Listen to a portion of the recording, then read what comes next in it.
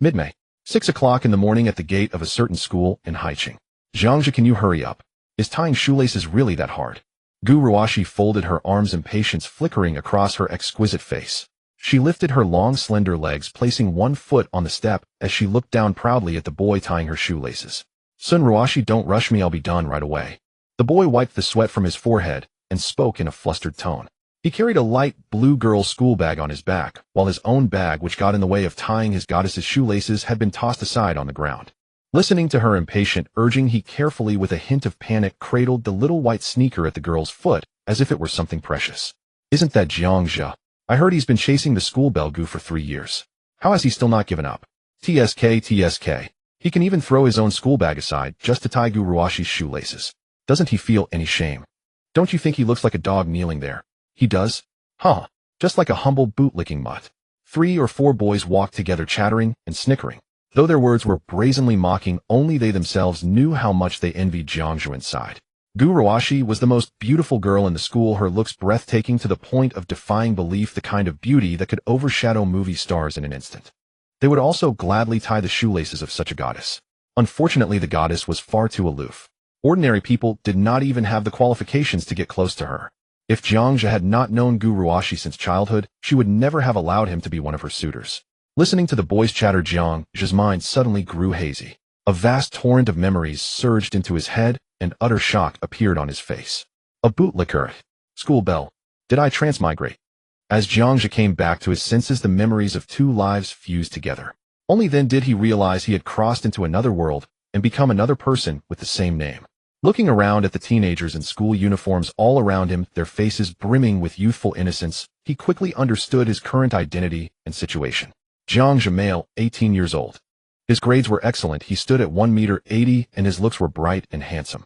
His family background, however, was fairly ordinary. His parents were both low-level workers. But this did not prevent Jiangxia from holding boundless expectations for the future. In his previous life, after toiling in society as a wage slave for 5 long years, his life could hardly be called successful nor particularly exciting. On the contrary, his youth had been filled with countless regrets. Now, having returned to the age of 18 in this life, perhaps he could carve out a far more brilliant existence. What are you spacing out for? Don't tell me you don't even know how to tie shoelaces. Clumsy idiot. While Jiangxia was lost in thought, Gu Ruoxi once again urged him impatiently. From beginning to end, she held her proud head high, enjoying Jiangxia tying her shoelaces with a clear conscience. That cold and stunning face was filled with disdain and irritation. Seeing Jiangxia dazing out, another girl beside them snapped, "You can't even do such a small thing properly. Being allowed to tie Ruoxi's shoelaces is an honor for you. Plenty of boys don't even have that chance. Can't you at least put some heart into it?" Lu Jingjing, wearing a pair of thick glasses and possessing rather ordinary looks, often ordered Jiangxia around by virtue of being Gu Ruoxi's friend. Seeing that he still did not react, she kicked Jiangxia and shouted, "Hey, can't you see Ruoxi is thirsty? Did you bring the milk tea? Hurry up and take it out." Jiangxia raised his head and glanced at the two of them. Damn, he suddenly remembered. This life, he was a bootlicker. To pursue his childhood sweetheart, the great school belle Gu, he had dogged her steps through wind and rain for 3 whole years, fussing over her every little need. He carried Gu Ruoxi's school bag to and from school, and from his daily 20 yuan lunch money, he spent 16 on 2 cups of milk tea. 1 for Gu Ruoxi, 1 for Lu Jingjing. As for himself, he used the remaining 4 yuan to buy 2 steamed buns and some pickles at the cafeteria to make do with lunch. He had poured out everything, serving the goddess like a dog. Tying her shoelaces was nothing in comparison. Yet Gu Ruoxi not only refused to agree to be his girlfriend, she had never even truly looked him in the eye. He had debased himself to the extreme. Bootlickers never come to a good end. Jiangxia suddenly muttered, "What did you say?" Lu Jingjing froze, wondering if she had misheard. Jiangxia stood up, patted the dust from his knees, and examined Gu Ruoxi in front of him. He had to admit she was indeed stunning. Such a pure, breathtaking face was the white moonlight in the hearts of countless boys. For 3 years he had dreamed of her in many a youthful fantasy. Gu Ruoxi was not only beautiful, she was also far too proud. She was the sort of school belle whose coldness could not be surpassed. Nothing that Jiangxia did for her evoked even a shred of sympathy. All he ever received was contempt and disdain. The ironic thing was that even Jiangxia himself felt unworthy of Gu Ruoxi. He drained himself completely just to get closer to her, to serve her in utter humility. Yet he had never dared hope that one day he could truly be with the goddess. He had never even formally confessed to her. One could say that even among bootlickers he was the most abject of them all. "Gu Ruoxi, I'll ask you one last time. Will you be my girlfriend or not?" With a blank expression, Jiangja faced Gu Ruoxi and for once looked down at her from above as he spoke.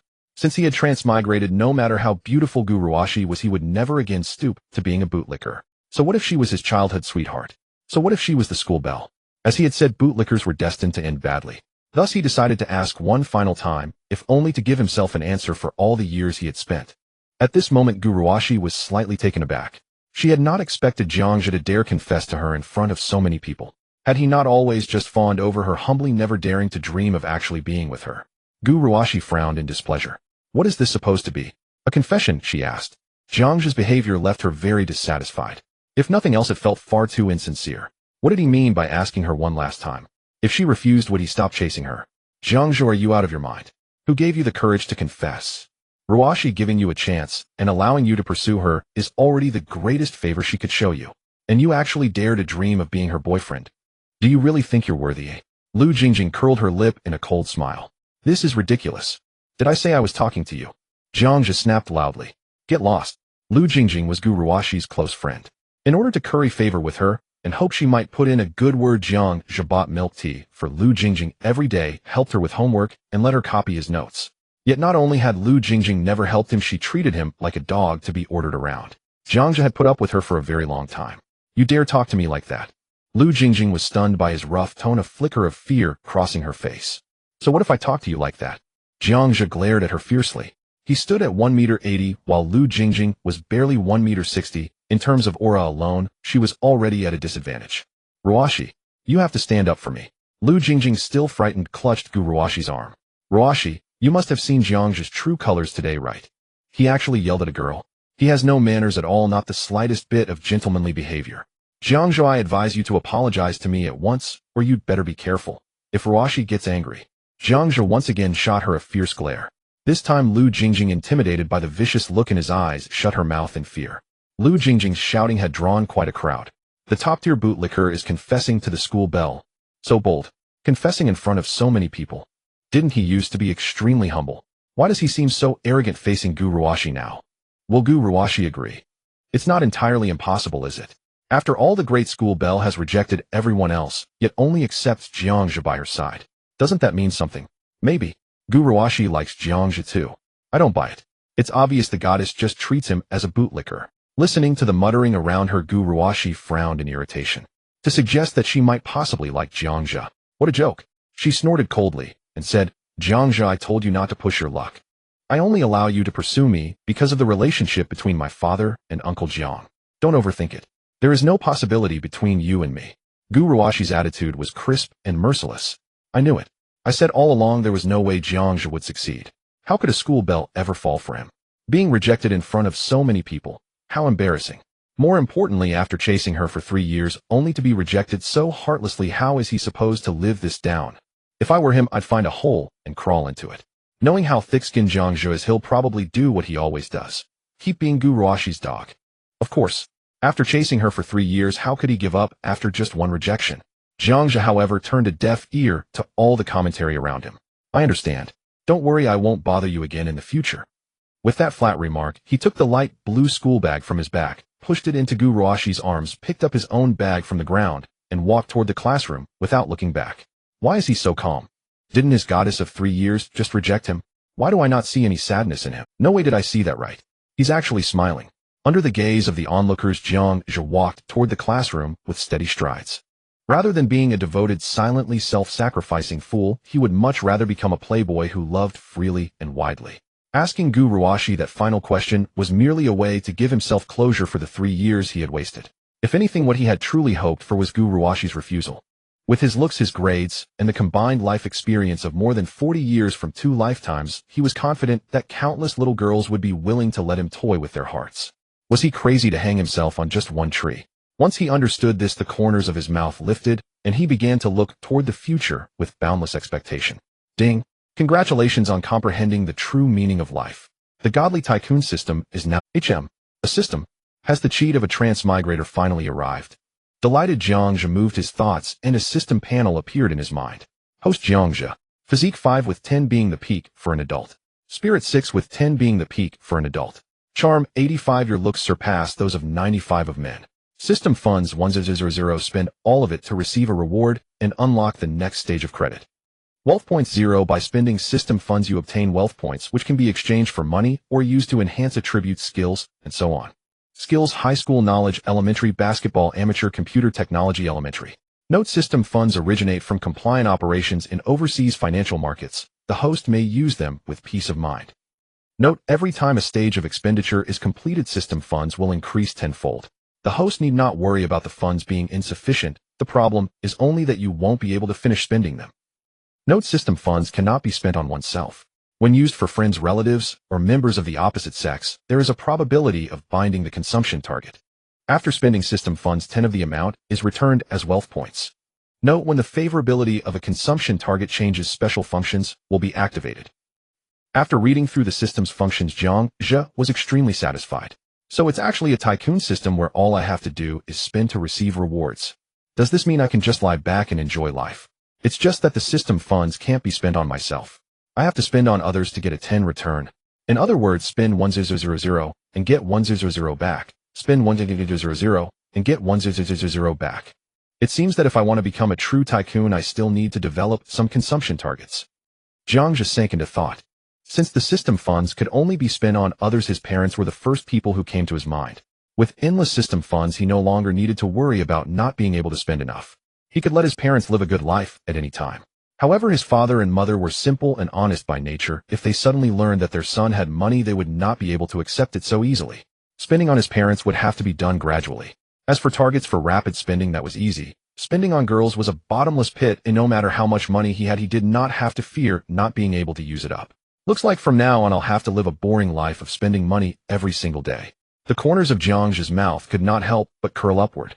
Who would have thought that at just 18 years old he would have so much money that he could never spend it all? Zhiga, how come you're by yourself today? Not with Gu Ruoxi. In the classroom, Zhang Zhe's close friend Ji Xiaofeng saw him sitting alone and asked in surprise. Your big brother here has escaped from the sea of suffering. Zhang Zhe smiled. It was clear his mood was very good. Escaped from the sea of suffering. What do you mean? Ji Xiaofeng scratched his head, not understanding what Zhang Zhe meant. At that moment, Lu Jingjing and Gu Ruoxi walked into the classroom. Escaped from the sea of suffering. That sounds nice. Just now he confessed to Ruoxi, and it was clearly our Ruoxi who rejected him, yet he makes it sound like he rejected Ruoxi instead. Lu Jingjing snorted. Confession? Rejected? Ji Xiaofeng took a moment to react. The other classmates in the room pricked up their ears at this piece of gossip. Who didn't know that Zhang Zhe had been pursuing Gu Ruoxi for 3 years? Judging from what was said, he had been rejected. Zhang Zhe said he had escaped from the sea of suffering. Could it be that he intended to give up?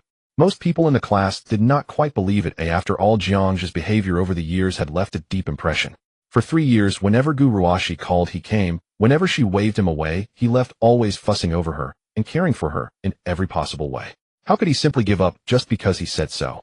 In my view, someone is just being self-indulgent, playing that little game of playing hard to get in hopes of attracting Gu Ruoxi's attention. A skinny boy wearing glasses in the front row spoke. The frail boy was named Zhou Wei. Relying on his good grades, he often set obstacles in Zhang Zhe's way. He would even frequently speak ill of Zhang Zhe in front of the teachers. Shut up, Zhou Wei. Who are you to judge Zhang Zhe? Just mind your own business. Ji Xiaofeng stood up in anger, pointing a finger at Zhou Wei in the front row. I won't stoop to your level.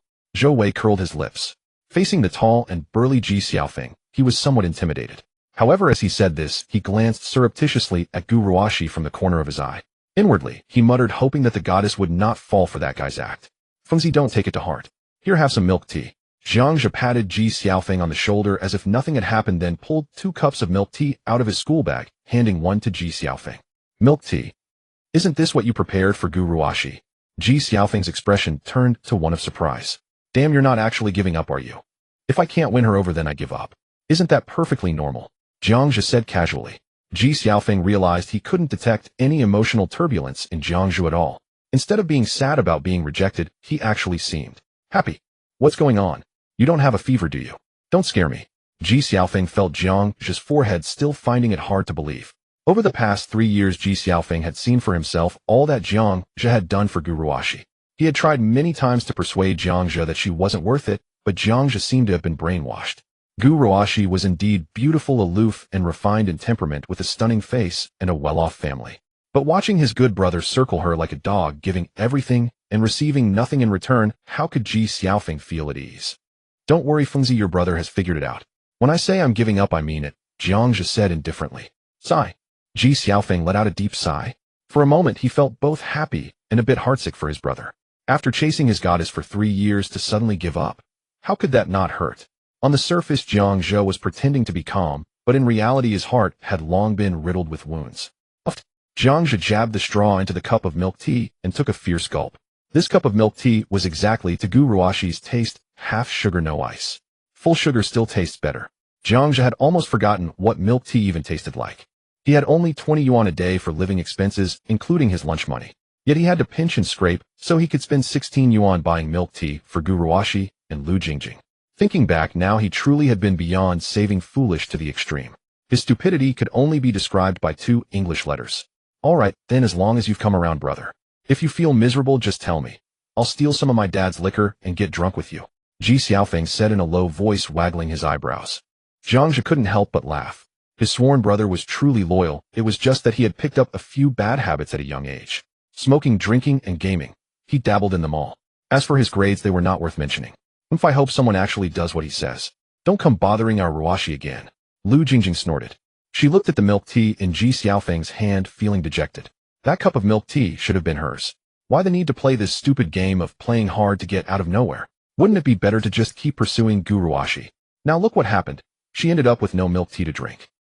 Gu Ruashi's school bag on her back walked into the classroom. She cast a cold glance toward Jiang Zhe's seat, feeling a trace of displeasure. Clearly she had been the one to reject Jiang Zhe, yet for some reason she felt as though she had been rejected by him. It was a very strange feeling. That line, "I'll ask you one last time," had sounded very much like, "I hope you won't regret this." As for Jiang Zhe saying he would no longer bother her, she hadn't taken it to heart. Over the past 3 years, she had long grown accustomed to Jiang Zhe's persistence. Perhaps he truly did intend to play hard to get. Thinking this, she sneered inwardly. So what if he played hard to get? Would I care? Gu Ruashi returned to her aloof, detached composure, no longer paying attention to Jiang Zhe. Jiang Zhe and Ji Xiaofeng sat at their front and back desks chatting idly. By the way, Fengzi, I remember your birthday is in 3 days, right? Your home address was what, building 3 room 401 of Xingfu community? Yeah. Why are you asking for my address? To give you a surprise. Jiang Zhe smiled mysteriously, then pulled out his phone and placed an order on an online shopping platform for a Topophiline laptop worth more than 9,000 yuan.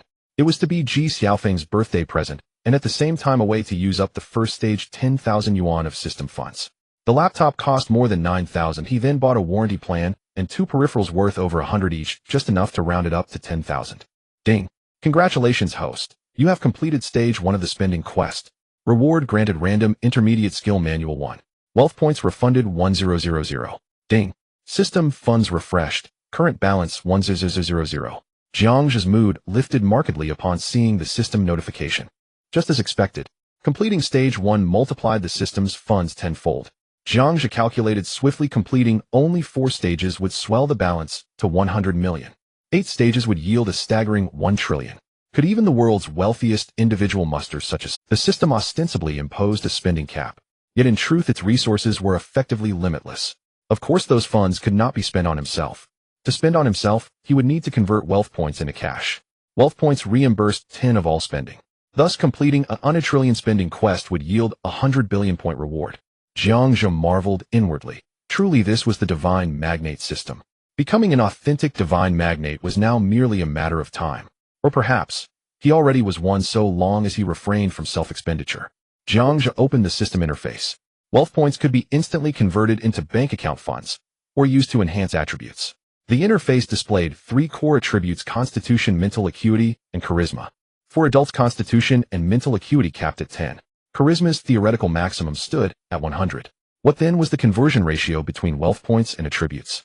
Through experimentation, he discovered that raising charisma by 1 point cost 100 wealth points, while boosting constitution or mental acuity required a steep 100 per point. Rather expensive. I simply can't afford upgrades. Jiang Zhe sighed, then resolved to convert his entire 100 wealth points into cash. Having subsisted on plain steamed buns for days, his palate had grown painfully bland. He'd treat himself to a proper lunch, a well-deserved upgrade to his daily fare. The system's infinite funds card was directly linked to his mobile number. That card held boundless credit, but its funds were strictly off-limits for personal use. Wealth point conversions, however, deposited real money directly into his personal account. The moment he confirmed the exchange, his phone buzzed with an SMS. Your ICBC account ending in 8765 has received a transfer of 100000. New balance 1020. 81. To streamline weekly allowances from his father, Jiang Zhe had opened this bank account. Until now, only 20 remained, his meager budget for tomorrow's lunch. Staring at the sudden influx of this fortune, Jiang Zhe felt momentarily dazed. The sheer euphoria of effortless gain was quite frankly exhilarating. At that instant, noticing Jiang Zhe browsing online, Ji Xiaofeng frowned quizzically. Broja, you're not ordering a birthday gift for me, are you? Jiang Zhe nodded noncommittally. Whoa, where'd you get the cash? Isn't your New Year money still under your mom's lock and key? Ji Xiaofeng knew full well Jiang Zhe's daily allowance was a mere 20, leaving just 4 after buying Guruashi bubble tea. When even basic meals strained his budget, and he occasionally relied on Ji Xiaofeng's support, how could he possibly afford online shopping? For a fleeting moment, Ji Xiaofeng was deeply moved. With only 4 left for sustenance, yet still remembering his friend's birthday. Truly a brother beyond reproach. Fengzi, let me level with you, I'm a concealed heir. Wealth flows effortlessly. Jiang Zhe decided to reveal the truth to Ji Xiaofeng. As his closest confidant, sharing this secret meant he could spend freely before him. No more pretense. Haha, you expect me to believe that? Ji Xiaofeng scoffed, incredulous. What heir subsisted on steamed buns and pickled mustard greens? Don't believe it then. Wait until the gift arrives and you'll know I'm telling the truth. Seeing Jiang Zhe's unwavering sincerity, Ji Xiaofeng began to waver. Come on, Broja, no more suspense. What did you order? After persistent coaxing, Jiang Zhe finally showed him the order confirmation. What the?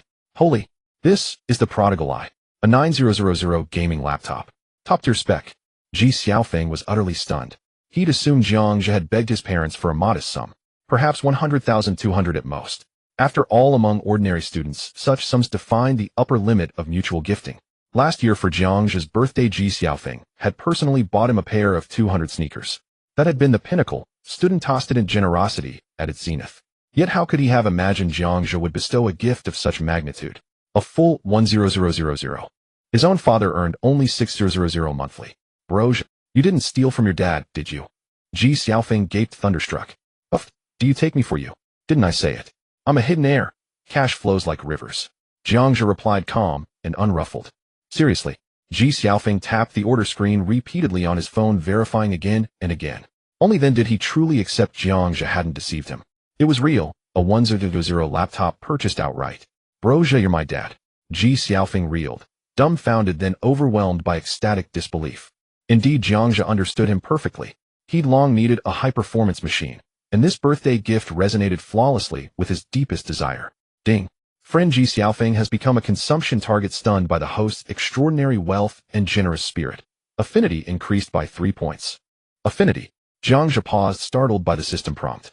He recalled the system's description mentioning that gifting others carried a chance to bind them as consumption targets. And when affinity rose, unique functions activated. Focusing his will, he saw a detailed interface suddenly appear above Ji Xiaofeng's head. Consumption target, Ji Xiaofeng. Relationship friend. Affinity, 81. Skills, high school knowledge, basic, basketball, amateur. Affinity tiers. Below 0, dislike. If affinity drops below 10, caution is advised. The target may actively undermine you. 100, fanatic love. Your presence fills my mind and you become my life's pursuit. More than 100, unwavering devotion. Loving you surpasses loving myself, and I am willing to sacrifice my life for you. Note the system will automatically detect those who meet the standards and become consumption targets. Note when favorability reaches 51, the wealth point return ratio for consumption increases to 50. When the favorability of a target of the opposite sex reaches 51, a detailed information will be unlocked. Note when the favorability of all consumption targets reaches 100, special rewards can be obtained. So that's how it is. Jiang Zhe understood. It seems that as long as one binds to become a consumption target, one can see the relationship between oneself and the other party, as well as the consumption target's favorability towards him. Consuming for a bound target with favorability exceeding 51 can directly return 50 of the wealth points. When the favorability of a target of the opposite sex reaches 51, a detailed information can also be viewed. How detailed exactly? Jiang Zhe suddenly wanted to find a target of the opposite sex to see if he could bind to one. The authority of the system is still trustworthy. Does this mean that as long as I become a consumption target, I can discern whether the other party is sincere towards me? Jiang Zhe felt that favorability was very useful. At least it could show who was truly sincere towards him and who was a hypocrite with double standards. But was Ji Xiaofeng's favorability really that high? According to the system, a favorability of 81 has reached the level of love. Why does it feel strange? Cough. Don't mind it, just a small gift. Jiang Zhe thought little of it. Given his friendship with Ji Xiaofeng, the level of affection didn't matter much. He knew that Ji Xiaofeng was a good friend worth deepening the relationship with. He couldn't help but sigh inwardly. Indeed, money is all-powerful. Buying Ji Xiaofeng a laptop worth 10,000 yuan raised his affection by 3 points. You can even use money to buy the feelings of good brothers. Brother Zhou is so handsome. Ji Xiaofeng danced around joyfully. With this computer, I can finally retire my old desktop for gaming. Brother Zhou is amazing. By the way, you're not really hiding that you're a rich second generation, are you? Even I was kept in the dark. Ji Xiaofeng seemed a bit unhappy. How can Jiang Zhe, being so wealthy, still rely on him for support? He felt like he had suffered a great loss over the past 3 years. I have my reasons. Jiang Zhe chuckled awkwardly to brush it off. You little rascal. So hidden. The two chatted casually. Many in the classroom heard Ji Xiaofeng's loud voice and cast strange glances at Jiang Zhe. A laptop worth 10,000 yuan, just like that. It's unimaginable for most high school students. Most parents earn less than 10,000 a month, let alone spending that much on a classmate's birthday gift. Lu Jingjing looked at Jiang Zhe with surprise in her eyes. Jiang Zhe, is he really that wealthy? Somehow she felt that Jiang Zhe had become a bit more handsome. In truth, Jiang Zhe was already quite good-looking. It wouldn't be an exaggeration to say he was the most handsome boy in the class. His academic performance was also excellent, consistently ranking in the top 10 of the class. However, he always revolved around Gu Ruoxi, which is why the girls had little interest in him. Suddenly, I feel Jiang Zhe isn't so annoying after all, Lu Jingjing thought. Gu Ruoxi turned around and glanced at Jiang Zhe again. She came from a wealthy family, so 10,000 yuan was nothing to her. But as far as she knew, Jiang Zhe's family could only be considered average. The two families had good relations, but Jiang's father was unwilling to accept help from Gus's father, earning only a few thousand a month. How could Jiang Zhe possibly come up with 10,000 yuan to buy Ji Xiaofeng a computer? Where did he get the money? Gu Ruoxi was curious, then thought, why was she paying attention to Jiang Zhe? What did Jiang Zhe's wealth have to do with her? Gu Ruoxi stopped overthinking and took out her books to prepare for self-study, instinctively reaching for a sip of milk tea. It felt quite awkward. Many in the classroom were whispering. Almost the entire class knew about Jiang Zhe gifting Ji Xiaofeng a laptop.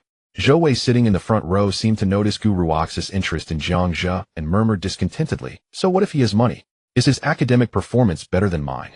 A few minutes later, the class bell rang and the homeroom teacher Li Qiuping entered the classroom. Everyone, please be quiet. Now I will announce the results of the third mock exam. Just a few days ago, the senior year had conducted the last mock exam, commonly referred to as the third mock. Li Qiuping took out a score sheet and began to announce. First place, Zhang Zhilei, 637 points. Second place, Du Xian, 629 points. Third place, Zhou Wei, 622 points. The classroom fell silent as they listened to the homeroom teacher announcing the rankings of the mock exam. Meanwhile, Jiang Zhe opened the system panel. After completing the first phase of the consumption task, he not only received a refund of 1,000 wealth points, but also obtained an additional reward. Intermediate random skill book. After use, randomly acquire an intermediate skill. Jiang Zhe felt a mix of confusion and awe regarding the skills section of the system panel. Currently, he only had 3 skills: basic high school knowledge, amateur level basketball, and basic computer skills. Computer science was his major in his previous life. Jiang Zhe believed his professional skills were quite solid. However, how could his computer skills only be rated? According to the system, skill levels were divided into beginner, amateur, basic, intermediate, advanced, master, and divine. Skills could also be upgraded using wealth points. Different types of skills required varying amounts of wealth points for upgrades. Jiang Zhe currently had no wealth points left, but he could directly gain an intermediate skill from this intermediate skill book. With a thought, he chose to consume the skill book. Ding! Congratulations, host, you have acquired intermediate high school knowledge. High school knowledge. Jiang Zhe thought this skill was quite nice. After all, he was a high school student about to take the college entrance examination. His academic performance was decent, always in the top 10 of the class. However, during this period leading up to the exam, for well-known reasons, his grades had slipped. At this rate, he might not even be able to maintain his score. He had bound the system, and its function was consumption, so he wouldn't have to worry about money in the future. Whether or not he attended university didn't really matter. However, his parents had worked hard for half their lives, always hoping he could get into a good university. Achieving a good score on the college entrance exam would be a way to repay them. In an instant, a wealth of high school knowledge flooded Jiang Zhe's mind. Language, math, English, physics, chemistry, biology. He grasped the knowledge points of each subject more profoundly. Jiang Zhe originally thought he had a comprehensive grasp of the content in the books, Now it seemed there were still many deficiencies. There was a vast gap between intermediate skills and basic skills. Now he was confident that he could easily score around 700 points in the college entrance exam. Jiang Zhe was deeply shocked. A score of 700 would be exceptional among national candidates. How could it only be considered intermediate? What about the advanced master and even divine skills above that? 14th place, a Jiang Zhe 535 points. When the homeroom teacher Li Qiuping read Jiang Zhe's score, he looked up and glanced at Jiang Zhe. This score was a significant drop. Jiang Zhe had always been stable in the top 10 of the class, and when he performed well he could even surpass the 600-point mark. However, this time, he had actually fallen out of the top 10. In previous years, a score above 530 might not even meet the admission line for a key undergraduate program. Li Qiuping looked at Jiang Zhe, deeply shaking his head in disappointment before continuing to read the rankings. Gu Ruoxi 531 points ranked 16th. Lu Jingjing 504 points 23rd place. Ji Xiaofeng 378 points ranked second to last in the class. After reading the entire class scores and rankings, Li Qiuping adjusted his glasses and said solemnly, in this mock exam many students have shown improvement, especially a few students scoring above 620 who deserve praise. Zhou Wei in the front row smirked, slightly glancing back at Jiang Zhe. He performed excellently in this mock exam, scoring 622 points. Recalling that at the beginning of the school year his score was on par with Jiang Zhe's, he had finally surpassed Jiang Zhe this time. Zhou Wei's expression held a hint of arrogance, as if to say, you and I are no longer on the same level. However, he found that the other party was looking down, seemingly lost in thought, completely oblivious to him. Zhou Wei curled his lips, thinking to himself, now that I've managed to score high, how can I create a sense of presence? Students who have made progress should continue to work hard, don't be arrogant or complacent. A few students have clearly seen a drop in their scores, especially Ji Xiaofeng and others. The college entrance exam is only 20 days away. I hope you take care of yourselves. Remember, the college entrance exam isn't just for others, it's for yourselves. Alright, that's enough for now. Let's start the morning self-study. Jiang Zhe, come to my office.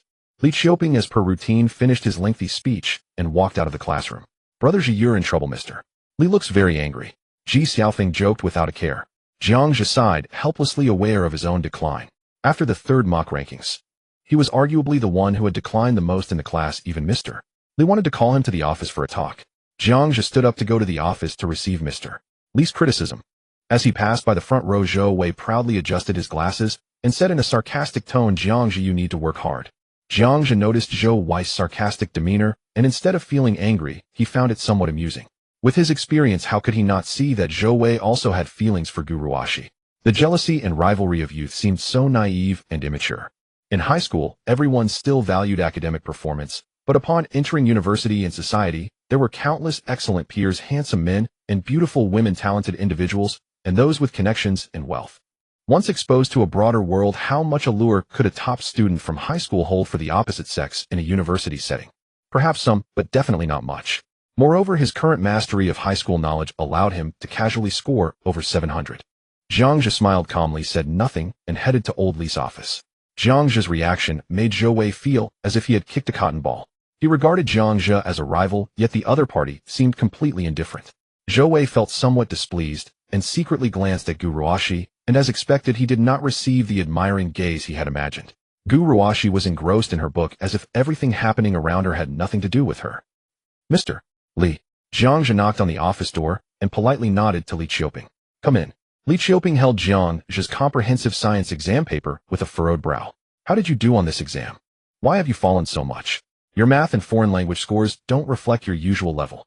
With just over 20 days until the college entrance examination, Jiang Zhe, put in some effort. Your abilities are well known to me. Do you think your current scores are worthy of the 3 years of hard work you've put in? Huh. At this rate, do you think you can live up to your parents' expectations? Li Qiuping reprimanded sternly. He was well aware of Jiang Zhe's relationship with Gu Ruoxi. Given that Jiang Zhe had consistently maintained good grades, he had turned a blind eye to some extent. But now Jiang Zhe was clearly affected, and it was time to give him a wake-up call. Li Qiuping sighed and said earnestly, you have a long road ahead, but the college entrance examination only. I hope you can focus entirely on the college entrance examination during this time. As for everything else, we can talk about it after the exam. Do you understand? Don't worry, Teacher Li, I understand. What do you understand? Li Qiuping was filled with frustration. A top student like him was at risk of wasting his future because of a fleeting youthful romance. He felt both regret and a sense of disappointment. How fierce was the competition for the college entrance examination? A single point could mean the difference for thousands of candidates. Li Qiuping wanted to say, can you even compare with Gu Ruoxi? Do you come from the same socioeconomic background? Even if Gu Ruoxi doesn't attend college, she'll still live a life free from worries. But what about you, Jiang Zhe? Can you? Li Qiuping wanted to explain these truths to Jiang Zhe, but he knew Jiang Zhe would not listen. Pursuing a girl for 3 years cannot be changed by just a few words. Teacher Li, I understand your point. Rest assured, I will focus entirely on the college entrance examination during this time and come back with the top score in the city, Jiang Zhe said with a smile. The top score in the city. Li Qiuping shook his head, not taking it to heart. As long as you can live up to yourself, that's enough. Alright, go back to your morning self-study. With that, Li Qiuping had said all that needed to be said over the past 3. Ultimately, whether one can change their fate still depends on the students themselves. Teacher Li is that student from your class. That's great, aspiring for the top score in the city. What ambition. Hey, I don't expect him to get the top score in the city. As long as he can get into a good university, he'll be satisfied. Who can say for sure? The college entrance examination depends on one's performance. Some students are just lucky. They may not stand out in regular times, but perform spectacularly in the exam. What if he really does get the top score in the city? Lucky. No matter how lucky, scoring more than 10 points is the limit. I know that kid's level is 600 points is basically his ceiling. That score is still far from the top score in the city. The teachers in the office chatted for a while. No one took Jiang Zhe's words to heart. After returning to the classroom, the morning quickly passed. With just over 20 days left until the college entrance examination, the study atmosphere among the third-year students was still quite intense. The floor where the third-year students were located was filled with a sense of tension, and everything was like usual. One notable difference was that Jiang Zhe no longer focused on Gu Ruoxi as he had before. During breaks, he no longer checked in on her, seemingly treating her as just an ordinary classmate, not even glancing her way. Where are we going to eat for lunch? During the break, Ji Xiaofeng approached. Let's go, we'll treat you to a restaurant, Jiang Zhe replied with a smile. Going to a restaurant. Brother Ji, you finally stopped eating buns in the cafeteria? Of course. Eating buns every day, how can I keep up with my nutrition? Speaking of which, Jiang Zhe felt a bit ashamed. His parents gave him 20 yuan for lunch every day, enough for him to eat well at school. But he hid it from his parents and went to the cafeteria to eat buns every day. If his father found out, wouldn't he be furious? Mainly, he felt miserable every day without any return. Looking back, Jiang Zhe just wanted to give his past self the middle finger. A simp, not even worthy of being a dog. Jiang Zhe and Ji Xiaofeng went to a nice restaurant near the school, and with a wave of his hand, he ordered 4 delicious dishes. The meal cost over 200 yuan. This made Ji Xiaofeng completely believe that Jiang Zhe was indeed wealthy. His good brother had finally stood up. It's worth mentioning that treating Ji Xiaofeng to a meal also counted as spending for others. When paying the bill, he successfully received over 100 wealth points back at a 50 rate from the system funds. Now Jiang Zhe finally understood the purpose of the system funds. Spending on others also counted for him. For instance, eating with others or watching a movie together. As long as he didn't buy anything for himself and left no assets, he could spend the system funds freely. Of course, if he went to eat or watch a movie alone, including exploiting system bugs, it wouldn't count as spending for others, and he couldn't use the system funds. On the other side, during the lunch break, Gu Ruoxi finally found herself without Jiang Zhe by her side. Gu Ruoxi was flipping through an English textbook, her expression indifferent, showing no emotional fluctuations. Ruoxi, do you really think Jiang Zhe has no intention of pursuing you anymore?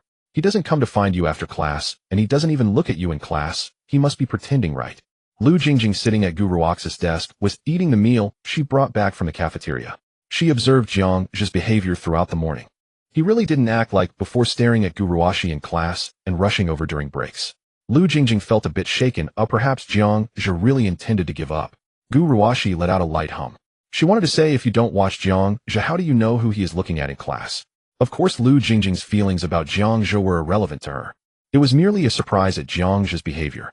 Why should I care about him? This is great. He doesn't bother me, and I can enjoy some peace. Gu Ruoxi replied calmly. Also, with only over 20 days left until the college entrance examination, I think Jiang Zhe might want to make one last effort to prove himself to you. Lu Jingjing analyzed seriously. After all, the only thing he can present in front of you is his academic performance. Gu Ruoxi opened her book, not wishing to continue the topic.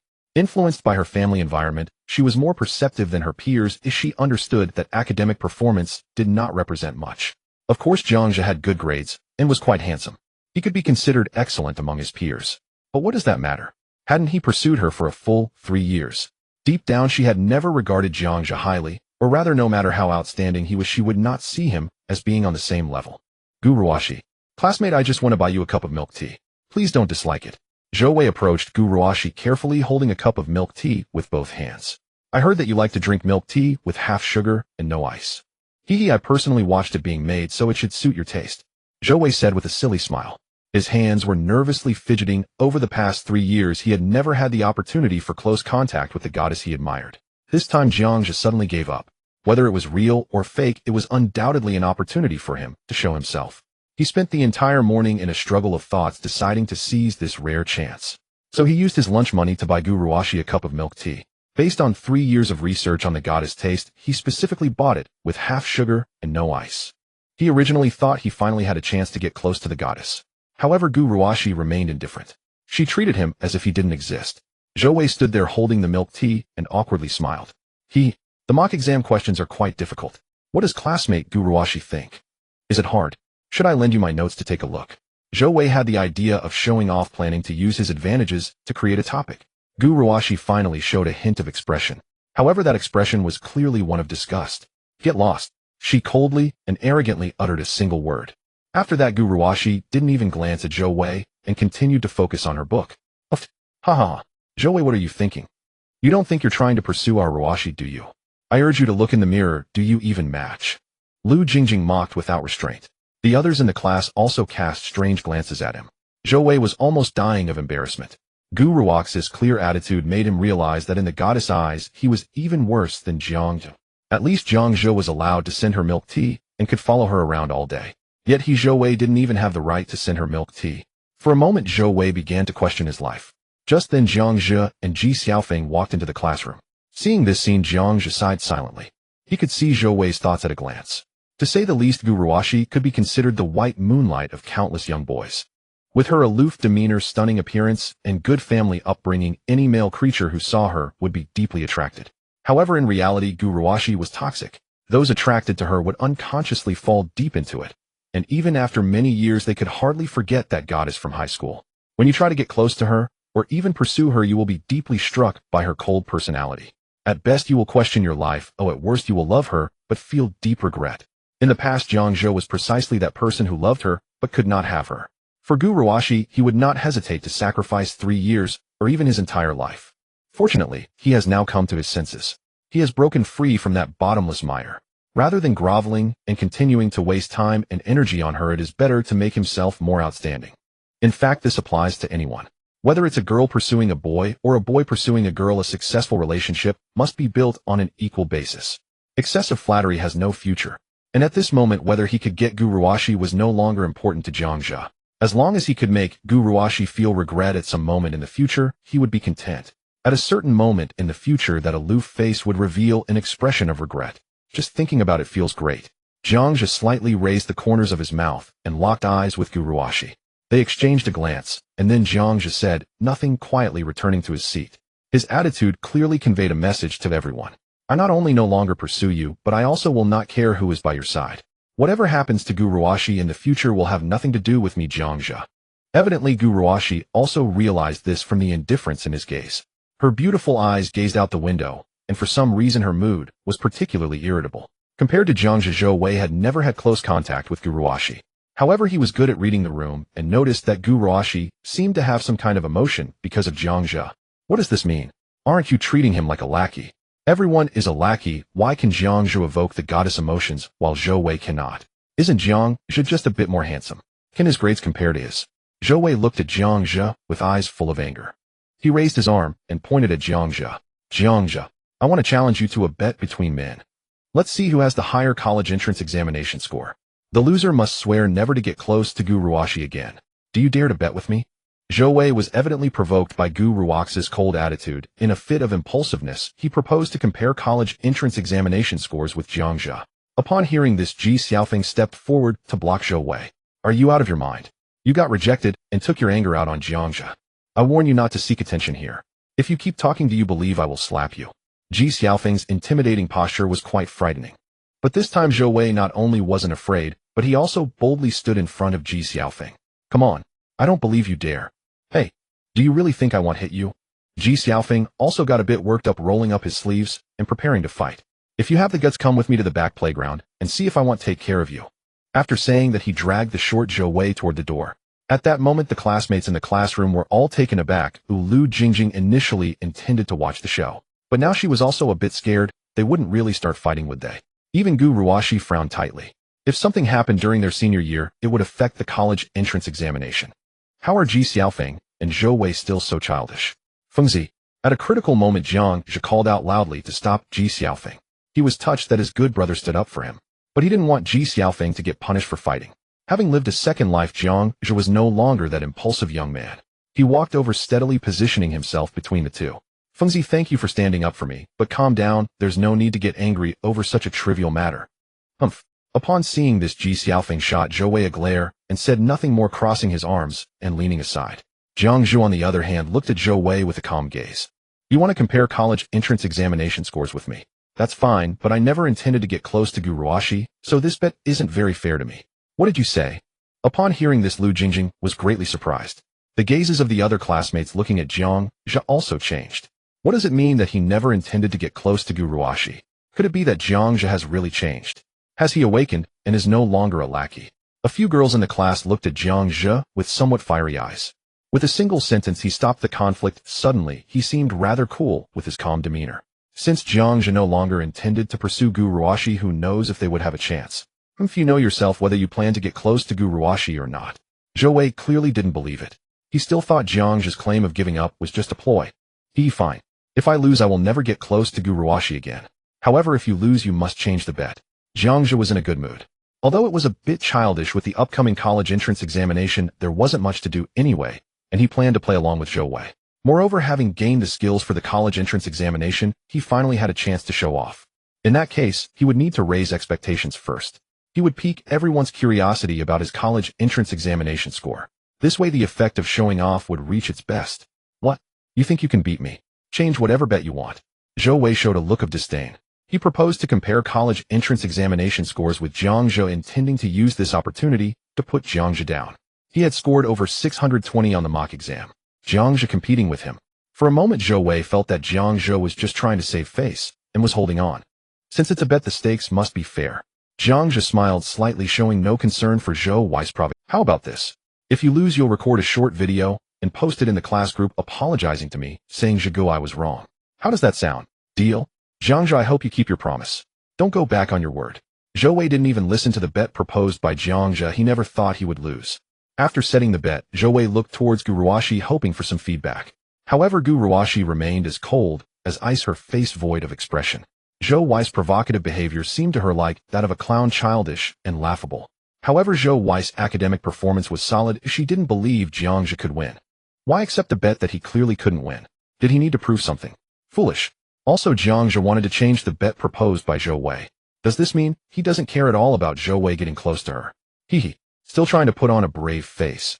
Gu Ruashi was even more convinced that Jiang Zhe just didn't want to lose face in front of her. This also indicates that Jiang Zhe's various displays were merely a form of desire to entice, and then Is it true, brothers, or are you really betting against Zhou Wei? Ji Xiaofeng felt that Jiang Zhe was about to embarrass himself this time. Betting against Zhou Wei in front of everyone, there was definitely no turning back now. When the college entrance examination results come out, won't he directly become a fool? Although he really hoped Jiang Zhe could win, he had to admit that Zhou Wei's academic performance was indeed outstanding. The results from the mock exam were telling. One scored 620 points, while the other scored 530 points. A difference of 90 points. How could it possibly be made up in just 20 days? No amount of effort could change that. It was simply unrealistic. Don't worry, I won't fight a battle I'm not confident in. Jiang Zhe smiled mysteriously. Sigh. Ji Xiaofeng sighed, feeling deeply worried about his good friend's future. Even the female classmates in the class who had developed feelings for Jiang Zhe all shook their heads regretfully. In the front row, two girls were whispering to each other. I remember Jiang Zhe's best score in the mock exam was just over 600 points. If he performs well, shouldn't he still have a chance? That was ages ago. Jiang Zhe's current score barely surpasses 550. Yeah, then why does he dare to bet against Zhou Wei? It's just childish. He doesn't want to lose face in front of Gu Ruashi. Sai, such a lovesick person. Jiang Zhe was indifferent to the classmates' discussions about him. With his current level of knowledge, he could easily secure the top score in the city with minimal effort in the college entrance examination. Even ranking in the top 10 in the province wouldn't be difficult. Therefore, he wasn't at all anxious about the bet proposed by Zhou Wei. Besides, even if he lost, it wouldn't bring him any closer to Gu Ruashi, so there was really no loss. At this moment, Jiang Zhe was contemplating how to quickly spend the system's allocated funds for the second phase. 100,000 yuan was not a small amount. If he were to spend it on Ji Xiaofeng wouldn't accept it so easily. Spending it on those around him didn't seem like the right time. At the very least, he wanted to wait until after the college entrance examination to discuss it with his parents. Naturally, he thought of spending it online. According to the system, as long as he spent the money and the beneficiary wasn't him, it counted as spending. This way, there were many reasonable ways to spend the money. Jiangzhe decided to try it when he got home that evening. Before he knew it, the afternoon slipped away quickly. Haiqing No. One high school didn't have evening self-study sessions. Even for third-year students after school, everyone returned home. Brother Zhuim, leaving first, see you tomorrow. Damn, I'm a bit excited about the notebook you promised me. I might not be able to sleep tonight. See you tomorrow. Jiangzhe smiled and said goodbye to Ji Xiaofeng. Then he slung his backpack over his shoulder and left the classroom. In his haste to get home, he didn't take the school bus, but instead hailed a taxi. Except for a few classmates who lived nearby, even Gu Ruoxi, who came from a wealthy family, took the school bus home after school. Different routes had different school buses. Jiangzhe, Gu Ruoxi, and Lu Jingjing usually took the same route school bus. Gu Ruoxi, carrying her backpack, got on the bus with Lu Jingjing only to realize that Jiangzhe wasn't on it. Is Jiangzhe not taking the school bus? Lu Jingjing exclaimed, Ruoxi, do you think he might be deliberately avoiding you? What does it matter to me whether he takes the bus or not? Gu Ruoxi frowned in annoyance. Sitting by the window, her indifferent eyes gazed blankly outside. Today, Lu Jingjing was somewhat irritating, always bringing up that name that made her unhappy. Additionally, her backpack felt particularly heavy. Mom, I'm back. Is my son back? Hurry, wash your hands and get ready for dinner. I made your favorite braised pork ribs today. Really? Love you, Mom. Jiangzhe's mother Zhang Wanxiao was busy in the kitchen. His father Jiang Yuanshan was on the night shift and wasn't home. This place was located in a remote area far from the city center. The building was an old one from 20 years ago with an area of only over 50 square meters. Jiangzhe placed his backpack in the bedroom and then went to the kitchen to help his mother. No need for your help. I've been tired all day from class, go rest for a bit. Dinner will be ready in 10 minutes. Zhang Wanxia said reproachfully. Jiangzhe's mother was in her 40s, an ordinary working-class woman, simple and kind. She didn't take advantage of small benefits, didn't gossip, and had diligently held her job for over 20 years without a break. Jiangzhe looked at the wrinkles on his mother's face, feeling a tinge of heartache. He felt an immense sense of guilt inside. His parents had worked so hard to raise him, and he was slacking off in his studies, becoming Gu Ruoxi's sycophant.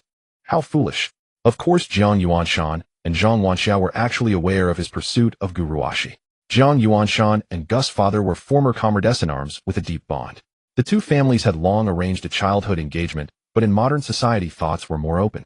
The so-called childhood engagement was merely a formality. Ultimately, it depended on whether Jiangzhe and Gu Ruoxi were willing. Jiang Yuanshan supported Jiangzhe's pursuit of Gu Ruoxi, but Zhang Wenxi's attitude was ambiguous. As an ordinary person who had worked hard for half her life, she just wanted her son to be happy in the future. She didn't believe that her son marrying a young lady like Gu Ruoxi would bring him a particularly happy life. Mom, I have something to tell you. What is it? Zhang Wanxiao paused her tasks. I got my score from this mock exam. I scored 535 points, ranked 14th in the class.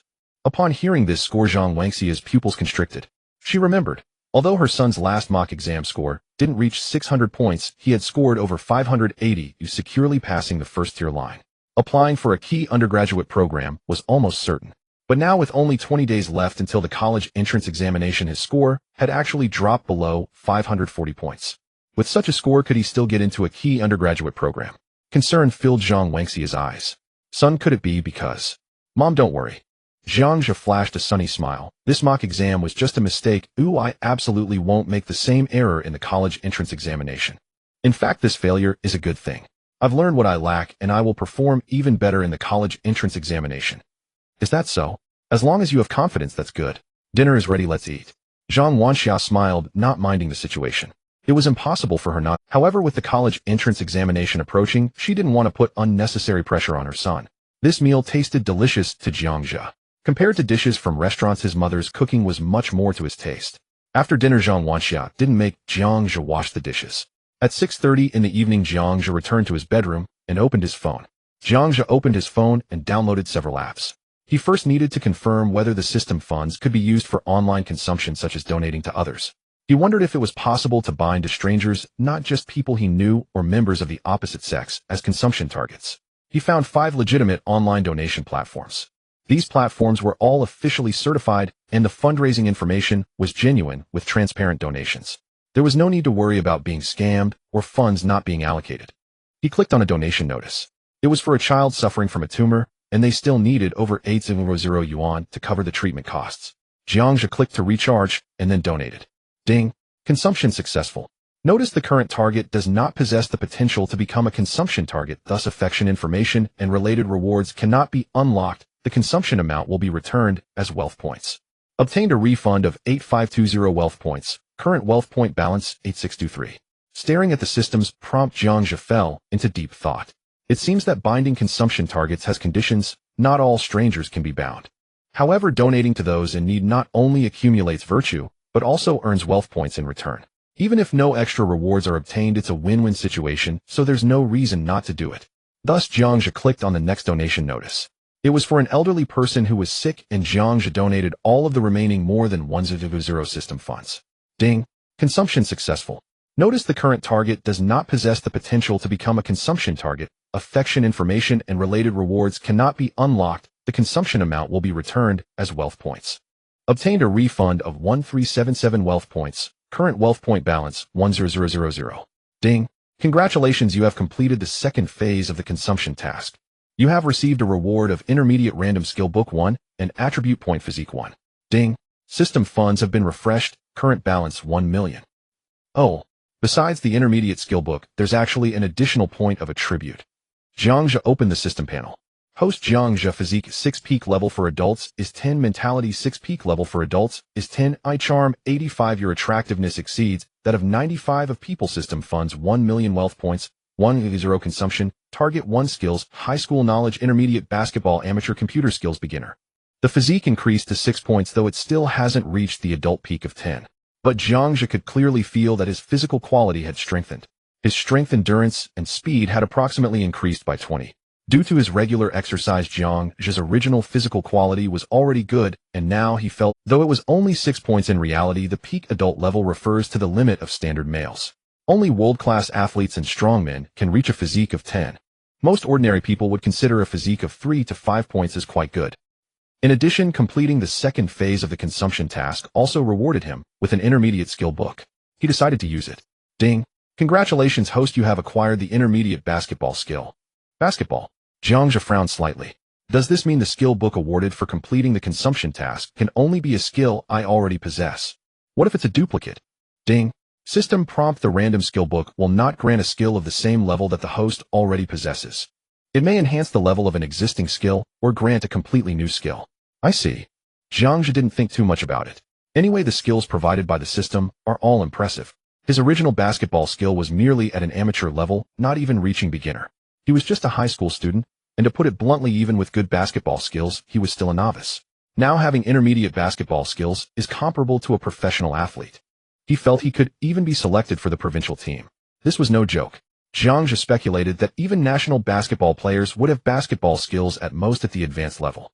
Perhaps only world-class athletes like those top NBA stars with annual salaries exceeding 100 million possess master-level basketball skills. As for God level, even the basketball god Michael Jordan might not reach it. Jiang Zhe looked at the balance of the system funds. The consumption amount for the third phase reached 1 million. Consuming all of it could yield a refund of 1000 wealth points. Furthermore, Jiang Zhe noticed that as the consumption amount increased, the rewards for each phase also improved. The first phase only rewarded an intermediate skill book. The second phase granted an additional point of attribute. What would the third phase reward? Jiang Zhe opened the donation app and continued to donate. Ding. Consumption successful. Obtained a refund of wealth points. Ding. Consumption successful. Obtained a refund of wealth points. 5 minutes later, Jiang Zhe made more than 10 donations. Finally, he completely consumed the 1 million system funds. Ding. Congratulations, you have completed the third phase of the consumption task. You have received a reward of intermediate random skill book 1, attribute point physique 1, mentality 1. Ding. System funds have been refreshed. Current balance 10 million. The third phase's rewards besides the skill book included an increase of 1 point in physique and 1 point in mentality. After the increase in mentality, Jiang Zhe could clearly feel that his thinking was more active and his mental state was more stable. He could focus better on everything he did. Attribute points and skill books are considered extra rewards, but wealth points are of utmost importance, Jiang Zhe realized. As long as the wealth points continue to increase, not only can they be exchanged for substantial account balance, but they can also be converted into skills and attributes. He used the intermediate skill book and acquired intermediate computer skills. It seems that the probability of upgrading existing skills with random skill books is quite high. Jiang Zhe didn't pay much attention, he simply sighed. 1 million is indeed not a small sum. In the system balance, it is just a number, but after actually spending this amount, one realizes how much 1 million can help poor people who cannot afford medical treatment. Moreover, during the donation process, Jiang Zhe noticed that the donation projects available on the platform were limited. Perhaps not all fundraising projects could pass certification. This led to fewer donation projects on the platform than he had imagined. Furthermore, all donations have upper limits. For medical donations, the upper limit is the required medical funds ranging from several million to less than 100. For disaster-related donations, although the upper limit for donations is relatively large, there is still a definite number not exceeding several tens of millions. Beyond that, donations cannot continue. Jiang Zhe felt a bit of a headache. Although there are many fundraising projects online, the total donation amounts are not insignificant. However, his system funds are infinite. The total upper limits of the donation projects on these platforms are only a few billion. How many phases of tasks can he complete? By the time his system funds reach 10 billion, 100 billion, or even 1 trillion, he might find there are no more places to donate. Forget it, let's deal with future matters later and continue to consume. For some reason, Jiang Zhe suddenly felt that spending money was not an easy task. 3 hours later, Jiang Zhe frantically donated without regard for the cost, contributing over 4 billion in system funds. Jiang Zhe was still not satisfied, but all the fundraising projects on the 5 major platforms had reached their limits. He had no more places to donate. For now, this is all I can do, Jiang Zhe sighed helplessly. He then checked his gains. So far, he had completed 6 stages of consumption tasks. For the 4th stage task, the reward was a mid-level skill book, giving 2 to Constitution and 2 to Spirit. For the 5th stage task, the reward was a high-level skill book, giving 2 to Constitution and 2 to Spirit. For the 6th stage task, the reward was a high-level skill book, giving 3 to Constitution and 3 to Spirit. He used all 3 skill books. Ding. Congratulations, host, you have obtained Combat Skills Intermediate. Ding. Congratulations, host, you have obtained Computer Technology Advanced. Congratulations, host, you have obtained Combat Skills Advanced. He finally unlocked a new skill, a very practical one, Combat Skills. After an upgrade, Intermediate Combat Skills had evolved into Advanced Combat Skills. Within a second, various close combat techniques from different schools were deeply imprinted in his mind. How to effectively attack, defend, and subdue. How to disarm someone with a weapon. How to fight multiple opponents. All those effective combat techniques in the world Jiang Zhe mastered in an instant. His current combat skills could definitely be considered professional level. Only a few top-tier martial artists in the world were stronger than him. Moreover, after gaining a few attribute points, Jiang Zhe's Constitution and Spirit both rose to 14 points. This meant that his physical fitness was 40 stronger than that of the world's top athletes. If combined with advanced combat techniques in a 1v1, he could almost claim the title of the world's best. Of course, Jiang Zhe was not overly inflated with pride. Although his physical fitness was strong, he still had not transcended the limits of humanity and could not withstand even a small bullet. He still needed to be cautious. Jiang Zhe opened the system panel again. Host Jiang Zhe. Constitution 14 peak level for adults 10. Mentality 14 peak level for adults 10. Charm 85. Your appearance surpasses 95 of people. System funds 6. 3 billion. Wealth points 480 million. Consumption target 2. Skills: high school knowledge, intermediate basketball, intermediate computer technology, advanced combat skills, advanced. Looking at the balance of 480 million wealth points, Jiang Zhe felt a sense of unreality. These wealth points could be exchanged for account balance anytime and anywhere, allowing him to spend freely. Who would have thought that overnight he went from a high school student with only $20 in his pocket to a billionaire? Truly, life is unpredictable. Why has the consumption target suddenly changed to 2? Wasn't there only 1 Ji Xiaofeng? Jiang Zhe discovered the blind spot. He clicked on the number 2 for the consumption target. 2 options popped up. Consumption target 1 Ji Xiaofeng, consumption target 2 Song Yue. Song Yue? By the name, she should be a girl. Once the consumption target is bound, the host can check their favorability and related information. Curiously, Jiang Zhe clicked on Song Yue's detailed interface. Consumption target Song Yue. Relationship beneficiary PS. The host donated to Song Yue's critically ill mother. Appearance 98. Favorability 45. Skills: high school knowledge, beginner, singing, intermediate. Jiang Zhe noticed that Song Yue's interface was somewhat different from Ji Xiaofeng's. In addition to relationship favorability and skills, there was also an extra appearance field. Jiang Zhe recalled that among the consumption targets that the system could bind, there were friends, family, and members of the opposite sex. Ji Xiaofeng naturally belonged to friends, thus Song Yue belonged to the opposite sex, right? This meant that bound members of the opposite sex would display their appearance. Wait a minute, I donated to at least 1,000 targets, including many females. Why is only Song Yue bound? Jiangja was somewhat puzzled. Could it be that not all females are qualified to be bound? Ding. The system prompts. This system is designed to help the host become a distinguished, wealthy individual, and only high appearance and high-quality individuals are eligible for binding. I see. Jiangja suddenly developed a strong interest in Song Yue. The information about Song Yue did not display her age or occupation. However, based on her skills, it was not hard to infer that Song Yue should be quite young. Most likely she was also a high school student like him. To Jiangja's surprise, Song Yue's appearance score was a staggering 98. Similar to charm, the maximum score is 100. With Jiangja's charm score of 85, he already surpassed 95 of males. A score of 98 for appearance was almost divine. Jiangja was eager to see her true appearance. Unfortunately, although Song Yue became his binding target, she did not provide any contact information. Right? The donation platform. Suddenly Jiangja remembered that on the donation platform, to conveniently express gratitude to donors, beneficiaries could chat with them. Jiangja was not one to do good deeds without leaving his name. He did not choose to donate anonymously. However, to protect the donor's information, only his surname and gender were displayed on the platform. The beneficiaries only knew that he was a male with the surname Jiang. They had no other information. Jiangja opened the private message section on the platform. Every online donation app had over 99 private messages. Most of these private messages were expressions of gratitude for his generosity. A few others inquired if he was interested in donation projects outside the few platforms. Jiangja was too lazy to deal with these. Who knew if the fundraising projects outside the platform were scams? Although he had plenty of money, he wouldn't play the role of a fool. After some filtering, Jiangja quickly found the private message sent to him by Song Yue. Her ID also only displayed her surname, and her avatar was a cartoon rabbit. Jiangja looked at the donation information for Song Yue. Her mother Song Li was critically ill and needed 1 million for medical expenses. Almost all of this 1 million was donated by Jiangja. In the chat box, Song Yue sent 2 messages. Song, Mr. Jiang, thank you very much for your donation. Song, may I be so bold as to ask for a contact number or address? I would like to write you a thank you letter. Jiangja thought for a moment and typed a few words to send back. Jiang, no need for a thank you letter. I prefer something more practical. Add me on WeChat 15. Song, alright. He'll add you right now. Jiangja's new contact is being added. Ding dong. Less than half a minute later, Jiangja received a friend request. Jiangja's nickname on VX uses his real name, while Song Yue's nickname is Little Rabbit. It is not hard to see that she really likes rabbits.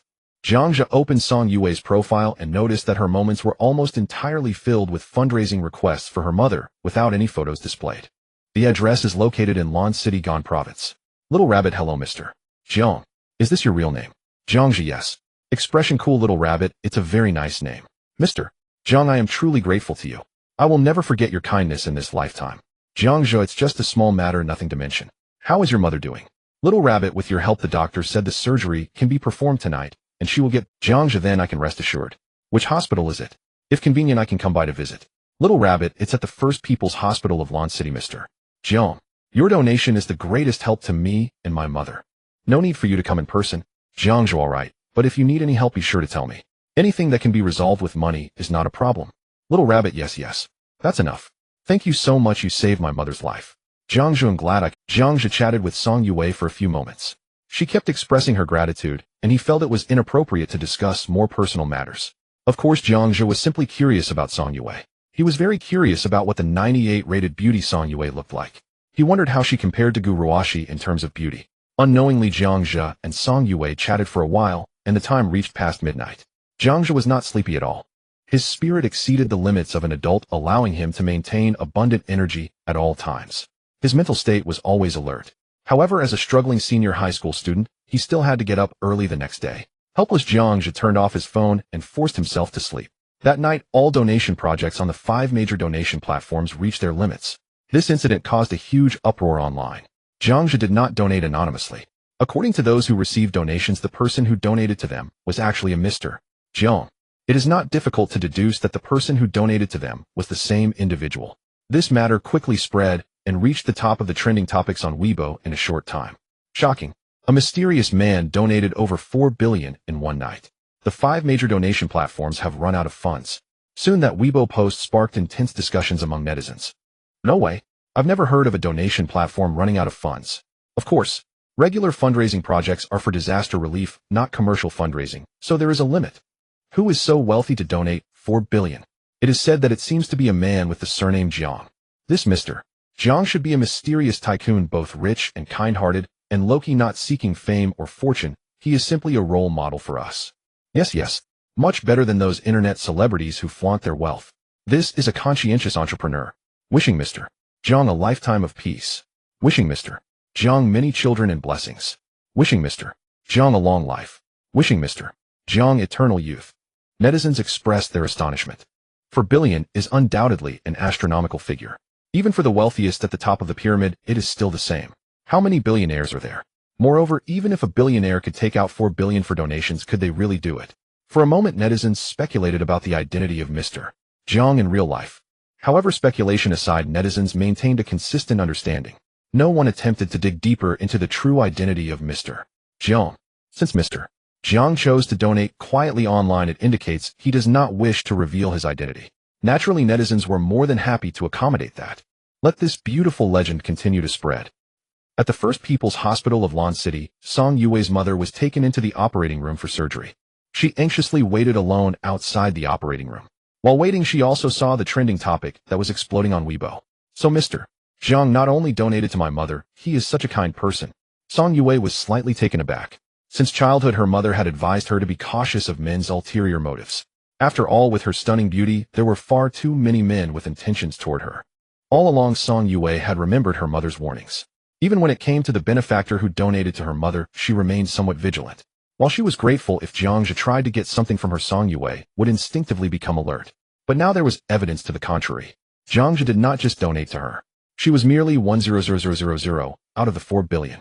What ulterior motives could he have? If spending $1 million might have some motive, that could be possible. But to donate 4 billion just to get closer to her, how could that be possible? Mr. Jiang said he would come to the hospital, and I actually doubted his intentions. But in reality, Mr. Jiang is purely kind. Now that I think about it, he doesn't even know what I look like. How could he have ulterior motives? Song Yue, how could you think this way? At this moment, a trace of vigilance deep within Song Yue's heart vanished in an instant. At the same time, she felt a deep sense of guilt. I should not have doubted Mr. Jiang. He is not like Principal Wei. Principal Wei said he would pay for my mother's medical expenses, and he had ulterior motives. But Mr. Jiang did not. Mr. Jiang is a kind person. I must find an opportunity to thank him in person. Ding. The consumption target Song Yue was moved by the host's noble character affection 3. Current affection 48. While Jiangja was sleeping, he received a message from the system. The next day, at 5:10 a.m., Jiangja's biological clock developed over 3 years woke him up. He opened his eyes and looked at the system panel. He then discovered that Song Yue's affection level had actually increased. Turning on his phone, he found a message sent by Song Yue. Little rabbit, Mr. Jiang, my mother's surgery was very successful. The doctor said as long as she rests for a while, she can be discharged. Jiangja transferred 50 yuan. Jiangja, buy some nutritional supplements for Annie. Little rabbit, no. Mr. Jiang, I can't take any more of your money. Your help has already been so great. Jiangja, it's not for you, but it's for Auntie. Keep the money, use it to buy nutritional supplements, and your mother will recover faster. Little rabbit, alright, thank you once again, Mr. Jiang. Little rabbit received 5000 yuan. Ding. Consumption successful. Earned 500 wealth points refunded. Ding. Song Yue was moved by the host's selfless help affection 1. Current affection 49. After a while, Song Yue seemed to realize something and sent another message. Little rabbit, hey. Wait. You call my mother Andy. Jiangja, is there a problem? Little bunny, but my mother is not even 40 yet. Little bunny, I am 18 this year, currently in my senior year of high school. Jiangja, what a coincidence, I am the same. In front of the phone screen, Song Yue was greatly shocked. A billionaire who donated 4 billion is only 18 years old. Such youth, yet possessing such terrifying wealth. Song Yue is not a gold digger, yet she couldn't help but feel astonished. 4 billion. Not 40,000, not 4 million, not 40 million. A full 4 billion. Such a huge sum. Enough to assist all the donors on the 5 major donation platforms. Enough for many people to have their basic needs met. Enough to buy numerous plush rabbit factories. Song Yue initially thought Jiangja was an older business mogul. A fortune unimaginable for countless people, and he donated it casually. Such a person, yet only 18. No wonder he calls her mother Annie. Song Yue suddenly felt a deep curiosity towards Jiangja. Little bunny, Mr. Jiang, are you also a high school student? Jiangja, yes, just like you, I'm a senior. Is that you who donated 4 billion online? Jiangja, online. Everyone knows about it. Little bunny, yes, your donation has been shared on Weibo. A mysterious billionaire donated 4 billion. Jiangja, alright, that's indeed me. Little bunny, I don't know what to say, Mr. Jiang, compared to you, I feel like a waste. Ding. Song Yue is impressed by the young and wealthy host affection 2. current affection 51.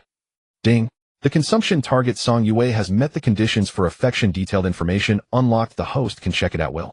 Hint: when consuming for affection targets above 51, the wealth point refund rate increases to 50. Consumption target Song Yue relationship beneficiary. PS. The host donated to Song Yue's seriously ill mother. Consumption amount 99300. Appearance 98. Affection 51. Likes age 18. Height 168 centimeters. Measurements 855,487 centimeters. Experience 0 times. Identity comes from a single-parent family. Financially disadvantaged, currently in class 1 of the senior year at launching experimental high school. Personality simple and kind, low attack and defense. Due to family circumstances, often feels insecure. Likes rabbit singing. Emotional experience as pure as a blank sheet of paper. Skills: high school knowledge, beginner, singing, intermediate. Jiangja stared dumbfounded at the detailed information unlocked after reaching an affection level of 51. This is too detailed. Even experience counts and emotional history. Jiangja inexplicably felt a twinge of guilt. The system's detailed information is so comprehensive it resembles those bizarre nurturing games. Song Yue's identity, personality, and even emotional history are laid bare. Could such a pure and kind girl be taken advantage of by him? Jiangja hesitated for a second. Forget it. If I don't go to hell, who will I? For consumption of targets with affection above 51, the refund rate reaches as high as 50. There's no need to miss out for the sake of wealth points. Moreover, I'm just curious about what special reward I would receive for unlocking 100 points of affection. It's definitely not some ulterior motive. Absolutely not. Jiangja was about to continue chatting with Song Yue when a voice came from outside the door. Have you gotten up, son? Breakfast is ready, come eat. Coming. Jiangja tossed his phone aside and quickly got out of bed to wash. While washing up in the bathroom, Jiangja brushed his teeth and checked the system panel. His current wealth points had reached 4.8 billion. Could this be used to enhance attributes or improve skills? Jiangja thought for a moment and decided to raise his charm first. System: how many wealth points does it take to max out charm? Hint: currently charm can be raised to 99, infinitely close to 100, requiring a total of 15000 wealth points. Do you wish to consume? Only 15000. Consume. Ding. Consumption successful. Current charm 99. Your attractiveness has exceeded 99.99 of men worldwide. In an instant, Jiangja felt a strange power repairing his skin and bones. His facial features subtly changed. Even his height grew by about 2 centimeters. Jiangja gazed at himself in the mirror, lost in thought. This guy is really handsome. His looks were already quite good. After raising charm to near 100 points, the changes seemed minimal, merely a slight refinement of appearance. Yet his aura underwent a tremendous transformation. From the inside out, from top to bottom. Unlike those effeminate top-tier young idols, he exudes a masculine charm. Starry brows and sword-like eyes, strikingly handsome. Just standing there is enough to make countless girls' hearts race. Love at first sight. Jiangja looked at himself in the mirror, unable to control the smile on his lips. It seems the magical use of wealth points is not just for exchanging cash. Hurry up, you'll be late for school. Coming. Son, why do I feel like you've grown taller? Really? I'm only 18, isn't it normal to grow? But I feel like something's different about you.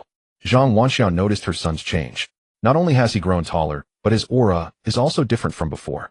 Zhang Wanxiao didn't think much of it, guessing it might be that her son's growth spurt isn't over yet. Zhang Zhe was eating the breakfast prepared by Zhang Wanxiao.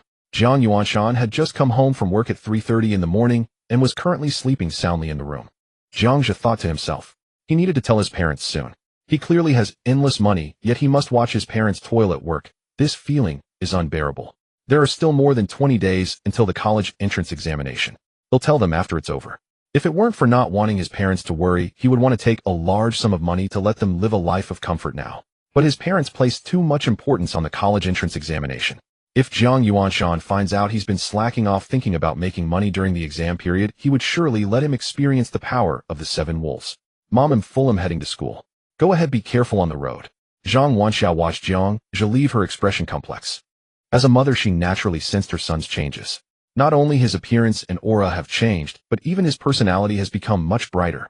When he told her about his mock exam results yesterday, he clearly didn't do well, yet he comforted her with full confidence. Could it be that he didn't want to worry her? Zhang Wanxiao felt that her son seemed to have grown overnight. However, thinking of Jiang Zhe's declining grades, she felt downcast. She looked at Jiang Yuanshan, who was snoring loudly. If it weren't for Jiang Yuanshan supporting their son in pursuing Gu Ruoxi, how would he be influenced? The more Zhang Wanxiao thought about it, the angrier she became, and she couldn't help but punch Jiang Yuanshan. What time is it? Jiang Yuanshan groggily woke up after being punched by Zhang Wanxiao. Don't go to sleep yet, I need to tell you something, Zhang Wanxia said impatiently. She recounted everything that happened last night, and her son's changes, to Jiang Yuanshan. Jiang Yuanshan frowned when he heard about his son's declining grades. He wondered if this kid was just acting out. How could his grades drop so much? He was taken aback when he heard his son comforting his mother. A father knows his child best. Jiang Yuanshan understood his son well. Although his moral character was not an issue, he had never been good at expressing himself. To admit his mistakes voluntarily, and to fear his mother's worries by making a promise was something Jiang Yuanshan never would have dared to imagine before. Is this still his son? Seeing Jiang Yuanshan in a daze, Zhang Wanxia punched him again. It's all your fault. If you hadn't encouraged our son to pursue Gu Ruashi, would he have been affected? If our son fails to get into a good university, just wait and see how I deal with you. Jiang Yuanshan smiled awkwardly in response to Zhang Wanxia's threat. How can this be my fault? Our son has grown up with that girl Ruashi. Don't you want her to be our daughter-in-law? Zhang Wanxia rolled her eyes at Jiang Yuanshan. If Ruashi is so outstanding, of course I want that. But can that proud girl really take a liking to our son? Even if they end up together, would our son let Ruashi suffer even a little? Isn't he the one who would end up in? And can't you see? Our son has obviously been influenced by Ruashi, otherwise how could his grades drop so much? Zhang Wanxia sighed. Her mood was quite complex. You know the college entrance examination is coming up soon. Do you think our son's mindset has been affected? You have no idea. Last night during dinner our son actually said to me, I love you, Mom. Can you believe he's... Zhang Wanxia recalled her son's sincere smile from yesterday and smiled herself, but she also felt immense worry. She was uncertain whether her son's changes were normal or abnormal. Really? He actually said that? Of course. Old Jiang, do you think our son might have mental issues? What kind of issues could he have? Since our son said he is confident about the entrance exam, let's believe him. Now go away, stop bothering me, I'm sleepy. Jiang Yuanshan consoled her a bit. Then he lay down preparing to sleep. A minute later Jiang Yuanshan squinted, his eyes a smile curving at the corners of his mouth. This brat. Beep. Student card. Jiangzhe was not in a hurry today, so he prepared to take the school bus to school. His wallet was also getting thicker, so he could afford to pay for a taxi. But the school bus was not free. Jiang Yuanshan had already paid for the bus fare for the last semester of senior year. Since he had paid, there was no reason not to ride. You are Jiangzhe. The bus driver, Master Zhang, noticed the change in Jiangzhe and was greatly shocked. Good morning, Master Zhang. Zhang, how come you've changed so much? I haven't seen you for just one night, and suddenly you're a handsome guy. What do you mean? Was I not a handsome guy before? Haha, you were quite handsome before, but not this handsome. Jiangzhe's home was quite far from school, making him the first stop on the bus route. At this moment, there was only Jiangzhe on the bus. Driver Zhang started the bus and joked with Jiangzhe. Hey Jiang, Gu Ruashi probably won't agree to you, right? There's an old saying, when one is in a joyful situation, the spirit is uplifted. I see you're in good spirits today. Oh, could it be because of Gu Ruashi? Master Zhang was quite entertaining and talkative. In his 40s, he had no generation gap with the students. Chatting with young people made him feel younger and due to work reasons, he also learned a lot of gossip about the students. He was one of the few who knew Jiangzhe had been pursuing Gu Ruashi for 3 years and often asked Jiangzhe about any developments. Don't mention it. How could she possibly like me? I've already given up. Jiangzhe waved his hand and said, Gave up. Hearing this, Master Zhang almost lost control of the bus and nearly crashed into the curb. Luckily, he was an experienced driver, deftly straightening the bus. Zhang, that's not funny at all. Don't joke around with your Uncle Zhang. Who's joking? I'm serious. Since she doesn't like me, why should I hang myself on one tree? Huh? Master Zhang forced a laugh, momentarily unable to believe it. His current mental state was like pursuing a youth idol drama that had been serialized for 3 years. Just as it was about to conclude, someone told him the male lead had given up on pursuing the female lead. Are the male and female leads completely out of chances? Impossible. There must be a twist. Master Zhang comforted himself. Stop talking about me. Master Zhang, haven't you found someone after divorcing Aunt Zhao? I heard Aunt Wu is quite interested in you. And Aunt Wang, Aunt Li. Cough, cough. You brat. Be serious. Beep. Student card. Beep. The school bus arrived at the next stop, and Lu Jingjing along with several girls from other classes gradually boarded the bus. Upon seeing Jiangzhe, Lu Jingjing and a few girls were momentarily stunned. Jiangzhe. Lu Jingjing stared at Jiangzhe's handsome face in disbelief. Not only was he handsome, but he also had a different aura. If one word could describe it, it would be transformation. It was as if overnight Jiangzhe had transformed from that humble, always trailing behind Gu Ruashi to an extraordinary handsome guy. Lu Jingjing was dumbfounded. Is this really happening? Good morning. Jiangzhe smiled at the girls and, wow, so handsome. The girls from other classes blushed. Jiangzhe sat in the front row, and those girls, red-faced, felt shy about sitting too close. They moved to the back row of the bus, whispering among themselves. How come I never noticed before that Jiang Zhou is so handsome? Yeah, I heard he confessed to Guruwashi yesterday and got rejected. Could it be because of that? Could it be he finally found himself again, and then transformed? Very likely. I think Jiang Zhou originally had a good foundation, once someone becomes confident their aura changes too. I can't take it anymore. I feel he's even more handsome than my idol. I'm suddenly having a crush. What should I do? I really want to know if he has abs. Then go lift his shirt and take a look. Get lost. If anyone goes, it should be you. By the way, help me see if there are abs under his shirt. Oh. He looked back at us. So shy. The girls were speaking softly, but Jiang Zhou's physique far exceeded the average person's limits. His senses were much sharper than average. He could hear every word of the girls in the back row clearly. Jiang Zhou's face turned red. He never expected that the topics of these high school girls could be so explosive. Can't they be a little more reserved? You are all 18-year-old budding young ladies. Haha. Master Zhang noticed the amusing events on the school bus and couldn't help but laugh. Xiao Zhang, in my opinion, the current you is the real you. Now that you're pursuing girls, your success rate must be very high. Of course, just look at who I am. Jiang Zhou chatted with Master Zhang from the front row. Lu Jingjing sat in the seat behind Jiang, just staring blankly at his back, puzzled by the sudden change in him. Not only has he become handsome, but he has also become more talkative. He used to stutter in front of Guruwashi. Now he can laugh and chat with Master Zhang. By the way, he seems to be quite wealthy. He casually gave away a computer worth 10,000 yuan. Could this be Jiang Zhou's true self in private? Sunny, confident, handsome, excelling academically, and also wealthy. The more Lu Jingjing thought about it, the more she felt alarmed. Isn't this the perfect male god? Her previous dislike for Jiang Zhou was merely because he had such a low profile. Guruwashi looked down on him, and as her good friend, Lu Jingjing naturally did too. She thought he was just Guruwaxi's humble pursuer. Who would have thought that Jiang Zhou would give up on pursuing Guruwashi in just one day? And yet he has so many merits that she has discovered. The girls in the back row were chattering, and it seemed Jiang Zhou could almost elicit their affections. At this moment, Lu Jingjing felt a tremendous psychological shock. The person she once looked down on was now so popular. Oh my. Is she dreaming? It seemed the girls in the back row noticed Lu Jingjing's blank reaction and began to whisper, "Isn't that Lu Jingjing? She seems to be Guruwaxi's best friend." That's her. When Jiang Zhou was pursuing Guruwashi, Lu Jingjing mocked him in every way, but now he has transformed into a handsome young man, and look at her, she's gone dumbfounded. I don't know why, but I actually feel really good about this, say. Haha, what a refreshing drama this is. The former me you mocked, now you can't even reach for me. Jiang Zhou, listening to the girls' gossip from the back row, suddenly felt like laughing. He had to admit that the system was indeed powerful. Just a change in appearance was enough to create a dramatic transformation. What if the little girls knew he was still a wealthy lord with endless money? All the way Jiang Zhou chatted with Matt. 20 minutes later, the school bus passed one stop after another. The number of students on the bus increased. Every time someone saw Jiang Zhou, they stood still for 2 seconds. Jiang Zhou's transformation was too great. Even the boys couldn't help but exclaim, what a handsome guy. Jiang Zhou's charm exuded a masculine energy. Additionally, with his improved physique, even when dressed, his tall and slender figure was unmistakably noticeable. Even the boys couldn't help but be drawn to him, stealing glances. Beep. Student card. The school bus arrived at the next stop.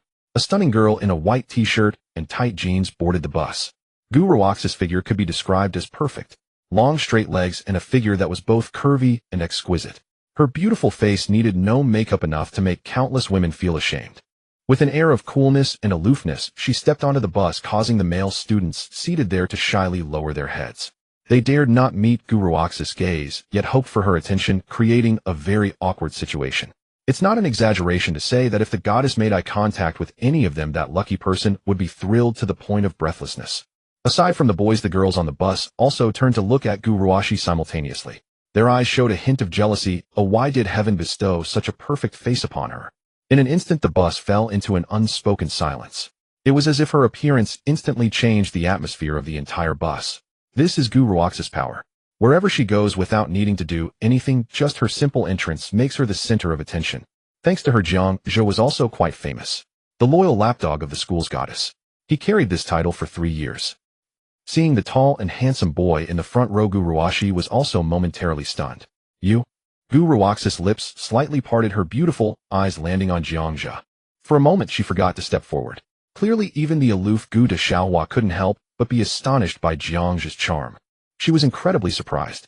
Was this Jiang Zhou, her childhood friend, who had pursued her for 3 years? Jiang Zhou. Good morning. Jiang Zhou smiled and nodded at her, just like greeting other classmates. Neither overly happy nor sad. Not sycophantic, nor overly indifferent. Good morning. Gu Ruashi quickly regained her aloof demeanor. Her emotional control was still quite strong. She wouldn't change just because of Jiang's sudden transformation. Just then Jiang received a notification. Ding. Detecting potential consumer target Gu Ruashi. Binding in progress. Ding. Binding successful. Consumer target Gu Ruashi, current favorability 36. This can bind too. Jiang was stunned. He wanted to say he hadn't even given Gu Ruashi anything to consume, so how did he bind her with just one sentence? Consumer target Gu Ruashi, relationship, childhood friends, consumption amount 0 yuan, attractiveness 98, favorability 36, skills, high school knowledge, beginner, Guqin, advanced. Jiang was somewhat speechless. He opened Gu Ruaxi's interface to take a look. The system also rated Gu Ruaxi's attractiveness at a staggering 98 points, meaning Song Yue's attractiveness was actually on par with Gu Ruashi. Such a level of beauty is incredibly rare. In Haiqingno, one high school, there was only one Gu Ruashi among thousands of students. Now Jiang had a clearer view of Song Yue's attractiveness. Moreover, what surprised Jiang was that Gu Ruaxi's favorability was actually at 36. According to the system, a favorability rating between 31-50 indicates that she feels more than just slightly favorable towards him. It even suggested a willingness to actively develop a friendship. It seems Gu Ruashi doesn't dislike him as much as he imagined. Upon reflection, Gu Ruaxi's favorability seems reasonable. If she truly disliked him, how could she allow Jiang to pursue her for 3 long years? Even as ordinary friends, it would be annoying to have someone follow you around every day, right? Gu Ruashi indeed showed disdain towards Jiang. Her rejections were quite firm. But after all, they had known each other since they were very young, and Jiang had always treated her well. As for Gu Ruaxi's attitude towards Jiang, it could be summarized as, I look down on you, but I don't mind you being around me. Quite awkward. Only the immensely proud Gu Ruashi could act this way. Jiang closed the system interface. It seemed the binding of consumer targets didn't necessarily require spending on the other party. As long as the system detected it and met the conditions, it would force a binding. Jiang speculated that it might be because he had some interaction with Gu Ruashi. Besides, Gu Ruashi was after all his childhood friend, and their relationship was indeed special. She also met the high attractiveness and high-quality opposite-sex criteria. Gu Ruashi returned to her aloof demeanor and stepped towards the back. Proud as she was, even if Jiang had undergone a tremendous change, it only surprised her momentarily. Even her favorability showed no change. However, no one could have anticipated that as Gu Ruashi passed by Jiang, an unexpected incident occurred. The school bus suddenly couldn't control its speed while turning. Due to inertia, the students in their seats tilted violently to the left. And Gu Ruashi, who was in the aisle, lost her balance due to the same inertia. To her left was Jiang's seat. Jiang caught a whiff of a fragrant breeze. It was a scent he knew all too well, the shower gel favored by Gu Ruashi, accompanied by her natural fragrance. It smelled sweet and elegant, intertwined with a refreshing coolness. Yet this was the first time he had experienced it so closely. Gu Ruashi was affected by a strong force of inertia and fell into Jiang's embrace. Jiang instinctively reached out to hold her, preventing her bare arms from colliding with the seat.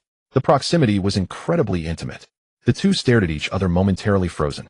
Jiang's left arm wrapped around her slender waist, while his right hand cradled the back of her head. Gu Ruashi lay in his arms, her hair slightly disheveled.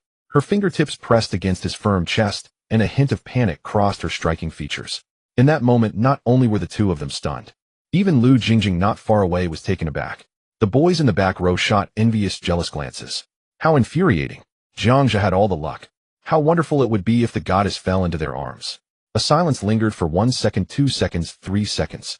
Thump, thump, thump. The sound of racing heartbeats. With his heightened senses, Jiang heard the heartbeat more clearly than ever. The person in his arms was evidently flustered, breathing rapidly. Her heart raced. On her pure white cheeks, a faint blush appeared. Ding. Gu Ruaxi's affection. Ding. Gu Ruaxi's affection 1. Current affection 39. A moment of silence. Flustered Gu Ruashi struggled to rise. Let go of me. She stubbornly pushed Jiang's hand away. However, losing her balance, she fell back into Jiang's embrace. This time it was even more awkward. She faced downwards, landing on Jiang's abdomen. So hard. Was this brat hiding abs? Or perhaps Gu Ruaxi's affection 1. Gu Ruaxi's affection 1. Current affection. This time Gu Ruaxi's face turned completely red. She quickly stood up. Realizing her loss of composure, she shot Jiang a resentful glare. Did you do that on purpose? Huh. Jiang was speechless. I mean, miss, you clearly fell into my arms yourself. How is that my fault? Gu Ruashi bit her lip tightly, unable to refute. So frustrating. It was obviously just an accident. Moreover, Jiang had not overstepped his boundaries. Instead, he had protected her well. Despite falling due to inertia, she had not sustained a single bump. It seemed that someone really cared about her. However, in front of everyone, especially Jiang Zhu, she had never lost her composure like this. Maintaining her elegant image for over a decade was not easy. For a moment, she felt like crying.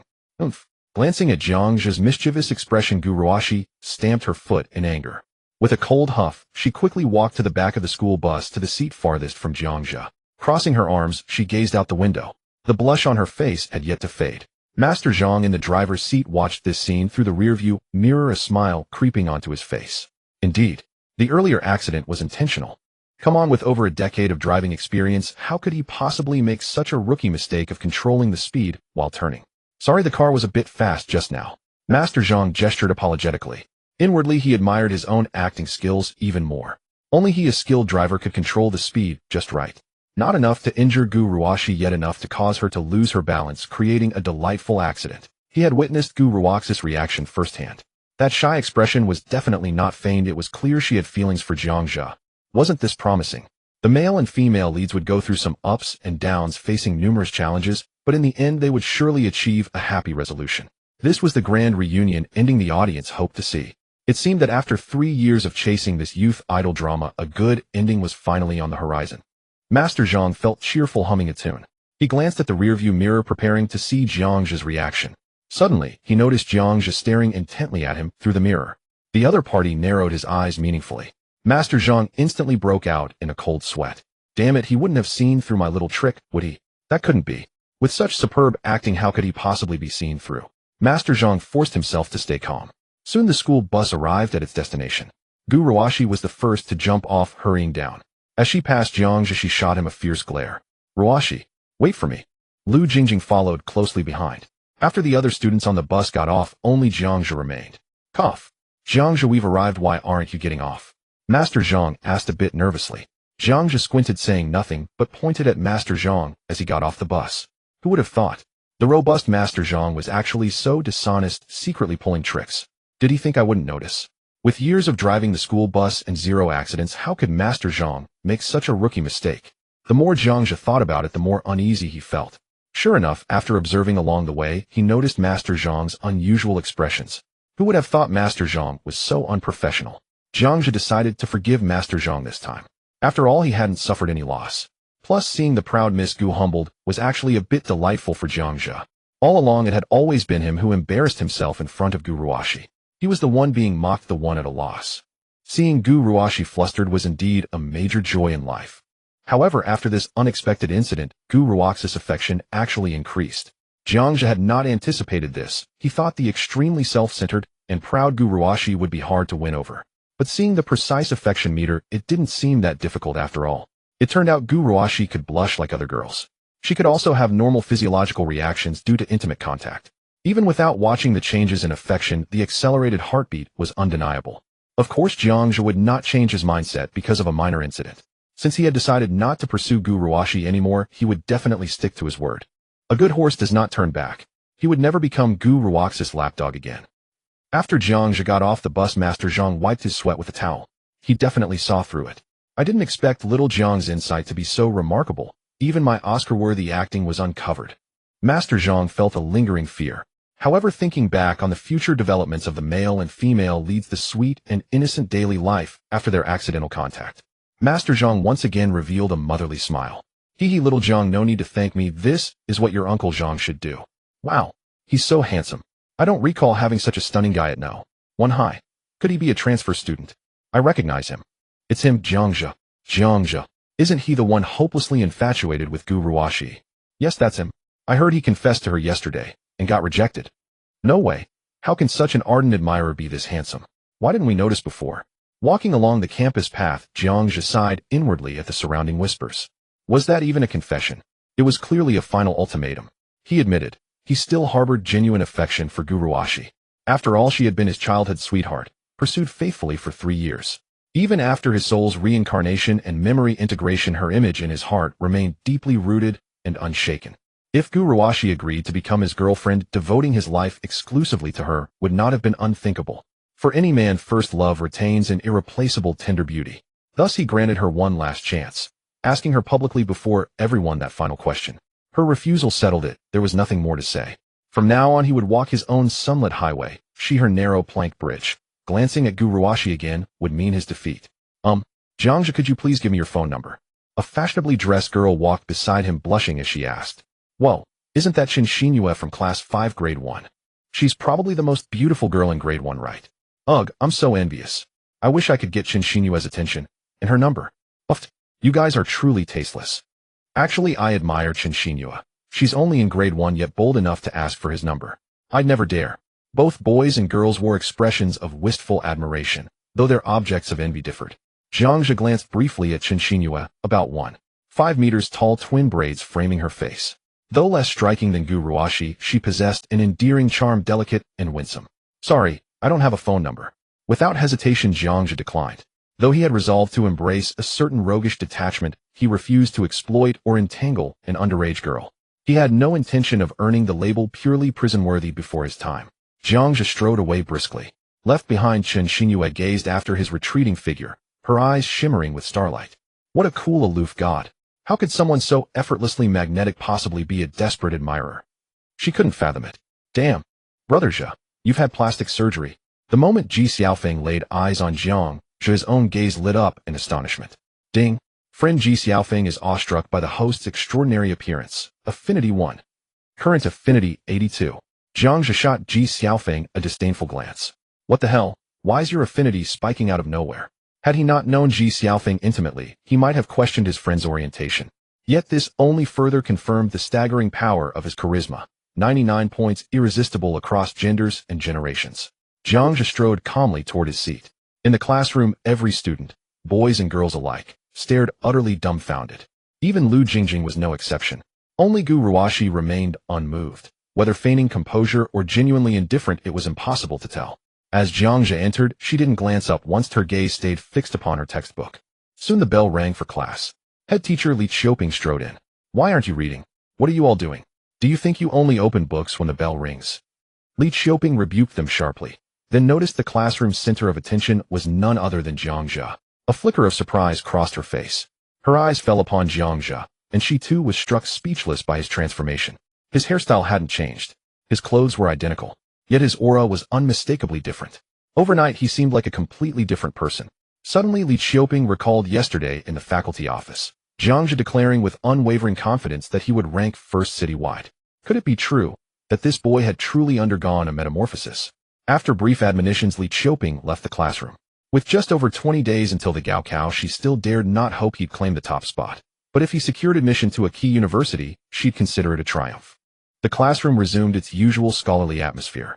Only a few students murmured softly, though otherwise the only sound was the soft rustle of pens racing across paper. Jiang Zhe pulled out a comprehensive science exam and began solving problems. Gazing at the challenging questions, his mind felt crystalline. Each problem revealed its solution pathway within a single glance. This clarity stemmed from his heightened mental acuity and deepened mastery of high school concepts. Jiang Zhe immersed himself fully in his work.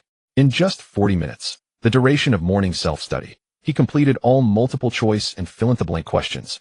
Moreover, he had already formulated strategies for 2 major essay problems. Such speed was astonishing. The Gaokao's comprehensive science exam allotted 150 minutes, 2.5 hours. At Jiang Zhe's current pace, he could finish the entire paper in roughly 90 minutes. And with remarkable accuracy. Come on, let's hit the restroom.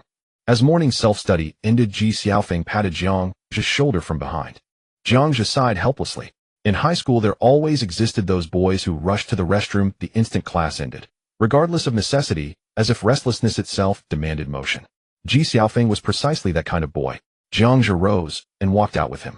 Lu Jingjing watched Jiang Zhe leave, then turned to glance at her deskmate Gu Ruashi. She gently nudged Gu Ruashi's arm and whispered, Ruashi, what's happened to Jiang Zhe? He's suddenly transformed. He's grown handsomer, his aura refined. And just now I secretly watched him utterly absorbed in solving problems. Not once did he look your way during the whole morning session. That's unnaturally strange, isn't it? Don't mention him to me. Annoying. Gu Ruashi replied coldly, her aversion to his name intensifying palpably. Before, though she often voiced dislike for Jiang Zhe, her reaction had never been so visceral. Lu Jingjing paused, puzzled. Could it be linked to what happened this morning on the school bus? Sensing Gu Ruashi's rising irritation, Lu Jingjing instinctively shrank back. Then curiosity tugged her gaze toward Jiang Zhe's desk, where his completed science exam lay. Almost unconsciously she rose and approached his seat, picking up the exam paper to check his answers. She wanted to know, truly know, had Jiangzhe genuinely let go of Gu Ruashi, or was he merely pretending indifference? The answer was simple: observe how seriously he tackled his studies. Based on her long acquaintance with him, his comprehensive science score typically hovered between 160 and 200. Achieving roughly 70% accuracy was considered commendable. How could his solving speed be this fast? All multiple choice and fill-in-the-blank questions finished in 40 minutes. Upon lifting the paper and witnessing Jiangzhe's astonishing pace, Lu Jingjing couldn't suppress a soft exclamation. Who? Jiangzhe finished the test so quickly. At Lu Jingjing's exclamation, every gaze in the classroom instinctively turned toward him. Zhou Wei, seated in the front row, snorted coldly. 40 minutes to complete all multiple choice and fill-in-the-blank questions. Impossible. Oh wait, not impossible if he just guessed blindly. When he hits a question he doesn't know, he just throws darts in the dark. That wouldn't even take 40 minutes. 3 minutes would do it, Zhou Wei dismissed Lu Jingjing's remark with indifference. Even he required at least an hour to finish the science comprehensive section's multiple choice and fill-in-the-blank questions. Jiangzhe, the underperformer, must have guessed his way through. That was the only explanation for such speed. Yet, he wrote out verification steps on his scratch paper. It can't be mere guessing. Jiangzhe is truly diligent. A soft, timid voice rose beside Jiangzhe's seat. It belonged to a quiet girl with a neat straight fringe and round spectacles. She was Jiangzhe's deskmate, Du Shuyan. An academically exceptional student, she served as the class's study committee representative. In the third mock examination, she scored an outstanding 629, ranking second in the class, one place ahead of Zhou Wei. Her words instantly drew the entire class's attention upon her. Ordinarily, Du Shuyan spoke little. Not because she was aloof or disdainful, but rather her long-standing reputation as a top scholar coupled with infrequent interaction had left her with few friends. She rarely engaged in topics beyond academics. And defending someone else, that was rarer still. Du Shuyan suddenly realized she had become the center of everyone's gaze. Her cheeks flushed crimson as she hastily bowed her head, wishing she could vanish entirely into her textbook.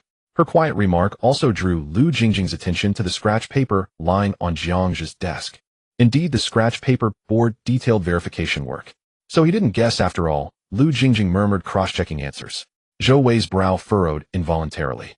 Few students earned Zhou Wei's genuine respect as scholars. Du Shuyan was one of them. It was like hearing an industry authority, a figure whose judgment carried undeniable weight, affirm something unreservedly. You'd instinctively trust the authority's discernment. Zhou Wei fell silent, stealing glances at Lu Jingjing as she verified answers, eager to know the accuracy rate. Speed alone proves nothing. Can he guarantee accuracy?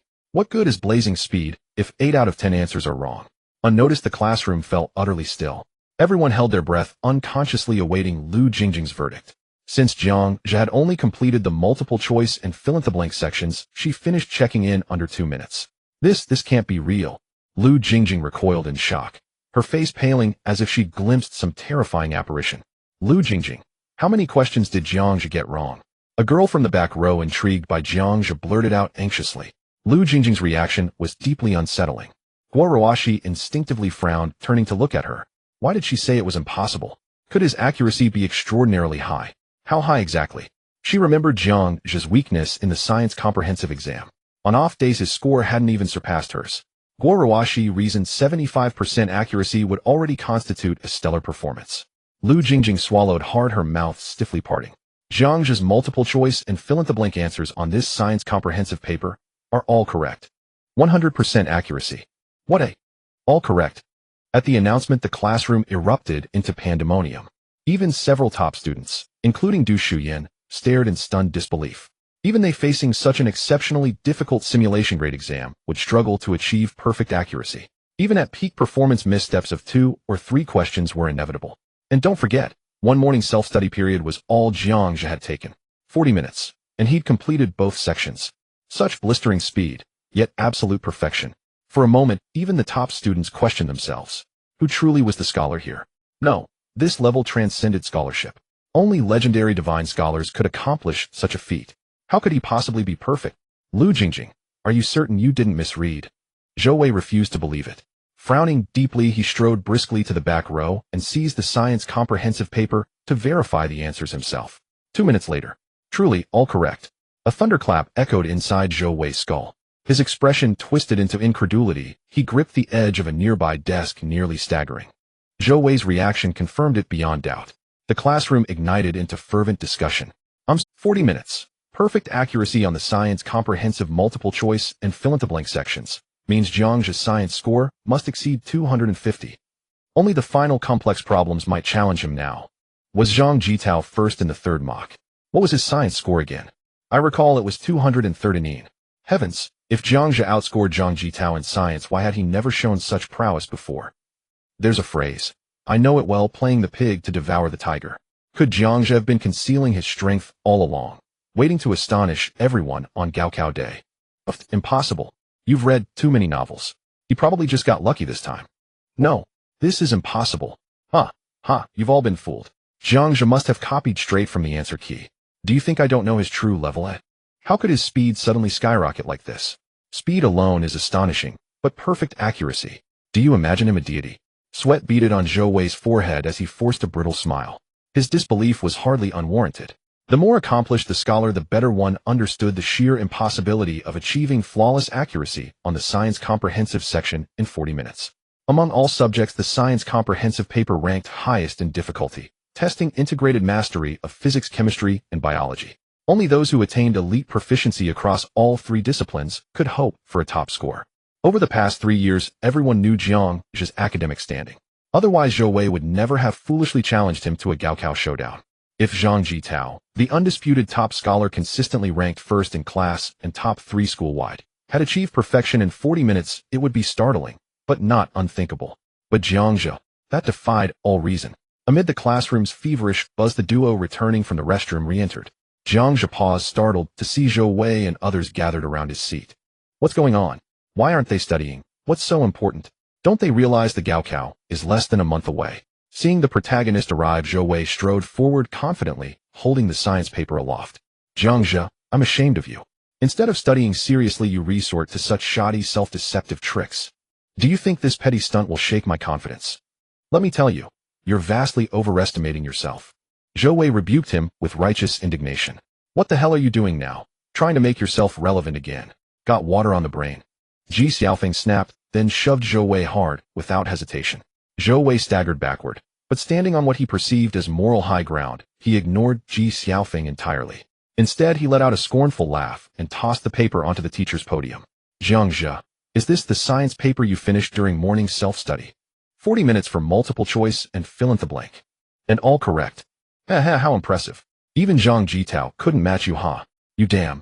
Ji Xiaofeng froze mid-rant upon hearing Zhou Wei's words. Science. 40 minutes, multiple choice and fill-in-the-blank. All correct. His jaw dropped as he stared at Jiangja. Even a perennial underachiever like him grasped the magnitude of what that implied. If even Zhou Wei admitted Zhang Jitao fell short, then what did that say? Zhang Jitao, the perennial class valedictorian, top 3, school-wide, the scholar among scholars. Could Jiangja truly be this formidable? Every eye in the room turned to Jiangja. Most found it unbelievable. Academic progress, even dramatic improvement, simply didn't happen overnight. Yet accusing him of cheating seemed equally implausible. It made no sense whatsoever. If he could cheat now, could he cheat on the Gaokao? Obviously not. At that moment, under the weight of dozens of eyes, Jiangja quietly walked to the podium and picked up the science paper. Then with sudden bashful charm he smiled. Oops, I seem to have gotten them all right. Jiangja's foolish grin was an obvious act of posturing. Zhou Wei seethed with fury. What does he mean by a little careless? Do you think that was effortless for you? He is unbearably pretentious. Jiangja, do you dare say you didn't copy the answers? Zhou Wei's bespectacled face flushed purple with rage. Seeing this, Jiangja felt a twinge of awkwardness at deflating him. He adopted the air of a seasoned onlooker and condescendingly patted Zhou Wei's shoulder. Zhou Wei, study hard. I believe you will score well on the college entrance exam. Jiangja offered with a seemingly sincere encouragement, then calmly returned to his seat under the watchful eyes of his classmates. His unbothered composure stood in stark contrast to Zhou Wei's agitated state. Compared to him, Zhou looked like a clown. Even if Jiangja had copied, he did not flaunt it before you. It is you, Zhou Wei. Perhaps you are taking it all too. What right have you to seize Jiangja's science paper and challenge him? Whether he cheated is none of your concern. Are you so afraid of losing to Jiangja in the exam? Zhou Wei ground his teeth. The peculiar gazes of his classmates stirred blood to his face. He felt sick with embarrassment. Worse, Gu Ruashi had witnessed that mortifying scene which made him regret his impulsiveness profoundly. If only he had pretended indifference. It was nothing but showing off. Give me another chance, and he'll do better. Humph. Wait until the exam results come out, then you'll see whether he cheated. Zhou Wei, flushed and dissatisfied, muttered those words before sulking back to his seat. Ji Xiaofeng, watching Zhou's flustered state, could not help but laugh. Compared with him, Zhang's manner felt more like striking at the heart. Yes, he would have to learn that. The next time someone picked a fight, he would flamboyantly pat their shoulder and say, "I don't care, suit yourself." As the class bell rang, the math teacher entered the room. The farce that burst forth so suddenly dissolved just as quickly. Ding! Ding! Gu Ruashi was moved by the host's composure. Favorability increased by 1 point. Current favorability, 43. Huh. Jiangxia glanced at Gu Ruashi, who was listening attentively. Her favorability rose again. At this rate, might Gu Ruashi actually come to like him? This morning it had climbed from 36 to 43. They were not far from the 51 threshold for liking. For a moment, Jiangxia found himself curiously inclined to learn more about Gu Ruaxi's particulars. Still, from what he knew of her, he could already deduce most of her profile with near certainty. In a word, her temperament. As for romantic history, there was virtually none. To date, no peer had managed to pierce her notice. If Song Yue's romantic life was as pure as a blank sheet of paper, Gu Ruashi was a pristine snow lotus, to be admired from afar and never touched. Between her and the opposite sex, the most intimate gesture she might permit would probably be allowing Jiangxia to tie her shoelace. Beyond that, there was nothing. Unwittingly, a math class had come to an end. Jiangxia felt drowsy. The teacher's lecture offered him little. When the bell rang, Ji Xiaofeng produced a basketball from beneath his desk, shrugged off his white shirt, revealing a number 23 Cleveland Cavaliers jersey beneath. "Shall we go, guys? Once a week PE. LeBron takes the stage. Let's go." Jiangxia smiled and walked out of the classroom with Ji Xiaofeng. In the stretch before the college entrance exam, teachers essentially adopted a laissez-faire approach to the seniors. PE was not strictly policed. Those who enjoyed exercise could go to the playground to loosen up. Those who wished to study could remain in class for self-study, and the PE teacher would not interfere. Furthermore, aside from PE, most lessons were simply supervised study sessions. Students worked through problems while teachers sat at the podium. Anyone with questions could approach a teacher. The learning atmosphere was relatively relaxed. "Ruashi, want to go out? Get some air on the playground?" Lu Jingjing asked. Gu Ruashi often liked to step outside during PE. It was not that she loved sport. Sometimes she would stroll along the track, sometimes sit on the grass to bask in the sun and savor a quiet moment. Just as Gu Ruashi was about to rise, she noticed an empty seat and restrained her impulse to leave. "I'm not going out. He'll study here in class," she said. Gu Ruashi spoke abruptly and coolly. Lu Jingjing let out a soft sigh, still upset about what happened this morning. Still angry at Jiangxia. "Who says I'm angry? Didn't I tell you not to bring him up again?" Gu Ruashi said icily. "All right then." Lu Jingjing lowered her head meekly. As Gu Ruaxi's closest friend, Lu could not fail to notice her odd behavior. That very morning on the school bus, the perpetually aloof goddess had actually blushed. Lu Jingjing had seen that scene with her own eyes, claiming indifference. It was plainly a coy affectation. "Chao Tingting, do me a favor." Zhou Wei was among those who chose to stay behind during PE. Determined to prove he was no worse than Jiangxia, he had skipped the math lecture and used the 40 minutes of class plus the 20-minute break to finish a science test's multiple choice and fill-in-the-blank sections. Although he worked more slowly than Jiangxia, he scorned the idea of copying answers. Even if he could not guarantee a perfect paper, his errors would not be numerous. Zhou Wei's motive was clearly to show off, otherwise he could have marked the paper himself. Asking Chao Tingting for help was merely a bid for attention. Chao Tingting was short and sat in the front row as Zhou Wei's deskmate. Because Zhou's grades were excellent, she had long admired him. She could be called one of Zhou Wei's little fans. Zhou was well aware of this and did not shy from accepting a few of her suggestive advances. However, the person Zhou truly fancied was Gu Ruashi. His treatment of Chao Tingting was more that of a backup, playful noncommittal. A legitimate, proper relationship was out of the question. That was the situation. Unexpectedly, the usually obedient Chao Tingting responded to his request with complete indifference. Zhou Wei forced an awkward smile and tapped Chao Tingting's arm. "Chao Tingting, I'm talking to you. Help me out, will you?" To his astonishment, Chao Tingting moved away. She suddenly stood up before the entire class, wearing an expression of disdain. "Zhou Wei, please show some decency," she said, her voice edged with contempt. Chao Tingting was not tall. She had a quiet and introverted personality. It is easy to imagine the psychological struggle she went through to stand up in front of her entire class today. In her gaze towards Zhou Wei, there was an unmistakable sense of indifference and disappointment. "I clearly liked you so much and admired you, willing to pay constant attention to you. I was eager to have some close contact with you." Even when Zhou Wei secretly held her hand during class, she did not refuse. She had never dared to hope for a legitimate relationship, fearing it would affect Zhou Wei. Chao Tingting felt she had never wronged Zhou Wei. She originally planned to confess to Zhou Wei after the college entrance examination, intending to be together openly. But yesterday, Zhou Wei went to buy milk tea for Gu Ruoxi trying to please her. It finally dawned on her that she was merely a backup. The person she had secretly loved for 3 years truly liked someone else. What happened this morning made her painfully aware of Zhou Wei's ugly face.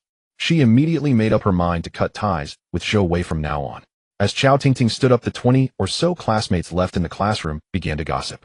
What is going on? Is there a good show to watch? Who said that senior year is dull? The introverted Chao Tingting actually publicly refused Zhou Wei. This is too interesting. At this moment, Zhou Wei was nervously fidgeting with his toes. He would soon finish his work. Zhou Wei forced a smile. Chao Tingting, what's wrong with you? I merely asked you for a small favor as a classmate. Isn't your reaction too extreme? Perhaps fearing unnecessary misunderstandings, he specifically emphasized the words as classmates. Oh, extreme reaction. As classmates. Chao Tingting sneered. Stop pretending to be serious. Why didn't you mention as classmates when you were holding my hand in class? Why didn't you act serious when writing notes to me, passing love letters, and saying those mushy words? Let me tell you, Zhou Wei, since you like someone else, I can grant you that. But please do not come near me again. It makes me feel disgusted. Chao Tingting almost vented out her feelings as she shouted these words. After she finished speaking, she realized that her entire class was watching. Suddenly at a loss for words, her eyes turned red, tears of embarrassment and anger streaming down her face as she rushed out of the classroom. In that instant, silence fell. The students in the classroom looked at Zhou Wei in shock. No one expected that the seemingly honest and diligent Zhou Wei had such a side in private. It turned out he had been flirting with Chao Tingting secretly. Flirting was one thing, but wasn't the person he liked clearly not liking her, yet toying with Chao Tingting's feelings? How disgusting. What a scoundrel. Lu Jingjing couldn't help but curse. The classroom was filled with waves of discussion. Words like scumbag, cheap, and trash were almost all direct. Chao Tingting's good friend Kong Yu showed concern and got up to chase after her. Just as she stepped out of the classroom, Kong Yu seemed to remember something. She stood fiercely in front of Zhou Wei's seat, extending a finger to point at his nose. If Tingting is affected by you and it interferes with her college entrance exam, I will not let you off. With that fierce remark, Kong Yu quickly ran out of the classroom. At that moment, Zhou Wei listened to the waves of gossip coming from behind. Even without looking, he could clearly feel the burning gazes. His mind went blank. He felt his ears heat up and his scalp tingle, as if sitting on pins and needles. Zhou Wei lowered his head, muttering softly, "Is it my fault? But I never agreed to be Chao Tingting's boyfriend. I was just being a little intimate. What's wrong with that? Do I not deserve to pursue true love? Did Chao Tingting really have to expose me in front of so many people? Doesn't she feel embarrassed?" Zhou Wei did not believe it was his fault. He just felt a bit ashamed. He mustered his courage, wanting to see Gu Ruoxi's expression. He slowly turned around, praying internally, "Please don't let it be a look of disgust. Please don't let it be a look of disgust." However, when he turned to see Gu Ruoxi's expression, he was stunned. Everyone was watching him, intentionally or unintentionally blaming him, discussing him. Only Gu Ruoxi. She was as usual focused on writing at her desk. Her demeanor was cold and different to the world. It was as if everything that had just happened had gone unnoticed by her. Zhou Wei felt as if a sharp knife had deeply pierced his heart, then twisted around in a 360-degree turn. It hurt so much. It turned out she had never cared for me, not even willing to waste a bit of energy, even when I embarrassed myself. Even a look of disgust would be preferable. Meanwhile, Jiang Zhe in the classroom was completely unaware of the drama unfolding. He, along with Ji Xiaofeng and 7 other male classmates, arrived at the basketball court. In Haiqingno, one high school senior year, there were a total of 11 classes. Among them were liberal arts and science classes, as well as key and secondary key classes. Jiang Zhe's class 5, was considered a key science class. Another class, sharing the same period for physical education, was class 4. This class was a secondary key liberal arts class. Compared to the key class, many more people came out for physical education from the secondary key class. There were at least 20 people, both male and female. Class 5 had fewer than 10 people. Moreover, compared to the science class, the number of girls in the liberal arts class was slightly higher. Among the more than 20 students coming out for physical education, there were over 10 girls. As Jiang Zhe and the others headed to the basketball court, they noticed the more enthusiastic gazes from the 20 or so students in class 4. Especially the girls, pointing and whispering. They could faintly hear screams. Ji Xiaofeng and a few other boys felt a bit shy under the gazes of the liberal arts girls. Damn, are they look? Come on, brother Feng, don't joke around. They are clearly looking at Jiang Zhe. Wang Chao, who had a good relationship with Ji Xiaofeng, teased. Ji Xiaofeng pouted. I admit Jiang Zhe is handsome, but I'm not ugly, okay? How can you be so sure they aren't looking at me? At that moment, a small group of girls from the liberal arts class walked out onto the playground. There were 5 girls in total, each youthful and beautiful, dressed very fashionably. The 5 girls headed straight towards the basketball court where Jiang Zhe and the others were. What the hell? What are they doing? Ji Xiaofeng and Wang Chao scratched their heads, feeling bewildered. Brother Feng, the girl in front, is Lu Qian, right? She is so beautiful. Wang Chao and the others widened their eyes, their gazes landing on the leading girl among the five. The girl referred to as Lu Qian by Wang Chao and others walked in the center of the five. She wore a duckbill cap with a lollipop in her mouth adorning a flawless, slightly chubby face, with a pink. Between her white base shirt and denim hot pants, her smooth, flat abdomen was exposed, and her long bare legs were incredibly eye-catching. Such a daring crop top is rarely seen even in college, let alone in a high school campus. Wang Chao and Ji Xiaofeng were left speechless. Lu Qian. Jiang Zhe found the name somewhat familiar, having overheard Ji Xiaofeng talking about her. It seemed she was the second school beauty of Yizhong. Of course, there were no more than 5 girls in Yizhong referred to as school beauties, the most famous among them being Gu Ruoxi and Lu Qian. Aside from Gu Ruoxi, Jiang Zhe had only heard the name Lu Qian. He hadn't even heard the names of the other school. Jiang Zhe observed Lu Qian, his eyes widening. Although she was the second school beauty, he felt she was not much inferior to Gu Ruoxi. Absolutely a rare beauty. Especially her long legs. Jiang Zhe could tell at a glance that Lu Qian's legs were even longer than Gu Ruoxi's. 75 centimeters. No doubt about it. His eyes were his measure. For a moment, Jiang Zhe wanted to give his past self a slap. He had been so focused on Gu Ruoxi that he had actually overlooked such scenery in the school. Lu Qian and her group were getting closer. Besides Lu Qian, the other 4 girls were also quite beautiful. It wasn't that their features were particularly exquisite or their figures outstanding. But unlike other high school girls, they knew how to dress up. They wore light makeup and their hairstyles and outfits were quite avant-garde and fashionable. Coupled with a good foundation, they appeared exceptionally stunning. Such dressing was rarely seen in the top class. As the 5 girls approached, Wang Chao and the others, including Ji Xiaofeng, shyly lowered their heads, not daring to meet the girls' eyes. Only Jiang Zhe, with an appreciative gaze, openly admired those long legs. Lu Qian noticed Jiang Zhe's audacious gaze. With her hands in the pockets of her jacket, she walked straight. You are Jiang Zhe. Not bad, you are indeed handsome. Lu Qian lightly assessed Jiang Zhe with her beautiful eyes nodding in satisfaction. Her voice was melodious, lively, and adorable. However, her tone was anything but cute, resembling that of a precocious girl from the streets carrying a flirtatious air. Jiang Zhe was naturally not intimidated by Lu Qian's aggressive greeting. He smiled slightly and stepped forward. You are Lu Qian. You are not bad either, your legs are very fair. What the hell? Ji Xiaofeng and Wang Chao looked at Jiang Zhe in worship. Facing a beauty like Lu Qian, they didn't even have the courage to meet her gaze. However, did Brother Zhe really just say such bold words? Wasn't that a bit too daring? Was he not afraid of being slapped by the girl? No, wait. It seemed that being slapped by a beautiful girl like Lu Qian might not be such a bad thing. Facing Jiang Zhe's audacious greeting, Lu Qian and the other girls behind her were momentarily stunned.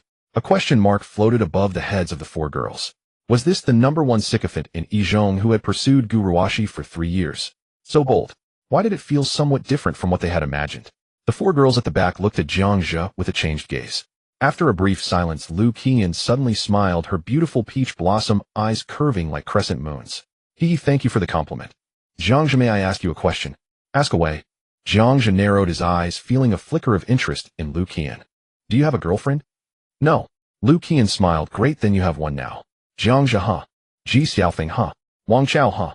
Jiang Zhe and Ji Xiaofeng, along with a total of 9 boys, were all dumbfounded. Ding. Potential consumer target detected. Lu Qian, binding in progress. Ding. Binding successful. Consumer target Lu Qian, a relationship pursuer, consumption amount 0 yuan, attractiveness 96, favorability 20, skills high school knowledge, beginner motorcycle driving skills novice. Jiang Zhe soon calmed down. He fixed his gaze on the prominent 20 points of favorability after binding with Lu Qian and immediately judged this is a ruse. With only 20 points of favorability, it merely indicated a slight fondness. Not to mention love, it hadn't even reached the level of being willing to develop a friendship. Yet she proposed to be his girlfriend. How could that be sincere? There had to be a trick. It must be a trap. What? You don't agree? Seeing Jiang Zhe remain silent, Lu Qian flicked her hair and asked with a charming smile, quick. Agree to her. Ji Xiaofeng tugged at Jiang Zhe's shirt, speaking slowly and gritting his teeth. If a beauty like Lu Qian took the initiative to be his girlfriend, he would be so excited he'd want to burn incense for his ancestors. He wondered what Jiang Zhe was hesitating about. Jiang Zhe ignored Ji Xiaofeng and calmly assessed Lu Qian. May I ask why?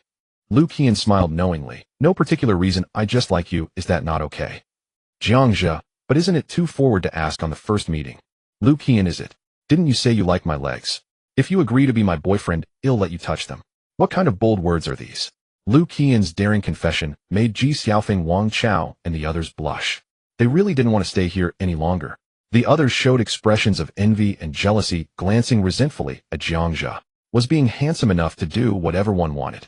Just coming out for a gym class, and a beauty like Lu Qian takes the initiative to confess. Damn it. Regret. Wang Chao and the others felt nothing but regret at this moment. If they had known, they wouldn't have come out for gym class. Wouldn't it have been better to stay in class and study quietly? Why did they have to come out and suffer this embarrassment? Jiang Zhe remained silent for a moment, regaining his calm expression. Touching your legs is fine, but being your boyfriend is out of the question. Ji Xiaofeng was taken aback. Did I hear that right, brothers? Why refuse? Ji Xiaofeng couldn't understand. Could it be because of Gu Ruoxi?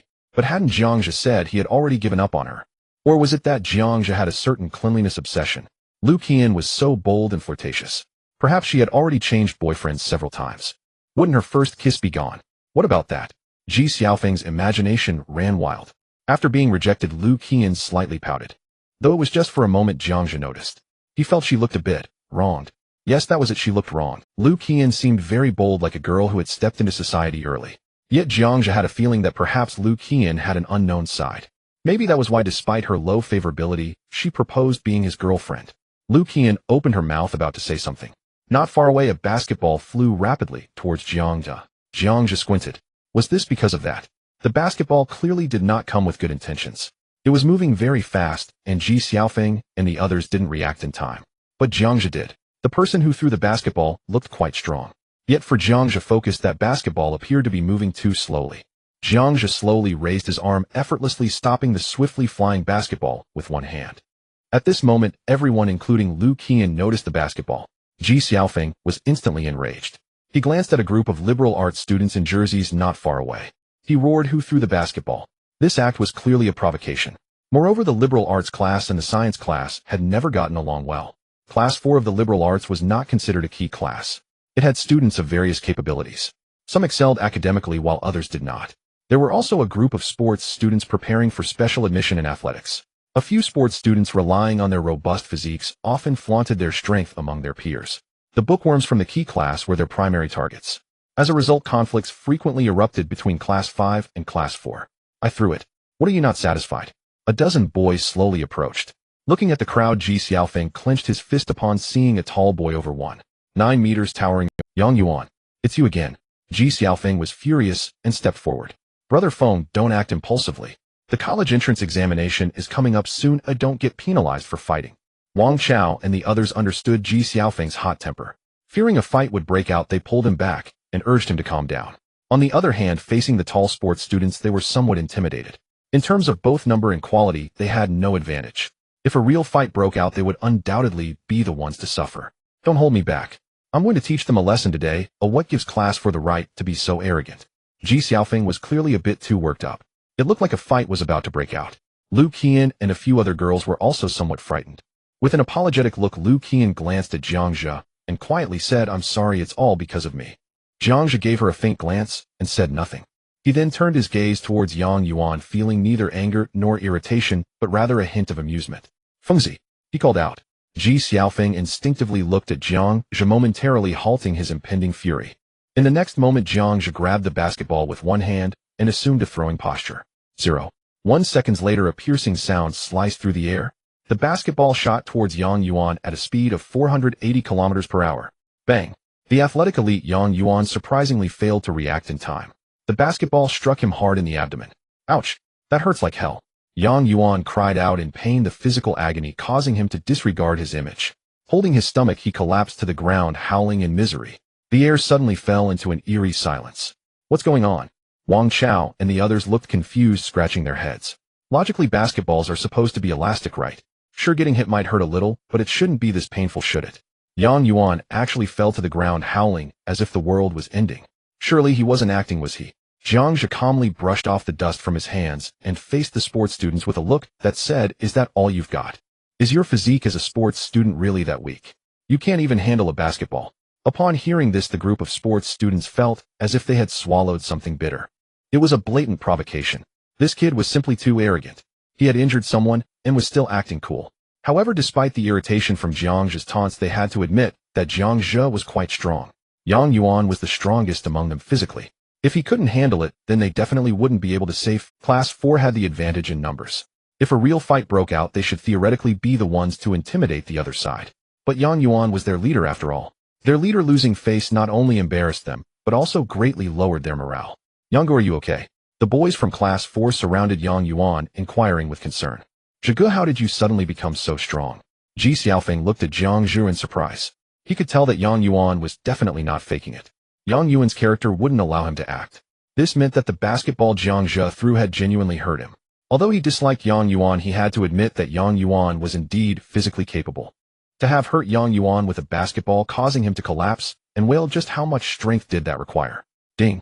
Friend Ji Xiaofeng is shocked by the host's immense strength. Favorability 1. Current favorability 83. Ding. Lu Qian is impressed by the host's masculinity. Favorability 2. Current favorability 22. Jiang Zhe's lips curled slightly upward. Help me up. Yang Yuan realized his disgrace and was instantly filled with rage. A humiliation. A profound humiliation. He cautiously studied Jiang Zhe, unable to comprehend why Jiang Zhe was so strong. Even those athletes who train with shot puts couldn't have caused him such pain with just a basketball. Jiang Zhe's strength was at least double his own. As a mere student from the science class, how could that be? Of course, while being cautious, he still intended to reclaim his dignity. Yang Yuan was determined to regain his pride. He wouldn't just slink away because Jiang Zhe was strong. His goddess was watching right beside them. Qian, I don't understand what you see in this kid. What makes him better than me? Yang Yuan asked Lu Qian with a... Before Lu Qian could respond, Ji Xiaofeng burst out laughing. PFF. Then tell me what makes you better. Are you better looking than Zhige?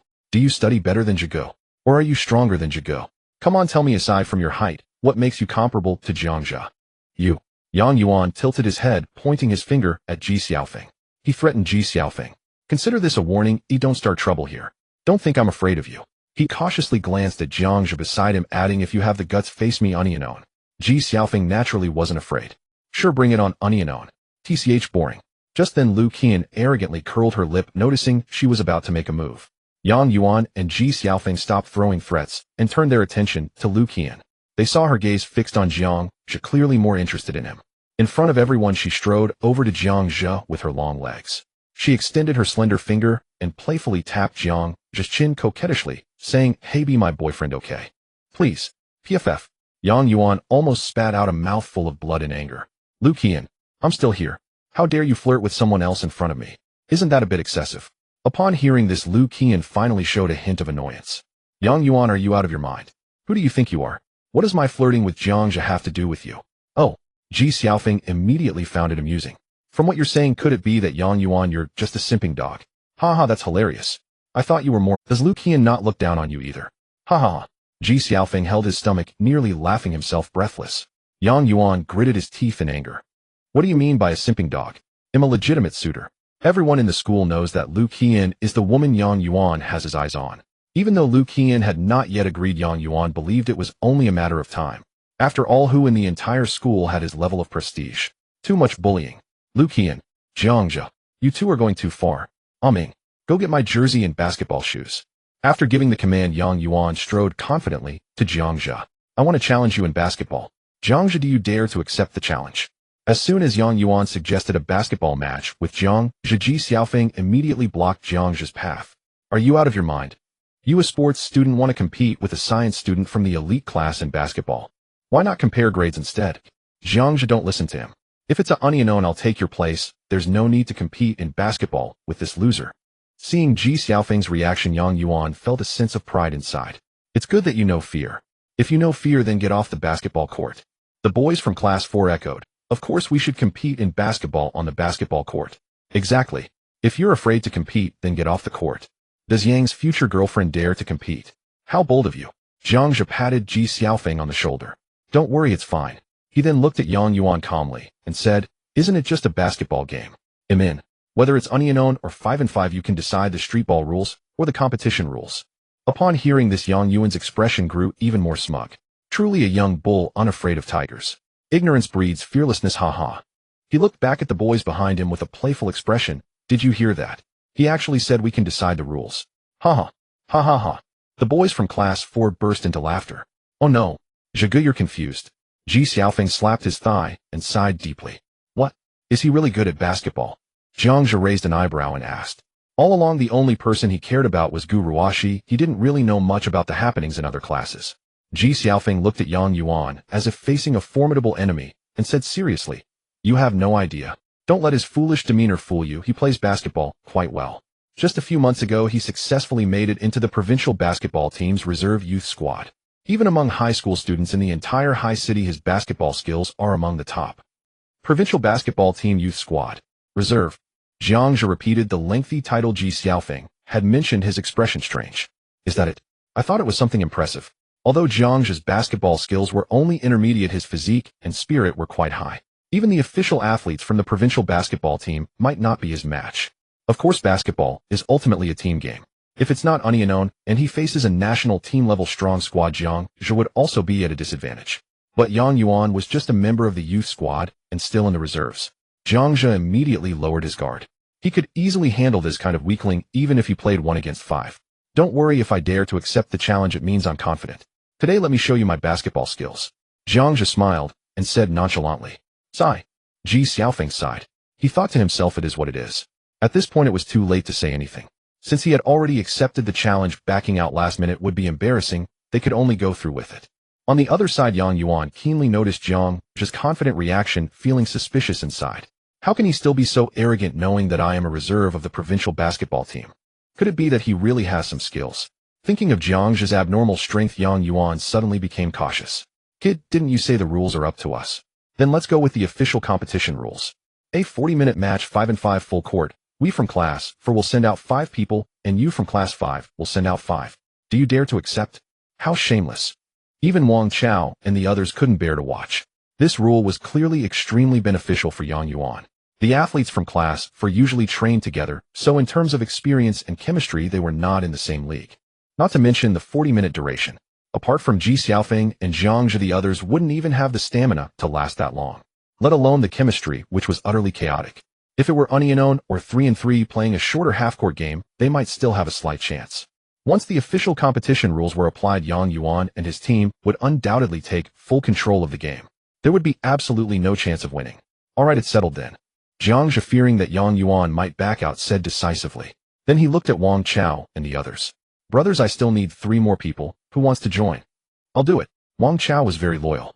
Moreover, this situation was no longer just a personal grudge. It had escalated to a class level. Whether they could win was secondary. It would be too embarrassing to show fear before the battle. "I'll join too. Count me in." 2 boys with decent basketball skills volunteered. 5 minutes later, Yang Yuan and 4 other athletes changed into matching uniforms. Basketball jerseys and shoes were the gear they usually wore for training and competitions. Looking at class 5, except for Ji Xiaofeng, who wore a jersey, the other 4, including Jiang Zhe, wore white summer school uniforms. They wore school uniform long pants on the bottom. At a glance, it was clear that the professional differences were enormous. The height of both sides was also not on the same level. Jiang Zhe and Ji Xiaofeng were both over 1.8 meters tall. Wang Chao and the others were only around 1.75 meters tall. The average height of the 5 from class 4 was already 1.85 meters. Yang Yuan was even over 1.9 meters tall, towering over everyone. The boys from class 5 who were watching around the court sighed in despair. With such a huge gap, how could they possibly win? Lu Qian and a few fashionably dressed girls gathered by the court, and Lu Qian boldly threw a flirtatious glance at Jiang Zhe. "Jiang Zhe, go for it. If you win, I'll let you touch my leg." After saying this, everyone's gaze turned towards her simultaneously. Lu Qian's cheeks flushed slightly.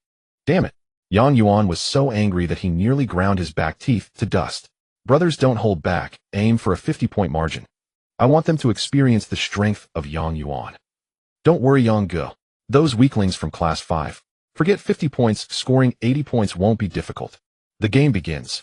The referee for the match was a shorter athlete from class 4. He professionally timed the game and went to the center of the court for the jump ball. Both sides sent Ji Xiaofeng and Yang Yuan for the jump ball. The basketball was thrown straight up into the air. Unsurprisingly, Ji Xiaofeng was unable to win against Yang Yuan. Yang Yuan slapped the basketball back to his teammate, a disdainful snort escaping his lips. "You're still too young. Ming, pass the ball to me. I'll show them a lesson." Yang Yuan waved his hand at the teammate holding the ball. "Oh, are you coming?" Yang Ji's dunk. Cheers erupted from the spectators.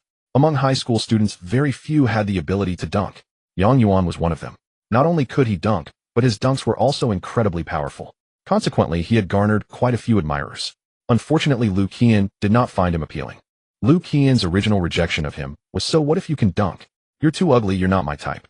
Yang Yuan and his teammates exhibited a remarkable synergy. Yang Yuan sprinted towards the basket without the ball. At the perfect moment, the ball handler, A Ming, accurately passed the ball into Yang Yuan's hands. At this point, Yang Yuan's speed had increased, and Ji Xiaofeng, who was slightly inferior in physical condition, could not possibly stop him. Not good. Ji Xiaofeng felt a sense of foreboding. If Yang Yuan made a powerful dunk at the start, the momentum would already be against them. Yang Yuan took 3 steps after receiving the ball. 1 step, 2 steps, holding the ball with both hands, he leaped high into the air. He was preparing to deliver a thunderous 2-handed slam dunk. Here it comes, here it comes. The onlooking fans cheered excitedly. A smirk of pride appeared at the corner of Yang Yuan's mouth. What if he's handsome? What if he studies well? On this basketball court, Yang Yuan is the most dazzling guy. Watch me dunk. Yang Yuan aimed at the hoop and went for the slam. However, he noticed out of the corner of his eye that Jiang Zhe had surprisingly arrived beneath the basket ahead of time to wait for him. He could see a smirk forming at the corner of Jiang Zhe's mouth. From his expression, he seemed excited. Yang Yuan was momentarily taken aback, feeling an inexplicable sense of foreboding. In that instant, he didn't even notice when Jiang Zhe had jumped. In the blink of an eye, Jiang Zhe soared to a height that matched his own. Yang Yuan's face turned to one of horror. After all, I jumped first. Is he a monster? In an instant, Yang Yuan was already airborne, and it was too late to change direction. He could only grit his teeth and go for the dunk. Bang! Yang Yuan's hands clutched the rim. However, he did not hear the crisp sound of the basketball swishing through the net. Just as he was about to dunk, the basketball that was originally in his hands was slapped away. What? Did Brother Yang just get blocked? Everyone on the court apart from Jiang Zhe was left dumbfounded. At the moment Jiang Zhe jumped, they clearly saw that Jiang Zhe's jump height was actually higher than Yang Yuan's. He easily blocked Yang Yuan's dunk. Yang Yuan hung on the rim, his expression filled with shock. What the hell? That kid is shorter than me. How could he jump so high? Not only did he jump high, but his reaction was also incredibly quick. The coordination with his teammates was impeccable, and this smooth dunking move took less than 2 seconds. Just as the score seemed imminent, Jiang Zhe arrived late, but still managed to deliver a ruthless block. Yang Yuan's expression was blank. For the first time, he felt that there were such experts among his peers. While everyone was in shock, the basketball soaring through the air landed in Ji Xiaofeng's hands.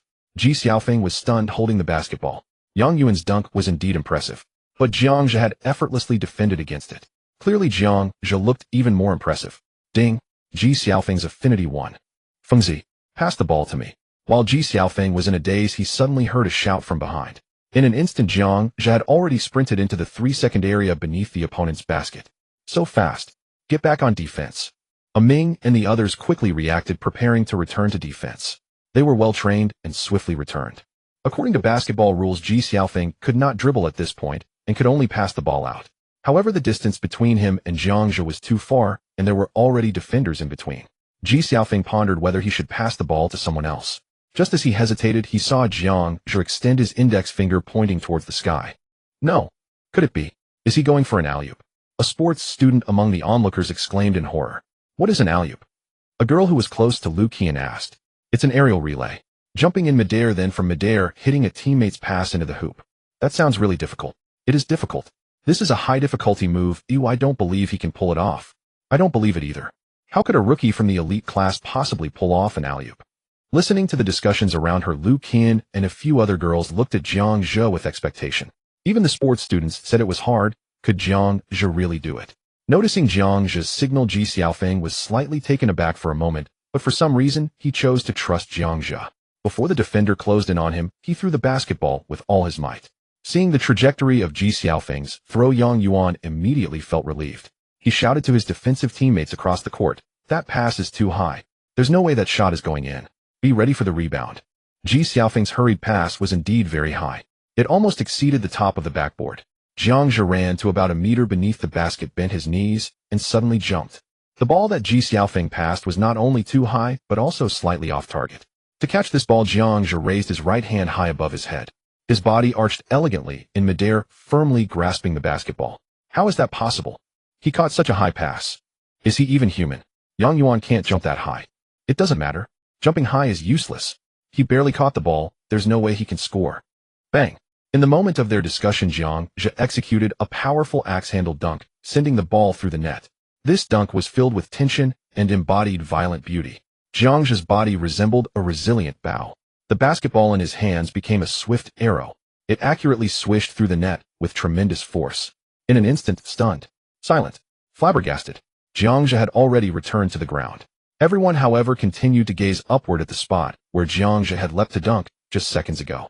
Their minds replayed that moment, unable to calm down for a long time. What the hell? What the hell? What the hell? James. He did it. The alley-oop succeeded. And it was with one hand. An axe-handle dunk. God, what did I just witness? Everyone on the court, including Liu Qian and the girls, wore expressions of disbelief as they all looked at Jiangzhe. Ding. Liu Qian's affinity 1. Ding. Liu Qian's affinity 1. Ding. Liu Qian's affinity 1. Current affinity 25. Ding. Ji Xiaofeng's affinity 1. Current affinity 85. Jiangzhe warily glanced at Ji Xiaofeng. Damn. If this continues, things are going to get strange. Zhigu, how did you just do that? I feel like James is nothing compared to you. How did you train your body? Jumping so high, it's insane. Zhigu, you are my god. Wang Chao and Ji Xiaofeng, along with others, surrounded Jiangzhe with admiration in their eyes. Liu Qian's big sparkling eyes shone as she looked at Jiangzhe, who was being adored. Why does he look more handsome the more I see him? At first, she merely acknowledged Jiangzhe's appearance. But seeing Jiangzhe receive such high admiration from the surrounding boys, her feelings of affection unexpectedly surged uncontrollably. Ding. Liu Qian's affinity 1. Ding. Liu Qian's affinity 1. Ding. Liu Qian's affinity 1. Current affinity 28. So handsome. I don't even understand basketball yet. Jiangzhe's dunk just now felt far more impressive than Yang Yuan's. Absolutely. He leapt so high, and his strength is extraordinary. And the girls of Class 4's eyes sparkled with admiration. And they had seen Yang Yuan dunk before. And Yang Yuan used both hands. By contrast, Jiangzhe soared higher and executed the dunk with only one hand. His dunking form was also vastly more elegant than Yang Yuan's. And even those unfamiliar with basketball could instinctively discern the gulf between them. And hearing the girls' shrieks, Yang Yuan's face turned ashen. He too possessed advanced skills like alley-oop plays. Yet that particular pass had been launched from an impossibly steep deceptive angle. And had it been him, he doubted he could even catch it, let alone finish it. Damn it. And even he had to admit that dunk had been undeniably spectacular. It was pure LeBron, relying on monstrous physical prowess to seize any alley-oop, no matter how absurdly angled or difficult, and slam it home with unshakable authority. And did that kid take performance-enhancing drugs? How can he be this explosive, and at this vertical leap no one on the school team surpasses him? I couldn't even jump that high, and several students from Class 4 murmured in awe. And meanwhile, Yang Yuan began to question himself.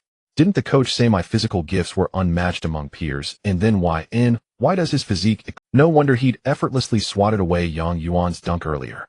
And that sheer leaping ability alone already dwarfed his own. Yang Yuan stood dazed. And by then Ji Xiaofeng and the others had already retreated into defensive positions. And noticing his trance, Ji Xiaofeng called out sharply, "Hey, what are you staring at? Throw the ball in. Are we still playing, or not? And if you're scared, just concede now. And remember to step aside whenever you see anyone from Class 5 on the court." Ji Xiaofeng's spirits soared as he mocked them. And Jiangzhe's thunderous dunk had instantly galvanized their confidence. And Wang Chao and the rest felt it too.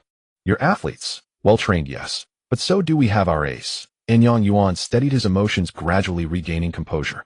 Inbound the ball. And I'll guard Jiangzhe myself. You cover the others. Naming and the rest exchanged glances and nodded in silent agreement. Basketball is a team sport. And so what if their opponent possessed a near superhuman Jiangzhe? And he remained, after all, only one man. If Yang Yuan successfully locked down Jiangzhe, denying him possession, the rest would crumble into disorganized mediocrity.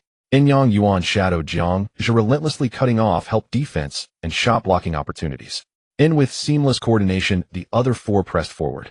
Aiming sank a clean mid-range jumper for 2 points. Offense switched once more. And this time Yang Yuan clung to Jiangzhe like a second skin. Knees height and wingspan both exceeded Jiangzhe's. Under such tight coverage, his teammates struggled to thread a pass through to him. Ji Xiaofeng and the others attempted several passes, but found no opening. And damn, it's too tight. And Ji Xiaofeng frowned. He silently acknowledged athletes truly weren't easy opponents. Ji Xiaofeng's level few in Class 5 could consistently contain his drives. Yet against these Class 4 athletes, he couldn't even find a sliver of space to shoot. Under such suffocating defense, forced shots would inevitably miss. Ji Xiaofeng strained to create an opening. He noticed Jiangzhe's gesture again. Jiangzhe moving without the ball, pointed emphatically skyward. In no way, he's doing it again, Naming and the others gasped. And thud. Another ferocious alley-oop dunk. And though Yang Yuan never took his eyes off Jiang Xinjiang, just simply leapt higher, beyond his reach. And on the ground he could cut off passing lanes, but in the air that domain belonged entirely to Jiang Zhe. Awesome, and brother Zhe, you're invincible. Jiang Zhe brushed past Ji Xiaofeng, palms meeting in a crisp, confident high five. And Fengzi, if you can't find an opening, just feed me the ball. Trust me, I won't let them steal it. Got it. And Ji Xiaofeng's confidence surged. And he glanced triumphantly at Yang Yuan, a faint smirk curling his lips. Nice. Basketball was a team sport. But what if your team's ace towered over theirs? Not just in talent, but in sheer unassailable supremacy. And thud. And half a minute later, another merciless alley-oop.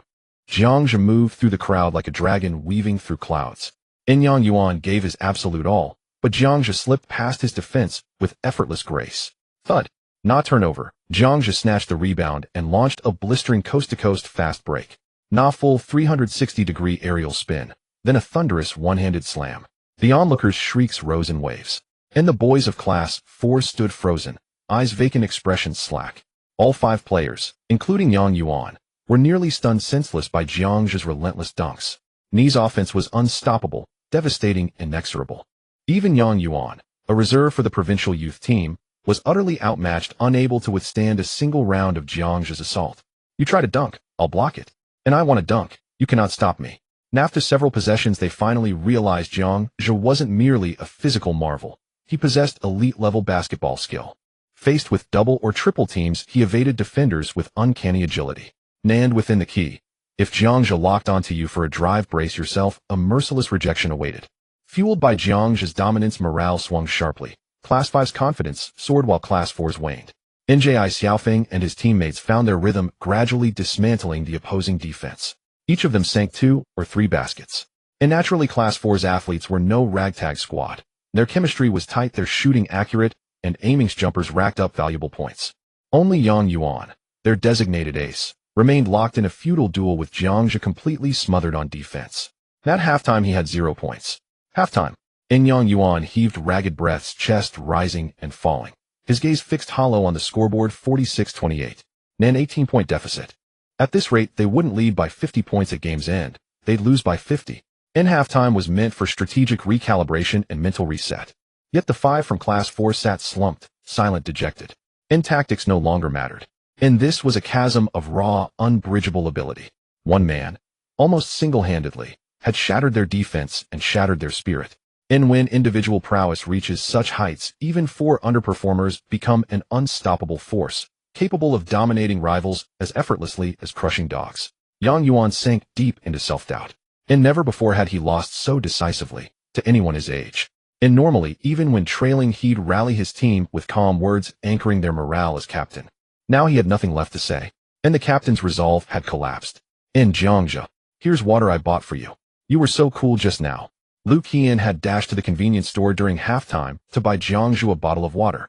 And no, in Yang Yuan's eyes blazed crimson, bloodshot burning. She'd never bought him water. And hadn't she told him she disliked his dunks, that they looked ugly? And then why did his dunks earn cries of so handsome?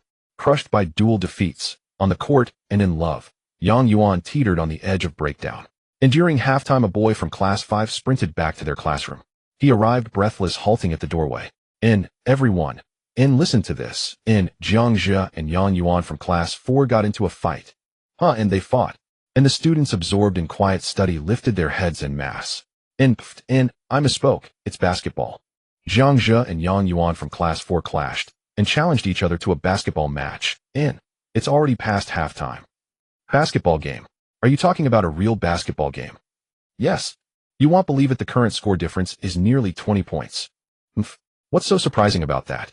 Yang Yuan from Class 4 is a provincial reserve team athlete. Leading by 20 points is quite normal.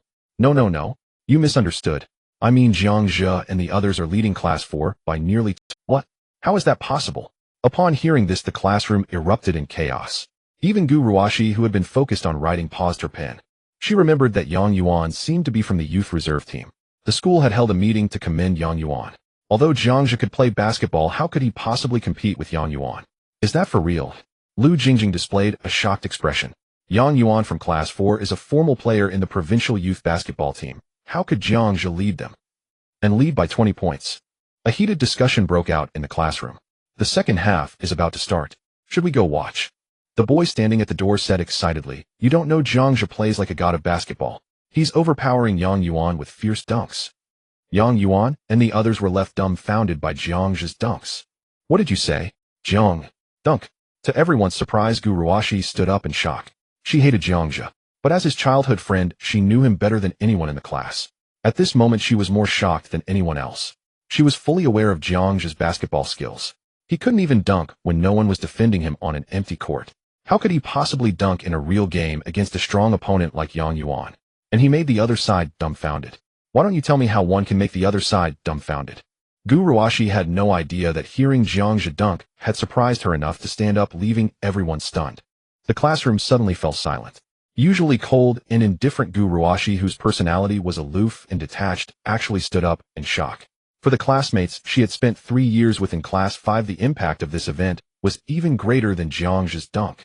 Zhou Wei in the front row looked as if he had been struck by lightning. Why won't you even look at me when I embarrass myself in public? But you stand up in surprise upon hearing about Jiangxia. So it turns out the goddess isn't truly cold. She is discerning. The goddess doesn't care about him, it's just that he's unworthy. In that moment, Zhou Wei felt as if countless sharp knives were slicing his heart into pieces. Why are you looking at me? Gu Ruoxi's indifferent gaze swept around. Suddenly she realized that her instinctive reaction had been to stand up. Gu Ruoxi's body stiffened slightly. Why should I care about him, she muttered. Whether he can dunk has nothing to do with it. Gu Ruoxi managed to control her emotions while calmly returning to her seat and opening her book. Ruoxi, your book is upside down. Lu Jingjing reminded her quietly. Gu Ruoxi silently flipped the book over. Her expression darkened. The air in the classroom suddenly turned cold. There was a killing intent. Ahem, well, anyway, the next class is self-study. Why don't we go watch Jiangxia's game? Sure. Let's go. I'm already tired of studying, but it's good to go out and relax, ha ha ha. Only Lu Jingjing and Gu Ruoxi were left in the classroom. Ruoxi, should we go too? Get lost. Okay. Ding. Gu Ruoxi sensed a subtle change in her heart. Favorability 3. Current favorability 46. What? Jiangxia looked confused. What just happened? Why did it increase again? He went out for a gym class, and Gu Ruoxi's favorability increased. For a moment, Jiangxia began to doubt himself. If Gu Ruoxi were so easy to pursue, he wouldn't have earned the title of #1 lick dog. Was it because he used the wrong method? Jiangxia scratched his head in confusion. Jiangxia, you are amazing. Lu Qian smiled, her beautiful face only 30 centimeters away from Jiangxia, gazing at him. The system rated Lu Qian's beauty as 96 points. However, Jiangxia felt that the system's ratings were not always accurate. Or perhaps beauties scoring above 95 points were truly near perfect. When the difference is just 1 or 2 points, it might just be a matter of style. Lu Qian had a unique personality and a high allure for the opposite sex. But because of that, misunderstandings could easily arise. If Gu Ruoxi was the white moonlight of countless boys, then Lu Qian was like a dazzling dripping rose. She showed no signs of hiding her beauty, willing to display it and take the initiative, just because of her appearance or some other reason. She dared to express her love to Jiangxia, whom she met for the first time. Not everyone has such courage. Jiangxia smiled as he looked at Lu Qian. He tried to see through her exterior and into her heart. He always felt that Lu Qian had undisclosed secrets. Hey, are you guys going to play in the second half or not? If you're too scared to play, just admit defeat. I need to go back to study. Ji Xiaofeng shouted arrogantly. Wang Chao and the others rolled their eyes. You? Study. You're just going to take a nap when you get back, right? At this moment their mood was similar to Ji Xiaofeng's. One word: refreshing. They had played basketball against Class 4 before. They had gotten used to being bullied. Suddenly being in control and mercilessly dominating the opponent felt incredibly satisfying. The second half of the game was extremely dull and boring. Class 4, due to Yang Yuan's collapsing mentality, saw their players lose confidence as well. The intensity of their defense dropped several levels. In the first half, Jiangxia was the only star. In the second half, even Ji Xiaofeng showcased his skills. He dribbled past 3 players and executed a stunning changeover direction layup that amazed everyone. Even Wang Chao and the others scored double digits. In the final minutes of the game, Class 4 had already given up on defense. The referee even neglected to blow the whistle for occasional fouls, just wanting it to end quickly. Destroy it, I'm really tired. In the end, the score settled at 10847, a terrifying score difference of 60 points. No one expected this outcome before the game started. Besides Lu Qian and a few girls from Class 4, the remaining spectators from Class 4 had long since lost interest and returned to the classroom for self-study.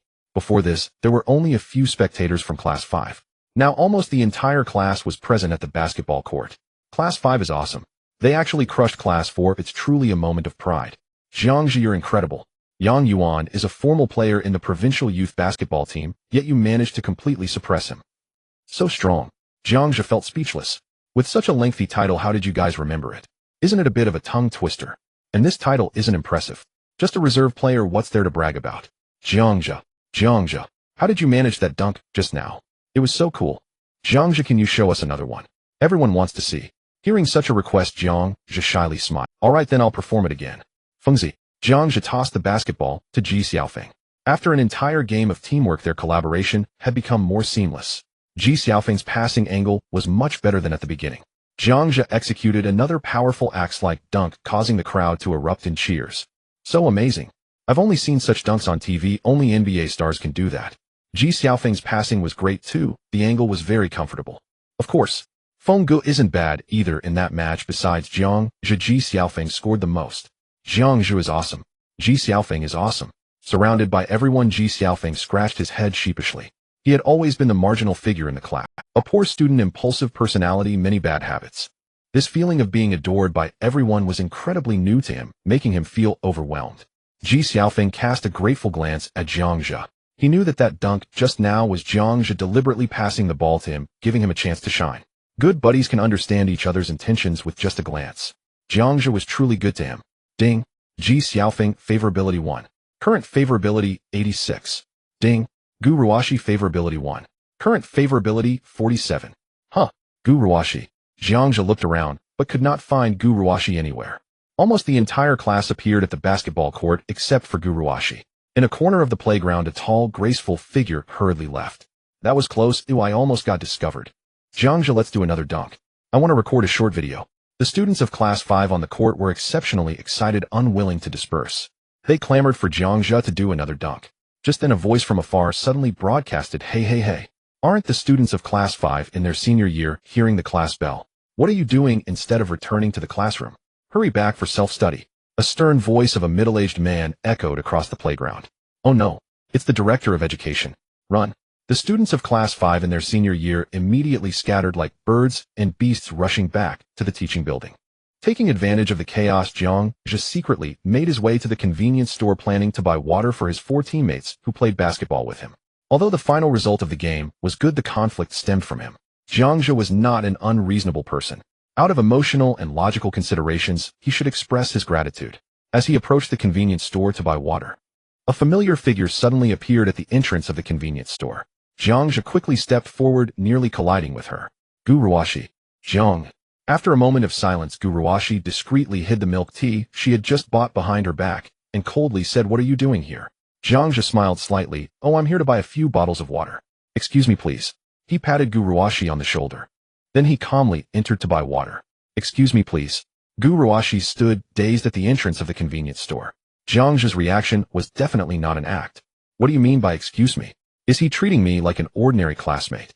How could he use the words excuse me? How polite of him." Gu Ruashi tightly gripped the milk teacup in her hand, her fingertips turning white. Oomph. She stomped her foot heavily and walked away quickly. After just taking 2 steps, she noticed a beautiful girl in daring attire in the corridor not far away. Lu Qian, with a lollipop in her mouth, adjusted her cap and emotionlessly walked towards Gu Ruashi. The two brushed past each other. A flicker of unusual color flashed in Gu Ruaxi's eyes. Lu Qian. Is she also going to the convenience store? Is she looking for someone? Gu Ruashi suddenly slowed down and turned to look back. At the same time, the other party was also looking back at her. The two locked eyes, and Lu Qian revealed a somewhat flirtatious smile. Then she turned away, heading towards the convenience store. Gu Ruashi frowned slightly. What does this mean? Is it a provocation? Humph. So childish. Gu Ruashi didn't think much of it. According to rumors, Lu Qian was the only girl who could be compared to her. Perhaps it was the psychology of comparison at play. Of course, she didn't care about the titles of first or second school flower. What use is such an ethereal title? Gu Ruashi hurriedly walked away, quickly disappearing at the end of the corridor. Meanwhile, Lu Qian leaned against the wall at the entrance of the convenience store. She touched her hot face. Oh my, she's so beautiful. And so terrifying. I really want to be friends with her. I wonder if she received my friendly smile just now. Boss, give me 5 bottles of cold energy drink. Alright, I'll pack them up for you, student. Thank you. Jiangzhi took the plastic bag from the boss. Suddenly, a pair of soft hands covered his eyes from behind. Ahem. Guess who I am? Lu Qian, tch you saw through me in 1 second. Lu Qian pouted, somewhat dissatisfied with the voice she had deliberately altered earlier. Jiangzhe opened a bottle of energy drink and took a couple of gulps. Turning around, he looked at her with great interest. What do you want? Have you finally fallen in love with me? Have you agreed to be my boyfriend? Lu Qian continued with a flirtatious tone. Let's put that aside for now. Jiangzhe looked into Lu Qian's eyes and meaningfully said, did you forget something? Lu Qian was taken aback by the question. Looking at the other person's gaze, recklessly inspecting her, she glanced down at her legs. Her face turned slightly red. It seemed she had mentioned that if they won the game, he could touch her leg. But wasn't that just for teasing you? And who knew you could really beat Yang Yuan? If I had known. What? Are you planning to back out? Seeing the dodging look in Lu Qian's eyes, Jiangzhe's smile widened. Lu Qian, I've heard others say you're an experienced girl, so what's wrong with me touching your leg? Haven't you been touched before? Of course I have. Lu Qian shoved her hands into her pockets and stepped forward, facing Jiangzhe. The distance between them less than 10 centimeters. Little virgin, do you want to tease me? Perhaps in an attempt to take the lead, Lu Qian raised her voice a bit. To tell you the truth, I've had over 20 boyfriends. Do you think you can tease me with just that? Lu Qian's face turned slightly red as she proudly raised her chin. The expression of a little delinquent was unmistakable. Oh, over 20. Jiangzhe suddenly laughed. Then tell me, what are the names of these 20 boyfriends? What year, what class, and how long did each last? I don't expect you to name them all. If you can name 3 or 5, I'll believe you. Jiangzhe directly caught Lu Qian off guard. Zhang Zhang Chao Wang Jia. She spoke names that sounded randomly made up, her eyes shifting. Zhang Chao and Wang Jia, right? Gotta check when I go back to see if there's anyone by that name in our school. I remembered wrong. It's not Zhang, it seems to be Li. Jiangzhe's smile grew wider as Lu Qian's voice, her face flushed suddenly, glaring angrily at Jiangzhe. You're so annoying. Why are you asking so many questions? Are you checking my household registration? Isn't it just wanting to touch your leg? They'll let you touch it. Lu Qian got a bit anxious.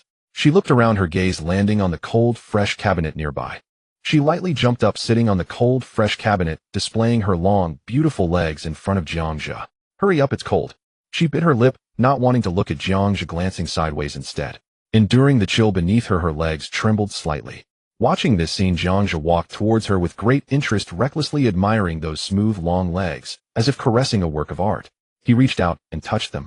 Jiangzhe reached out to touch the cold, fresh cabinet beside the long legs, feeling the moisture on his hand. There's water on the freezer. Lu Qian turned her head in surprise. You? Why didn't you touch it? Her emotions were complicated. I let you touch the long legs. But you turned to touch the freezer. Jiangzhe glanced at her indifferently. I don't like taking advantage of others. If you don't want it, I won't force you. Ding. Lu Qian's affection 5. Current affection 34. Lu Qian suddenly felt an overwhelming sense of shame, and her impression of Jiangzhe underwent a significant change. She originally thought Jiangzhe was frivolous, but now it seemed he might actually be a gentleman. She lowered her head to look at her legs. What beautiful long white legs. You wouldn't even touch them when I offered. Her mood suddenly became somewhat low. You must have seen through me, right? Of course. With such little tricks, who could be deceived? Jiangzhe chuckled. After the earlier testing, he was now certain. Lu Qian's flirtation was entirely it was a convincing act, but there were many flaws. For example, when Yang Yuan picked a fight and almost got into a scuffle with Ji Xiaofeng. A girl like Lu Qian must have seen her fair share of grand occasions. How could she possibly apologize? When she opened her mouth to apologize, Jiangzhe sensed a slight incongruity. After observing and testing, he finally realized that Lu Qian was not the experienced girl she claimed to be. She had supposedly had over 20 boyfriends. To call him a little virgin. Perhaps she wasn't much better off herself. Even if she had dated a few, it was certainly not the facade of someone who knew everything. She reacted so strongly just to a touch on the leg. It was likely she had never been touched like that before. Lu Qian gazed at Jiangzhe with watery affection. Jiangzhe, can you not tell anyone? Jiangzhe nodded, sure. Lu Qian was momentarily taken aback. Aren't you curious? If you don't want to talk, I won't ask. Ding. Lu Qian's affection 5. Current affection 39. Wow. Jiangzhe thought to himself, amazed at how quickly the girl's affection was rising. When they first met, she only had 20 affection points. After just one class, it was about to double. Ah! Lu Qian exclaimed. She stepped down from the cold, fresh cabinet, touched her back, and complained, my butt is wet. Jiangzhe was speechless. Didn't I tell you there was water?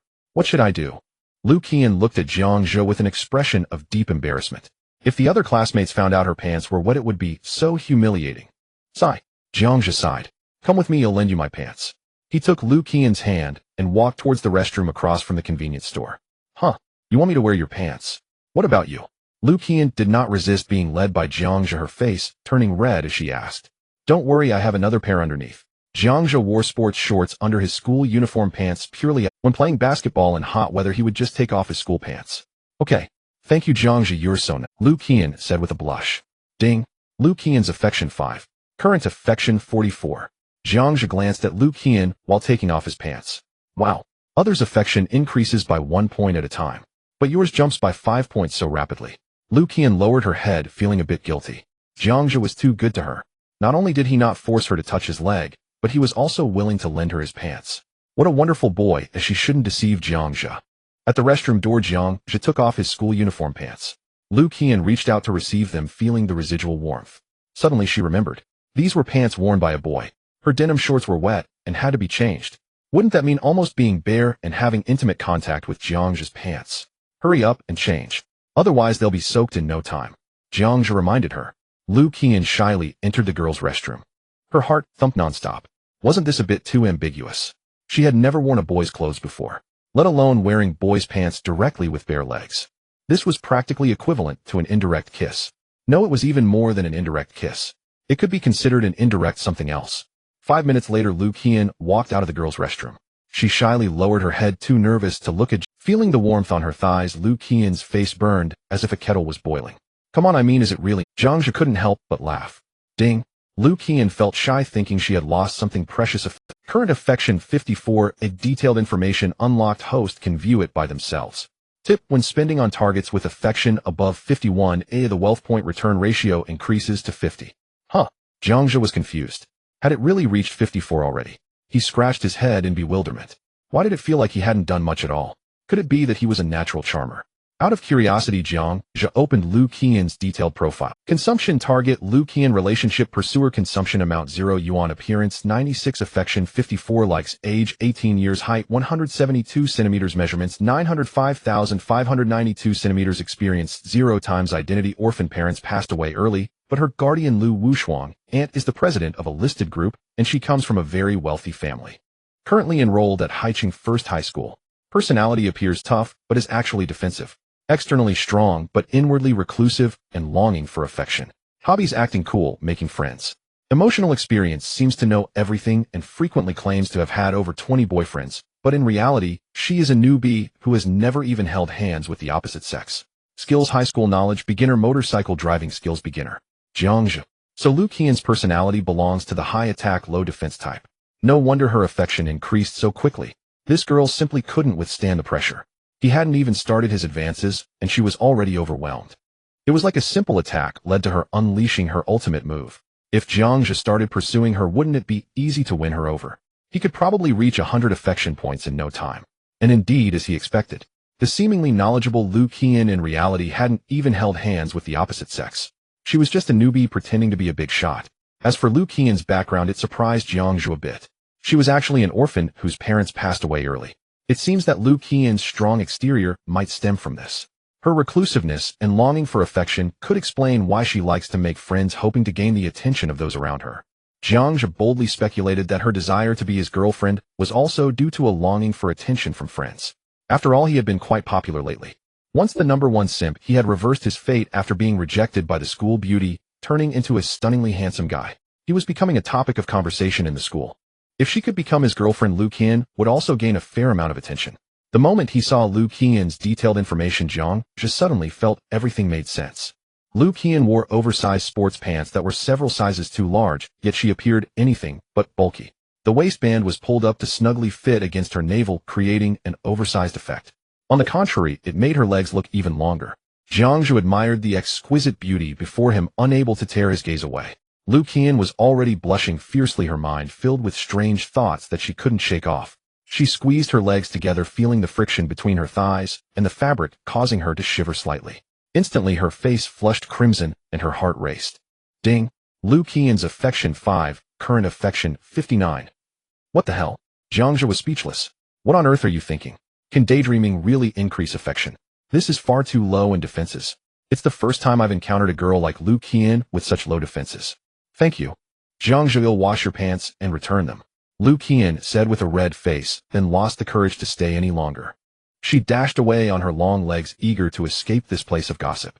With every second spent here, she felt her internal defenses weakening a bit. Jiang Zhe was simply terrifying. He was too good at flirting. You don't have to wash them. Jiang Zhe began to say, but Lu Qian had already run far away. Watching Lu Qian hurriedly flee, Jiang Zhe suddenly felt his face heat up. Initially, he hadn't thought much of it, but her intense reaction made him feel a bit shy too. Suddenly, he wondered if lending pants to a girl was a bit ambiguous. Ruashi, did you go buy milk tea? Lu Jingjing asked, eyeing Gu Ruashi, who held a cup of milk tea. Gu Ruashi said nothing, quietly sitting down to open her book. She recalled her encounter with Jiang Zhe at the convenience store. Her mood could be summed up in one word: annoying. That person was becoming increasingly irritating. Why is it that even if we can't be a couple, I'm still not your childhood friend, Gu Ruashi? Is it really necessary to be so polite? Ruashi, let me tell you, Jiang Zhe can really dunk. He jumps so high. Can you believe that? Our Class 5 nerds actually managed to beat Class 4's Yang Yuan, and by a full 60 points too. That's outrageous. Lu Jingjing said excitedly. No one could escape the shock of Jiang Zhe's presence on the basketball court. Lu Jingjing was no exception. She didn't understand basketball, but she could still feel how cool Jiang Zhe's dunk was. Why didn't I realize before that Jiang Zhe was so good at basketball? Has he always been so low-key? With such impressive skills, why hasn't he shown off before? If it were Ji Xiaofeng and the others, they would probably be bragging their heads off, right? Lu Jingjing rambled on. Surprisingly, this time Gu Ruashi didn't show much surprise. She gave a faint oh. For some reason, she felt a bit proud inside. Ding. Gu Ruaxis affection 1, a current affection 48. By the way, Ruashi, haven't you seen Jiang Zhe? Why hasn't he come back yet? Lu Jingjing asked, puzzled. Gu Ruashi secretly glanced at Jiang Zhe's seat. She too felt a bit puzzled. Wasn't he just going to buy water? Why has he taken so long? Just then the sound of footsteps echoed in the corridor. Lu Qian. Why is she running? Lu Jingjing muttered in confusion. Hadn't she just seen Lu Qian on? Gu Ruashi turned her gaze to the door, catching sight of the hurried figure passing by. Recalling her encounter with Lu Qian at the convenience store, she wondered if she was not dressed like that. Didn't she wear something quite daring? In just a little while, why was she wearing school uniform pants? And those pants appeared to be quite large. It looked as if they were made for a boy's size. Gu Ruashi frowned slightly. She felt as though something unusual had happened. 2 minutes later, Jiang Zhe returned to the classroom with a plastic bag containing drinks. James is back. Jiang Zhe, you were simply amazing just now. You actually managed to beat Class 4. That's impressive. Feeling the cheers from his classmates, Jiang Zhe smiled heartily. It's nothing if our Class 5 boys are not worse than anyone else. Fengzi Wang Chao. Drink up, Jiang Zhe said, while tossing a bottle of energy drink to a few of them. In no time, even Wang Chao and the others' affection for Jiang Zhe shot up. Winning against Class 4 was almost entirely Jiang Zhe's achievement. Yet he was not arrogant or boastful, remaining humble and polite. He even bought them drinks. That's just so generous. Wang Chao and the others looked at Jiang Zhe with admiration. Broja, I think I haven't added you as a friend on WeChat yet. Let's add each other and play basketball together next time. I haven't added you either. Please add me too, Broja. Me too. The boys took out their phones to add Jiang Zhe. A few extroverted girls also gathered around Jiang Zhe's seat, animatedly discussing the events on the court. At that moment, Gu Ruashi still wore a cool expression while reading her book. Yet her heart couldn't help but crack open a tiny gap. The once innocent, shy, slightly introverted boy who used to be by her side had unexpectedly transformed into the center of everyone's attention. Even she couldn't help but feel touched. Gu Ruashi recalled sneaking a peek at Jiang Zhe's dunk on the playground. She had to admit, he was indeed a bit handsome. Ding. Gu Ruaxis affection 1, current affection 49. Jiang Zhe glanced at Gu Ruashi.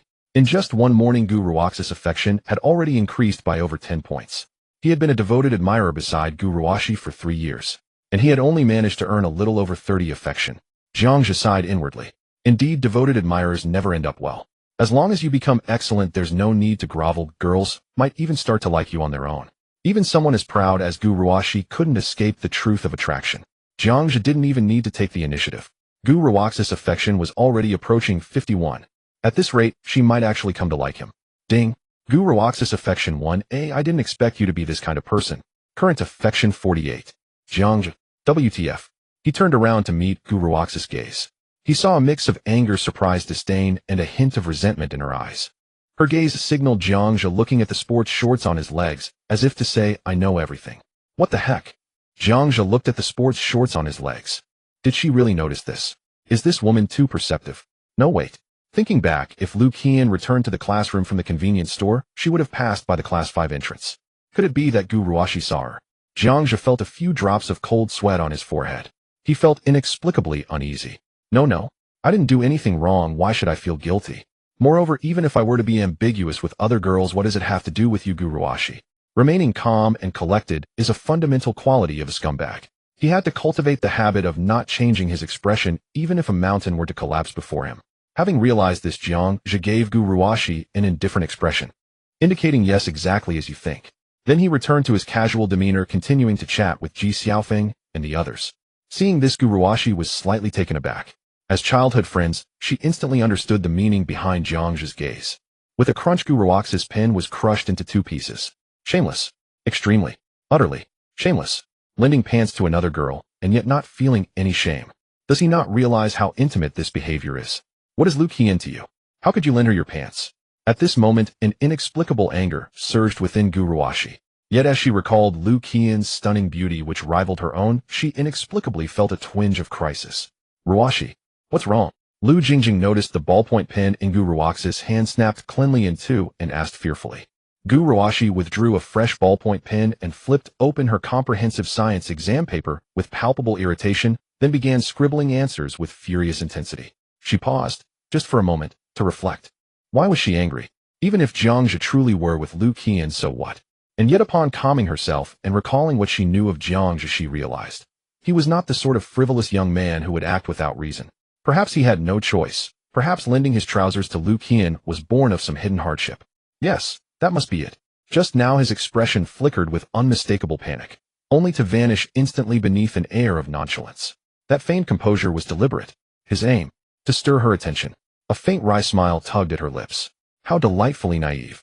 Even the act of lending his trousers to Lu Qian might have been calculated, a subtle orchestrated ploy solely to draw her gaze. She'd nearly fallen for it. At that thought, Gu Ruoxi's lips curved upward almost imperceptibly. Ding! Gu Ruoxi's favor increased by 1. Current favor 49. Huh. Jiang Zhe blinked, bewildered, incredulous, utterly baffled. Her favor rose and fell like a roller coaster. Was he riding some invisible thrill ride? For once even he felt dazed. What on earth was churning inside Gu Ruoxi's mind? Not even he could fathom it. Women, truly infinitely complex creatures. Ahem. Ahem. Li Qiuping coughed pointedly outside the classroom door before striding in. Instantly the room fell into hushed silence. Students scrambled back to their seats and feigned studiousness, flipping open textbooks with exaggerated care. Li Qiuping shot a sharp glance toward Ji Xiaofeng and others, then said nothing more. Entering with Li Qiuping were Chao Tingting and Kong Yu. Chao Tingting's eyes were redrimmed, clearly swollen from recent tears. Kong Yu slipped an arm around Chao Tingting's shoulders, murmuring quiet words of comfort. Out of the corner of his eye, Li Qiuping glanced at Zhou Wei and sighed softly.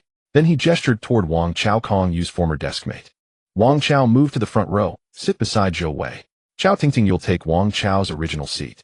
Yes, teacher Li. Wang Chao sprang into action, swiftly relocating his desk. Zhou Wei sat frozen, too mortified to lift his head. Did even the homeroom teacher know? For a heartbeat, he wished the floor would swallow him whole. Jiang Zhe and Ji Xiaofeng, who had just returned to class, exchanged a knowing look. There's gossip here. And judging by the tension, it was major gossip. As Chao Tingting and Wang Chao exchanged seats, Li Qiuping offered a few measured admonitions, yet chose his words with caution, aware of the delicate timing. After all, unsettling senior students' mental equilibrium could jeopardize their performance on the National College entrance examination. Soon the seat swap concluded, and Li Qiuping departed the classroom. What on earth is going on? Kong Yu, why the sudden seat change? Ji Xiaofeng blurted out loud and unguarded. Compared to Chao Tingting, Kong Yu possessed a more outgoing temperament, so Ji Xiaofeng bypassed the distressed girl entirely and directed his question straight to her. Kong Yu shot Ji Xiaofeng a withering glare. Ask questions you shouldn't ask, and you'll regret it. The classroom's atmosphere grew thick with unspoken tension. Everyone except the 9 boys who'd been off at PE class already knew exactly what had happened. No one dared acknowledge Chao Tingting directly, each silently resolved to shield her from further Ji Xiaofeng, please stop asking. Chao Tingting is heartbroken right now, whispered Du Shi and Jiang Zhe. Moments later, curiosity gnawing at him, Ji Xiaofeng surreptitiously tapped Du Xian's arm with his pen and murmured, Hey class study representative, what really happened? Do tell us. Du Xian sighed, then leaned in, speaking in a voice so soft only 2 or 3 nearby could catch the words, recounting the incident to Ji Xiaofeng and Jiang Zhe. Ugh, absolutely shameless. Who knew Zhou Wei was such a wolf in sheep's clothing? I loathe scoundrels, and Zhou Wei just topped my list. Ji Xiaofeng muttered under his breath. Jiang Zhe's lips twitched. Great-grandmother's ghost. It felt uncomfortably as though Ji Xiaofeng's tirade had somehow implicated him too. Granted, Jiang Zhe had long harbored ambitions of becoming a scoundrel. but he intended to do so with style. He'd never stoop to Zhou Wei's crass, graceless antics. If he were in that situation, he'd never declare affection for another girl, not while standing before a goddess. Flirting, perhaps. There existed a timeless maxim: never initiate, never refuse, never commit. One may accept ambiguous advances from the opposite sex, but the moment one initiates, or signals genuine intent to assume responsibility, the consequences are dire. In an instant, one becomes the target of universal scorn, beyond even divine redemption.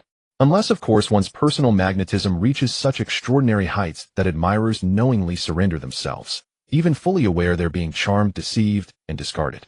That Zhang Zhemused was his ultimate aspiration. Yet even with his current charm rating hovering at 9, he doubted he'd ever reach that threshold. Perhaps only at 100 points of favor will she cease caring whether I'm a scoundrel or not. The system defined 100 points as fervent devotion. Zhang Zhu imagined that should someone's favor for him ever peak at 100, she might cling to him with unwavering devotion, obedient, loyal, impossible to dismiss. Let alone fret over whether he qualified as a scoundrel. Time slipped away swift and silent. For most it was an ordinary day, but for senior high students it was a day charged with quiet urgency and profound fulfillment.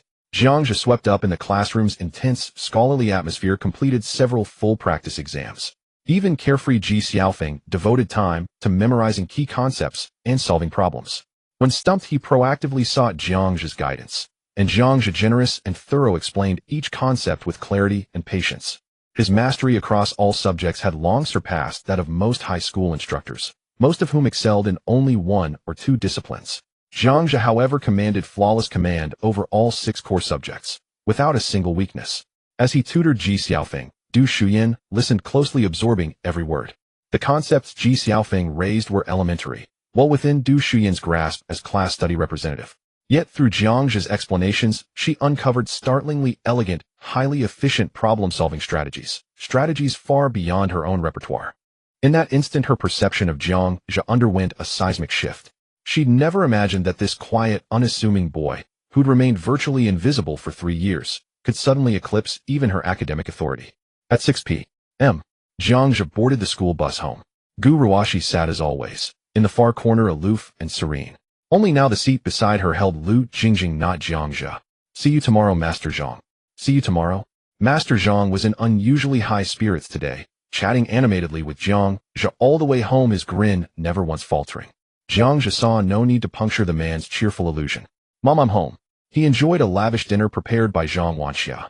Then, after finishing, retreated to his room. He closed the door behind him and unlocked his phone. Song Yue has recently encountered some troubles. Her family's financial situation has never been good. The only source of income is the meager salary from Song Li working in a factory. Now that Song Li has fallen ill, although the exorbitant treatment fee of 1 million yuan is covered by the kind Mr. Zhang, after the surgery, Song Li's health will gradually improve. Song Li's life has been saved, yet both mother and daughter are nearly impoverished. This year Song Yue is in her senior year of high school. She has to take the college entrance examination and attend university. Her academic performance is excellent, and she could receive a substantial scholarship. However, once Song Yue goes to university, there will be no one else to take care of Song Li. With just her scholarship, how can they sustain their living? Not to mention Song Yue's scholarship will only be issued after the examination results are released. In the hospital ward, there is a girl dressed plainly, but upon closer inspection one can see her exquisitely pure and beautiful face. She approached the bedside holding a bowl of porridge. Mom, I just went outside to buy you some nutritious porridge. Please have a little. Nutritious porridge. Song Li's tone is somewhat weak. Having just undergone surgery, she needs time to recuperate. She is now unable to move on her own. Supported by Song Yue, she looked at the bowl of porridge in her daughter's hands. It was obviously a very high-quality nutritional product. There is a supermarket nearby that specializes in selling such nutritional products. She used to work at the supermarket, so she has some understanding of it. A bowl of this porridge costs dozens of yuan. Moreover, it is not sold individually. At least 500 or 600 yuan is needed to buy a whole box. Xiaowei, where did you get the money for the porridge? Song Li asked with a slight frown. It's not that she doesn't trust her daughter, but she cares too much for her and understands her daughter's beauty and innocent character all too well. Afraid that her daughter might be deceived. Mom, it was Mr. Zhang who gave it to me. Song Yue took out her phone to show Song Li the transfer records. Mr. Zhang, the one who donated to us. Yes. He is very kind. Yesterday, upon hearing that you had surgery, he transferred 500 yuan to me to buy nutritional products. Mentioning his name, Song Yue revealed a sweet smile. Since learning that Jiang Zhe is a senior student of the same age, her feelings for Mr. Jiang have subtly changed. Of course, she hasn't realized it herself. Song Li sighed. Xiaowei, didn't I tell you not to accept kindness from others without a reason? 1 million is not a small amount. That Mr. Jiang doesn't know us and is willing to pay the huge sum of 1 million. Moreover, it's not enough. Oh, after your surgery, he transferred another 500 yuan to buy nutritional products. Don't you wonder why he is so good to us? Is his money just blowing in the wind? Hearing her daughter mention that nearly all of the 1 million was paid by Mr. Jiang, Song Li immediately became alert. This cannot entirely be blamed on her. After her daughter grew up, her stunning looks and innocent personality easily attract some ill-intentioned gaze. She has experienced similar situations many times. Song Li earnestly said, Principal Wei said he would pay for your medical expenses. Why do you think I refused? Isn't it because Principal Wei has ulterior motives towards you? Sigh. Xiaowei, you are still young. This society is complex and not as simple as you think. Song Li instinctively felt that Mr. Jiang had ulterior motives. However, his methods were more sophisticated than Principal Weiss effortlessly breaking through her daughter's psychological defenses. He must be a hypocritical wolf in sheep's clothing. Such a person wouldn't hesitate to devour someone whole. If her daughter were deceived by him, one could imagine the terrifying consequences. If possible, Song Li would rather die than allow her daughter to be deceived by such a person. Mom, that's not true. Song Yue shook her head. You misunderstood Mr. Jiang. He is not like Principal Wei, he is a truly kind person. Oh, a good person. Then tell me, why would a good person add you on WeChat? If he is really a good person and has no ulterior motives, why would— Song Li said sternly. Just as she was about to say more, she saw Song Yue lowering her head, tapping on her phone, pulling up that Weibo post. Mom, look. Mr. Jiang not only donated to us. He has helped many people, donating over 4— How much? Upon hearing this figure, Song Li was stunned, doubting whether she had misheard. 4 billion. Yes, it's true. He donated 4 billion to help many families in need, and he doesn't want to reveal his name, so he chose to donate online. The reason he added me on WeChat is that I reached out to him first to express my gratitude. He is not the bad person you imagine. While showing Song Li that post and the various reports on this matter, Song Yue spoke excitedly. Is it true? He really donated 4 billion. Song Li was shocked. If he were to seek her daughter's beauty, donating 1 million might still be possible. After all, she has real examples around her. But to donate 4 billion for her daughter, even someone as despicable as Principal Wei wouldn't do that. It's a simple principle. Someone with 4 billion, what kind of women can't they find? She is confident in her daughter's beauty, but she wouldn't be arrogant enough to think her daughter is worth 4 billion. This means that Mr. Jiang definitely has no ulterior motives towards her daughter. He is a truly kind person. In an instant, Mr. Jiang's image in Song Li's mind transformed from that of a hypocritical wolf into an incredibly glorious figure. Xiaowei, I'm sorry I misunderstood him. He is indeed a great person. Song Li said gently with a remorseful expression. Hee. Song Yue giggled. Mom didn't expect this. Hee, and you haven't even guessed that there's more. Mr. Jiang's true identity, just like mine, is that he is an 18-year-old high school student. Song Yue mischievously blinked, eagerly anticipating her mother's more astonished reaction. Oh, 18. High school student. Indeed, Song Li displayed an expression of immense shock. This. How is that possible? For a moment, Song Li began to doubt whether there was something wrong with her understanding. Could it be that the world has changed so quickly that she hasn't kept up with the times? When did high school students become able to donate 4 billion at will? Xiaowei, did Mr. Jiang tell you this himself? Song Li asked in surprise. Yes. Mr. Jiang even calls you Andy. He wouldn't lie to me about such things. Indeed. Song Li also felt that someone capable of donating 4 billion would unlikely lie about their age. There is simply no reason to do so. Perhaps that Mr. Jiang is the second generation rich from some big family. Or perhaps he is just an agent for some wealthy person. The true donor of the 4 billion could be someone else. Regardless of which scenario, being able to donate 4 billion at such a young age, Mr. Jiang's real identity is extremely terrifying. It is not something ordinary people like them could reach. And such an identity would surpass the ordinary levels in terms of vision and background. He would definitely not lack for high-quality romantic options. How could he possibly take an interest in Song Yue? Her daughter, aside from being beautiful, younger, cleaner, and more innocent in character, what other qualities could attract such a big shot's attention? Song Li felt that she had been completely overthinking. She was simply judging a gentleman's heart with a villain's mind. Mom, now you believe it, right? Mr. Jiang is not a bad person. Mom understands. Song Li took a sip of the nutritious porridge her daughter fed her. For a moment, she felt fortunate that they had met a good person like Mr. Jiang, but also worried about the future. She was very clear about her health condition. Her life was saved, but at least she couldn't get out of bed for 3 months. Even after being discharged, the doctor said she would never be able to engage in physical labor again. During this time her daughter had to go to university. They also had to pay for hospital bills and medical expenses. The expenses were not something that could be solved by just tightening the belt. Looking at her daughter's pure and beautiful fair face, a wave of heartache surged in Song Li's heart. She really didn't want to become a burden to her daughter. Her daughter was only 18 years old.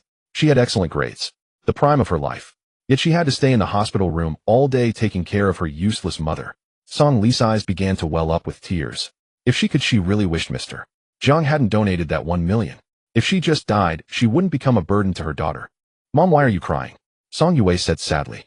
Mom is not crying, but it's just that some sand got into my eye. Song Li forced a smile and wiped away her tears. Mom, don't lie to me. I'm not a child anymore. Song Yue's eyes also turned red, tears welling up, almost spilling over. Ding dong. At that moment, a notification sound from a message on the phone broke the silence. Jiangzhe transferred 5,000 yuan. Jiangzhe, what are you doing? Staring at the glaring 5-digit transfer amount in the chat interface, Song Li and Song Yue exchanged glances, both dumbfounded. What does this mean? Song Li looked at Song Yue in astonishment. Xiao Wei, what does Mr. Jiang mean? Why did he transfer money without saying anything? Mom, I don't know either. Song Yue replied, while tapping on her phone screen to respond. Little rabbit, Mr. Jiang, why did you transfer money to me? Jiangzhe, no reason, that's just my way of greeting you, just take it. Little rabbit bunny is puzzled. Mom, he said this is just his way of greeting. What? A way of greeting? Song Li's mouth dropped open in disbelief. Could it be that rich people are like, or is it that Mr. Jiang is so wealthy that he can casually transfer 5,000 yuan just to say hello? She worked hard for a whole year and might not even be able to earn 5,000 yuan. Ding dong. Jiangzhe, why not accept it? Ding dong. Jiangzhe transferred 5,000 yuan. Ding dong, ding dong, ding dong. He sent 10 transfers of 5,000 yuan in a row. Throughout the process, there was hardly any pause. Song Li and Song Yue were both stunned. Below the 10 transfers, Jiangzhe added a line. Why don't you just give me your bank card number? The VX limit is only 5,000 per transfer. It's too troublesome. My fingers hurt from clicking. Only. Troublesome. Fingers hurt from clicking. What kind of talk is this? Song Li felt like she was going to faint if she hadn't known in advance that Mr.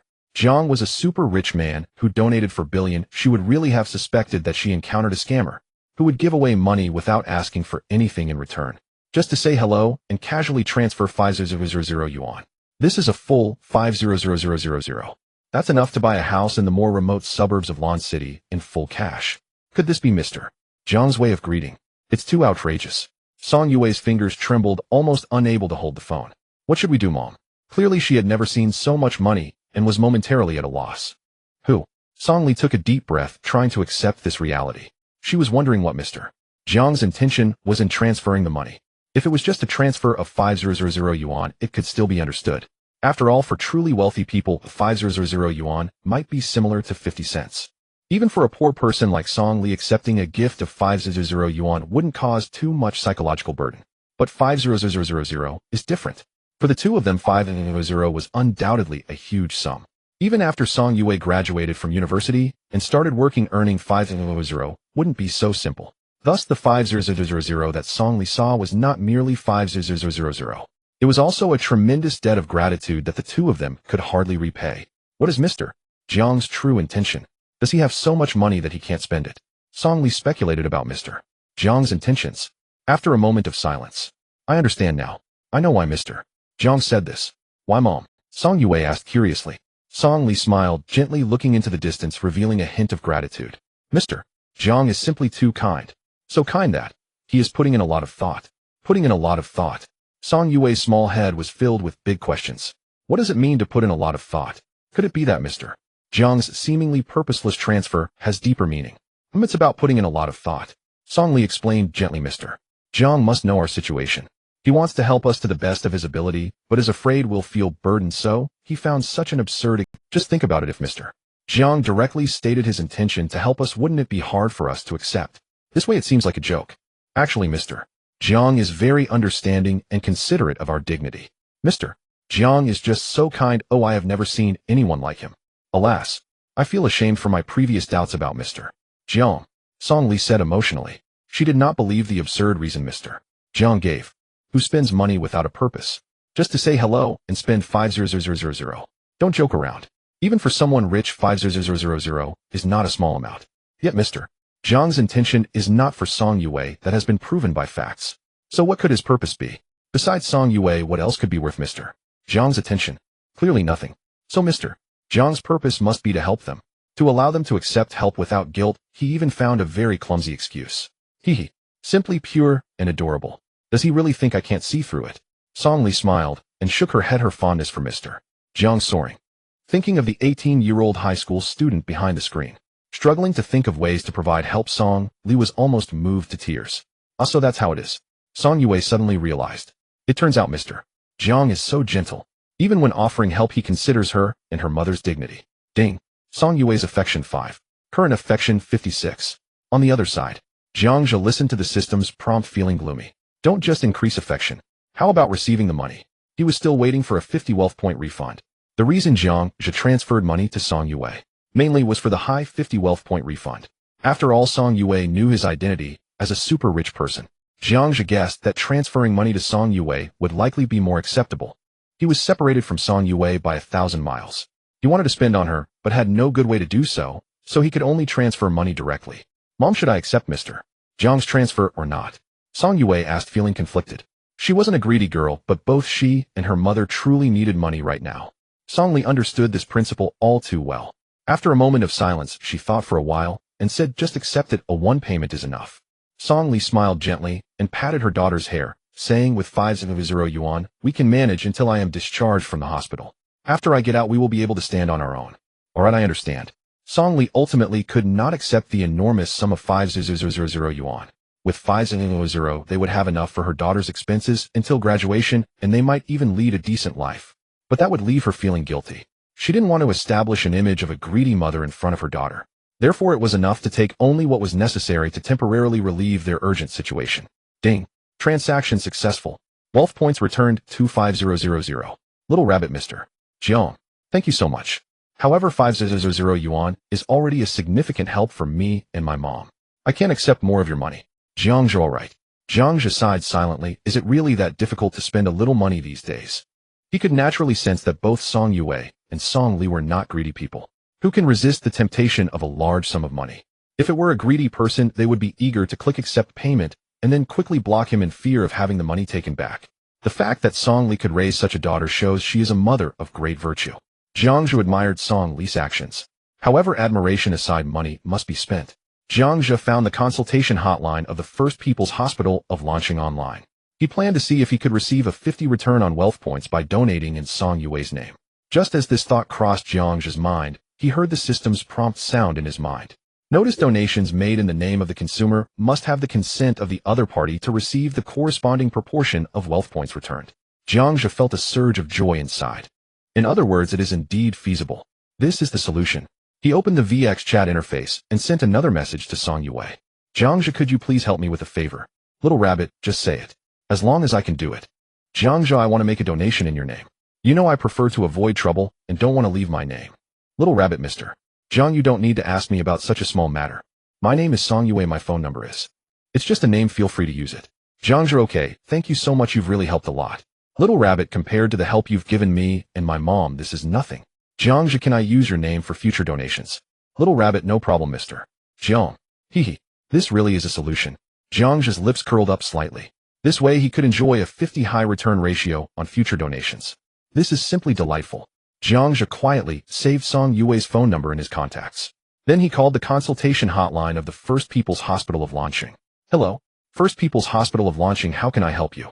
I would like to make a donation to your hospital. Okay, may I ask your surname and the amount you wish to donate? Wait a moment, first let me ask a question. Is there a patient named Song Li in your hospital? Please hold on. Yes, the patient named Song Li is currently in our hospital's inpatient department. Alright, I will make the donation in the name of Song Li's daughter. Why don't you transfer me to your leader? I'm donating a large sum, and am afraid you can't decide on your own. Sir, you're joking. I can still handle such a small matter. May I ask how much you plan to donate? Then I'll donate 1 billion for now. Hello, can you hear me? Yes, I can hear you. So you won't? Of course not. By the way, I forgot to tell you my surname is Jiang. Surname Jiang. Could it be that you are that Mr. Jiang who broke the internet? Yes. Please hold on, I will go ask our leader right away. First People's Hospital of Launching. The operator Xiao Wang hurriedly rushed to the president's office. He even forgot to knock and barged in directly. President Wu Jingxing was currently writing a document. Seeing Xiao Wang rush in, he frowned and said in a stern tone, what happened? Is there a patient in critical No, there is no patient in critical condition. Xiao Wang spoke in a rush. President, someone wants to donate to our hospital. In the name of the patient's family member, and it needs your approval. A donation. In the name of the patient's family member. Upon hearing this news, Wu Jingsheng was immediately furious and slammed the table hard. Good. Gifts are delivered right to my door. Wu Jingsheng was angry because such things were common occurrences. The First People's Hospital prohibits gifts for the hospital or doctors. Thus it is common for some patients' families to donate under the guise of donations, but in reality, it is just to give red envelopes to the doctors. First, the hospital doesn't need that little money from red envelopes. All charges are compliant and transparent. Second, once this kind of culture takes root, it will have a huge impact on the hospital's reputation. Therefore, such things are strictly prohibited. Of course, the hospital will not refuse donations with a righteous purpose. Donations with righteous purposes are generally of larger amounts. For example, donations exceeding 1 million are not easy for the hospital to refuse.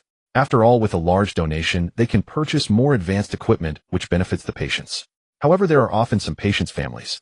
At least they donate a few thousand, at most tens of thousands. It is clear that they have impure motives. Wu Jingsheng frowned and asked which patient's family member proposed the donation. I want to give them a warning. Saying this, he was about to get up. No. President, please listen to me. Xiao Wang waved his hands repeatedly. The donation proposed by that patient's family member is 1 billion. Wu Jingsheng spat out a mouthful of tea. How much? 1 billion. Xiao Wang, are you sure? I am absolutely certain. The person proposing the donation is the Mr. Jiang, who previously broke the internet with a donation of 4 billion. Upon hearing the name Mr. Jiang, Wu Jingsheng immediately believed that Xiao Wang was not lying. What kind of person is Mr. Jiang? Having donated 4 billion, would he really care about this 1 billion? Cough. Wu Jingsheng picked up a mirror to tidy up his appearance. He said kindly, in whose name will Mr. Jiang donate? Why not hurry up and take me to meet them? Xiao Wang exclaimed in surprise. The speed at which you change your expression is astonishing. Just a moment ago, you were sternly reprimanding the patient's family for their donation. And now you're about to visit them with a warm demeanor. Of course, he also understands this. After all, the amount Mr. Jiang donated is truly staggering. A full 1 billion. With this enormous sum, the hospital's facilities and the doctor's welfare will see significant improvements. It could even be used to help more patients who cannot afford treatment. At that time, the hospital's social reputation will see a tremendous uplift. Indeed, the entire medical field will reach new heights. As the saying goes, 99 of the problems in this world can be solved with money. If not, it only shows that the money is insufficient. Even the dignified and upright director Wu must abandon his principles in the face of such a large sum. In fact, this isn't even a matter of principle. With 1 billion, one can easily provide patients with the best treatment environment in the world. Xiao Wang speculated that the reason for donating to their hospital might be to express gratitude. Or perhaps Mr. Jiang, a benevolent person with a heart for the world, simply wishes to help more patients. Yue, you look even more beautiful after not seeing you for a few days. A balding, greasy, middle-aged man entered Song Li's hospital room, holding a bouquet of flowers. Principal Wei. Song Yue stepped back warily. Wei Dahai, what are you doing here? Song Li displayed an annoyed expression. Wei Dahai had previously offered to help pay for her surgery. However, he hinted multiple times that Song Yue should apply to Lancheng University of Technology. He also demanded that Song Yue go to his house for extra tutoring. Song Li immediately refused, though she would never send her daughter into Wei Dahai's clutches, even if it meant death. Her condition was quite urgent. Delaying the surgery, even for a day, could be life-threatening. Wei Dahai was taking advantage of this to threaten the mother and daughter. Fortunately, Mr. Jiang helped her, otherwise she might not be alive now. Looking back, she realized she had been with Wei Dahai's relentless harassment. If she died, how could her daughter fend off Wei Dahai's advances alone? Wei Dahai looked at Song Li on the hospital bed, his expression darkening. She's still alive. Once Song Li dies, it would be easy to manipulate an 18-year-old girl like Song Yue. Now it seems that not only is Song Li alive, but she appears to be in good spirits. Is recovery imminent? Wei Dahai was far from pleased. His plan to threaten Song Yue was completely ruined. In fact, his plan was originally foolproof. With Song Li's severe illness, it would be hard to find someone to pay for her medical expenses. After all, 1 million is not a small amount. Even for Wei Dahai, it requires careful consideration. He suddenly thought that it might be better if Song Li just died. If she dies, Wei Dahai would have fewer obstacles in getting to Song Yue. Thus, he obstructed Song Li from raising medical funds at every turn. Song Li had to either accept his conditions or die from inability to pay for medical care. Whichever choice she made, he would get Song Yue as he wished. But now all his beautiful wishes had been. He really did not know where this Mr. Jiang came from ruining his plans. Miss Song, how is your recovery? Wei Dahai forced a fake smile and placed the bouquet on the bedside. Wei Dahai, I warn you to get out of this room immediately. Otherwise I will call the police. Song Li warned sternly. You. Wei Dahai ground his teeth. This woman is truly unyielding. Even in death she refuses to fulfill his wishes with Song Yue. This is simply too despicable. Wei Dahai once again displayed a fake smile. Miss Song, I'm only concerned about your health. There's no need for such a strong reaction, right? I'm not unaware of your and Yue's situation. Even if you recovered, doesn't Yue need to go to university? How will you pay for your hospitalization and medical expenses? As long as you agree to let Yue apply to Lansheng University of Technology, I can cover her full tuition. Furthermore, I will give you 2,000 yuan for living expenses every month. For you and your daughter this is, what can that Mr. Jiang do even if he pays for your surgery? Can he help you solve the subsequent issues? Clearly he cannot. Miss Song, please consider it okay. Listening to the generous terms proposed by Wei Dahai, maybe previously Song Li would have wavered slightly. But now all she wants to do is laugh. 2,000 yuan a month. Is that even a tenth of what Mr. Jiang casually transferred? I cannot accept your conditions. If you continue to pester me, I will call the police right now. Call the police. Wei Dahai sneered. He glanced around, and there was no one in sight. Thus he revealed a sinister expression. Song Li, I advise you not to drink the toast, and refuse the Even if you call the police, do you think a better-than woman like you is more credible than my position as the vice principal of the university? Let me tell you, Song Li. If you do not agree to my terms, I will surround you and your daughter all day long. With my power, unless Song Yue does not go to university, I can find you wherever you go. Wei Dahai threatened with confidence, relying on his higher social status than Song Li. Shameless. Song Li's eyes were filled with fury. She knew that with Wei Dahai's shamelessness, he could do such things. She didn't mind being harassed, but what if, thinking of her daughter going to university while enduring Wei Dahai's harassment, Song Li was nearly driven to the brink of bloodshed. Mom. Song Yue nervously clutched the sheets on the verge of tears. Xiao Wei, don't worry. As long as Mom is here, I will never let him succeed. Song Li comforted her. However, her body had not fully recovered. Under the intense anger, she felt darkness envelop her and fainted on the hospital bed. Mom, what happened to you? Song Yue was completely panicked. She pushed Song Li's bed, just about to press the call button for the doctor, but was stopped by Wei Dahai.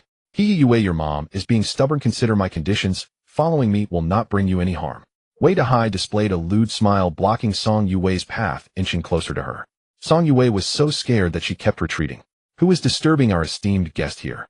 Just then a powerful and authoritative voice came from outside the ward. Director Wu Jingsheng, with a head of white hair, appeared strong and vigorous, showing no signs of aging. Instead, his steps were steady and his presence was extraordinary. He was followed by over 40 deputy directors, department heads, doctors, and head nurses. A mighty group appeared at the door of the hospital room. You are Dean Wu Jingsheng. Wei Dahai's mouth fell open in disbelief. What was happening? The revered Wu Jingsheng, a figure of immense importance in the medical field, was actually here in Song Li's small hospital room. And as a distinguished guest, did he walk into the wrong room? Song Li could barely afford her hospital fees. How could she be considered a distinguished guest of your hospital? And what were all these people doing here? Such a display. Surely they must have summoned even the attending physicians on duty at the hospital. Dean Wu, let me introduce myself. I am Wei Dahai, Vice President of Lansheng University of Technology. Wei Dahai stood dumbstruck for a moment, then smiled as he stepped forward to shake hands with Wu Jingsheng. I have no interest in your title. Wu Jingsheng coldly rebuffed him, pushing his hand away. His murky eyes caught sight of the unconscious Song Li on the bed. Instantly, he was terrified. Heavens! What happened to this distinguished guest? How could she faint? Hurry up and check on her. Dean, I'll go right away. Let me handle it. I am confident in my understanding of Ms. Song Li's condition. Let me handle it. Ms. Song Li's attending physician is my disciple. I am familiar with her medical history. The esteemed vice presidents and directors that Wu Jingsheng brought were already surrounding Song Li's bed, diagnosing her condition. And this scene left Song Yue standing beside the bed, utterly dumbfounded. What is going on? What are these elderly gentlemen doing? Why are they suddenly so concerned about my mother's condition? She remembered that the physician treating her mother was a young man in his 30s. These elderly gentlemen all looked quite impressive. Surely it must cost a lot to have them treat someone. These elders were indeed quite capable. In less than 2 minutes they confirmed Song Li's condition. Ms. Song Li is currently in a coma, though our preliminary diagnosis indicates it is due to emotional distress. As long as she takes some time to recuperate, it will not have serious effects on her health. Phew. Then I can rest easy. Wu Jingsheng let out a long sigh of relief. If anything happened to Song Li, it would mean a loss of 1 billion. Moreover, as the head of the hospital, having a patient harassed right under his nose. Even emotional distress leading to a coma. It was enough to make him furious. let alone the fact that the person being harassed was the most distinguished guest of their hospital. What if this got out? If that individual were to become angry, given the strength he had just demonstrated, who knows what trouble could arise. Quickly transfer Ms. Song Lee to a VIP room. Please have the best nurses take care of her 24 hours a day. Director Sun, you are personally responsible for Ms. Song Lee's condition. If anything goes wrong, I will hold you accountable. Director Sun was the master of Song Lee's previous attending physician. He appeared to be in his 60s. Generally, a doctor of his stature would not make house calls. Only serious illnesses or difficult cases would warrant his treatment. Song Lee's condition was not considered a difficult case. As long as one could afford the medical fees, the treatment was not difficult. Rest assured, Dean, I will ensure that Ms. Song Lee is not harassed again. And I am confident that within 40 days Ms. Song Lee will fully recover. Director Sun immediately made a solemn pledge. Then he instructed the head nurse to begin the transfer. Hearing his promise, Song Yue was once again taken aback. Goodness, is Director Sun really that capable?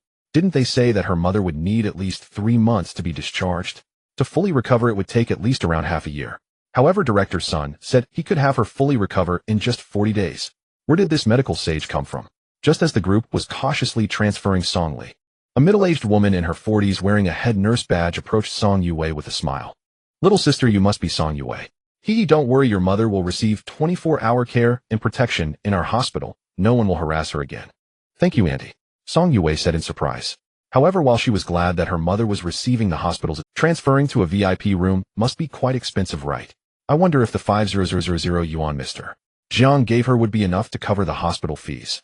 Nearby, Wu Jingsheng noticed the troubled expression on Song Yue's face. He smiled kindly and walked. Little girl, there's no need to worry about the costs. All of your mother's hospital and medical fees will be waived while she is in our hospital. I heard you are about to take your college entrance exams. During this time, just focus on preparing for the exams. The Director Sun will personally oversee your mother's condition, and she will recover soon. Thank you, Grandpa Dean. But, why are you being so kind to my mother? Song Yue lowered her head, quietly inquiring. She was simply innocent, not foolish. She understood that kindness from others often comes at a price. Perhaps the dean's intentions were also. If Wu Jingsheng knew what Song Yue was thinking, he would surely have spat blood on the spot. He gently replied, you don't know yet, do you? Mr. Jiang made an astonishing donation to our hospital in your name. It's somewhat embarrassing to say, but you shouldn't thank me. You should truly thank Mr. Jiang. Wu Jingsheng wanted to say. On the surface, it seemed that Song Lee was the one benefiting. But in reality, compared to that astonishing sum of money, waiving all fees was trivial. What difference does it make to have Director Sun personally treat her? Is it worth a hair compared to $1 billion? Their hospital only incurred an extremely small cost.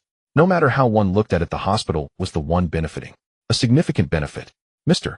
Jiang. Song Yue was taken aback. So it turns out the donation made in her name was for the launching First People's Hospital.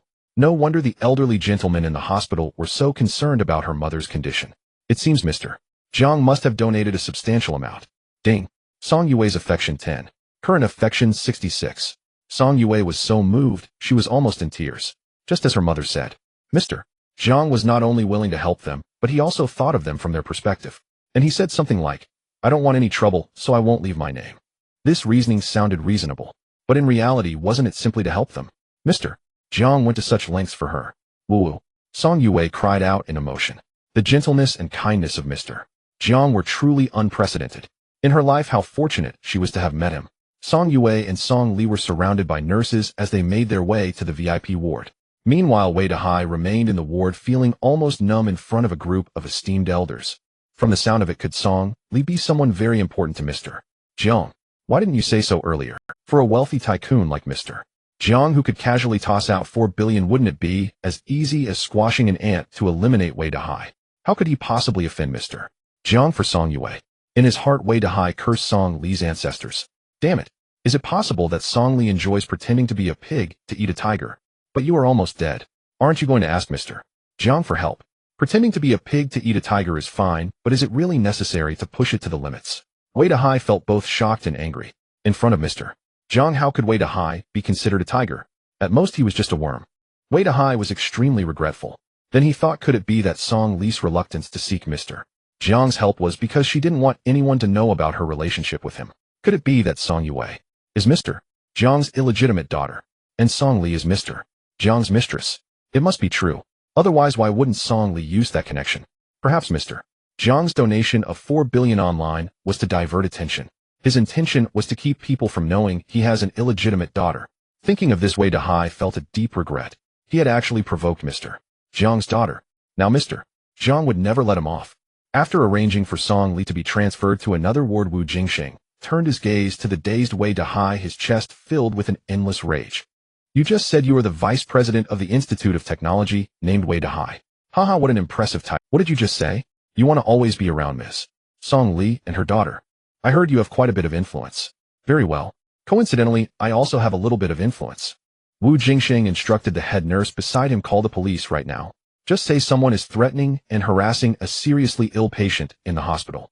By the way, let Director Zhou know that I, Wu Jingxing, am the one calling the police. Xiaowang, call Lawyer Wu and tell him his father needs a small favor.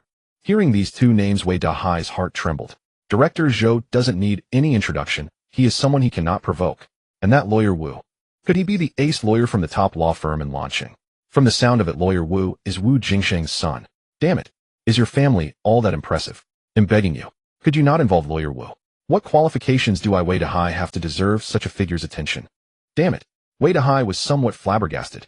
Before Wu Jingxing took action, he had no idea he was in such deep trouble. 3 minutes later, Xiaowang hung up the phone and said, Director Lawyer Wu said there is sufficient evidence for this situation, and we can definitely prosecute the suspect for the crime of harassing a minor, intimidation, and attempted murder. Lawyer Wu said he is 200% confident he can send the suspect to prison. Upon hearing this news, Wu Jingxing smiled with satisfaction. Haha, it seems that little brat has some capability. At this moment, Wei Dahai's mind exploded. Was he going to prison? Harassment of a minor. Intimidation. Attempted murder. If someone else said this, he would think they were boasting. But that Lawyer Wu has maintained a 100 win rate since his career began. These charges assigned to him sounded increasingly terrifying. How many years would he have to spend in prison? No, Wei Dahai felt that he had to quickly tap into his connections. Otherwise his life would be completely ruined. In a panic, he didn't care about the occasion. He hurriedly took out his phone and dialed several numbers. Hello, is that Brotherly? It's like this. Meanwhile, seeing Wei Dahai making phone calls, Wu Jingxing had no intention of stopping him. He found it amusing. In Launching, indeed, there are many people more influential than him, but certainly not including Wei Dahai. Ahem, Director, actually, I also have a little bit of influence, said a gray-haired vice president shyly. The other esteemed elders also spoke up. I have a bit of influence too. Since he has already called for help, why don't we old fellows make some calls as well? If others find out, they might think our hospital is easy to bully. A group of old gentlemen hurriedly took out their phones and dialed several mysterious numbers. Hello, is this the Deputy Director of the Education Bureau? Do you know Wei Dahai? Is this the editor-in-chief of the newspaper? I have an explosive news story. Is this the Investigation Bureau? Please go investigate someone. Hearing the titles of the people these individuals were calling, each more intimidating than the last, Wei Dahai's hand dialing the number suddenly froze. What the hell are you all doing? So many old folks are ganging up on me. Is this really necessary? Is it really? At this moment, Wei Dahai wanted to say, I really have no intention of opposing you all. I just wanted to buy myself a little chance. Is it necessary to go to such lengths to eradicate me? Do you really want to push me to my death? Wei Dahai, a middle-aged man over 40, felt like a bullied elementary school student. Facing those aged, terrifying faces, he huddled in the corner, nearly crying. His mind was blank. It's over. Completely over. His life was thoroughly ruined. His wealth, status, family. Everything was about to vanish into thin air. And all because he had provoked that big shot's illegitimate daughter. That person didn't even need to show up. Just by donating to the hospital, someone would step in to bury him. His connections, his influence. In front of that terrifying financial power, they seemed as laughable as ants. Wei Dahai felt utterly hopeless. But he couldn't even muster a shred of vengeful thought. Even a desperate rabbit would bite. But what could a desperate... In the face of such absolute disparity, any retaliation seemed so ridiculous. Wei Dahai cowered in the corner, his gaze dim, filled with despair. He realized that the name Mr. Jiang would become an inescapable shadow for the rest of his life, an eternal nightmare. Ding. Transaction successful. Wealth points returned 500 million. Current balance 980 million. Jiang Zhe transferred the promised 1 billion to the hospital's account and immediately received a system notification. It still feels great to have a 50 return. Having donated over 4 billion before, it would be better to donate 1 billion in Song Yue's name. Jiang Zhe looked at the wealth points balance on the system interface, feeling quite pleased. He was even considering whether to donate a few more sums in Song Yue's name. However, Song Yue is just an 18-year-old high school student. If the amount donated in her name is too large, it might cause her some trouble. Forget it, I'll talk about it later. Right now the wealth points balance is sufficient, so there's no rush. Ding. Song Yue's affection 5. Current affection 71. Looking at that system notification, Jiang just suddenly remembered that in Song Yue's detailed information her personality was described as low attack, low defense, right? She is also a girl with relatively low defense. If this continues, Song Yue will almost fall in love with. Jiang Zhe raised the corners of his mouth, feeling a bit troubled. Under the care of Director Sun and a group of doctors and nurses, Song Li quickly awakened. Where is this? She surveyed the busy figures of Director Sun and others around her. Isn't that her attending physician? Why is he bowing and scraping in front of that old gentleman? Also, where exactly is this place? This ward? Why does it look like a luxury hotel? What are those expensive-looking medical facilities? The people surrounding her appear very professional. There's an inexplicable sense of awe. A hint of confusion surfaced in Song Li's expression as her gaze turned towards the door. She was surprised to find two tall men in suits standing at the entrance, each nearly 2 meters tall. They looked just like bodyguards for big shots in movies. A series of question marks popped up in Song Li's mind. What is going on here? She remembered that she had just been threatened by Wei Dahai, which made her faint from anger. Could it be that Wei Dahai scared her to death? Is this heaven?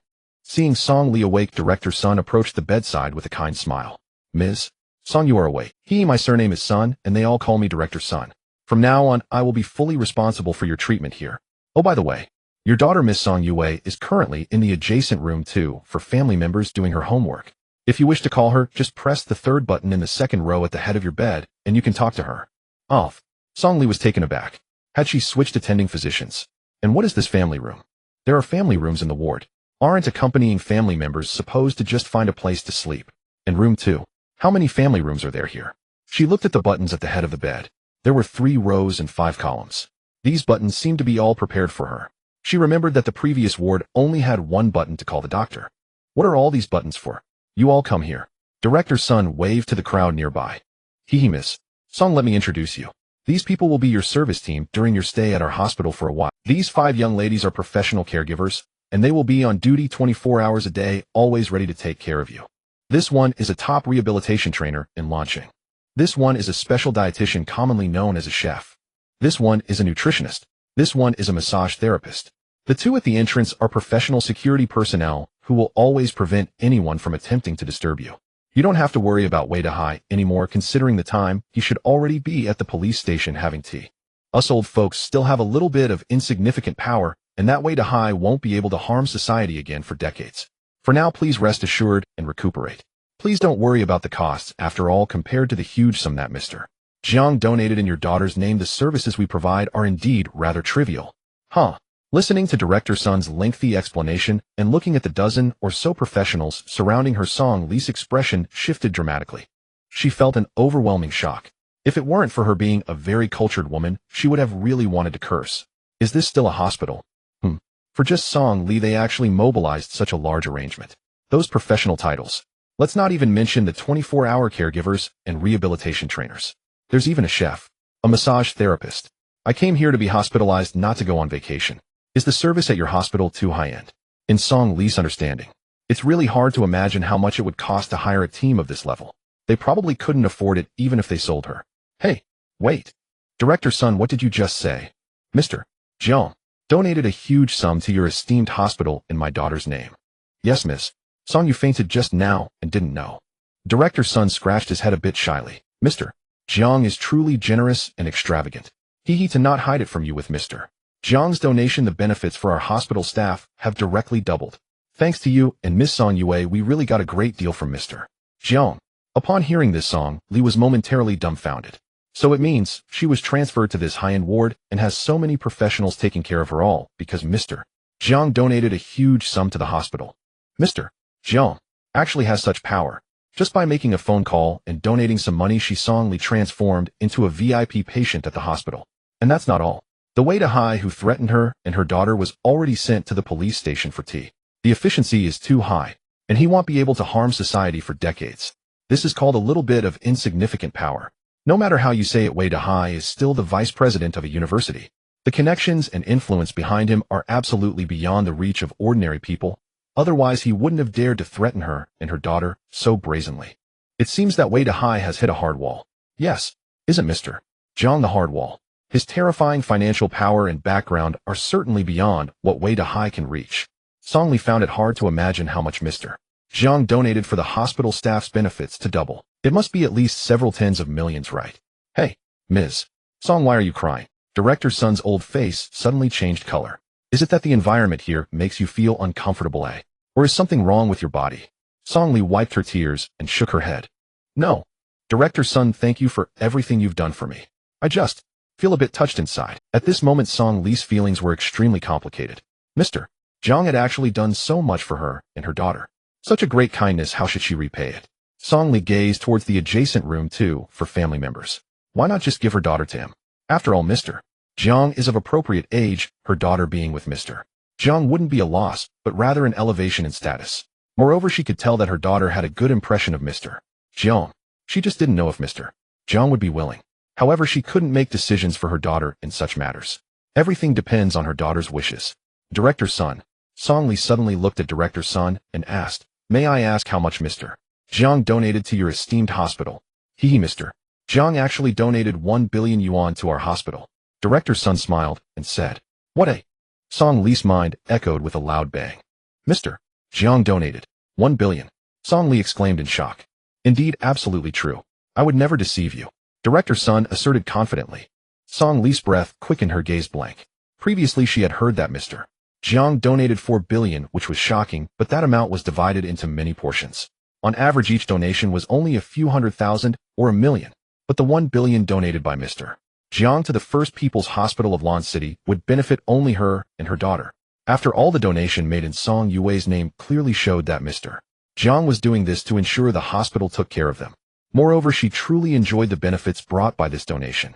She was moved to a VIP ward receiving top-tier service, with all expenses waived, and resolved all their worries regarding way to high. All because of a phone call from Mr. Jiang, a single donation. If Mr.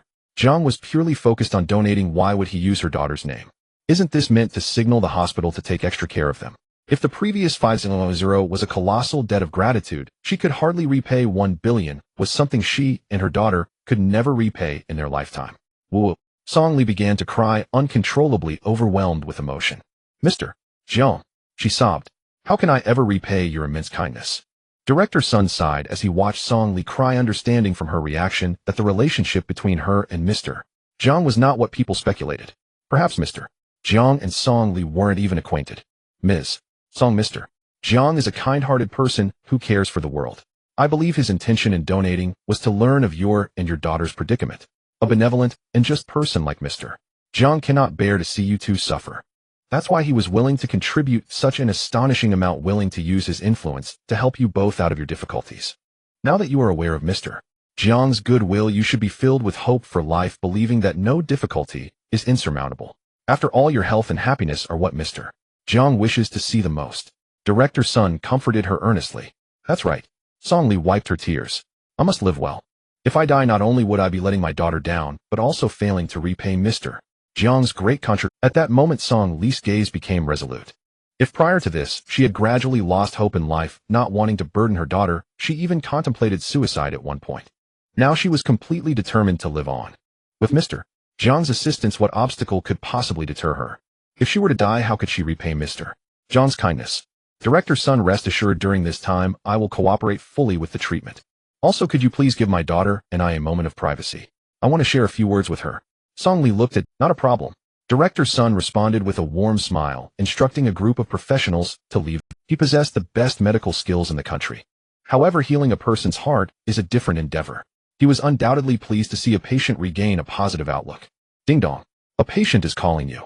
Song Yue was diligently writing. A sweet child's voice echoed from the call bell beside her. It's Mom. Mom, you're awake. Song Yue hurriedly ran from the family room to the spacious, luxurious ward. Mom, I was so worried about you. Her eyes read. Song Yue leaped into Song Li's embrace. Don't worry, Xiaowei, Mom is fine. Song Li smiled. Really? That's great. Song Yue smiled back, revealing a row of white, neat teeth. By the way, Mom, did you know? The director said it was Mr. Jiang who donated to the hospital, which is why we were moved to the VIP ward. Do you think Mr. Jiang did this because he considered our feelings? He is so thoughtful. He seems like such a gentle person, yet he always finds those awkward reasons. He's so silly. Looking at her daughter's silly smile, Song Li's lips curled into a sly arc. Isn't there a way to repay Mr. Jiang? She thought to herself, my dear daughter, I'm sorry. To repay Mr. Jiang's immense kindness, the only option is to offer you to Mr. Jiang. Xiaowei, can Mom ask you a question? What question, Mom? Song Yue looked at Song Li, her big eyes shining with innocent light. Achoo. Who is thinking of me from behind? Jiang Zhe rubbed his itchy nose, puzzled. With his physique, it was unlikely for him to catch a cold, let alone sneeze. Could it be that someone is thinking of him? Jiang Zhe didn't think much of it. He opened Douyin and casually scrolled through short videos. Ding dong. At that moment, he suddenly received a friend request on WeChat. After clicking on it, Jiang Zhe discovered that the profile picture belonged to a tall beauty, dressed in a tight black outfit. The beauty was riding a motorcycle wearing a helmet that concealed her appearance. But Jiang Zhe recognized her at first glance by those long legs. The nickname behind the profile picture, Wind Chasing Girl. The friend request note, little virgin. Shouldn't he hurry to accept? This name is so cringe, right? Wind Chasing Girl. Jiang Zhe chuckled and clicked to verify. Ding dong. Wind Chasing Girl, little virgin, guess what I'm doing? Jiang Zhe, how are you so sure I'm a virgin? What are you doing? Wind Chasing Girl. Stop pretending. Didn't you chase Guruwashi for 3 years? You're not a virgin. I don't believe it. Wind Chasing Girl image, I'm washing your school uniform pants. Jiang Zhe clicked on the image sent by Lu Qian. The photo showed a fully automatic washing machine that was clearly in operation. At the bottom of the photo, half a fair, delicate foot clad in flip-flops was visible. Jiang Zhe felt a bit disappointed. He continued typing. Jiang Zhe, I did chase Guruwashi for 3 years, but that was just superficial. Long legs, superficial. What do you mean? Aren't you a virgin? Jiang Zhe changed Lu Qian's note to long legs. Jiang Zhe, whether I'm a virgin or not isn't important, but it's not as simple as you think. Long legs, oh. Is that so? Jiang Zhe, yes. Long legs, I don't believe it. Unless you let me explore further. Wicked smile. Jiang Zhe, sure, how do you want to explore further? Long legs, after school tomorrow accompany me out to play. And you must agree to be my boyfriend. Jiang Zhe, is that it? Bored going out is fine, but being a boyfriend is out of the question. Long legs, why not? Don't you like me? Pleading. Jiang Zhe, if you're talking about a superficial boyfriend, that I can accept. But a real boyfriend-girlfriend relationship comes with responsibilities, and I'm a bad guy who doesn't want to take responsibility. Lu Qian in front of the screen lay on her bed. Her smooth long legs hung in the air at the edge of the bed. Upon seeing that message, her swinging feet suddenly stopped in midair. Not wanting to take responsibility, yet willing to be a superficial boyfriend. Lu Qian pondered the meaning behind Jiang Zhe's words. Could it be? Jiang Zhe realized her intention to show off her boyfriend. So he was willing to make a sacrifice and pretend to be her boyfriend in front of her friends. Lu Qian felt a tinge of complexity in her emotions. She had initially confessed to Jiang Zhe and teased him. She indeed harbored impure motives. I really shouldn't have deceived his feelings. He is clearly a pure young boy, yet he perceived my thoughts and is willing to sacrifice himself to play along. And he says he's a bad guy who doesn't want to take responsibility. I don't believe it. How can a bad guy admit to being a bad guy? Lu Qian not only didn't believe Jiang Zhe's claim of being a bad guy. Instead, she felt a deep sense of guilt. Ding. Lu Qian's affection 3. Current affection 62. Long legs, you know about it. Jiang Zhe, know what? Long legs, alright, I admit. At first my intention in pursuing you was indeed not pure. Can I apologize to you now? Jiang Zhe, fine. Long legs, have you forgiven me? Jiang Zhe, yeah, I forgive you. Long legs, really forgiven me? Jiang Zhe, I promise you I won't deceive your feelings again. Jiang Zhe looked at the several messages Lu Qian had sent and the changing affection level. He guessed that Lu Qian was self-strategizing again. He really is a bad guy, huh? Doesn't he believe it when he speaks the truth? To make Lu Qian believe he truly forgave her. Jiang Zhe thought for a while and sent a message. Jiang Zhe, then send me a picture of your legs and I'll forgive you. Seeing this, Lu Qian's face instantly turned red. Although, it doesn't seem like much. After all, her outfit was already quite bold. But sending leg pictures to the opposite sex privately felt a bit ambiguous. Lu Qian's heart raced a bit. Facing the full-length mirror, she took a full body shot and sent it to Jiang Zhe. Long legs image, is this okay? Jiang Zhe opened the photo. In the mirror, Lu Qian blocked her face with her phone. Flowing long hair cascaded down her shoulders, wearing a black crop top on top and gray velvet shorts on the bottom. Her feet were clad in a pair of flip-flops. The perfectly proportioned long legs were on full display. He continued typing, somewhat dissatisfied. Jiang Zhe, don't you have black stockings?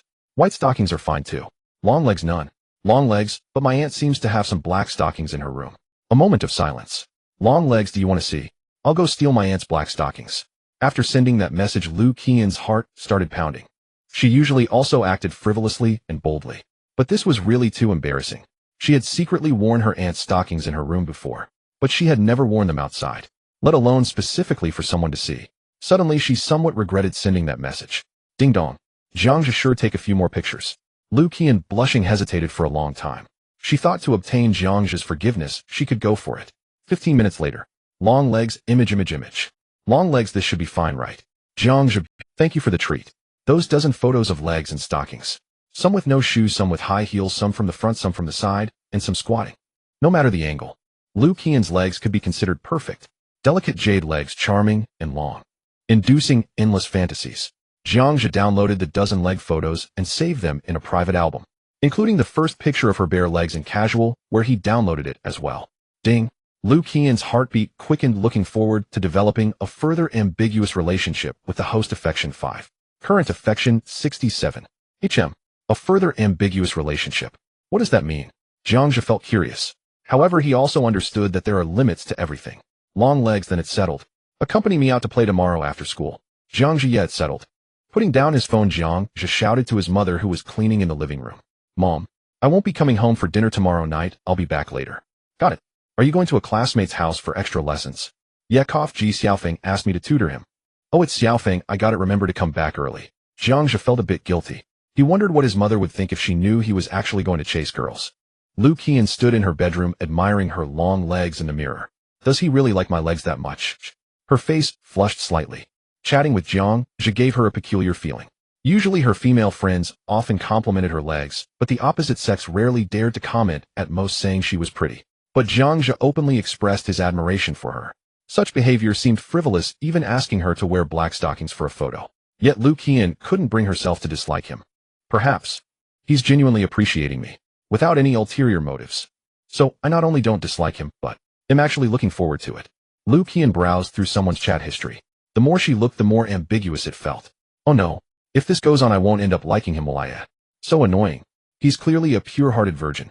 Why is he so good at flirting? Liu Qian touched her flushed face, realizing. Isn't this the feeling of being moved? Could it be that Liu Qian is finally about to experience her first love? Qian, are you in your bedroom?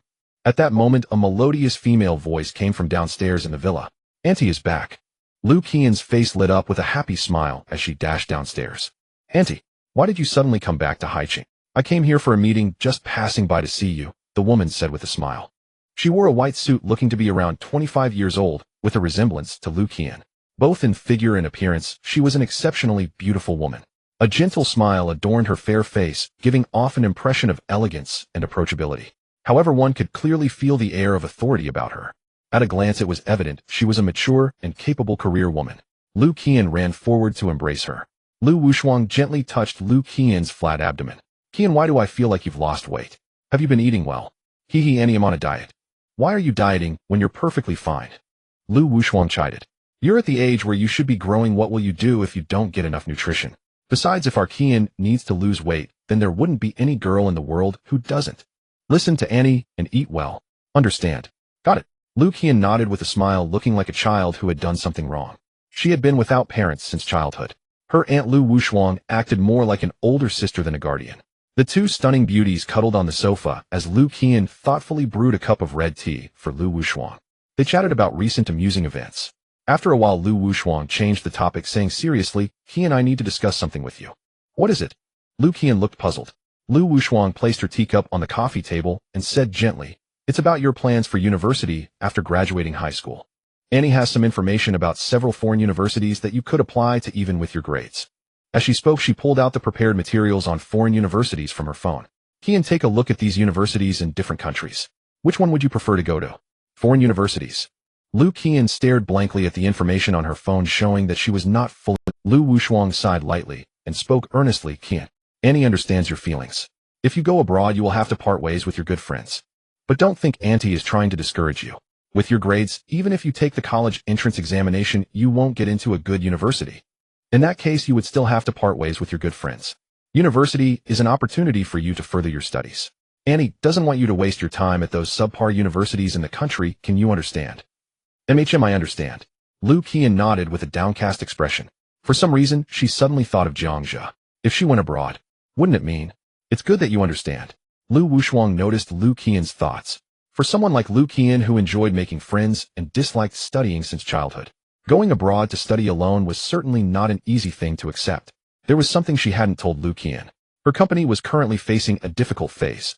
If they could get through this, it would be fine. Even if Liu Qian didn't go to university, she could ensure Liu Qian a life free from worry. But if they couldn't make it through, she feared she would face bankruptcy. She had to chart a safe path for Liu Qian. at least studying abroad, getting a degree, and then returning home to find a decent job. By that time, even without her help, Lu Qian would be able to fend for herself. Ding ding ding. Lu Wushuang's phone rang. Hello, yes. I understand. After hanging up, she looked at Lu Qian with a serious expression. Andy has to go to work now. He'll send you the information about the foreign universities. Let me know once you've made your choice, okay? Okay. Be careful on the way. Lu Qian forced a smile and nodded obediently. After Lu Wushuang left, the vast villa was left with just one person. Lu Qian curled up on the sofa, hugging her knees. A sense of unprecedented loneliness surged within her. The larger the house, the more empty one felt being alone inside. Even for the wealthy who had no worries about food and clothing, this was true. Lu Qian had been without parents since childhood. Her only relative, Lu Wushuang, was very busy with work, spending less than a few hundred hours a year by her side. The sense of emptiness within her was particularly strong. This was also why she pretended to be strong, hoping to gain the approval of her friends and the attention of those around her. Even confessing to Jiang Zhu at the start was to increase her topic of conversation among friends. Lu Qian envisioned the future. I can't let Andy's expectations down. Even if I go to a foreign university, I can still make more friends, right? It's not that hard. In any environment you can make friends. Lu Qian encouraged herself in her heart. However, when she thought of being a study slacker who couldn't even memorize a few foreign words, would she really be able to make friends in a country where the language was incomprehensible? Would she really gain the approval of those around her? Tick-tock. A tear rolled down. Then the floodgates of tears opened completely. Woo-woo. I don't want to go abroad. I don't want to part with Aunt. I don't want to say goodbye to my friends. And that person. Woo-woo. Lu Qian cried alone in the villa. Ding-dong. At that moment, a notification sound rang in her ears. She sniffled and picked up her phone to check. Little version photo saved. Hit to bed early, need to get up early tomorrow. Struggling senior high school student. Looking at the funny emoji on the screen, Lu Qian let out a chuckle, her delicate face breaking into a lovely smile. Ding. Lu Qian's affection 10. Current affection 77. What's going on? Looking at the change in Lu Qian's favorability, Jiang Zhe was completely bewildered. Even for Lu Qian, a sudden increase of 10 points in favorability was somewhat exaggerated. It was just a simple greeting. Why did it provoke such a strong reaction? Jiang Zhe could not fathom. In Lu Qian's loneliest moments, a simple expression of concern was enough to pry open the heart of the young girl. Tall legs, no sleeping. I want you to chat with me. Jiang Zhe, huh? But it's almost 11 p.m. and I have to get up early tomorrow. Tall legs, if you chat with me, I'll send you whatever photos you want. Jiang Zhe, all right then. Reluctantly. Tall legs, Jiang Zhe, did you know you're quite charming? Jiang Zhe, I'm not. I never take the initiative to flirt. I only get flirted with. Tall legs, oh really? Then why did I? Jiang Zhe, because I'm just that charming. Tall legs, humph. Narcissistic. Jiang Zhe, what? Am I not handsome? Tall legs, just average, barely good enough for me. Tall legs, Jiang Zhe, can I ask you a question? Jiang Zhe, go ahead. Tall legs, which city do you plan to study in later? Jiang Zhe, I haven't decided yet, probably a more developed city. Tall legs, have you thought about studying abroad? What's so good about abroad? Tall legs, there really isn't much good, haha. Jiang Zhe, what about you? What are your plans? There was a moment of silence. Tall legs, I haven't figured it out either. Jiang Zhe, all right, then just remember to tell me when you do. Tall legs, do you want to go to the same city as me? Jiang Zhe, no, I just want to know where you are so it's convenient to find you. Tall legs, really? What if I go to a very far city, will you come to find me? Jiang Zhe, how far? Tall legs, very, very far. Jiang Zhe, what? Can you even reach the starry universe? Tall legs, what if it really is the starry universe? Would you come to find me? Jiang Zhe, I can't do that right now, but one day when I develop a spaceship I will. Tall legs, just keep dreaming. Developing a spaceship? Why don't you just fly to the sky? Jiang Zhe, maybe I can. I'm more impressive than you think. Tall legs, all right, all right. You're impressive. Tall legs, Jiang Zhe, thank you for chatting with me. Jiang Zhe, no need to thank me, after all, it's a Tall legs, hee hee, I take it back. I won't send you any photos.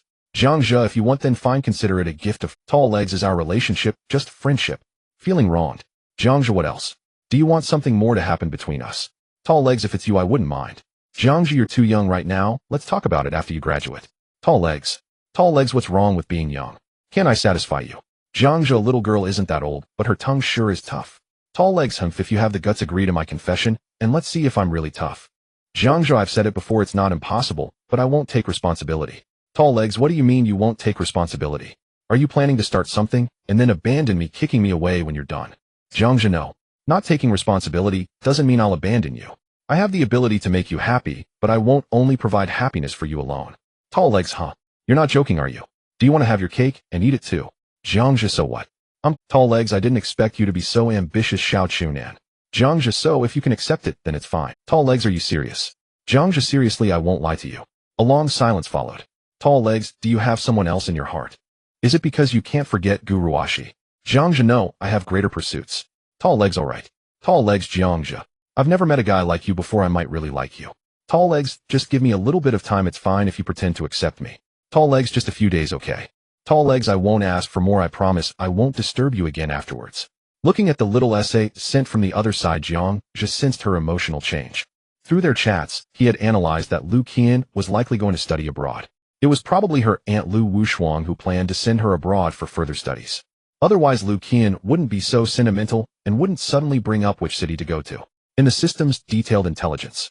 By analyzing Lu Qian's identity, personality, and emotional experiences, it was possible to deduce what kind of dilemma she was facing. As the saying goes, when encountering problems, solve them. Jiangja wouldn't allow Lu Qian to be sent abroad against her will. That mere Lu Wushuang. What is she, the president of some publicly traded company? Jiangja let out a cold smile. You better be sensible. Otherwise I'll buy your lousy company and make you work for me. He continued typing. Jiangja, our time is still long, why rush for the moment? Ding. Lu Qian was moved by the host's sweet talk. Favorability 3. Current favorability 80. Tall legs, he. So that means you agree. Tall legs, I don't ask for a lifetime. After all, brother Jiangja is quite open-minded. Tall legs, I only seek a brief moment, that's enough. Moreover, I won't ask you to do anything, just accompany me to Tall legs, then I won't disturb brother Jiang, just sleep. Looking forward to going out with you tomorrow. Good night. Jiangja, good night. Closing the chat interface, Jiangja entered Lu Wushuang into the browser. More than an hour later, after a thorough investigation, Jiangja had understood the situation quite clearly. Lu Wushuang, 27 years old, still single. Currently the president of a publicly traded company valued at 1 billion. Her company is headquartered in the Magic City. Because of this, Lu Wushuang had rarely returned to Haiqing in the past 2 years. However, Jiangja noticed some clues through the investigation. On the surface, Lu Wushuang's company seemed to be thriving, but he always felt there were hidden troubles. Jiangja lay on his bed imagining if he were Lu Wushuang. Since she had enough wealth to last a lifetime, why send Lu Qian abroad to study? Given Lu Qian's personality, would going abroad be a good thing? Even he could see Lu Qian's resistance to the idea. How could Lu Wushuang not notice? Perhaps the only benefit was to enhance her educational qualifications. Upon returning to the country with this layer of qualifications at least, she wouldn't be unable to find a job and support herself. Could it be that Lu Wushuang has a terminal illness and won't live long? Or has her company encountered some difficulties? Jiangja thought, and felt that these seemed to be the only two possibilities. Through some investigation, it was not hard to notice that Lu Wushuang cared deeply for Lu Qian. For Lu Qian, she had even stayed unmarried until now. It was evident that she treated Lu Qian like a daughter. No, it should be said that she treated her more like a beloved younger sister. She cared about Lu Qian's thoughts and was unlikely to do anything against her wishes. If that's the case, then Lu Wushuang must be facing some insurmountable difficulties herself.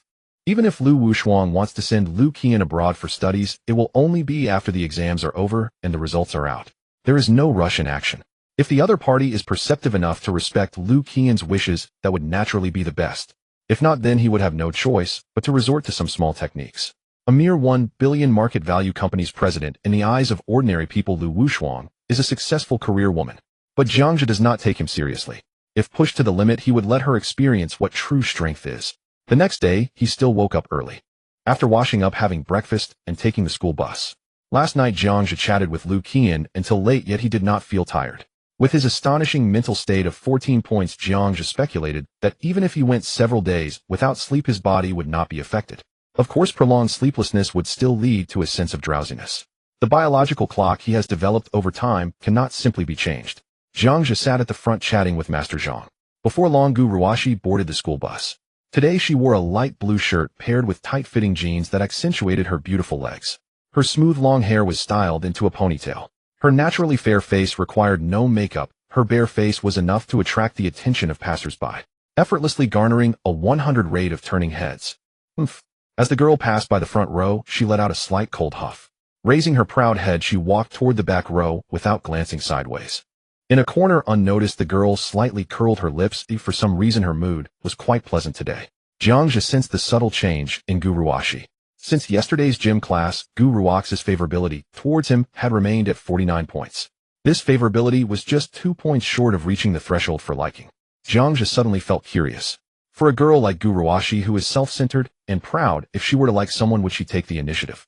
Compared to the low defense types like Lu Qian and Song Yue, Guruwaxi's defenses were evidently high. Jiangxia had pursued her for 3 years and had yet to truly open her heart. He just wondered how her attack power would be like. If Gu Ruashi took the initiative to pursue someone, what kind of approach would that be?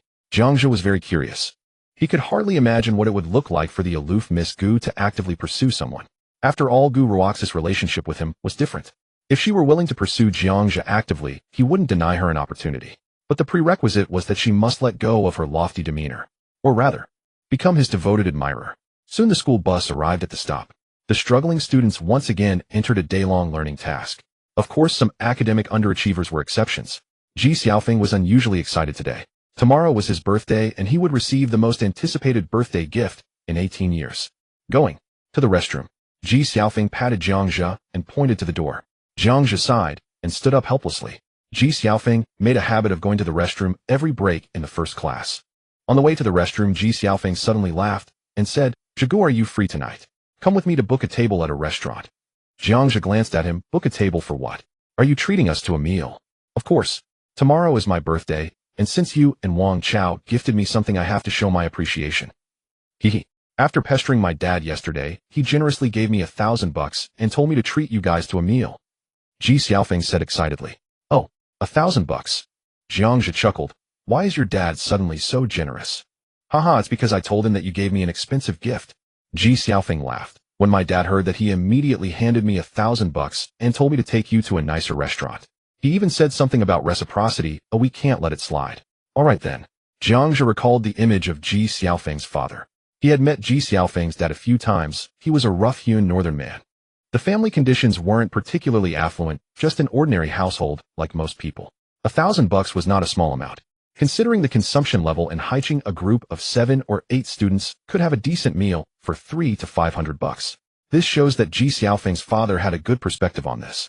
"Going out to eat tomorrow is fine, but tonight I have an appointment, so I might not be able to accompany you to book the table," Jiangxia suddenly said.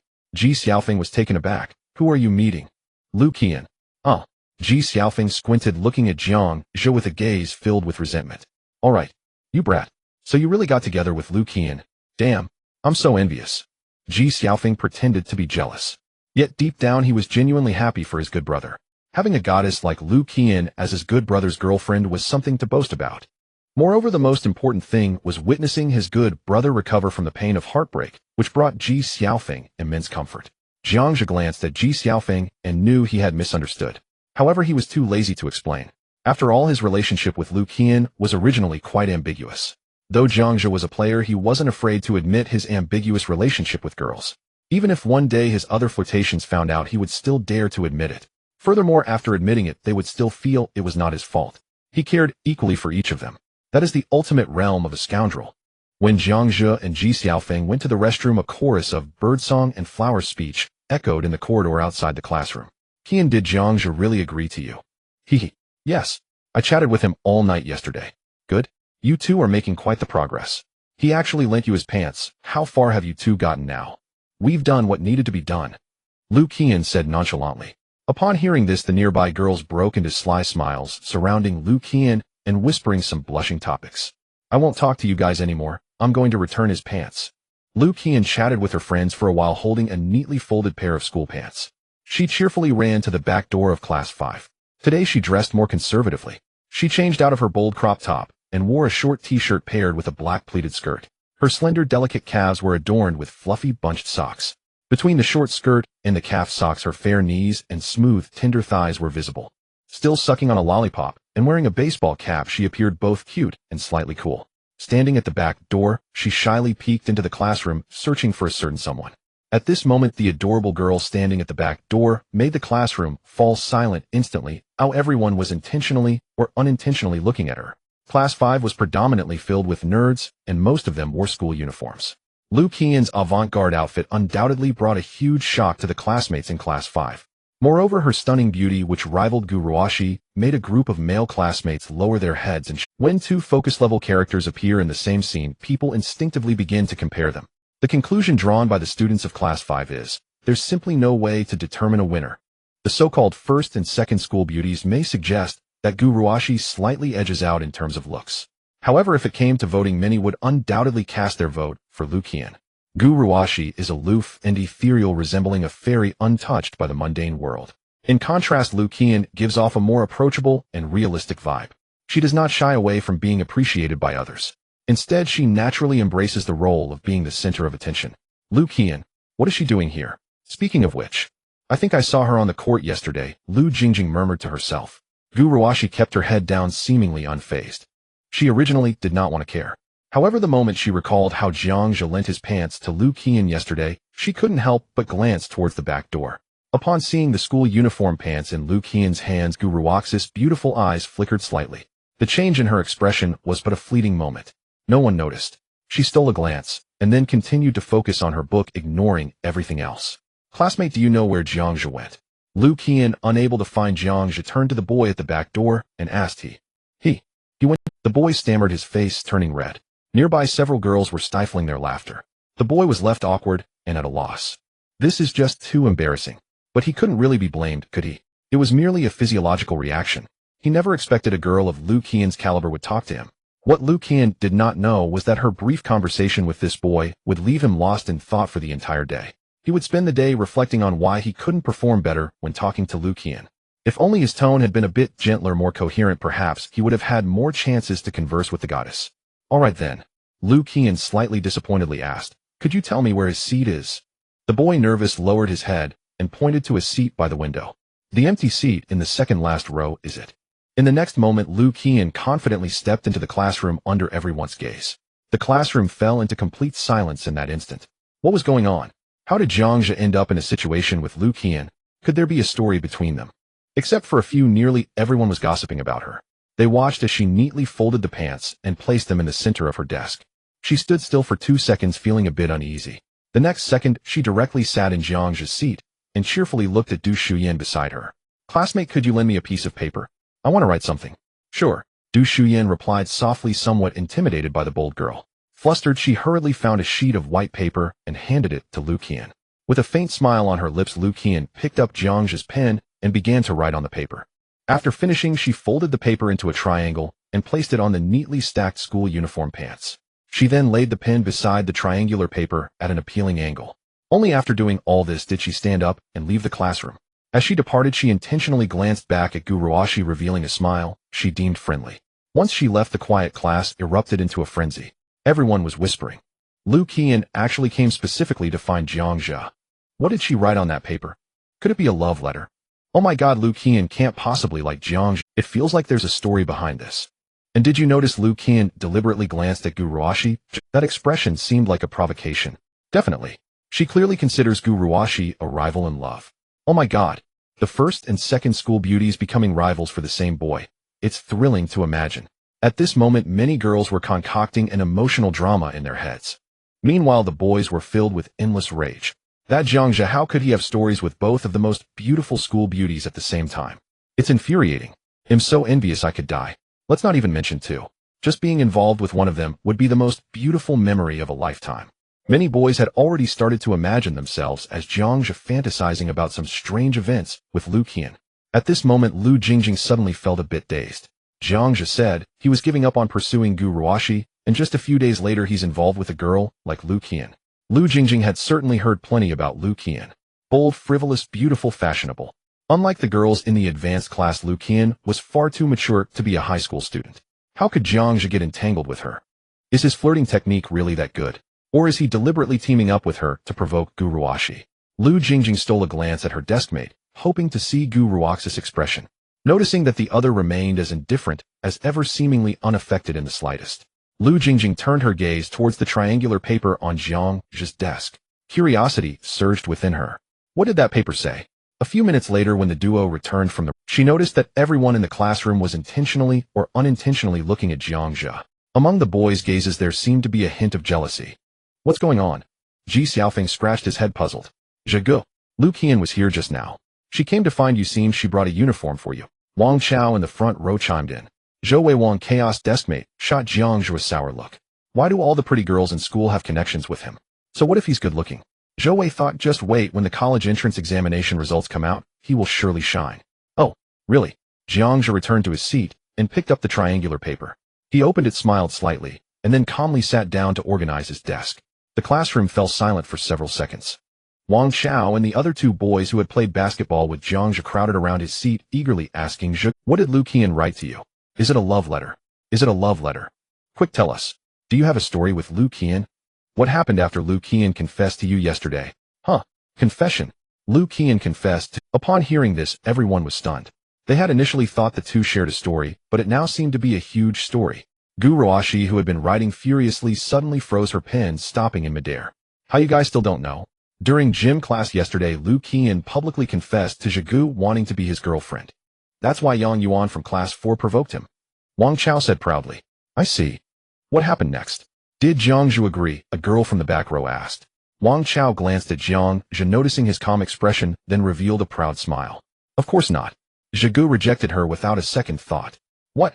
No way. Why reject?" Several boys expressed their confusion, and the classroom was once again buzzing with excitement. Gu Ruoxi's stiff body instantly relaxed, and her pen resumed moving across the page. Ding! Gu Ruoxi's affection 1. Current affection 50. So, Lu Qian has truly fallen for Jiang Zhe. She even confessed to him publicly. She's shameless. Utterly brazen. Doesn't she know Jiang Zhe is your childhood friend? Lu Jingjing scoffed. Gu Ruoxi glanced at her, her brow furrowing in quiet distaste. What does it matter if they're childhood friends? I'm not dating him. Other girls certainly have every right to pursue him. Don't speak as though Jiang Zhe were my possession. Realizing the chill in Gu Ruoxi's tone, Lu Jingjing wisely fell silent. After a long pause, she forced a conciliatory smile. Still, Jiang Zhe rejected Lu Qian. That means he still holds feelings for you. I knew it. His aloofness toward you was clearly an act. I don't care. Gu Ruoxi replied indifferently, then turned away, refusing to continue the conversation. She realized. Ever since Jiang Zhe had made his stance clear that day, Lu Jingjing had grown increasingly grating. Born into a scholarly family, Gu Ruoxi had been immersed in refined education from childhood. Her intellect far surpassed that of her peers. Their conversations often struck her as childish and superficial. Thus she and Lu Jingjing shared little common ground. Yet Lu Jingjing was after all her deskmate.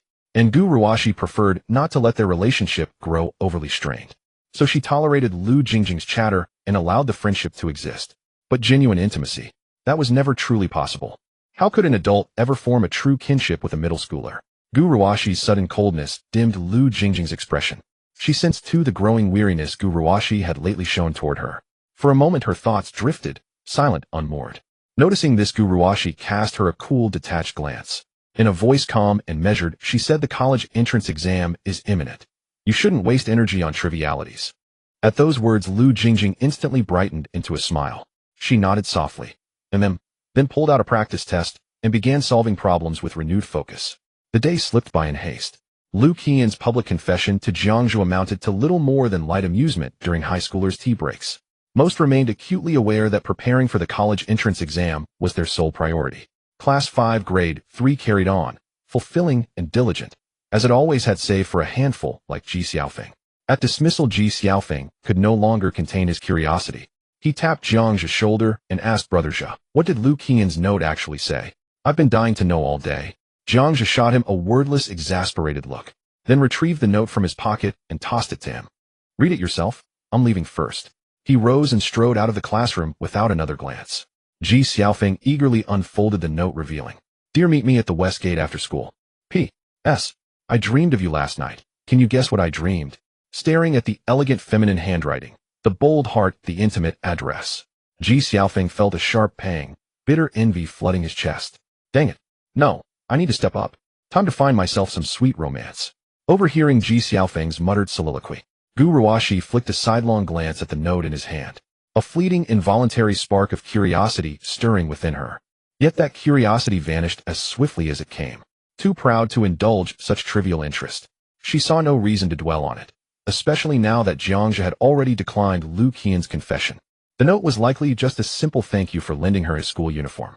Gu Ruoxi's expression remained icy and composed as she slung her backpack over her shoulder and left the classroom. "Brother Feng, what did the note say?"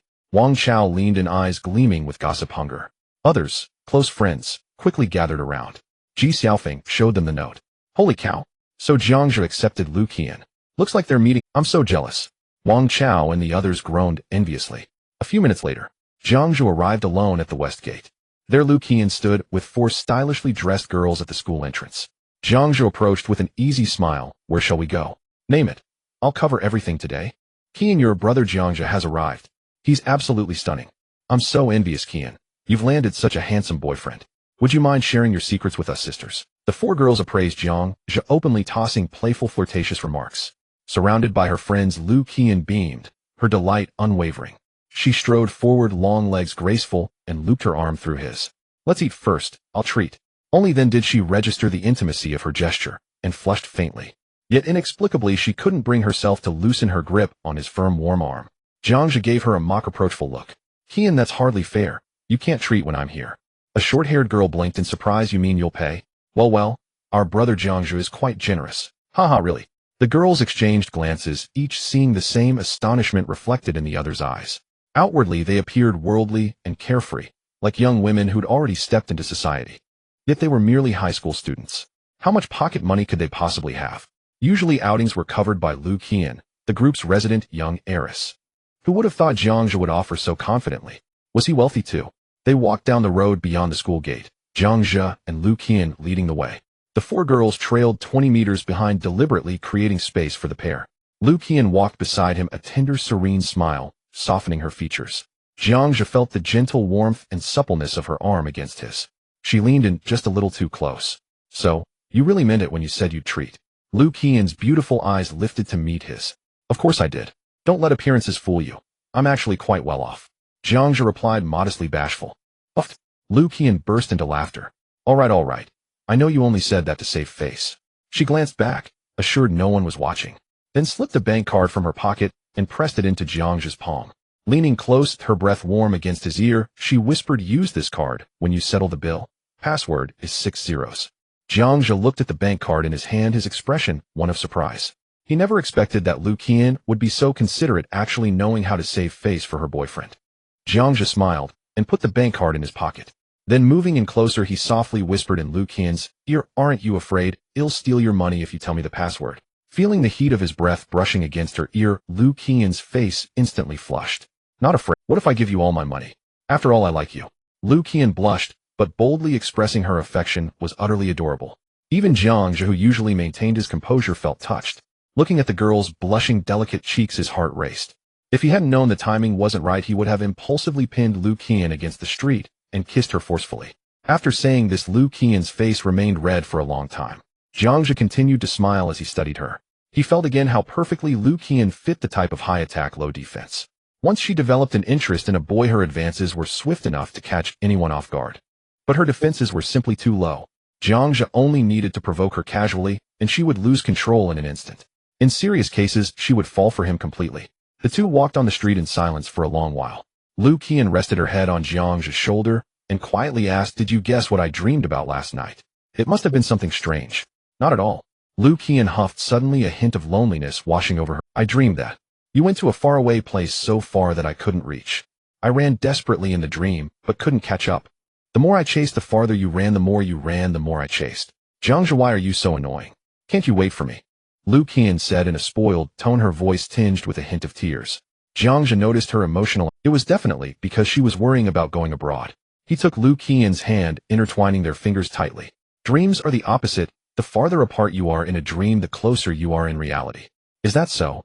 Lu Qian looked at their intertwined hands, a hint of sweet smiles blossoming on her lips. She realized she was being a bit pessimistic. Jiangja's tone suddenly turned serious. Lu Qian, remember this. Unless you willingly allow it, I won't permit anyone to take you away from me against your will. No matter the reason, no matter who speaks. Even if the King of Heaven himself comes, it won't matter. Upon hearing this, Lu Qian stopped in her tracks. Her gaze reflected an indescribable emotion. Staring at the earnest look in his eyes, she stood there in a daze. Ding. Lu Qian is deeply moved by the host's domineering confession. Affection 10. Current affection 90. Hint: the affection level for the target Lu Qian has reached the level of love. If you remain steadfast, I will be devoted in return. Please continue your efforts. Unlock special rewards when the affection reaches 100. Looking at the system's notification, Jiangja hadn't anticipated this. The words he had just said had actually come to him suddenly. He wanted to prepare a precaution. In case Lu Qian, that silly girl, suddenly went abroad without notice, he would have to search for her there. That would be too troublesome. This thought was genuinely from Jiangja's heart, and he had no intention of playing game. Lu Qian stared blankly at Jiangja. At that moment, she suddenly felt an impulse. She wanted to be with Jiangja, disregarding everything else. She didn't want to listen to her aunt anymore. studying abroad, or whatever. She really didn't care. She just wanted to stay by this man's side and have a head-over-heels romance. But could she? Her aunt was her guardian. How could she possibly ignore her aunt's words? Liu Qian gazed into those bright star-like eyes before her. Even she could feel it. She had deeply fallen. This was her first love, and she was completely immersed in it. Forget it. Whether to go abroad or not, she didn't want to think about it anymore. As long as she could be with Jiang Zhe, she wanted to enjoy every single day. Enjoying the present was enough. What are you two doing? Why did you suddenly stop? Voices from Liu Qian's friends came from behind. Hee, we're just showing off our love. Liu Qian smiled sweetly, linking her arm with his, holding his arm tightly against her chest. EW, too cheesy, you two. So shameless. The four girls pointed and criticized the couple. Not wanting to be subjected to their show of affection, they walked ahead of the couple. At that moment, a black Audi drove. Jiang Zhe looked at the car, suddenly feeling a sense of familiarity. It seemed like it was Uncle Gus' vehicle. Though Jiang Zhe couldn't see inside the window, he could feel a gaze from within the car, which also noticed him. Seeing the license plate of that car confirmed his suspicions. In other words, the person inside was either Gu Ruox's mother or her father, or perhaps both. Jiang Zhe didn't care much, but he couldn't help but wonder if Gu Ruoxi would tell her parents about seeing him with a girl. What are you looking at? Liu Qian asked curiously. Nothing, that car belongs to one of my uncles. Oh, I see. Jiang Zhe, how about we go eat barbecue? I know a great barbecue place. Sure, I'm good with anything. Old Gu, you noticed it too, right? The handsome guy on the street just now, isn't that Jiang Zhe? In the back seat of the Audi sat a middle-aged man in his 40s and a beautifully maintained woman who looked around 35. Indeed, it's Xiao Zhe. Who's that girl next to him? Gu Tianming frowned slightly. He and Jiang Zhe's father Zhang Yuanshan were comrades in arms. The best of friends. The two biggest supporters of Jiang Zhe and Gu Ruox's relationship were him and Zhang Yuanshan. However, Gu Ruox's mother Dong Yun was not optimistic about their future. Of course, regardless of support or opposition, Gu Tianming and Dong Yun were relatively open-minded parents. Ultimately, whether they could be together depended on the children's thoughts. I don't know her, I just took a glance and thought she looked like a pretty girl. Dong Yun recalled Jiang Zhe's appearance, just now feeling a bit shocked. The Jiang and Gu families often dined and gathered together. She hadn't seen Jiang Zhe for about a month. How could he have changed so much suddenly? His demeanor had improved significantly. Moreover, with just over 20 days until exams, he was actually not studying well, but was out holding hands with a girl. Was this really the same Xiao Zhe who always followed her daughter around, shy and timid? If it weren't for Gu Tianming confirming it, she would have doubted her own eyes. What's happened to Xiao Zhe all of a sudden? Gu Tianming naturally sensed Jiang Zhe's huge change. Could it be? Is it due to the pressure before exams causing issues with his mindset? Gu Tianming glanced at the rearview mirror, looking at Jiang Zhe, who was holding hands with a girl, and secretly decided to call Zhang Yuanshan after returning to ask about the situation. Meanwhile, Dong Yun looked at the rearview mirror, pondering. Could it be that Xiao Zhe was affected by her daughter? She had seen how indifferent her daughter had been towards Jiang Zhe since childhood. Although Dong Yun didn't support the two children being together, Jiang Zhe had grown up under her watch and could be considered her half-nephew. She certainly didn't want Jiang Zhe to be influenced by her daughter and miss out on the important matter of college entrance exams. After we go back, I'll talk to Ruoxi and have her advise Xiao Zhe. I hope nothing goes wrong now that exams are just around the corner. Old Gu, you should also call brother Jiang to inquire about Xiao Zhe's recent situation. Don't worry, I understand. Jiang Zhe and Liu Qian, along with a group of 6, arrived at a beautifully decorated Korean barbecue restaurant. Welcome. How many guests do we have? Upon seeing Liu Qian, the young waiter immediately brightened up. She was a rare beauty. Both her appearance and figure were top-notch. Noticing the handsome guy she was intimately linked with, the waiter was dazzled again. This guy was also very handsome. Could they be a couple of young celebrities? The waiter was somewhat shocked. Such a stunning pair of handsome and beautiful people were rarely seen in the entire Haicheng. Suddenly, the barbecue restaurant felt radiant. 6 people, Liu Qian said with a smile. All right, Qian, let's add another seat. My boyfriend Wu Gang will be coming later. The short-haired girl Li Fei suddenly interjected. Okay, so that's a total of 7, right? Please follow me. Liu Qian and the other 3 girls glanced at Li Fei, but said nothing. It was obvious that they knew Li Fei had a boyfriend named Wu Gang. Jiang Zhe then took a good look at Li Fei. Liu Qian's 4 friends were all quite good-looking. If rated on a scale of 100, they all scored between 75 to 85. Among them, Li Fei's beauty could be considered the highest. If Jiang Zhe were to rate her, she would at least get around 80. She was a pretty girl by ordinary standards. However, being beside Liu Qian made her less conspicuous. The waiter led them to a spacious private room. It was large enough for 10 people. Since it was a barbecue restaurant, they didn't have the usual round tables found in regular restaurants. Instead, they opted for square tables with 2 long benches that could seat 5 each. The 6 of them settled in groups of 3. Jiang Zhe sat in the middle with Liu Qian on his left and a fiery girl named Su Wanting on his right. Li Fei and the other two girls sat opposite them. As soon as they sat down, Su Wanting boldly touched Jiangzhe's arm. "Oh, Jiangzhe, you have muscles. No wonder Qian doesn't want to let go of your arm. Come on, take off your shirt so we can see what your body looks." "Sister Wanting, aren't you being a bit too much? Jiangzhe will be embarrassed." "Yeah, be careful or Qian will—" Huh. Lu Qian's friends were not like typical high school girls. Each one had a fiery personality. Jiangzhe suspected that if Lu Qian weren't there, the other girls would have stripped him bare. Sigh. He could only blame his irresistible charm. Listening to her friends tease her boyfriend, Lu Qian's smile never faded as she comfortably leaned against Jiangzhe's shoulder. "Jiangzhe, how are you so amazing? You're doing well in your studies, basketball, and still have time for romance. Is your time different from ours? Quickly tell us about your life." Su Wanting asked curiously. The other girls looked at Jiangzhe with eyes filled with heat and curiosity. As a top student in an elite class, it's impressive enough to do well in studies. To be so good at basketball too. Although they weren't academically inclined, it didn't mean they didn't admire their studious peers. Not to mention this peer was so handsome and excelled at basketball. Jiangzhe smiled warmly, facing the girls' enthusiastic inquiries, remaining neither frivolous nor arrogant. "It's just a trivial hobby. My main focus is still on the college entrance examination." "So humble," Su Wanting said disdainfully.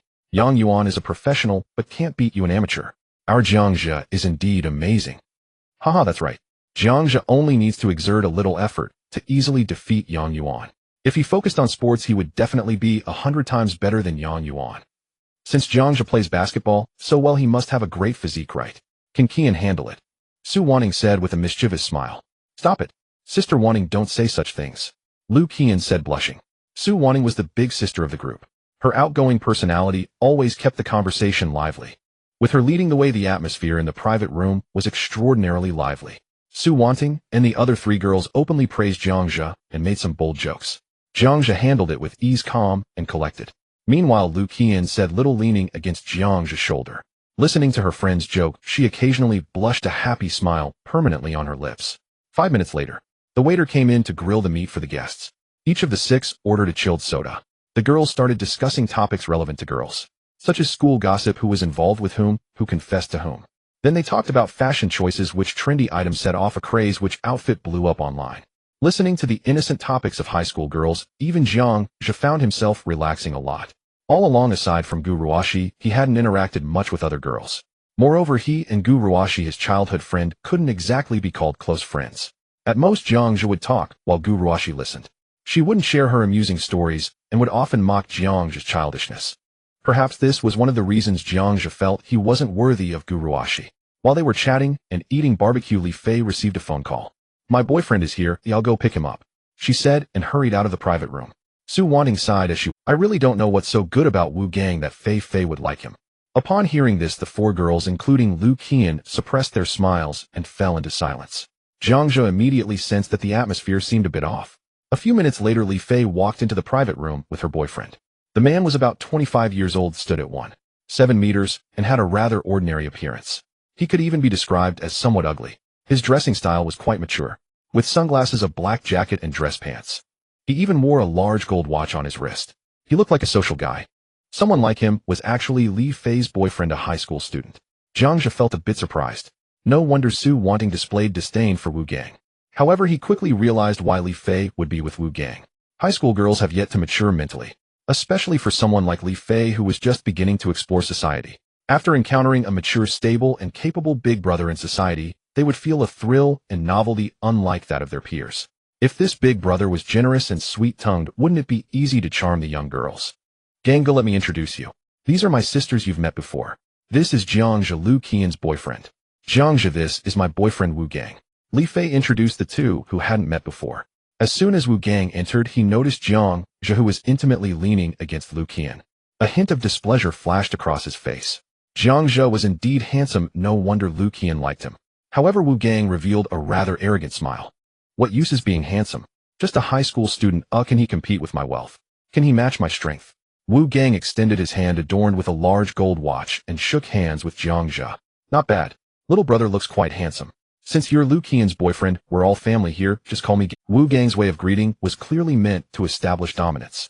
By using the term little brother, he intended to inform Jiangzhe and the 5 girls. "No matter how handsome this guy is, he must call me bro in front of me. Every man has a desire to win. Especially in front of attractive females, showcasing one's superiority over other males leads to the belief that they can earn admiration from the opposite sex. Wu Gang's approach was simple and straightforward. As long as Jiang Zhe called him Brother Gang today, he would have successfully asserted his dominance over Jiang Zhe. He would naturally gain the upper hand in this dinner gathering. Even Lu Qian would admire him. If your boyfriend calls me bro, doesn't that imply I'm better than your boyfriend? Su Wanting and the others could also sense that Wu Gang was intentionally or unintentionally putting pressure on Jiang Zhe. His way of greeting was quite rude. The private room fell silent with only the sizzling sound of grilled meat audible, creating a suddenly delicate atmosphere. Lu Qian frowned. In contrast, Jiang Zhe remained calm and composed. After a 2-second silence, he ignored Wu Gang's hand hanging in the air and looked at Wu Gang expressionlessly coldly, saying, "So you're Wu Gang. Since you are the boyfriend of Qian, I'll give you some face and allow you to sit at the same table as me. As for everything else, let's skip it. I don't like strangers trying to befriend me." "Huh? You allow me to befriend you?" Wu Gang was stunned, questioning if he had misheard. The 5 girls, including Lu Qian, stared at Jiang Zhe in disbelief. Jiang Zhe's tone was neither sad nor happy. Such pretentious words coming from his mouth, surprisingly, seemed quite sophisticated. It felt very natural, as if it were a deeply rooted thought. Just because you are Li Fei's boyfriend, you are allowed to sit at the same table as me. Does that mean Jiang Zhe never regarded Wu Gang highly? Must he even seek your permission to join the table? Wu Gang asked you to call him Brother Gang, clearly attempting to put you down. However, in Jiang Zhe's mouth, it turned into a stranger's attempt to befriend. Does that imply Wu Gang is trying to curry favor with you? WTF.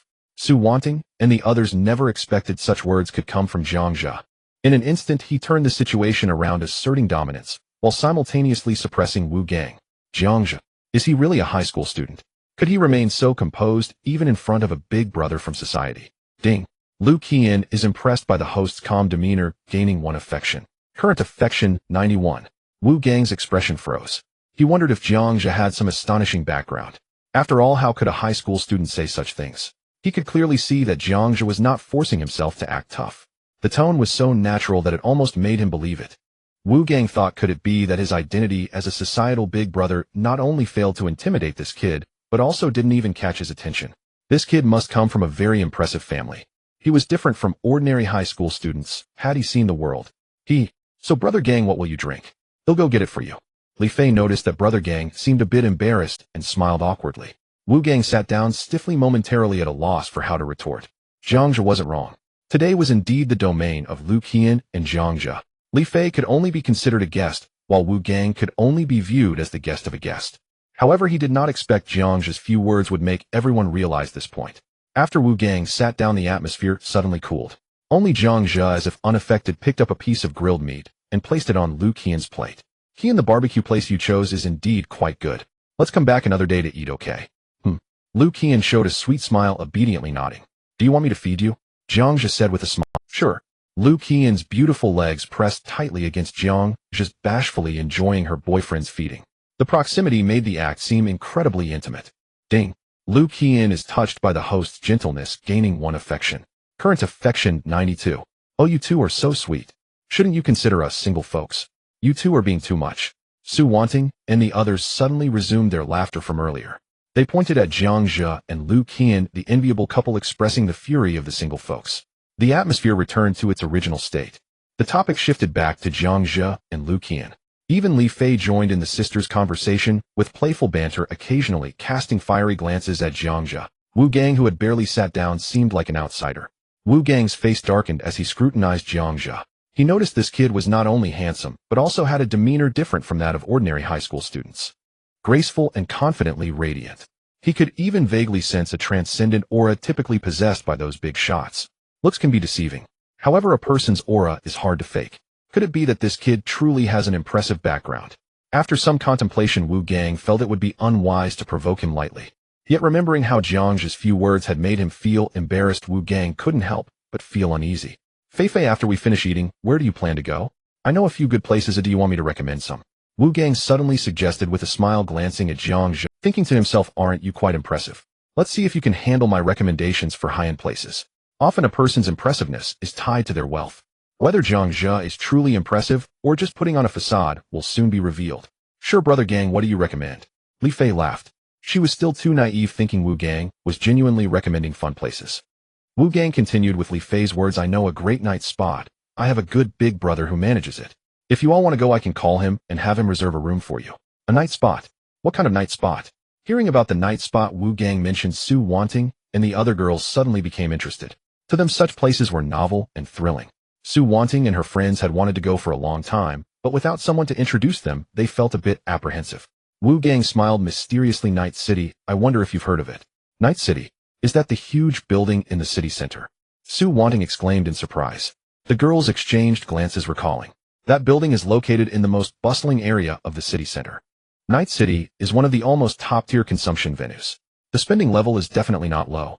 Not to mention high school students like them, even working professionals, must be wealthy and influential to afford such places.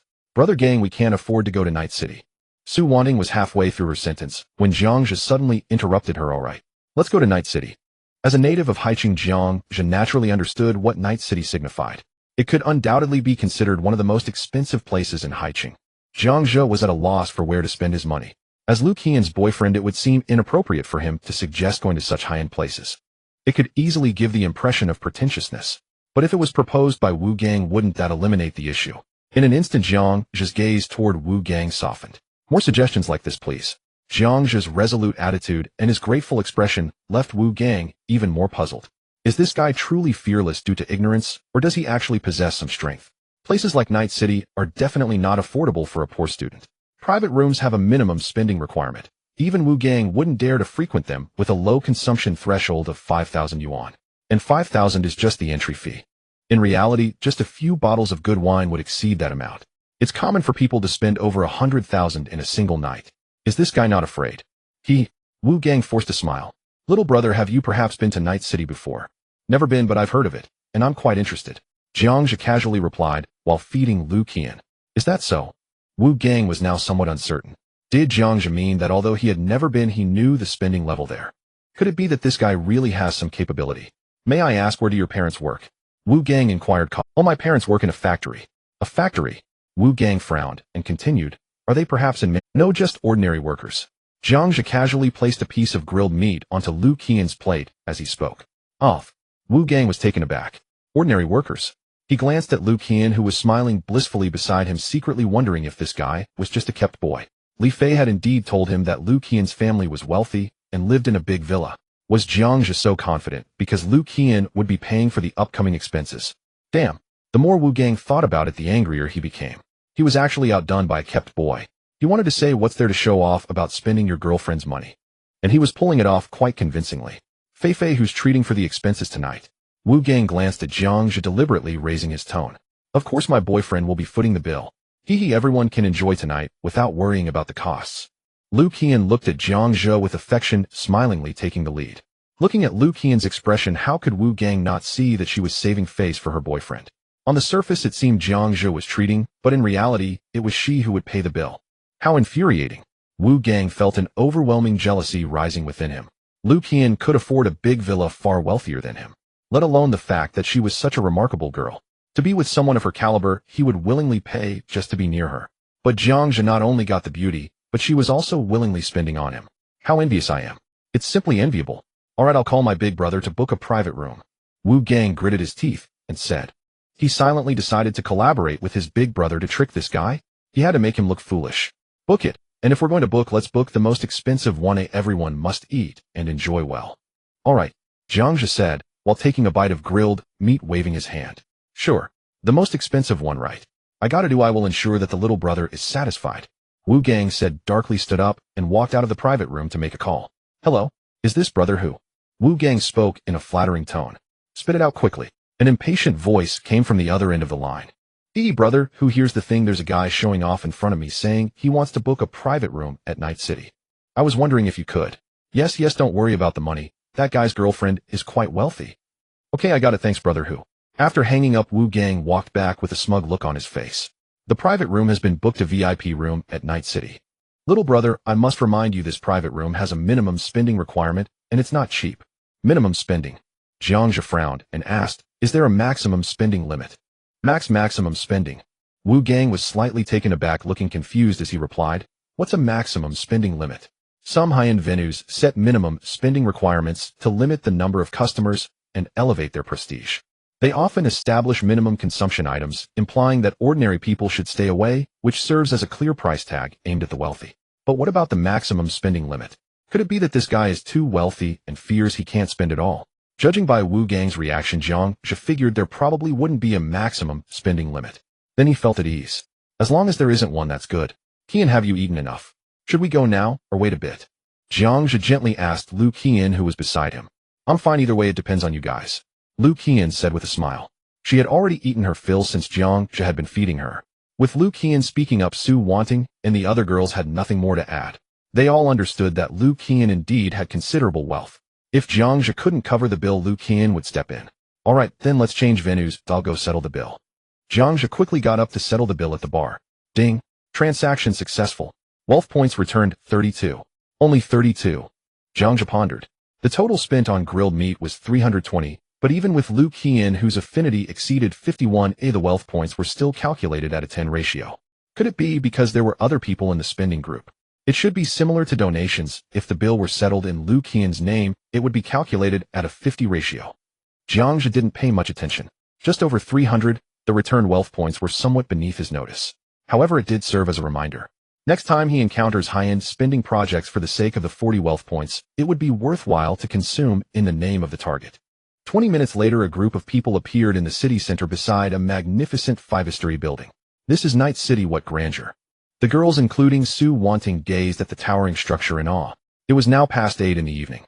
The gray-black building lit up with opulent and stylish lights. The group walked through the grand entrance. Wu Gang led everyone to the underground night scene of Night City. The lights flickered. The pulsating beats. The crowd in the dance floor was lively. Seeing this scene, Su Wanting and the other girls couldn't help but feel excited. So this is Night City. Isn't it amazing? Looking at the girls who were experiencing this for the first time, Wu Gang's expression flashed with a hint of pride. He began explaining to them, Night City is the largest nightlife venue in Haiqing. It not only has bars, guest rooms, and KTV, but also various entertainment projects.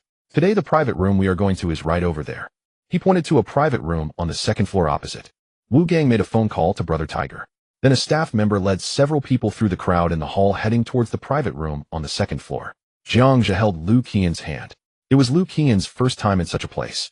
The deafening music made her feel uncomfortable. The young men and women dancing in the dance floor were all dressed in trendy styles. The women wore revealing outfits, dancing with bold moves.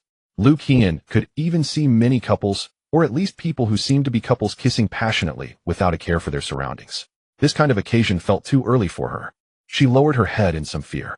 However, being guided by Zhang Zhe through the crowd unexpectedly filled her with immense security. Ding. Lu Qian's affection 1. Current affection 93. Zhang Zhe turned to look at Lu Qian, noticing that she seemed a bit scared. So he simply wrapped his arm around her shoulder, pulling her close as they walked side by side.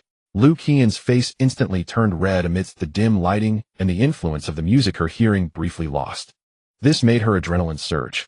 Feeling the man's strong physique with muscles so close she could touch, her heart raced, suddenly filled with excitement.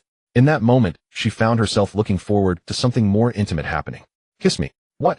Lu Qian's voice was very low, the surrounding music was a bit too loud, and Zhang Zhe didn't catch it, asking for clarification. Nothing. Lu Qian shyly glanced aside, lacking the courage to bring up that bold request again. A few minutes later, the waiter led them to the VIP room on the second floor.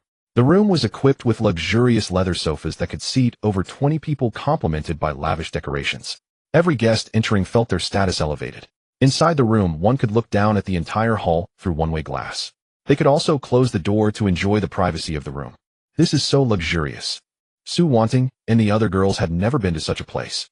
The soft, genuine leather sofas, the crystal chandelier, the reflective marble floor.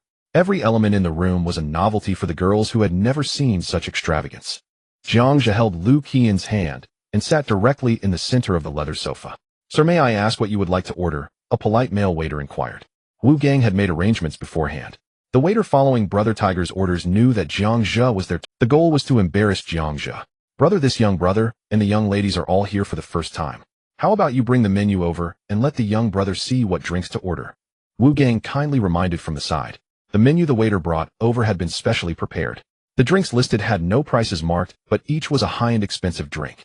After Zhang Zhe placed his order and opened the drinks, the waiter would require him to settle the bill on the spot, not giving Lu Qian a chance to pay for him. With Jiang's family background with both parents being ordinary workers, how could he possibly afford the bill? At that time, Jiang's true identity would be revealed. He would be publicly humiliated. Wu Gang's lips curled into a smirk, thinking, let's see you show off now.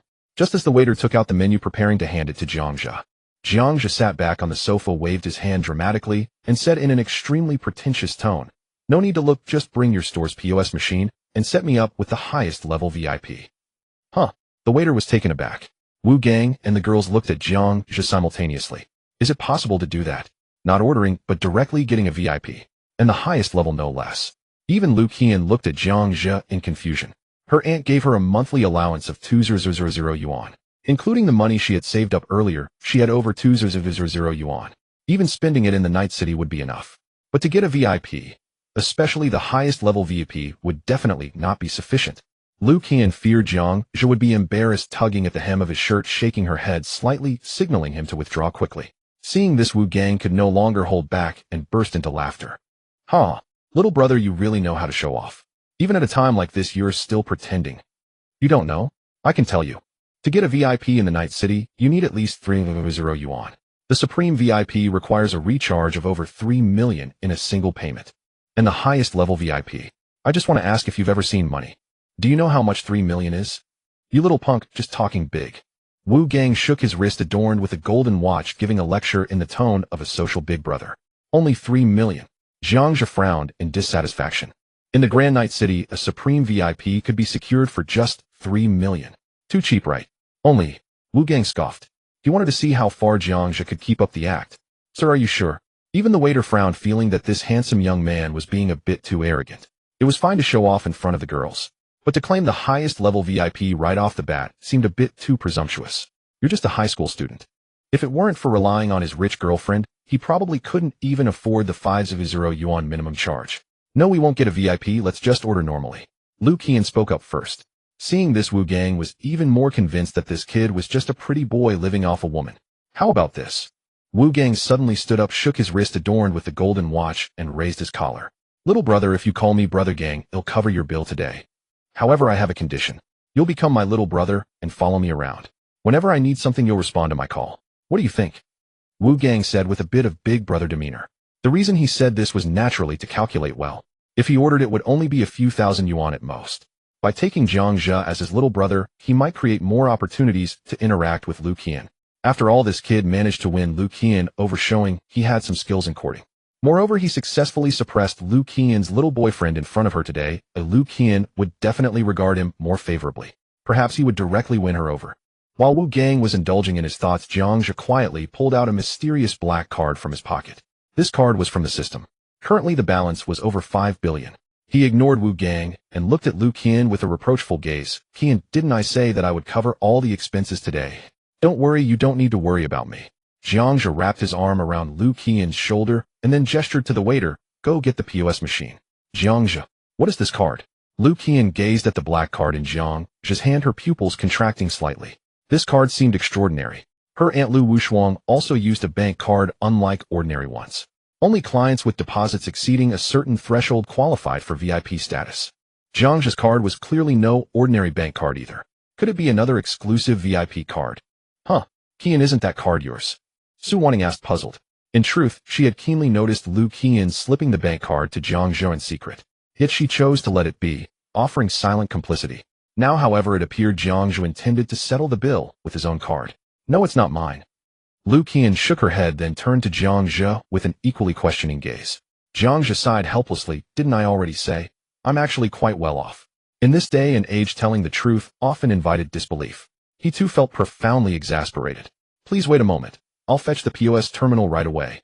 The moment the server laid eyes on the card, he sensed something was amiss. Though he couldn't identify its tier, he knew some elite clients did carry cards distinctly different from standard ones. Could it be Jiangja truly intended to apply for VIP membership? If a guest signed up for the premium VIP tier, requiring a single deposit of 3 million yuan, the commission alone would be substantial. At this juncture, brother whose authority held no weight. He was merely a security team leader, not the boss himself. A single misstep in service could cost them a high-value client, leaving him bitterly regretful. Should the owner find out, he might be dismissed on the spot. The server hurried off. Wu Gang stood rooted in place, staring at the bank card, his gaze flickering with uncertainty. That card looked unusual indeed. Was Jiang Zhe genuinely planning to enroll as a premium VIP with a 3 million yuan deposit? And judging by Lu Qian's reaction, the card clearly wasn't hers. Yet hadn't this young man just claimed his parents were ordinary factory workers? Where then had he obtained such a card? Had ordinary workers grown this affluent? Wu Gang fell silent. He resolved to watch closely. Would that card truly process a 3 million yuan transaction? Moments later, the server returned with the POS terminal, and the Night Capital manager entered as well. For premium clients enrolling as premium VIPs, no lapse in courtesy could be tolerated. Good evening, sir. I'm the manager of Night Capital, Mr. Wang. May I ask if you wish to register for premium VIP status? Yes, it's me. I understand your highest tier VIP requires only a 3 million yuan deposit. Only. Manager Wang paused, startled. Was 3 million yuan truly so trivial? 3 million yuan could buy an apartment in high cities downtown, just minutes away from Night Capital itself. Yet this gentleman spoke as though disappointed. Indeed, upon a single top-up of 3 million yuan you'll gain exclusive privileges, guaranteed access to our most luxurious suites and private rooms, and all your spending will enjoy a 30% discount. That sounds rather appealing. Hand me the POS terminal. I'll do the swiping myself. Let's start with 5 million yuan. Jiang Zhe said, calm and unassuming. Instantly, every pair of eyes shifted, alight with astonishment. 3 million insufficient. You top it up with 5 million. So, you simply wish to spend money. 3 million still didn't satisfy you. Wu Gang stood dazed. Could he really swipe 5 million? Lu Qian's eyes shimmered, captivated by Jiang Zhe's effortlessly suave gesture of swiping the card. For some inexplicable reason, her boyfriend's act of swiping the card before friends radiated an uncanny charisma. Still, Lu Qian harbored quiet doubt. Could Jiang Zhe truly process 5 million? Surely not. As he'd stated earlier, his parents were ordinary factory workers. How could they possibly afford 5 million? Jiang Zhe's fingers danced swiftly over the POS terminal. A soft beep confirmed the transaction. In the next second, a receipt began printing slowly. Wu Gang swallowed hard, stunned. Really? 5 million. Manager Wang took the terminal and examined the printed receipt. All eyes converged upon him, eager, breathless. What a 50 million. Manager Wang blurted out instinctively upon seeing the figure on the receipt. Huh? How much? Everyone froze simultaneously, then whirled toward Jiang Zhe. Didn't you say 5 million? How had it suddenly become 50 million and successfully processed? That meant his card held, at minimum, 50 million yuan. Oops, I accidentally added an extra zero. Jiang Zhe smiled modestly. This. All stood paralyzed in shock. An accident. Mistyping a zero might be excusable, but how had it gone through? What on earth was happening? Manager Wang's hand trembled slightly as he held the POS terminal. Night Capital boasted numerous affluent patrons. Even among those qualified for premium VIP status, over 30 elite clients existed. Yet none, not a single one, had ever deposited 50 million yuan in a single transaction. Even long-standing clients cumulatively over years fell far short of that sum. Sir, might I have your card number? I'll refund the excess immediately. Manager Wang asked, voice taut with trepidation. He knew full well anyone whose card could process 50 million yuan possessed wealth vastly exceeding that amount. Just as a person worth 1 million yuan might hold only several hundred thousand in their account. A billionaire wouldn't necessarily keep 50 million in liquid funds. Thus this young man, appearing no older than a high school student, was almost certainly a top-tier tycoon worth over 1 billion yuan. Moreover, he was astonishingly young. Perhaps this sum was merely pocket money granted by his family. Then how formidable must his background be? A family capable of granting their child 50 million yuan rivaled even high city's wealthiest magnate. No need, it'd be troublesome. Jiang Zhe replied, dismissively tucking the card back into his pocket. Nonsense. Money spent was never reclaimed. Understood. Sir, please provide your name and contact number. I'll process your registration immediately. Manager Wang spoke with reverent deference. In that instant, Jiang Zhe's perceived stature in his mind soared even higher. Not only could he produce 50 million yuan, but he treated it with utter nonchalance. A client of such caliber could likely purchase Night Capital outright with a mere wave of his hand. Manager Wang instantly elevated Jiang Zhe to near paternal reverence in his heart. In their profession, discernment was paramount. One well-placed word from such a patron could transform a life, and now he probed the patron's intent. That accidental extra zero, surely no mistake. 50 million yuan was no trivial sum even for the wealthiest elite. Had Jiang Zhe deliberately chosen to swipe himself, intending precisely this effect? Could it possibly be mere ostentation? Manager Wang's sharp gaze flickered toward Wu Gang beside them. Could it be? At that very moment, Jiang Zhe turned his gaze toward Lu Qian. Register under Lu Qian's name. Qian, please give Manager Wang your phone number. Oh, are you asking for my name? Lu Qian snapped back to reality, her gaze towards Jiang, just suddenly feeling somewhat strange. She suddenly realized that she didn't really know Jiangzhu at all. Lu Qian's family was quite affluent. Her aunt Lu Wushuang was the president of a publicly listed company. However, 50 million is not a small sum even for Lu Wushuang. Perhaps it could be produced, but she would never casually recharge 50 million at a nightclub. That would be tantamount to waste. Yet Jiangzhu recharged 50 million without a moment's hesitation, showing no sign of regret. Just how wealthy is Jiangzhu? Where did he get so much money from? Lu Qian's mind was filled with questions. At this moment, she really wished to write a book titled 100,000 Whys. Lu Qian in a daze left her name and phone number with manager Wang. All right. Please wait a moment, esteemed guests. I will prepare the drinks for you right away. Manager Wang respectfully led the waitstaff out of the private room. The most esteemed clients do not need to place an order. He would thoughtfully provide the service that best suits their desires. Ding. Consumption successful. Wealth points returned 25 million. Current wealth points balance 1 billion. Jiangzhu's thoughts stirred. He observed the system's fund balance. After spending 50 million, the system's fund balance still stood at over 5 billion. Not even a fraction of it was spent. Jiangzhu silently sighed. One could only say that spending money wasn't an easy task. Jiangzhu, is that money your own? How are you so wealthy? Did your parents give it to you? Didn't you say your parents are just ordinary workers? Where did the 50 million come from? Jiangzhu, you can't be a billionaire, right? How many secrets do we not know about you? Su Wanting and a few girls gathered around Jiangzhu, eagerly voicing their doubts. Lu Qian also stood not far away, her big eyes full of confusion, waiting for Jiangzhu's answer. Clearly the girls, including Lu Qian, were all curious. At this moment, curiosity about Jiangzhu reached its peak. He was just a high school student. Handsome, academically gifted, athletic, cheerful, and talkative. And that's not all. Yet he was also a wealthy person who could casually recharge 50 million at a nightclub. With so many advantages, how could he just be a high school student? We are all high school students. Why are you so outstanding? Hee, it's just a small amount of money. Jiangzhu smiled, too lazy to explain further. Just a small amount. 50 million is still a small amount. Jiangzhu, you are too modest. I originally thought Qian was already quite wealthy, but I didn't expect you to be richer than her. So you are the real rich second generation. Jiangzhu, can you show me your bank card? It looks quite impressive. Several girls surrounded Jiangzhu, chattering excitedly. Meanwhile, in the corner, Wu Gang, who had been forgotten by everyone, fell into confusion and unease. So it turns out, Jiangzhu really has power. He is not just pretending, spending 50 million without even blinking an eye. This indicates that the strength behind him must be extremely terrifying. A mere 3 million for a supreme VIP is not something one can just casually arrange. Wu Gang even felt that Jiangzhu was too low-key.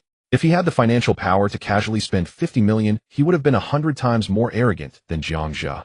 Recalling his previous sarcastic remarks towards Jiangzhu, remembering how he wanted Jiangzhu to be his subordinate, Wu Gang suddenly felt his ears burning with shame. Jiangzhu's indifference towards him was not just an act of arrogance. He had never regarded Wu Gang as a. Wu Gang nervously glanced at Jiangzhu, seeing that the latter did not pay him any attention. He thought to himself, a big shot like this should not hold grudges against him, right? He had teamed up with Brother Hu to set a trap for Jiangzhu, as surely it hadn't been discovered. Wu Gang now felt nothing but intense anxiety and unease. Internally praying, he hoped that Jiangzhu would not take him seriously. He should not hold him accountable. It would be best to treat him like a nobody. Otherwise, with such a level of power, it would be effortless for Jiangzhu to crush Wu Gang with a wave of his hand. A few minutes later, a knock sounded at the door. A robust man and several beautiful waitresses entered the Brother Hu. Wu Gang suddenly felt a jolt in his heart. A bad premonition washed over him. The few voluptuous waitresses brought in some drinks. Brother Hu immediately spotted Jiangzhu surrounded by the girls. He forced a flattering smile and bowed deeply, saying, Sir, Manager Wang instructed me to inform you that these drinks are complimentary from our establishment. If you are not satisfied with the drinks, please let us know, and we will replace them. Brother Hu noticed Lu Qian beside Jiangzhu. He immediately suppressed his initial intention to recommend the special program to this gentleman. The beautiful girl accompanying this big client was even more stunning than the top star of the night city, so how could she be interested in the plain waitresses of the establishment? Brother Hu. Wu Gang called out softly from the corner. Brother Hu's face darkened immediately upon hearing this. Wu Gang was merely a subordinate of a subordinate to him. The only reason he had agreed to cooperate with Wu Gang initially was because Wu Gang had introduced clients to the establishment. However, the client Wu Gang intended to scam was actually someone who casually recharged 50 million, the most esteemed customer in the history of Night City. Brother Hu immediately decided to disclose the details of Wu Gang's earlier contact with him about setting a trap for Jiangzhu. He shot a disdainful glance at Wu Gang, then bent over and lowered his head. He revealed the phone call Wu Gang had made to him. Brother who? What are you saying? Shut up. Wu Gang. He was actually sold out by his good brother. Was brother who seemed like a loyal friend really just a vulgar person who prioritized money? In front of a wealthy young master, without saying a word, he sold out his subordinate. Brother who ignored Wu Gang. After finishing, he bowed apologetically towards Jiang Zhe. I sincerely apologize for my previous behavior. I implore you to forgive me. At this moment, after hearing Brother Hu's words, Li Fei suddenly had an epiphany. At the barbecue restaurant, Wu Gang had proposed going to the nightclub, which turned out to be a malicious intent. Just think, if Jiang Zhe didn't actually have the strength, wouldn't he be publicly humiliated? And Lu Qian would also be scammed out of some money. Qian, I'm sorry. I really didn't know that Gang Ge had such plans. Li Fei looked apologetically at Lu Qian. Fei, this isn't your fault, Lu Qian said, casting a disgusted glance at Wu Gang. This was simply too much. It was one thing to scam her money, but to think of humiliating Jiang Zhe. Lu Qian was instantly furious. Seeing this, Jiang Zhe gently held her small hand and said softly, Qian, don't be angry, there's no need to argue with someone like this. Since your establishment is so sincere, I'll forgive you this once. Just get rid of that annoying trash and leave the drinks. You can go as well. Tiger. Brother Tiger. In the corner, Wu Gang appeared helpless and pitiable in front of the muscular man. Is that what you call Brother Tiger? Tiger brother said coldly, slapping Wu Gang hard, filled with anger. Fortunately, the big client was unwilling to hold it against him. Otherwise, he would have surely killed Wu Gang, this fool. Wu Gang was hit by Tiger brother's furious slap, causing blood to spray from his nose and knocking out 2 of his front teeth. He flew 2 meters away and instantly lost consciousness. The girls were startled by Tiger brother's sudden move, gasping in surprise. I'm sorry. I was a bit too heavy-handed. You all hurry up and clean the floor. Tiger brother repeatedly apologized with a forced smile, instructing the female waitstaff to clean up the blood on the floor before dragging Wu Gang by the collar out of the box. Sister Wanting, Li Fei, feel free to take whatever you want to drink, Jiang Zhe said, while opening a bottle of lemon sparkling water for Lu Qian. He took a bottle of chilled beer for himself and took a few gulps, his expression utterly calm, as if nothing had happened. At this moment, looking at the dozens of bottles of various alcoholic beverages on the table, including some expensive-looking foreign liquor. These drinks must be worth tens of thousands, right? Were they all complimentary? Su Wanting recalled Tiger brother's respectful demeanor. Could it be? Can money really allow one to act with impunity? Brother Tiger, whom Wu Gang called good big brother, could unhesitatingly act against his little brother because of a word from Jiang Zhe. Is this the power of money? This is too frightening. The girls looked at Jiang Zhe with a mixture of fear and admiration. Suddenly they realized. It turns out that Jiang Zhe is not from the same world as them. They were just little rascals who hadn't even graduated from high school. But Jiang Zhe could make even someone like Tiger brother listen to him. He is the real big shot. Jiang Zhe noticed the girls' reactions and thought they were scared by Tiger brother's aggression. I'm sorry I scared you. It's all my fault, though I should have kept a lower profile today. Hearing Jiang Zhe's sincere tone, the girls were taken aback. No. How can this be your fault? It's clearly Wu Gang's mistake. Exactly. That scoundrel Wu Gang actually intended to set you and Qian up. It's simply outrageous. Fei, you better break up with him, do you hear? Otherwise, don't blame us for not treating you as a sister. Su Wanting said sternly. Don't worry, Sister Wanting, I'll end it with him when I get home. Li Fei was clearly aware of her mistake and felt immense guilt. If it weren't for her calling Wu Gang, none of this would have happened. Looking back, the reason she agreed to Wu Gang's pursuit was that he seemed powerful and being with him would bring her face. Now it seems, what strength did Wu Gang have? Jiang Zhe is the real powerhouse. Not only is he strong, but he is also low-key and unassuming. Li Fei recalled the scene in the barbecue restaurant when Jiang Zhe greeted Wu Gang. Jiang Zhe's words were, he had the confidence to say such things. In comparison, Wu Gang was nothing but a clown trying to show off in front. Realizing all this, Li Fei felt deep regret. How blind was she to have fallen for someone like Wu Gang? Jiang Zhe, I'm sorry, it's all my fault. I shouldn't have called Wu Gang here, Li Fei said earnestly with her head down. It's not your fault. Jiang Zhe smiled nonchalantly. He wouldn't hold it against a young girl like Li Fei. Moreover, Li Fei didn't really make any principled mistake. She was just too young and naive. Perhaps sensing the atmosphere was a bit somber, Su Wanting smiled brightly. Qian, the VIP membership Jiang Zhe got is in your name. In the future, when the sisters come to Yiji, can we mention your name? Yes, Qian, you are now a VIP client worth 50 million in Yiji. I'm so envious. Having a boyfriend willing to spend 50 million on you, Qian, you are truly lucky. Hearing her friends teasing Lu, Qian finally reacted. Jiang Zhe spent 50 million to get the VIP membership in her name. Compared to ordinary high school students, she was indeed wealthy. She was even referred to as Little Rich Woman by Su Wanting and the others. But had she ever handled such a vast sum as 50 million? Lu Qian was overwhelmed by the realization. Zhang Zhe was actually willing to spend 50 million on her. He truly loved and cared for her. Ding! Lu Qian is touched by the host's generous gesture. Affection 1. Current affection 94. Lu Qian looked at Zhang Zhe feeling moved. It turns out Zhang Zhe was not a scumbag at all, nor was he the bad guy he claimed to be.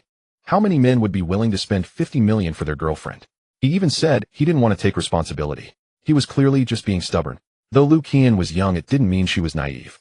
On the contrary, due to her family background, she understood better than her peers what 50 million meant. 50 million is enough to ensure a family's financial security for a lifetime. Enough for financial freedom.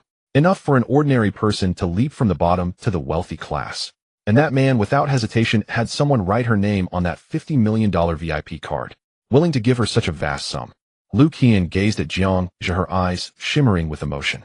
At that moment, she suddenly felt an impulse to give herself to him, without reservation, to be with him for life. There was another knock at the door. Manager Wang entered with a beautiful waitress who held a tray with a golden... Manager Wang approached Lu Qian with a smile, respectfully presenting the card with both hands. Miss Lu, this is your supreme VIP card at our establishment.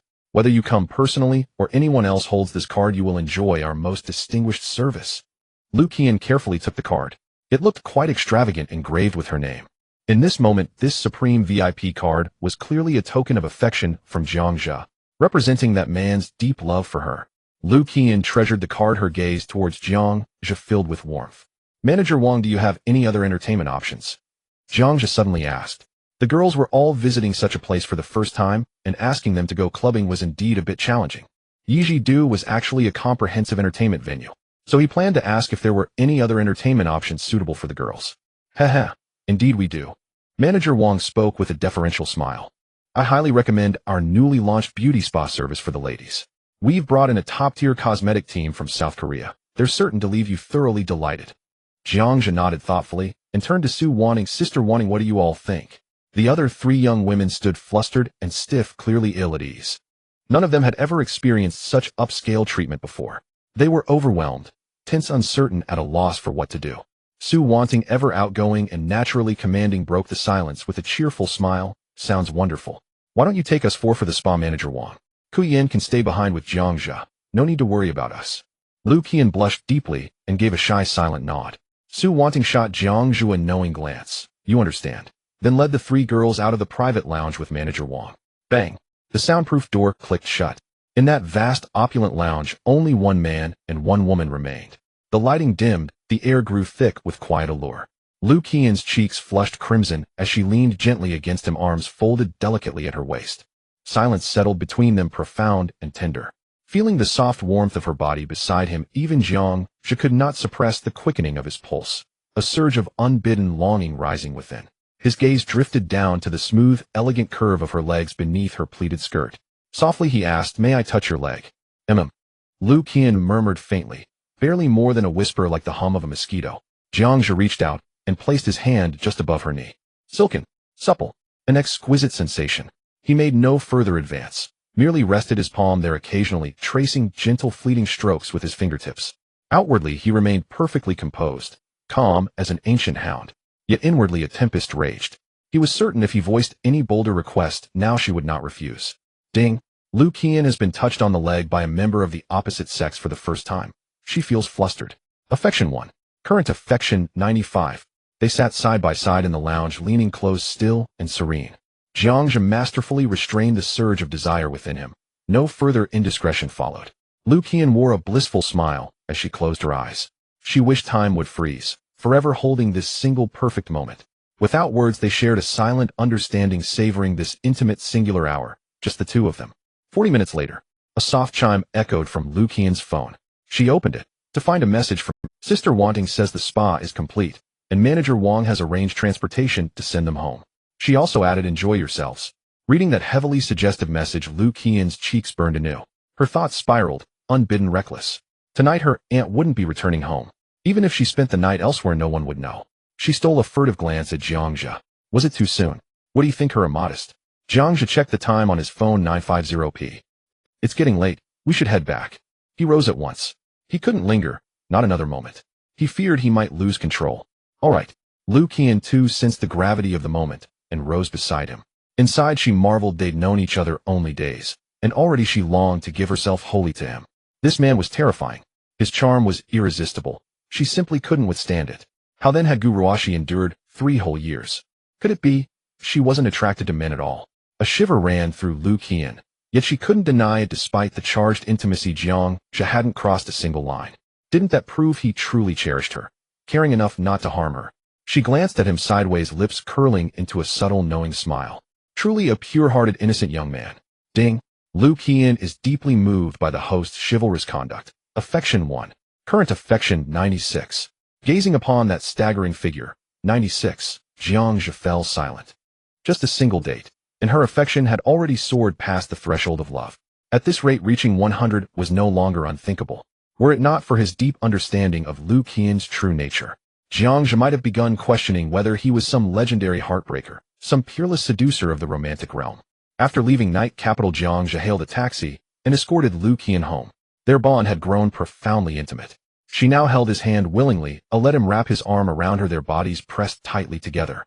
Even in the back seat of the taxi, she let him touch her leg once more. Lu Qian had never been so physically close to any man before. Outwardly bold and carefree she was. In truth, a complete novice untouched by experience. Tonight had been overwhelming, her heart racing countless times. She knew full well how intimate such acts were, yet felt no resistance. Instead, a quiet, secret yearning stirred within, like a maiden lost in first love, dreaming of the sweetness and thrill of forbidden fruit, longing to cling to the one she adored moment after precious moment. They stepped out of the taxi and walked along the quiet, tree-lined path of the villa district. Youth and maiden pressed close, body to body. Jiang Zhe's arm encircled her slender waist. Through the thin cotton of her t-shirt his palm felt the firm, yet yielding softness of her skin. Since departing night capital, the flush on Lu Qian's cheeks had never faded. Leaving that dreamlike, intoxicating space, she seemed to reawaken, gently into reality. Lowering her head, she asked softly, Jiang Zhe, may I ask you something about yourself?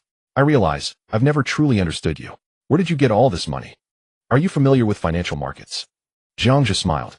All my wealth comes from overseas financial markets. Overseas financial markets. Lu Qian lifted her gaze, searching her memory for what she knew of the term.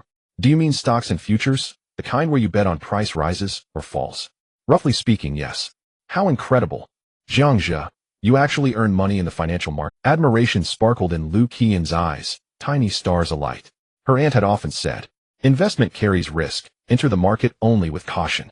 Even her aunt Lu Wushuang, the CEO of a publicly listed conglomerate, dared not venture into the stock market, believing herself lacking the foresight required to navigate such turbulent waters. Could Jiang Zhe possibly surpass her aunt, not just in skill but in vision? He was only 18. Tell me, how much have you earned? Lu Qian asked, breathless with excitement. More than you imagine. Enough to support you comfortably, Jiang Zhe replied with a gentle smile. Really? Then, may I ask Jiang Zhe to support me? Nothing would please me more. Lu Qian beamed, radiant with happiness. Though spoken in jest, a sudden thought struck her. If Jiang Zhe supported her, would she still need to study abroad? The notion flickered and vanished. After all, if she voiced it to her aunt, she knew without doubt her aunt would. Jiang Zhe accompanied Lu Qian to her doorstep. So see you tomorrow. The two stood still, and Lu Qian suddenly felt a deep sense of reluctance. However, thinking back to tonight's bold actions, she no longer had the courage to linger by Jiang Zhe's side. Kiss. Boldly pecking a kiss on Jiang Zhe's cheek. In the next moment, she blushed and ran home in a hurry. Jiang Zhe reached up to touch his face, his expression one of astonishment, the corners of his mouth curling upward. A phrase suddenly popped into his mind. So awkward. Jiang Zhe stood for a moment, noticing the lights in the villa turn on before leaving the villa area and getting into a taxi driving away.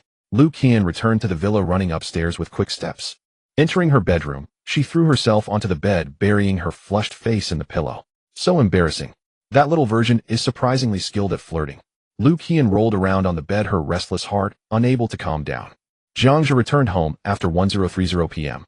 At this time, Zhang Wanxiao would usually be asleep. He quietly opened the door and returned to his room, but the scene in the bedroom startled him. He saw Jiang Yuanshan sitting at the head of the bed with a dark expression, flipping through a textbook. Next to him lay a Seven Wolves genuine leather belt. Dad, why are you home so early today? Jiang Zhe asked with a nervous smile. Jiang Yuanshan closed the textbook in hand and looked up with a displeased expression, saying, I heard you went to Ji Xiaofeng's house for extra lessons. What? Jiang Zhe forced a calm nod in response to his father's question. Yes, is there a problem? How dare you lie to me? Jiang Yuanshan heavily slammed the textbook on the desk beside the bed. Your Uncle Gu called me saying he saw you on the street shopping with a group of girls. So tell me, what subject are you actually studying? Jiang Yuanshan's emotions were evidently heightened. However, from what he knew of his father, Jiang Zhe understood that Jiang Yuanshan was warning him, not wanting him to make any wrong choices before the college entrance examination. Dad, don't worry, I know what I'm doing, and I won't delay my exams. Besides, I haven't been slacking off in my studies. In fact, I've made significant progress. I can promise you that I will definitely secure the top spot in the entire school. Jiang Zhe smiled calmly, raising a finger to clarify his stance. Top of the school. Upon hearing this, Jiang Yuanshan was immediately taken aback. He knew his son's abilities well. When he performed well, making it into the top 5 of the class was already the limit. The top of the class was far from achievable, let alone the top of the school. You little brat, are you trying to boast to your father? You think you can be the top of the school, eh? Jiang Yuanshan said, not believing that Jiang Zhe could suddenly achieve such a feat. However, the confident demeanor of his son did not seem like an act. Perhaps as he claimed he had indeed made some progress. Jiang Yuanshan felt his mood lighten considerably. Of course not. What good would it do for me to brag to you? Jiang Zhe's expression was serious. To reassure his father, he had to stabilize Jiang Yuanshan's mindset. On the other hand, to facilitate a candid discussion with his parents after the exams, it was necessary to give Jiang Yuanshan some early hints to prepare him mentally. Dad, there is indeed something I've been keeping from you and Mom. Upon hearing this, Jiang Yuanshan was taken aback, closing his mouth and awaiting further explanation. Thinking to himself, he wondered if this little brat had gotten a girl pregnant. Jiang Zhe paused for a moment before slowly saying, this matter is not trivial. I will tell you after the exams are over. However, I can guarantee that this matter is not bad. On the contrary, it is a tremendous good thing. A tremendous good thing. Jiang Yuanshan furrowed his brows, his expression skeptical. What kind of good thing could be termed tremendous?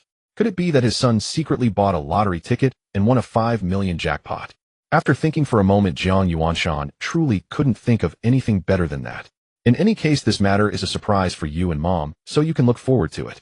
Also, don't worry about the college entrance exam. Just wait to take my report card and brag to your colleagues at the fact. Jiang Zhe smiled, extending his hand and boldly patting Jiang Yuanshan on the shoulder. You little rascal. How disrespectful. Jiang Yuanshan scolded, but the corners of his mouth couldn't help but rise. After today's conversation with his son, he could clearly feel the changes in him. Confident and cheerful, it was as if he had matured overnight. Furthermore, he noticed upon standing that his son was nearly half a head taller than him. You've grown taller, Jiang Yuanshan exclaimed in surprise. I'm only 18, it's the time for growth. Isn't it normal to get taller? Jiang Zhe replied helplessly, his tone quite casual, as if he were talking to a friend. There was no longer any sense of estrangement that had developed between father and son before. You little brat. Get to bed early. If you mess up the exam, just wait and see how I deal with you. Jiang Yuanshan scolded with a laugh, picking up the 7 wolves as he left the bedroom. Just as he was about to leave, he suddenly remembered something and stood at the door with a stern expression, asking, does she know you were out shopping with other girls tonight? Why should I tell her? What is she to me? Jiang Zhe retorted nonchalantly. You little brat, I warn you. If you dare to wrong Ruo, she'll break your legs. Jiang Yuanshan sensed that his son seemed to have some conflict with Gu Ruoxi. However, with the college entrance examination approaching, he didn't want to say anything too harsh. After a warning, he left the bedroom, thinking to himself everything would wait until after the college entrance exams. After the exams, he had to have a good talk with this little brat about it. Close the door, Jiang Zhe shouted loudly. Jiang Yuanshan's hand holding the 7 wolves paused slightly. Suppressing the anger within, he closed the door. After Jiang Yuanshan left, Jiang Zhe looked at the bedroom door and shook his head helplessly. He understood that while Jiang Yuanshan was tough on the outside, he was soft on the inside. Although he seemed hot-tempered when he did something wrong as a child, he often received a dose of care from the 7 wolves. After growing up, he rarely hit him anymore. At most, he would scold him a couple of times to intimidate him. Today, taking out the long-lost 7 wolves was merely to scare him. However, if Jiang Yuanshan found out about his relationship with Lu Qian, it would definitely provoke his father's nagging. Should I find something for Jiang Yuanshan to do? Keeping him busy would mean he has no time to bother me. Once I go to college in 2 months, he won't be able to nag me anymore. Jiang Zhe suddenly came up with an idea. Old Jiang is the kind of father with a resolute character, willing to silently sacrifice everything for his family, without ever complaining about hardship or fatigue. Old Jiang possesses a stubborn masculine tenacity. When his old comrade became successful and became a big boss, Old Jiang could only feel happy for him, never wishing to bask in his glory. No matter how bitter or difficult life gets, he would not seek Gu Tianming's help. Even if Gu Tianming confronted Old Jiang with his stubborn and strong-willed nature, would he really listen and quit his job to enjoy life? Based on Jiang's understanding of old Jiang, it is unlikely. At most, he might just stop working so hard, leaving old Jiang a man who has struggled for over 20 years. Suddenly giving up work and entering a lazy phase of life would frankly speaking be a denial of old Jiang's value. Could old Jiang truly be happy about that? Jiang just suddenly felt that his initial thought of giving his parents a large sum of money for them to enjoy their lives was overly simplistic. Sometimes material wealth is not everything. A person's spiritual world also needs to be satisfied. Jiang lay in bed contemplating how to ensure that old Jiang could live well while still respecting his sense of value. At the same time, he wanted to keep old Jiang busy so he wouldn't have time to worry about him.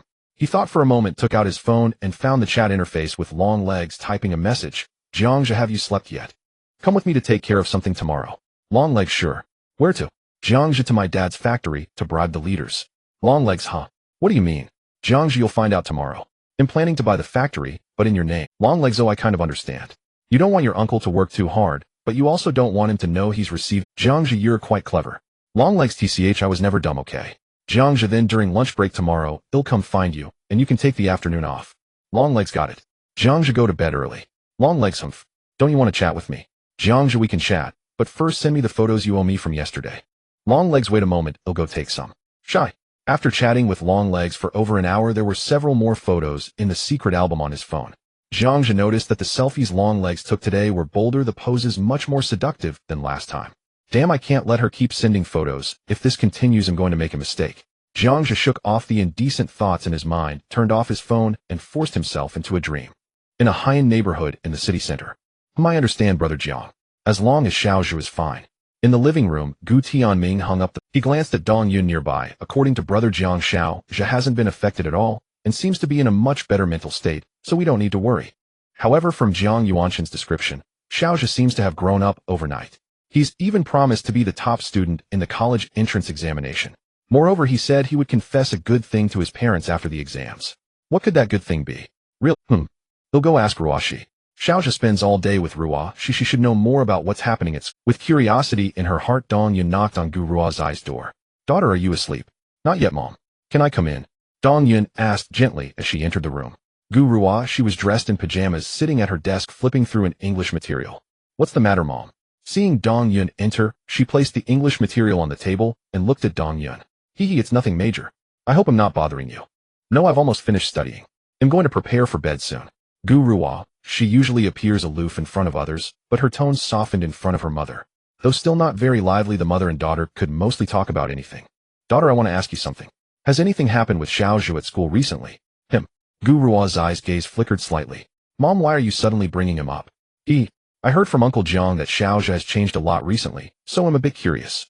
Dong Yun thought it best not to mention Jiang's outings with girls to her daughter. Given the relationship between her daughter and Xiaozhu, it shouldn't be hard for her to understand. As an elder, she shouldn't be too gossipy, though she was quite curious. That girl's beauty is not inferior to her daughter's. How could Xiaozhu be with such a girl?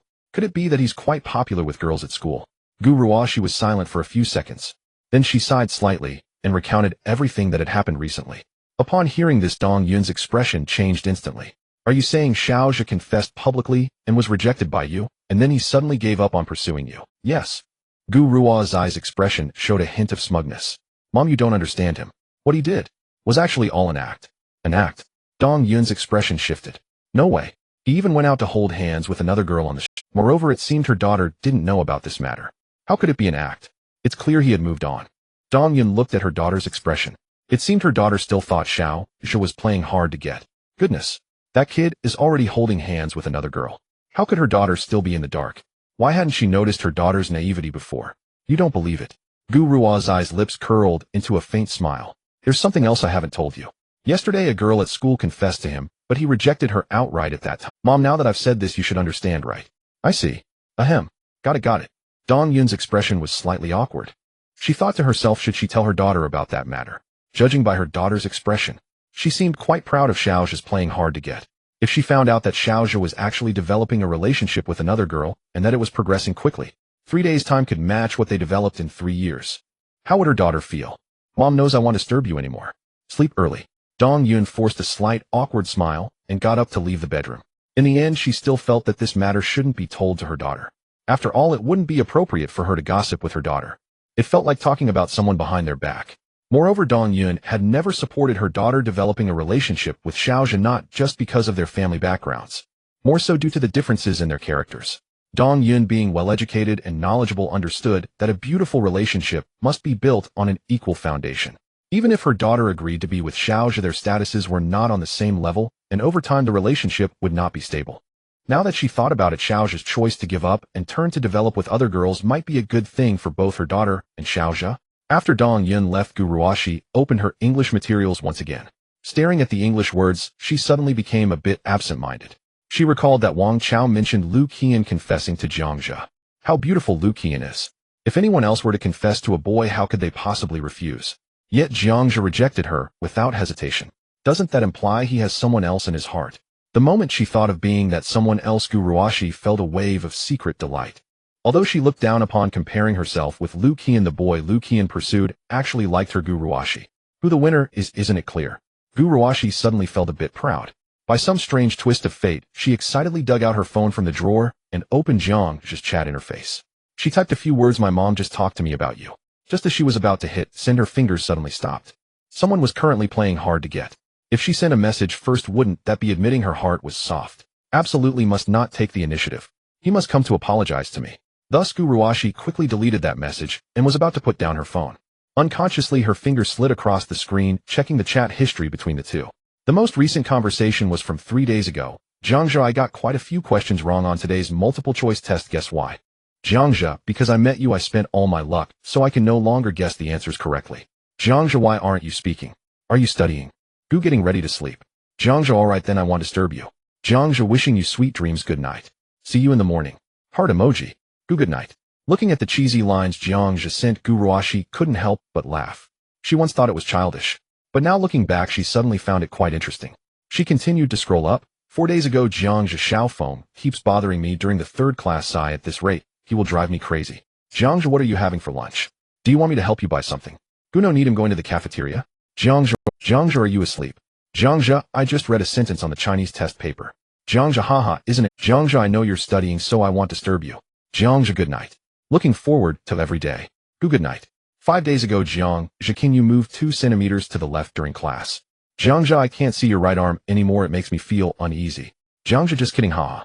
Gu, please help me correct the test paper in the afternoon. Jiangzhe, got it. Salute. Jiangzhe, another busy day, you worked hard today too. Good night. Gu, good night. 6 days ago, Jiangzhe, the weather forecast says it will rain today. Did you bring an umbrella? I brought you one. It's a light blue umbrella that you like.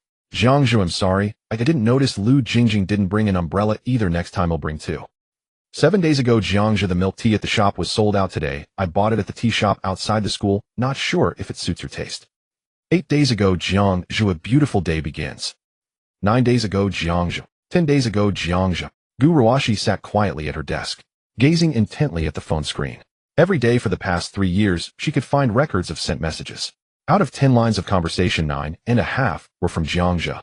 Whenever she felt bored, she would not respond. But Jiangzhe sent her messages every single day, regardless of wind or rain, no matter where he was.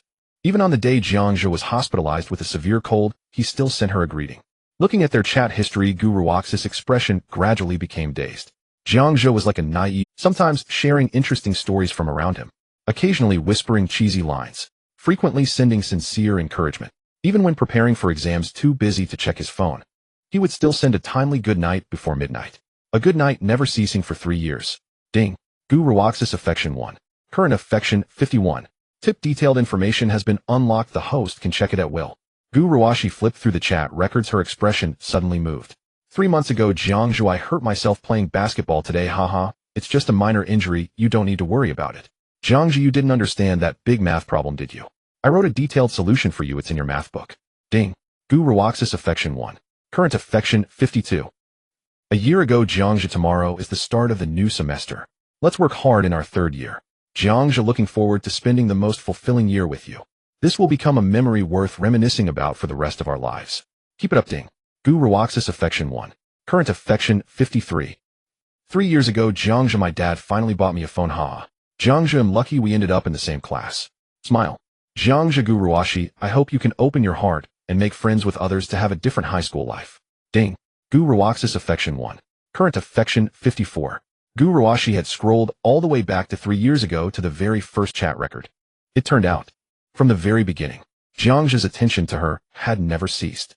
He remained the same, never forgetting. From 3 years ago, that blessing for her high school life, to the cheesy lines from 3 days ago. For 3 years, Jiang had been providing her with positive emotional value. He had never shared any pessimistic emotions.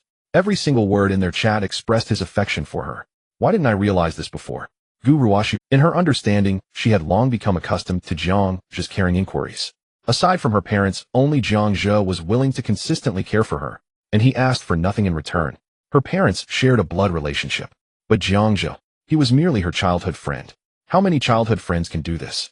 The title of childhood sweetheart sounds pleasant, but in reality, how many childhood companions drift apart as they grow up? Jiang Zhe's kindness to her even made her think that all childhood sweethearts in the world were like this. After growing up with an increase in awareness, she finally realized that Jiang Zhe merely liked her. His kindness came purely from his affection for her. He has done so much for me, yet I rejected him in front of everyone. He must be very sad. Gu Ruoxi's delicate face flushed with a hint of pain. She put herself in his shoes.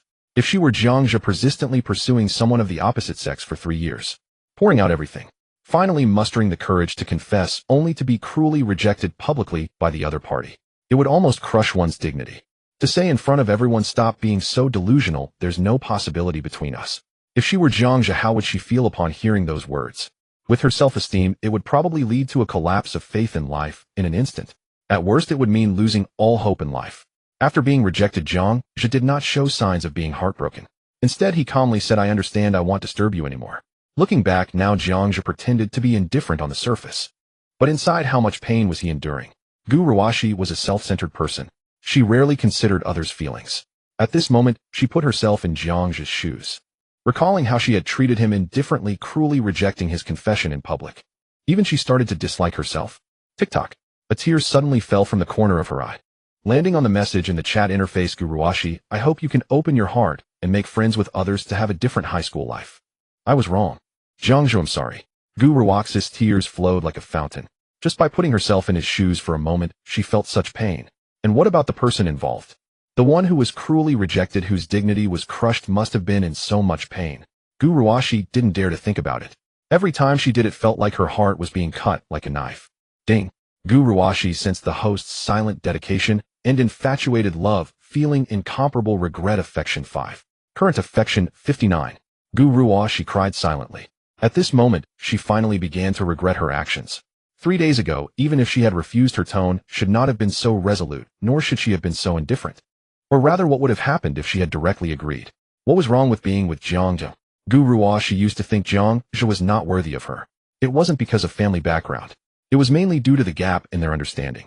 She often felt Jiang Zhe was immature, and aside from being a bit better in academics, she hadn't noticed many shining qualities. However, over the past 3 days, she discovered too many shining points in Jiang Zhe. Even Lu Kuyin, a girl like that was willing to publicly confess her feelings for him. What was there that was unworthy? Jiang Zhe was outstanding and treated her so well, yet she actually thought he was not worthy of her. The immature one is me. Gu Ruoxi suddenly realized. She thought Jiang Zhe was immature. But people tend to become immature in front of those they like just to win their affection. He was willing to say those silly love words. He was willing to humbly tie her shoelaces. He was willing to buy her half-sweet iced milk tea every day. These behaviors seemed immature, but in reality weren't they proof of Jiang Zhe's deep affection for her? This time Gu Ruoxi completely let down her defenses. She lay on the table and began to cry heartily. I'm sorry, Jiang Zhe, I was really wrong. I shouldn't have treated you like that. If I could go back to 3 days ago. No. If I could go back to 3 years ago, back to the start of high school, I would definitely treat you better. Whoa. Gu Ruoxi's heart was broken. She expressed her endless regret. Whoa. You've done too much for me in these 3 years. Why? Why didn't you confess to me earlier? Then I would have realized your goodness sooner. Whoa. I regret. Ding. Gu Ruoxi sensed the harm inflicted on her by the host and felt deep remorse. Affection 5. Current affection 64. Gu Ruoxi lay on the table crying for a long time. She got up, wiped her tears, and her expression suddenly became resolute. No, I must apologize to him. Even if I can't completely ease his inner pain, I want him to know that I, Gu Ruoxi, am not a heartless person. Gu Ruoxi picked up her phone, preparing to send a message to Jiang Zhe. Then she thought better of it, exited the app, and directly found Jiang Zhe's number from her contacts. She clicked to dial. As she waited for the call to connect, Gu Ruoxi, she felt extremely nervous, organized, planning how to start. And at that moment, a mechanical voice came from her ear. Sorry, the number you dialed is turned off. Is he sleeping? Gu Ruashi looked at the time on her phone. Only then did she realize it was already past 1240. That night, she truly cried for a long time.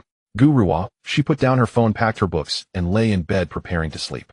She thought to herself, tomorrow she would apologize to him in person. Son, dinner is ready, come eat. At 5:10 a.m., Zhang Yuanshan was sound asleep. Zhang Wanxia held a bowl and knocked on the bedroom door. Coming. Zhang Zhe quickly got up and opened the bedroom door in just 3 seconds. Today's breakfast, prepared by his mom, was tomato and egg noodles. Zhang Zhe didn't even wash up and directly lay on the dining table to enjoy his meal. Eat slowly. There's plenty of time. Zhang Wanxia shook her head and admonished. While Zhang Zhe was eating noodles, Zhang Wanxia was tidying up the kitchen. Suddenly, as if she remembered something, she set down her bowl and sat at the dining table. With a gentle smile, she asked, Son, what's the good news? Tell Mom. Slurp slurp. You'll know after the college entrance exam. Zhang Zhe replied while eating. Zhang Wanxia rolled her eyes at him, feeling extremely curious about what could be called great news by her son. What kind of good news could it be? Oh right. Mom, today is Ji Xiaofeng's birthday, so I won't be home, Zhang Zhe suddenly said. Ji Xiaofeng's birthday? Zhang Wanxia displayed a skeptical expression. Are you sure you're not going to? Forget it, do as you wish, but remember to come home early. Zhang Zhe could tell from his mom's expression that she didn't believe him. He could only feel helpless. Today was indeed Ji Xiaofeng's birthday. Now it was fine, to be honest, his mom didn't believe him. Had he known, he shouldn't have lied to her yesterday. Mom, to tell you the truth, I actually asked a female classmate out to hang out today. Zhang Zhe said with a silly smile. Upon hearing this, Zhang Wanxia was momentarily stunned. A female classmate? Is she the one your Uncle Gu saw on the street yesterday? Yes, that's her. Seeing Zhang Zhe admit it generously, Zhang Wanxia fell silent. For a moment, she didn't know how to discuss this topic with her son. In the past, everyone knew that her son was pursuing Gu Ruashi, but they would never discuss such topics openly. After all, her son was still young and knew how to feel shy. Only Zhang Yuanshan would occasionally ask his son about the progress of his pursuit of Gu Ruashi. But now her son was actually proactively mentioning other female classmates. Zhang Wanxia really wanted to say, don't you feel shy? You're only 18. Shouldn't this age avoid discussing such topics with parents? Son, is that female classmate also in the 3rd year? Yes. Is she in your class? No, she's in the liberal arts class. Does Ruashi know about this? She might know, Zhang Zhe said as he put the clean dishes into the kitchen. Mom, I need to go to school now. If you're interested someday, I can bring her home for you to meet. Zhang Zhe smiled brightly and quickly rushed into the bathroom to wash up. Bring her home. Zhang Wanxia looked shocked. She now felt that her son had truly grown up. You're only 18, and you're already bringing girls home. At this rate, would there even be a need to push for marriage in the future? Son, so you're not planning to pursue Ruashi anymore? Zhang Wanxia asked tentatively. Actually, she realized her son was out shopping with other girls yesterday. She had already sensed that he might be planning to give up on Gu Ruashi. After all, based on her understanding of her son, he was not the kind of person who would be indecisive. It was absolutely impossible for him to be pursuing Gu Ruashi while also getting close to other girls. Yes, if she doesn't agree, I have to give up early, Zhang Zhe said while brushing his teeth. Upon hearing this, Zhang Wanxia fell silent again. All along she had seen her son's persistence towards Gu Ruashi. Why did he suddenly give up? Zhang Wanxia's feelings were complicated. Whether this was good or bad, she didn't know. However, since the college entrance exam was coming soon, she didn't want to say too much to her son. It wouldn't be good if it affected his mood. Alright, Mom understands. This period is too tense, so it's good to go out and relax a bit. Just manage your time, while don't let it affect the college entrance exam. Understood, don't worry, Mom. Do you want me to give you some money? No need, I'm just going out for a stroll, there's no place to spend money. Okay, be careful on the way. A few minutes later, Zhang Zhe boarded the school bus on time. Good morning, Master Zhang. Good morning. Master Zhang smiled and started the bus. Xiao Zhang, your complexion looks better today. Is something good happening? Indeed, I am preparing to negotiate a business deal worth several hundred million today. A business deal? Several hundred million. Master Zhang didn't take it seriously, thinking it was just a trendy term among young people. Xiao Zhang, since that day, when Gu Ruashi fell on the bus, how has your relationship progressed? Can you share with Uncle Zhang? What progress can there be? It's still the same as before. The two chatted casually, and soon the bus filled up with more students. Good morning, Zhang Zhe. An outgoing girl from another class smiled and greeted Zhang Zhe. Good morning. Zhang Zhe responded with a smile. Oh, so handsome. Several girls shyly rushed to the back. Fong, did the male god just smile at you? He can't possibly be interested in you, right? How could that be? Who knows? Gu Ruashi is pretty, but you are not bad either, right? Oh, stop it, that's so annoying. Hearing the whispers from the back seat, a smile appeared on Zhang Zhe's lips. Once a person becomes cheerful, they are willing to embrace life. Good things will always arrive as scheduled. Sometimes all it takes is a friendly smile to a stranger to change one's mood for the entire day. Beep. Student card. Today Guruwashi rarely wore a light blue dress and a pair of flat sandals. Her smooth hair fluttered in the wind. The exposed half of her jade-like arm and the fair ankle beneath her skirt evoked endless imagination. The boys on the bus were mesmerized. One boy in the back seat didn't even realize how stunned he was by such a beautiful sight, involuntarily exclaiming, "So beautiful." Guruwashi in her dress perfectly embodied the image of the pure and beautiful girl in the hearts of the young men. Pure, stunning, fresh, and refined, untouched by the dust of the world. Jiangja gazed at Guruwashi in her dress. He was slightly dazed. He remembered that this was Guruwaxi's favorite dress, one she only wore on important days or when she was in a good mood. Today was clearly not an important day. If it had to be considered special, it was because today was Ji Xiaofeng's birthday. Guruwashi didn't even know, and even if she did, she wouldn't care. So why did she wear it? Why did she put on this dress? Jiangja felt puzzled, and as the boys were still in shock, Guruwashi slowly stepped into the bus. Like a stunning girl from a painting, anyone would instinctively be drawn to her. Even Jiangja was no exception, watching Guruwashi with appreciative eyes. "Good morning." Jiangja greeted her casually. "Ruwashi, you today?" Lu Jingjing, who was sitting behind Jiangja, opened her mouth to say something. Just as she was about to say something, the beautiful girl in the dress suddenly stopped as she passed by the front row. She looked at Jiangja, uttering a statement that felt like both a command and a cold greeting. Jiangja was sitting in the aisle seat. Guruwashi clearly meant to sit in the seat closer to the window. In that moment, the bus fell silent. When Guruwashi said, "Let me in," the entire bus suddenly quieted down. Did I hear that correctly? Guruwashi, the aloof campus goddess, the eternal ice queen, actually took the initiative to sit next to a boy. Could the goddess have been possessed? Or did Jiangja drug her? One boy in the back almost couldn't help but call. Jiangja was taken aback. "What did you say?" Clearly he hadn't expected this either. "I said let me in." Guruwaxi's pretty face showed a hint of panic. This was almost her first time taking the initiative to approach Jiangja. Previously, she always sat next to him on the bus. This time it was her turn to take the initiative, and it felt incredibly awkward. Ahem. "Hey, this young man, the girl wants to take a seat. Why aren't you giving her room? Hurry up and sit properly. I need to start driving." Master Zhang, suppressing a laugh, said sternly. Jiangja, with a dazed expression, stood up to give Guruwashi his seat. As Guruwashi passed by him, her smooth hair brushed against his cheek. Jiangja could smell the freshness of her shampoo, accompanied by the unique floral fragrance of the girl. The sweet scent was intoxicating. After they were seated, the bus slowly started moving. Jiangja still couldn't understand what was going on today. Was he still dreaming and hadn't woken up? After Guruwashi sat down, her expression remained aloof. However, there was a hint of an imperceptible smile at the corners of her mouth.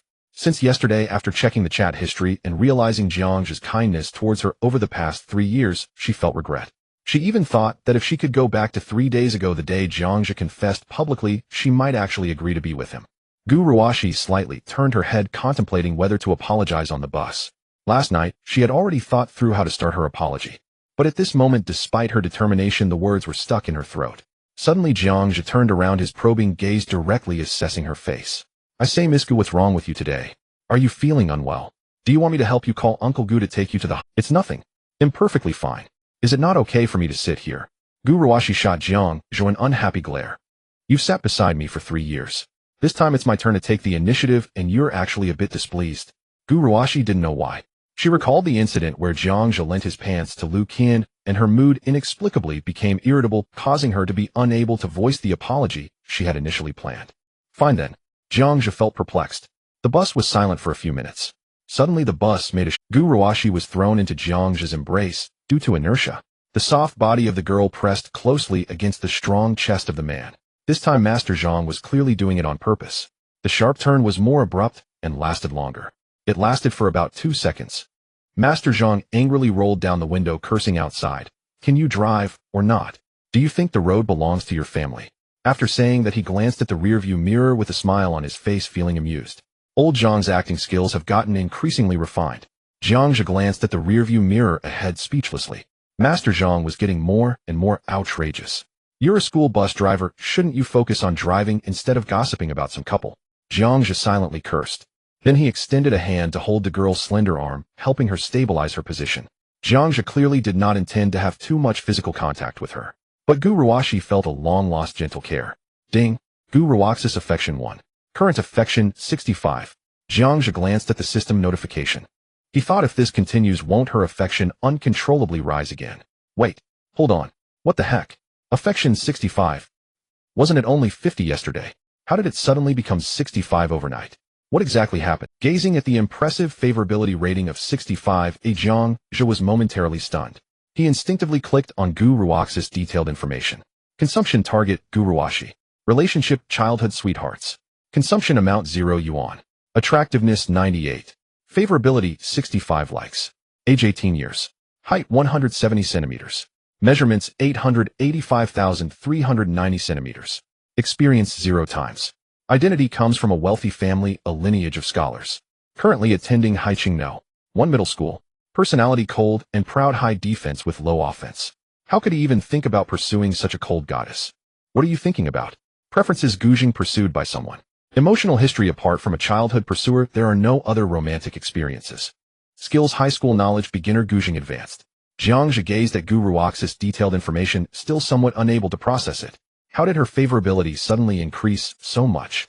Gu Ruox's measurements as well as her personality and emotional history were not unexpected. All the information was as he had anticipated. However, in the preferences section for Gu Ruoxi, besides her favorite Gujing, there was unexpectedly another one. Pursued by someone. Who else could it be? Apart from him, the loyal admirer for 3 years, who else could there be? Jiangzhe cast a peculiar glance at the girl beside him. She says she dislikes it. But you clearly like it. System data cannot be false. It is sufficient to be listed in the preferences section. This indicates that Gu Ruoxi not only enjoys being pursued by him, but even likes it to a certain extent. Of course, Jiangzhe understood Gu Ruoxi. Her inner preferences might even be something she herself is not aware of, even if she realizes it. With Gu Ruox's personality, she would never admit it proactively. Silence enveloped the carriage. Jiangzhe couldn't help but sigh. With Gu Ruox's favorability reaching 65, it indicates that if he were to confess to her at this moment, there is a considerable chance she would not refuse. In other words, his goddess whom he has pursued for 3 years is finally within reach. Unfortunately, some people once missed will never return. Jiangzhe had not failed to give her opportunities. He asked one last time in front of everyone. Since she did not agree, he would never turn back. A good horse does not return to old pastures. Moreover, he is a broad-minded person. He once vowed to give all the lovely younger sisters a home. He would never allow himself to be hung up on Gu Ruoxi. If Gu Ruoxi were to pursue him, he might consider it. There is a prerequisite. It cannot affect his friendly interactions with other younger sisters. Jiangzhe felt. Given Gu Ruox's personality, the probability of this happening is lower than winning the lottery. How could a self-centered proud girl like Gu Ruoxi share a man with other women? The school bus drove towards the campus. The boys and girls on the bus each had their own thoughts, riding in silence. Jiangzhe, you must put in some effort today. As the bus reached the stop, the driver, Master Zhang, winked. Thank you. Jiangzhe replied somewhat irritably. Master Zhang has been getting more and more over the top. It's one thing to ship CP. But couldn't he just watch quietly from the side? Why did he have to pull those little tricks? Now Gu Ruox's favorability suddenly became uncontrollable. Jiangzhe only felt troubled. If the prideful Gu Ruoxi were to find out about his current relationship with Lu Qian, would it have an impact? Jiangzhe initially thought it was no big deal. But now with Gu Ruox's favorability exceeding 60, if she found out about his relationship with Lu Qian, would it lead to a psychological breakdown? Gu Ruoxi walked past Jiangzhe. With a subtle gaze, she indicated to him, aren't you going to hurry and catch up? Noticing that nuanced glance, Jiangzhe couldn't help but sigh. He thought, right now the timing is quite sensitive. It would be better not to have too much contact with Gu Ruoxi. The higher her favorability, the more troublesome it becomes. Jiangzhe quickly walked past Gu Ruoxi. As he passed, he didn't even cast a glance at her. Humph. Gu Ruoxi stared resentfully at Jiangzhe's back. She looked at the dress she was wearing. Isn't it beautiful? Weren't you fond of it before? Gu Ruoxi was quite confident in her outfit today. All the boys along the way were almost drooling. Yet the one she cared about actually refused to look at her more than once. Just keep pretending. Let's see how long you can keep it up.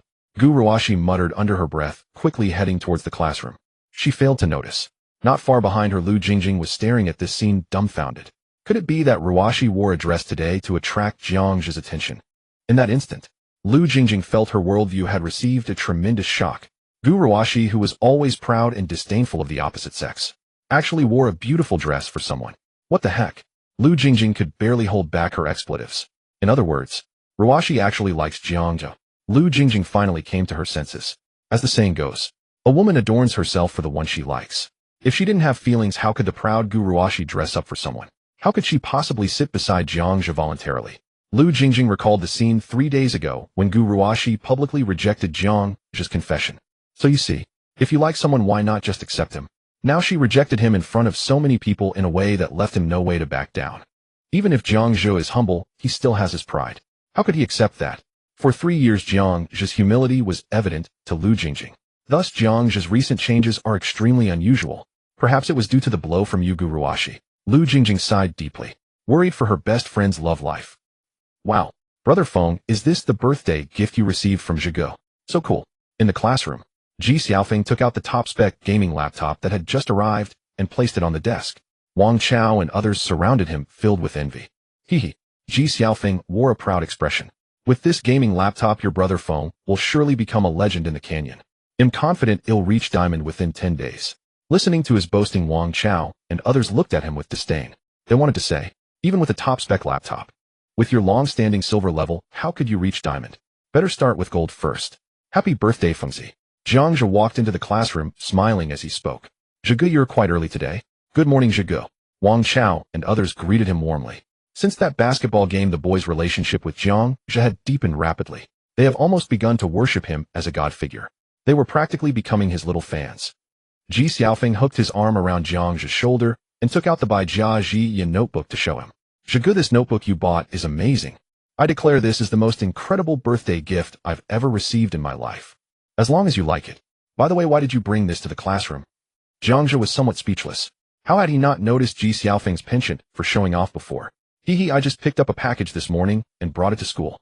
Ji Xiaofeng chuckled. By the way, Zhigu, the restaurant is booked. It's at Yangon Road, Yushu Restaurant at 6:30 tonight. I saw on the review site that their Sichuan cuisine is quite good. Shall we take a cab together after school? Sure. Jiang Zhe casually replied, then thought for a moment. Actually, never mind, you guys go by cab. I have something to do this afternoon. I'll take leave and meet you directly at the restaurant later. Oh, are you taking leave, Zhigu? What happened? Is it something with Lu? Ji Xiaofeng began to say, but suddenly noticed Guruashi walking into the classroom in a dress. The classroom fell silent instantly. Even after 3 years of being classmates, seeing Guruaxi's outfit made everyone unable to help but take a second glance. That woman is just too beautiful. Her aura is terrifying. For some reason, Ji Xiaofeng found himself unable to utter Lu Qian's name in front of Guruashi. It's nothing serious, just some family matters. He'll ask oldly for leave after class. See you tonight. Jiang Zhe said casually as he organized his desk. At that moment, he noticed Ji Xiaofeng and Wang Chao had both fallen silent. Jiang Zhe raised his head suspiciously. He saw Guruashi walking towards him with a blank expression. Are you taking leave? She stood beside Jiang Zhe looking down at him. What do you need leave for? Jiang Zhe frowned slightly. Some family matters. Oh, she replied indifferently, standing still. Ji Xiaofeng and Wang Chao froze simultaneously. Wang Chao exchanged glances with Ji Xiaofeng, questioning what's going on. Why is the campus beauty suddenly talking to Zhigu? Didn't she reject Zhigu before? Is she having second thoughts? Not sure. But it seems likely. Does Guruashi know that Lu Qian and Zhigu are already together? Probably. Maybe she doesn't know. It's simply the drama of the year. The first campus beauty and the second campus beauty both liking the same guy? How did this happen? As expected of Zhigu. That's impressive. I Wang admire you. IG admire you. At this moment the two were communicating through their eyes. Guruashi suddenly turned to Ji Xiaofeng. Is it your birthday today? Yes, it's my 18th birthday. Ji Xiaofeng stammered. He never expected Guruashi would talk to him, nearly dropping the laptop he was holding. The aloof campus beauty. Aside from Jiang Zhe, he hardly spoke to other boys throughout the year. What's happening today? Is the sun shining, or has the aloof campus beauty suddenly changed her nature? Give me your payment code. Guruashi said after a pause, taking out her phone. Payment code. Ji Xiaofeng felt utterly confused. You're having a birthday, and since I didn't prepare a gift, I'll just send you a red envelope. Guruashi opened the scanning interface and said expressionlessly. No, it's fine. Ji Xiaofeng looked at Jiang Zhe with a pleading expression. Don't just watch. Help me out. Jiang Zhe was speechless. He knew what Guruashi was planning.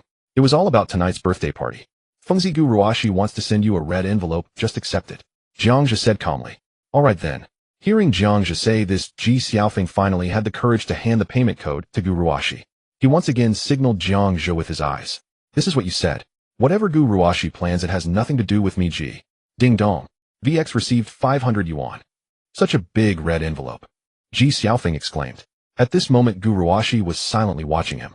Clearly she was waiting for him to extend an invitation to the birthday party. Ji Xiaofeng didn't react immediately, thinking, she wouldn't be bribing me, would she? Is she asking for help to strategize how to approach Jiang Zhe? At this thought Ji Xiaofeng was ready to return the red envelope to Guruashi on the spot. No way. A mere 500 yuan, a Ji Xiaofeng wouldn't even care. Jiang Zhe had given him a laptop worth 10,000. Does he not know the difference? At a critical moment one must stand by their brothers. Thus Ji Xiaofeng said seriously, Gu Ruoxi, this red envelope is too much, I can't accept it. You? Gu Ruoxi was almost speechless. She wanted to say, can't you see such an obvious intention? We don't even have each other on VX friends, can you guess why I'm sending you a red envelope? Isn't it just because Jiang Zhe is also going to the birthday party? Gu Ruoxi was quite annoyed. Is Ji Xiaofeng's brain not working well? Jiang Zhe almost laughed out loud. This is too funny. Even Gu de Shuesheng would show a helpless expression. Seeing someone laugh, Gu Ruoxi for some reason wanted to laugh too. It felt like this atmosphere was very warm. However, remembering how someone had just ignored her, Gu Ruoxi's expression instantly turned cold. She lifted her small foot in sandals and stepped on Jiang Zhe's foot. Ouch! Jiang Zhe felt no pain. Gu Ruoxi stepped down hard, then gave Jiang Zhe a look. The meaning was, I've booked the birthday party for tonight. You figure it out. Then she quickly returned to her seat. Watching the friendly interaction between Jiang Zhe and Gu Ruoxi, Ji Xiaofeng and Wang Chao exchanged glances and smiled simultaneously. Given the current situation, it seemed that Gu Ruoxi really had a change of heart towards Jiang Zhe. This meant that Jiang Zhe's efforts over the past 3 years were finally bearing fruit. However, recalling Lu Qian, Ji Xiaofeng and Wang Chao exchanged glances looking peculiar. Ji Xiaofeng leaned close to Jiang Zhe's ear and whispered, Zhe, does Gu Ruoxi not know about your relationship with Lu Qian? Jiang Zhe remained silent. Sigh. Ji Xiaofeng sighed deeply, patting Jiang Zhe's shoulder to offer comfort. It's tough being a good brother. For a moment he didn't know whether to envy his brother's peach blossom luck or to express sympathy. Did you not realize it's self-study time because the bell hasn't rung? Li Xiaoping strode into the classroom reprimanding them. Wang Chao and the others immediately dashed back to their seats. Ji Xiaofeng stealthily hid his laptop under the desk. He took out a textbook and placed it on the table. Sweat was almost trickling down.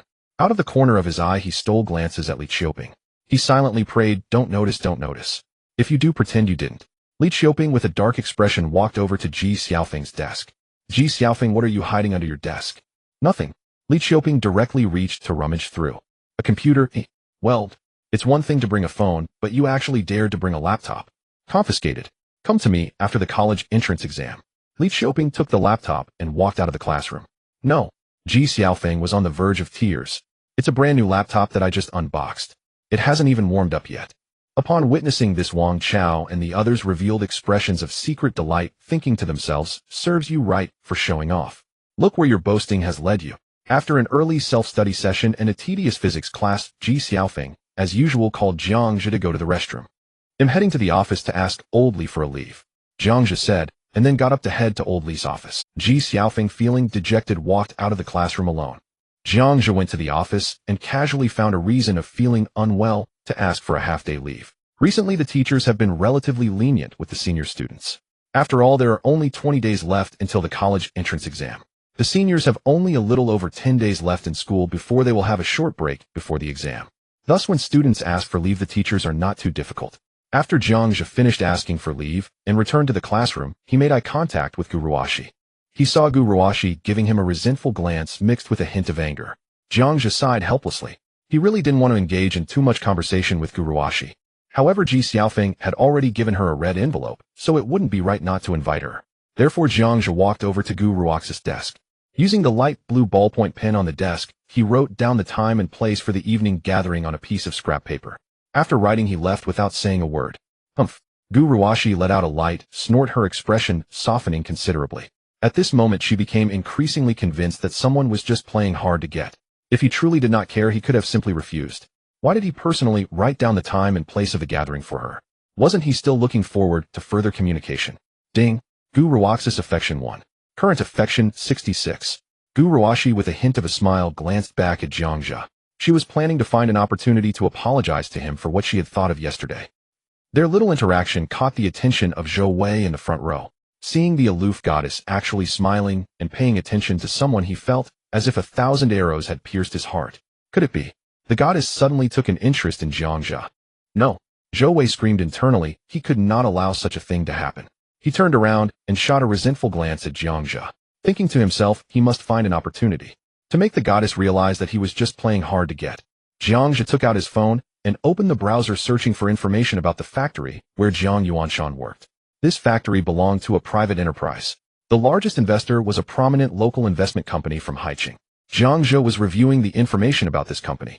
It was named Fading Investment Limited Liability Company. Fading Investment had invested $75 million in the factory where Jiang Yuanshan worked. They held 65 of the shares, making them a major shareholder. However, the management and operations of the factory were not closely overseen by the shareholders. They were mainly responsible for appointing the senior leadership of the factory. In the factory, lower-level employees like Jiang Yuanshan had various minor leaders above them. For the employees, the highest authority was the factory director. Jiang Zhe thought to himself, if he could acquire this factory and become the major shareholder, he would then possess absolute power over it. As for how to provide benefits to Lao Jiang and how to assign him tasks that would be the responsibility of the factory, Jiang Zhe stepped out of the classroom. He made a phone call to Fading Investment Company expressing his intention to invest a large sum of money to acquire the factory where Jiang Yuanshan worked. This investment company is solely profit-driven. As long as the price is high enough, they would be willing to sell their shares. An agreement was quickly reached. At 2:30 p.m., a meeting for the acquisition was scheduled at the headquarters of Fading Company. After hanging up the phone, Jiang Zhe pondered. Since he was going out to discuss business, shouldn't he get a vehicle? After all, who would take a taxi when they are a big boss? If someone from the investment company saw him, they might think he couldn't afford a car. Thus, during the break, Jiang Zhe called several 4S dealerships, although he did not have a driver's license yet. But Jiang Zhe could drive. Moreover, as long as he had money, there was nothing he couldn't accomplish. He could even afford to hire someone as his personal driver. Therefore, the driver's license was a minor issue. There were plenty of car brands that suited the boss identity. However, after making inquiries, Jiang Zhe found out most did not have cars available. The more expensive luxury cars required a reservation. After making several calls, he found a Bentley Mulsanne worth $8.2 million that was available. The paperwork was complete, and he could pick up the car the same day. Jiang Zhe arranged to pick it up at noon and asked the dealership to prepare the paperwork in advance. After completing all this, just as he was about to return to the classroom, he suddenly received a message from Longlegs. Longlegs, I've successfully taken my leave. Are we still meeting at the West Gate at noon? Jiang Zhe, that works. Longlegs, okay. Disappointed Longlegs, didn't you say you would come to find me in class? Aggrieved. Jiang Zhe, all right, then you wait for me obediently in class. Longlegs, got it. Heart. After putting down his phone, Jiang Zhe returned to the classroom to continue his self-study. From his guesses, what happened yesterday would surely draw more attention to Lu Qian among Su Wanting, and Lu Qian asked him to come find her in class. She must be planning to show off in front of her sisters. Jiang Zhe was naturally more than happy to oblige. Zhigu, are you leaving now? Then let's meet at Yueshu restaurant at 6:30 p.m. During the lunch break, Ji Xiaofeng asked, MHM, see you tonight. Jiang Zhe tidied up briefly and left the classroom. He once again met Gu Ruox's gaze. Noticing a hint of joy in her eyes, Jiang Zhe immediately averted his gaze. How could he not know what Gu Ruoxi was thinking? Gu Ruoxi was the type of girl who was sensitive to emotions. Although she had never been in a relationship, she could often decipher intentions from just a glance. Especially when she found his gaze upon her, she felt he was paying attention to her. Thus she felt delighted. Jiang Zhe couldn't help but marvel. Life is truly remarkable. Just a few days ago, he was the one eagerly anticipating Gu Ruox's attention, yet now it seems she was starting to look forward to him. Jiang Zhe decided to give Gu Ruoxi the cold shoulder during this period. He couldn't let her overthink. It was best for feelings to remain at this level, or even to diminish further. As the saying goes, some people once missed are gone forever. Jiang Zhe could no longer turn back to pursue Gu Ruoxi. Gu Ruoxi stared at Jiang Zhe as he walked out of the classroom. Her expression appeared slightly despondent. Throughout the morning, she couldn't find an opportunity to apologize to Jiang Zhe. She had never felt before how difficult it was to apologize to someone. Seeing Jiang Zhe leave the classroom, she hesitated for a moment before standing up. Kuyen, tell us, how far did you two progress last night? Did you go to a hotel? Did you spend the night out? In the classroom of Class 4 of the senior year, Su Wanting and 3 others surrounded Lu Qian's desk, excitedly chatting about Jiang Zhe. Last night, the impact he brought to them was overwhelming. Who would have thought that he was just an ordinary high school student? Yet he was a wealthy man who casually spent 50 million. Even a big shot like brother who had to listen to Jiang Zhe's commands. Previously, Lu Qian became the center of her small group due to her stunning beauty. Now at this moment, because of Jiang Zhe's existence, she had completely become the focus of the conversation. The topics among her friends revolved around Jiang Zhe and him. No, not at all. After you left yesterday, we went home too, Lu Qian said shyly. Is that so? Su Wanting and the others stared at her with suspicion written all over their faces. They had been so close in front of others, how bold could they be in private? What about today? Where are you two going to play? I don't know, I'll follow his lead, Lu Qian said with a sweet smile. She became increasingly excited about today's date. Humph. In the back row, Yang Yuan snorted coldly, cursing inwardly. Indeed, they were a pair of dog lovers. How could they get together in just a few days? He remembered how he pursued Lu Qian for nearly 3 years. Yet he never even had the chance to go out on a date with her. But now his goddess was being taken away by a man she had only known for a few days. It seemed their progress was swift. Had they done everything that was supposed to happen, and what shouldn't? Every time he thought about it, Yang Yuan felt as if his heart was pierced by 1,000 arrows. He had never been so eager for high school life to end as he was now. He didn't want to stay in this wretched high school campus for even a second longer. Wow, so handsome. Is he Jiangzhe, the one who pursued Gu Ruoxi for 3 years, the love-struck fool? Why is he so handsome? Suddenly, several girls screamed from the side. Jiangzhe walked towards Lu Qian and the others in front of the entire class. Is he here to find Lu Qian? I heard Lu Qian confess to Jiangzhe before. Could they be together now? It must be. I suddenly envy Lu Qian so much for having such a handsome boyfriend. Listening to the discussions around her, Lu Qian felt great delight. The feeling of being envied by her peers was immensely pleasurable. Dear, I've been waiting for you for so long. Jiangzhe said this in a volume loud enough for the whole class to hear. Sure enough, they are definitely together. So handsome. So gentle. He even came to pick up his girlfriend from her classroom personally. I want to be treated so gently by my boyfriend too. The girls in the class went even crazier. As a liberal arts class, there were many girls in class 4, accounting for about 2/3 of the class. The unrestrained discussions of the girls clearly reached Lu Qian's ears. At this moment her mood was indescribably proud. Dear, why did you take so long to come? I've been waiting for you. Lu Qian sweetly acted cute, intimately holding Jiangzhe's arm in front of everyone. She even used the overly intimate term dear. Crack. Yang Yuan snapped the pen in his hand. Jiangzhe was assessing Lu Qian. Today she wore denim shorts, showcasing her captivating legs exposed to the air. Brother Jiangzhe, where are you taking us today? Su Wanting boldly threw a flirtatious glance at Jiangzhe. Brother Jiangzhe, remember to use protection. Do you want me to get you some? One of the bolder girls in the group grinned mischievously. No need, I'm prepared, Jiangzhe joked along. Bang. Yang Yuan's elbow suddenly made intimate contact with the corner of the desk. I knew it. You two are definitely up to no good. Dear, shall we leave now? Lu Qian playfully jumped in place. Jiangzhe coming to pick her up made her mood soar. Let's go. Jiangzhe smiled and said, Pop. Lu Qian blushed and kissed Jiangzhe's cheek in front of everyone. Boom. Yang Yuan's desk shook violently. Under the envious gazes of everyone, the two intertwined their arms and walked out of the classroom. In an instant, discussions erupted in the classroom again. Jiangzhe pursued Gu Ruoxi for 3 years. How did he suddenly get together with Lu Qian? It seems they are progressing very quickly. They even use protection. Isn't that a bit too fast? Could it be that Jiangzhe is also a bold boy? Isn't he a top student in the key class? There are boys like this even among the good students. The gossiping voices of the girls reached Yang Yuan's ears. Damn it. If you're going to date, can't you do it without showing off in front of so many people? This is just too Yang Yuan covered his painful elbow. He didn't even know whether the pain was physical or emotional, his expression revealing immense distaste. He was almost furious. He even suspected that this pair of dog lovers were showing off their affection right in front of him. How outrageous. Stealing my girl is one thing, but they had to crush my heart too. Yang Yuan was furious. If it weren't for his fear of Jiangzhe's abnormal physical prowess, he would have challenged Jiangzhe to a duel between men. Meanwhile, one of Yang Yuan's little brothers noticed his anger and quietly suggested, Brother Yang, this kid is too arrogant. Why don't we do something about it? Upon hearing this suggestion, Yang Yuan's expression changed instantly. A cruel smile crept upon his lips. All right, let's do it like this. When Jiangzhe and Lu Qian left Class 4's classroom, no one expected that they would run into Gu Ruoxi. Seeing Lu Qian holding Jiangzhe's hand and their closeness, she was instantly petrified in place. Jiangzhe, did you take the afternoon off just to be with her? Gu Ruoxi's expression darkened. Her tone, once calm, now carried sharp accusation. Yes, so what? Jiangzhe countered, his voice steady and unruffled, offering no explanation whatsoever. Gu Ruoxi was on the verge of erupting, when at that very moment, she noticed Lu Qian gently withdrawing her hand from Jiangzhe's arm. Classmate Gu, please don't misunderstand. We're not involved. I only accompanied him this afternoon to run an errand. Lu Qian offered what she believed to be a warm, reassuring smile as she spoke. She still remembered Jiangzhe's words, he would never be hers alone.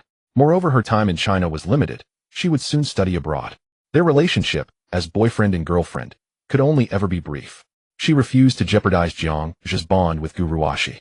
Unwilling to become a third party who shattered another's love, she offered a sincere, courteous explanation. Though to Gu Ruoxi that friendly smile appeared startlingly frivolous. It felt like provocation. Had Lu Qian's tone not been genuinely earnest, Gu Ruoxi would have lost control of her fury then and there. Jiangzhe, Do you really have to do this? If it's because I treated you poorly before, then I apologize. Surely that's enough? Gu Ruashi turned to him, voice trembling. She paused, composed herself, and reasoned that Jiang Zhe and Lu Qian were merely performing for her benefit. From all she knew of him, Jiang Zhe was no fickle or indecisive young man. Even if he no longer loved her or pursued her, he would never in mere days shift his affections to another girl. And Lu Qian, whose demeanor struck her as faintly superficial, was simply not his type. His type, the one he truly admired, was her. At noon, most students headed to lunch, though a few remained behind in their classrooms. Hearing the commotion in the hallway, curious heads poked out from Class 4 and Class 5, including Lu. Whoa, Gu Ruashi and Lu Qian are clashing. Is this a classic love triangle? No way. Are both school beauties really rivals now? Damn, what did Jiang Zhe ever do to deserve this? The onlookers murmured softly among themselves. Zhou Wei, observing the scene, wore an expression of smug certainty. I told you, he's playing hard to get. Bringing another girl before Gu Ruaxi's eyes is precisely to make her realize how precious he is, and beg her to cherish him again. See, Gu Ruashi has already fallen for it. His confident analysis, however, earned only scornful snorts from several classmates in Class 5. Perhaps earlier Zhou Wei's words might have held some credibility, but after the incident with Chao Tingting, his peers in Class 5 now regarded him as nothing short of a despicable two-timing scoundrel. Head kept Chao Tingting dangling with ambiguous affection, while simultaneously courting Gu Ruashi. Why would anyone trust a word he said? Frustrated by their disbelief, Zhou Wei scoffed bitterly. Just watch. He's already won Gu Ruaxi's favor. He'll definitely chase her again, groveling like the devoted admirer he once was. As the group whispered, Gu Ruashi caught fragments of their chatter. She glanced around, then softened her tone slightly. Jiang Zhe, come with me to the rear playground. I need to speak with you. Her words carried the quiet authority of command. Without waiting, she strode toward the corridor leading to the rear playground, and paused at its entrance, gazing steadily at Jiang Zhe, as if awaiting his choice. Jiang Zhe noticed something in her expression, confidence, as if she were utterly certain he would follow her. Where does that confidence come from? He shook his head, exasperated. Does she honestly think I'll choose her? Qian, we're leaving. With that, he gently placed a hand on Lu Qian's shoulder. Under Gu Ruashi's stunned gaze, and beneath the watchful eyes of students from Classes 4 and 5, he guided Lu Qian down the opposite corridor toward the school gate. Gu Ruashi's exquisite face froze in utter disbelief. She stared after Jiang Zhe and Lu Qian, her shock lingering unbroken for minutes. Then anger flared.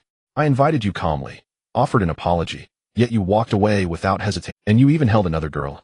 Just then, snippets of Class 4 girls' gossip reached her ears. Jiang Zhe left with Lu Qian. That means he chose her, right? Of course. Not a moment's hesitation. Not even a second glance at Gu Ruashi. Doesn't that say everything? Who would have thought? The top devoted admirer of First High School, who'd worshipped his goddess for 3 years, now turns cold to her, and chooses someone else instead. I'm so envious of Lu Qian. Just for her, he ignored the school's #1 beauty. Exactly. It seems Jiang Zhe's feelings for Lu Qian are genuine. So the great devoted admirer has truly changed his ways.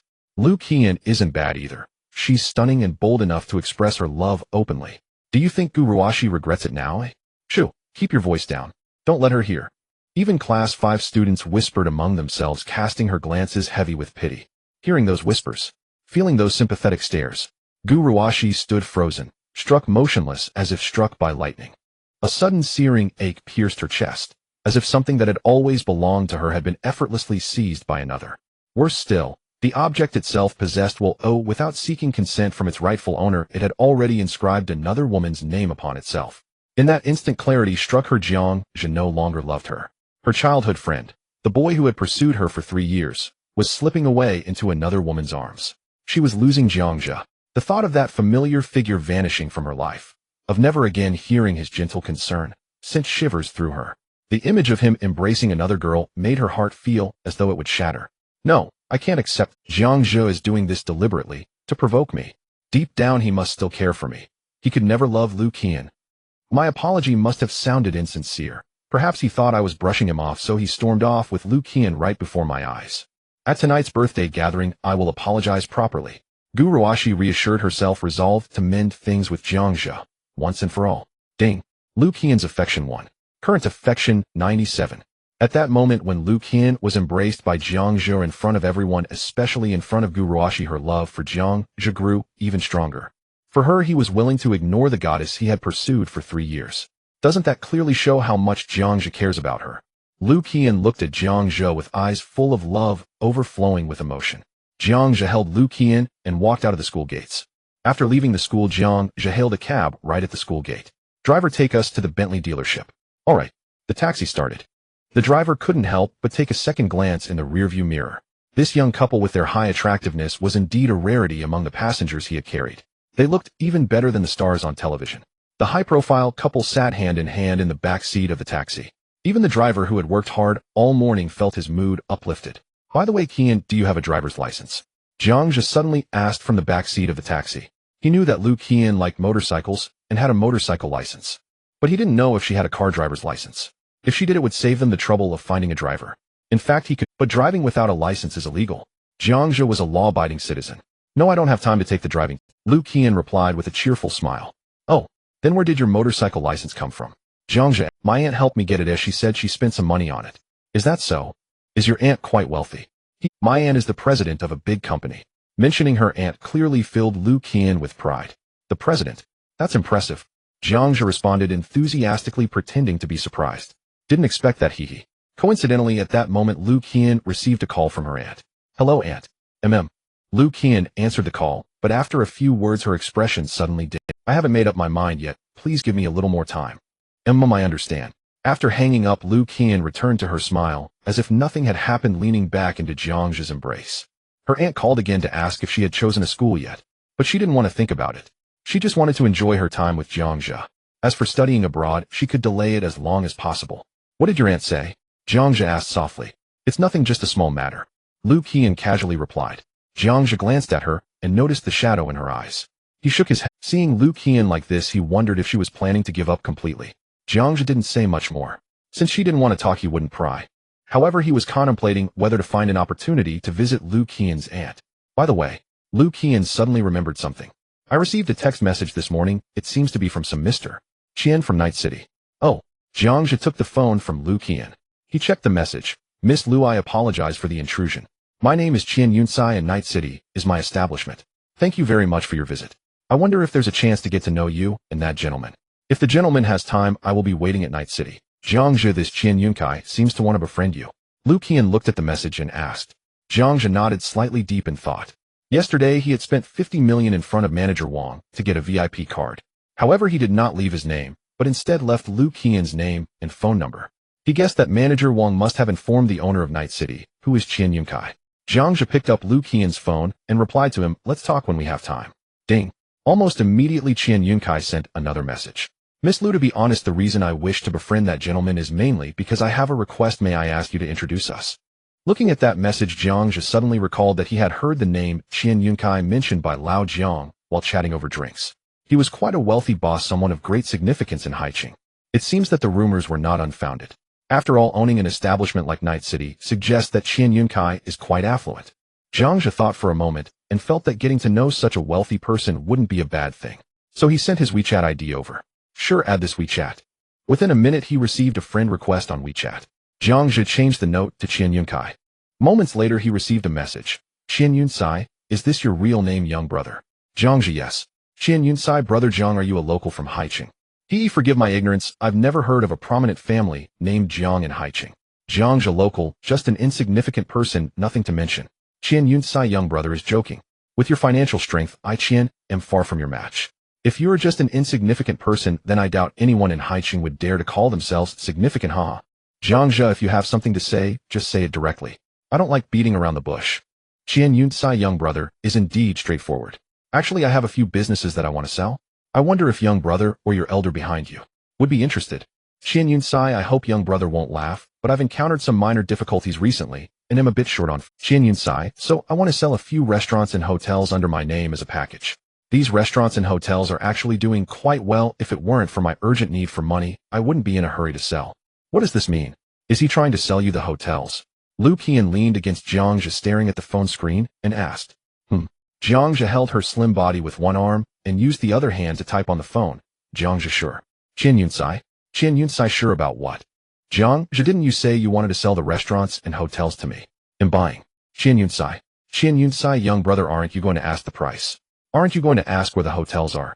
Jiang Zhe, I don't like to complicate things when I make a purchase. Since you approached me, I can consider you a friend. Qian Yunsai. On the other side, Qian Yunkai stared at the text on his phone, nearly dropping it. He was quite wealthy with properties spread across Haicheng and cash flow exceeding 100 million. However, it wasn't something one could just buy on a whim. Did he think it was a toy? This was a serious business. Moreover, it wasn't just one or two. There were a total of 9 star-rated hotels and upscale restaurants. Even if sold at a low price, it would still be around 800 million. Such a large sum of money, even Qian Yunkai couldn't raise it in a short period. But this brother Jiang bought it without even asking. Didn't he know how much it would cost? Last night, he casually spent 50 million in a nightclub, even using a woman's name. It was obvious he was just trying to impress women. Spending 50 million on women was not something even Qian Yunkai would do so generously. After all, in this day and age, having 1 or 2 million was enough to attract any beauty. Why would he need 50 million?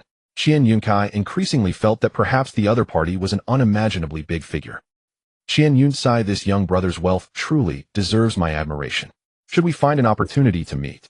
Jiang, sure, you arrange it, and once it's settled, see which day I have time. Qian Yunsai, alright, then I'll have someone prepare the transfer agreement. Jiang, go ahead. Qian Yunsai, aren't you going to ask about the price? Jiang, then go ahead and tell me. Qian Yunsai, there are a total of 9 establishments, 3 of which are star-rated hotels, 2 5-star, and 1 4-star. The restaurants are also quite upscale, valued at least around 800 million. Jiang, got it. Qian Yunsai, so that means you have no problem. Jiang, no problem at all, just 800 million. Qian Yunsai, just 800 million. Qian Yunkai stared at his phone screen, utterly stunned. Even the richest person in Haicheng wouldn't blink at taking out 800 million, would they? In fact, he initially approached Jiang Zhe without the intention of selling all these properties to him. He would have been satisfied if Jiang Zhe could just take 1 or 2. Who would have thought the other party was ready to buy everything without even asking? He even quoted a high price of 800 million. The other party remained calm as usual. That's 800 million. Such a huge sum of money, shouldn't he consult with his family elders? Qian Yunkai suddenly felt that Jiang Zhe's background might be far more terrifying than he had imagined. Or perhaps on the surface he was just a student. But in reality, he could mobilize vast wealth and was a key figure in a prominent family. The higher the level of a person like Qian Yunsai, the more self-awareness they had. Qian Yunkai appeared successful, regarded as the #1 figure in Haicheng. But in reality, he knew very well that those with true power often belonged to families that revealed little about themselves. Jiang Zhe, a student, casually took out 800 million without batting an eye. Spending 50 million to recharge a nightclub membership card was done on a whim. He must be from an extraordinarily terrifying power. And Jiang Zhe could easily mobilize such vast wealth. Even within a prominent family, his status could be considered pivotal. Such a person, even if one couldn't befriend him, they absolutely couldn't offend him. Qian Yunsai, alright young brother, I will contact you once I have arranged everything. In the taxi, Lu Qian looked at Jiang Zhe with curious eyes. Jiang Zhe, how much money do you actually have? You can take out 800 million. Lu Qian was once again shocked by Jiang Zhe's financial power. 800 million could nearly buy her aunt's company, right? Jiang Zhe wrapped an arm around her waist, smiling. Now do you understand your boyfriend's strength? I told you I won't allow anyone to take you away from me, and I have the ability to make you happy. So stop overthinking and dreaming about things that don't exist. Oh, Lu Qian felt the warmth of his hand around her waist and flushed, obediently responding. Suddenly she thought, could it be? Jiang Zhe is wealthier than her aunt. If she eloped with Jiang Zhe with his wealth, how could he not support her for a lifetime? She wasn't a child anymore. She was well aware that once she entered society, financial power equated to influence. If she had money, her aunt wouldn't force her to study abroad, right? Lu Qian pondered. Should she tell her aunt about this? However, it felt a bit strange. How should she bring it up? Should she say she found a wealthy boyfriend who would support her for life, so she wouldn't have to study abroad? She could already imagine how angry her aunt would be after hearing that. As Lu Qian was lost in thought, the taxi arrived at its destination. When the stunningly beautiful Lu Qian appeared at the entrance of the 4S store, she instantly attracted the attention of those around her. What a beautiful girl. Yet too bad, she's taken the one next to her. It should be her boyfriend, right? Oh, her boyfriend is also handsome. Wearing a school uniform. Could he be a student? The staff at the Bentley 4S store had certainly seen their share of rich clientele. Bentley, with prices easily in the millions, attracted customers who were all wealthy bosses or rich second-generation heirs. Or they could be middle-aged tycoons with bulging bellies or business moguls in suits. They had never seen students in school uniforms come here to shop before. The staff watched the two enter the 4S store, their expressions filled with curiosity as they whispered to each other. Just as the two entered the 4S store, a conversation came from not far away. Young Master Huang, are you satisfied with this car? On the seats of a 2 million yuan Bentley Continental, a young man in peculiar attire was test driving the car. Ignoring the staff's inquiry, young Master Huang fixed his gaze on Lu Qian's profile. So beautiful. Wow. Those long legs can't even be compared to those of model. Even young Master Huang, who has seen countless women, rarely encountered such a stunning girl. Young Master Huang immediately took an interest. It was a pity that this stunning girl had a boyfriend. Moreover, appearing at the Bentley 4S store, she might not be an ordinary person. On the surface, dressed in a school uniform, she seemed like just a student. But her looks and demeanor were extraordinary. With young Master Huang's keen eye, he felt that this stunning girl's boyfriend might hold an impressive status. However, this girl was simply too beautiful. Young Master Huang couldn't resist approaching to strike up a conversation, trying to test the waters. "Hey young brother, young lady, you look a bit unfamiliar. Are you here to test drive?" Young Master Huang approached with a smile, greeting the two. Jiangzhe glanced at young Master Huang dressed in eccentric attire and discerned his intentions. He hoped the other party would be sensible. He really didn't want to draw too much attention. Jiangzhe ignored young Master Huang and turned his gaze to the staff nearby. "I have an appointment with your manager to pick up the car." "Pick up the car." Upon hearing this, the sales manager immediately approached. "Sir, may I ask your surname?" "My surname is Jiang." "Are you the Mr. Jiang who called this morning?" "That's me." "All right. The car is ready for you, and all the paperwork is prepared. Would you like to take it for a test drive?" The manager politely asked, a look of astonishment appearing on his face. Who would have thought he was actually a big client purchasing an 800,000 yuan luxury car in cash? Hearing this, Huang Xiao paused slightly. He recalled the manager mentioning in conversation with the sales team. A major client had called earlier that morning stating he would purchase the A200 Bentley Mulsanne outright. Huang Xiao himself was wealthy. His family ran a building materials business. His father allotted him over 100,000 yuan per month as pocket money. Yet even for him, buying a 2 million Continental required installment payments, let alone purchasing an 8 million Mulsanne outright. Even his father would have to weigh the decision carefully. And yet the buyer appeared to be no older than a high school student, younger than Huang Xiao himself. How astonishingly generous could one be? Huang Xiao instinctively glanced at him again. "No need for a test drive. I'm short on time. Qian, please accompany the manager to complete the paperwork." Jiangzhe gestured subtly toward Lu Qian beside him. "Me?" Lu Qian pointed at herself, momentarily stunned. "Yes, it's for you." Jiangzhe smiled faintly, his tone calm and unassuming. In that instant, everyone's expression shifted to astonishment, all eyes converging upon them simultaneously. So, this 8 million luxury sedan was intended as a gift for a young woman. Good heavens. Even most affluent individuals couldn't afford such a vehicle. Only billionaires, those with personal fortunes exceeding 100 million yuan, could casually own one. You're still so young. Merely affording such a car is extraordinary enough. Yet you'd willingly gift it to a girl. He's incredibly wealthy. Not only wealthy, but also young, handsome, and extravagantly generous.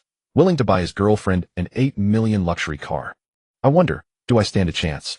A beautiful female sales representative murmured softly nearby. "Darling, why are you buying me a car?" Lu Qian gazed up at Jiangzhe with wide, puzzled eyes. "Do I need a reason to spend money on you?" Jiangzhe replied, his voice as placid as ever. Yet to Lu Qian his words carried unmistakable authority. Even that VIP card, worth 50 million yuan, bore her name.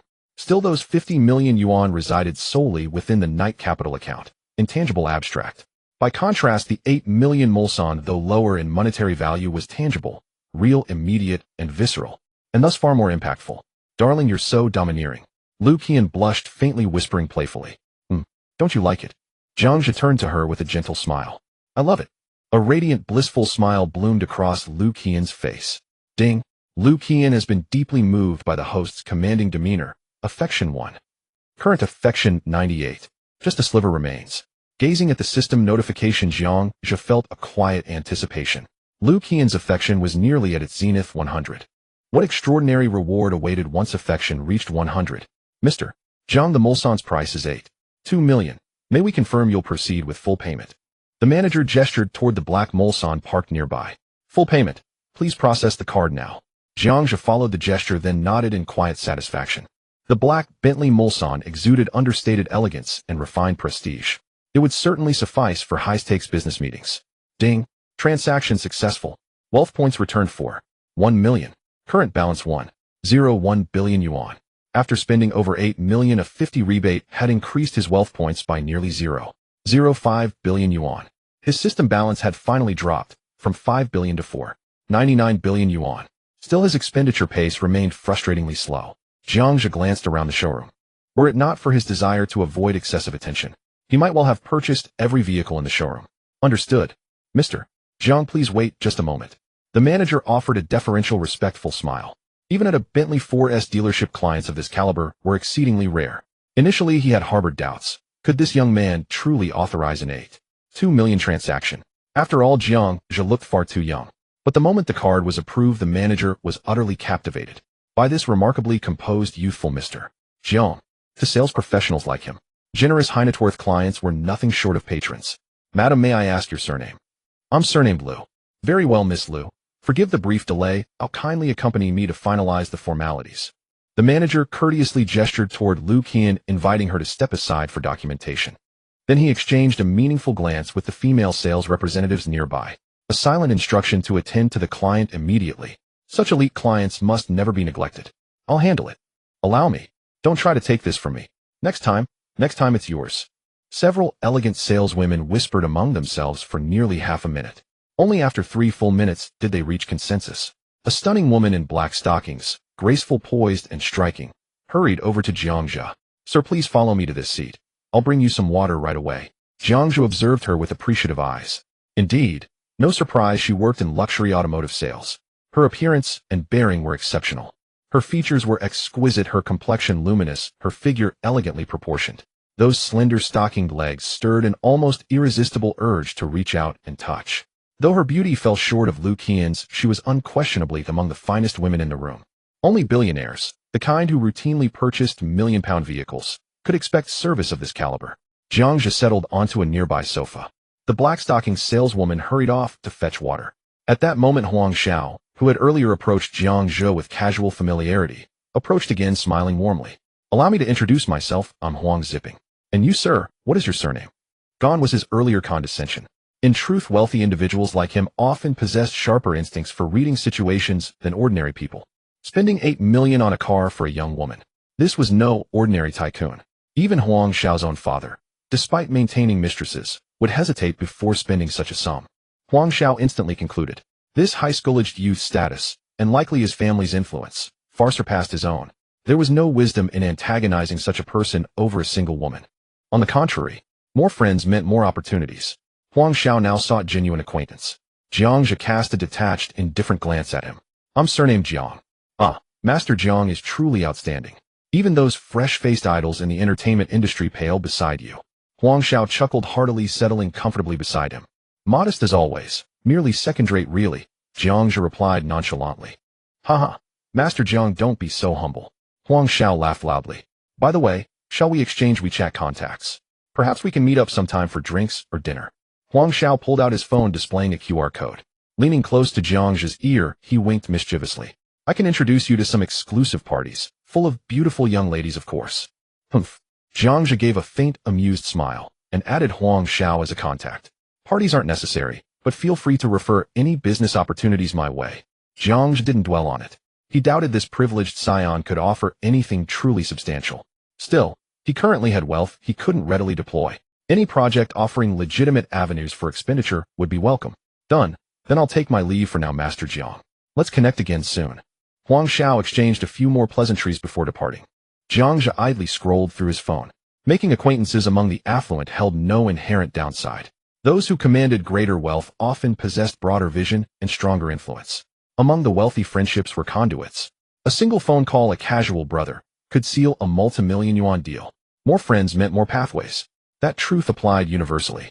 As Jiang Zhe scrolled, he suddenly noticed the black-stocking saleswoman beside him gently brush her slender stockinged leg against his thigh. He looked up, meeting her gaze directly. She blinked slowly, offering a coy, seductive smile. Jiang Zhe's brow furrowed faintly. Was she attempting to seduce him? Jiang Zhe could clearly see the thoughts of the female salesperson. Given his extravagant demeanor, it was rare, even in a Bentley dealership. If something could happen between them, even if he didn't buy a car from her, giving her some benefits would surely bring her considerable gains. Jiang Zhe smiled silently and ignored her. This is the allure of money. In a society where money reigns supreme, as long as you have money, there's no need for pickup lines. Women will approach you. Jiang Zhe understood the behavior of the female salesperson and did not look down on her. Life is already difficult, and everyone seeks what they need from each other. She gains money, while the wealthy enjoy fleeting pleasures. It doesn't affect each other's lives. It's simply a win-win situation. Mr. Jiang, your pants are dirty, let me help you clean them. The female salesperson flashed a charming smile, bending down to tenderly wipe the dust on the inner thigh of Jiang Zhe. A button on her white shirt was accidentally undone. Jiang Zhe could even see her black lace lingerie and the half-sphere it contained. Not a bad figure. Zhang Zhe nodded in satisfaction, glancing at the name tag hanging on the female salesperson's chest. Hiyu. Is your name Hiyu? He smiled as he assessed her. Yes, Mr. Zhang, you can call me Xiaoyu. Hiyu spoke softly, boldly, offering an incredibly flirtatious glance. Can you drive? Yes, would you like me to take you for a test drive, Mr. Zhang? Hiyu continued to gently wipe his thigh. Give me the payment code, Zhang Zhe said. Huh. Hiyu was slightly taken aback. Once she realized, her heart leaped with joy. Did it work? Is Mr. Zhang going to trade with me? Hiyu obediently displayed the payment code. Ding. VX received 100,000 yuan. 100,000.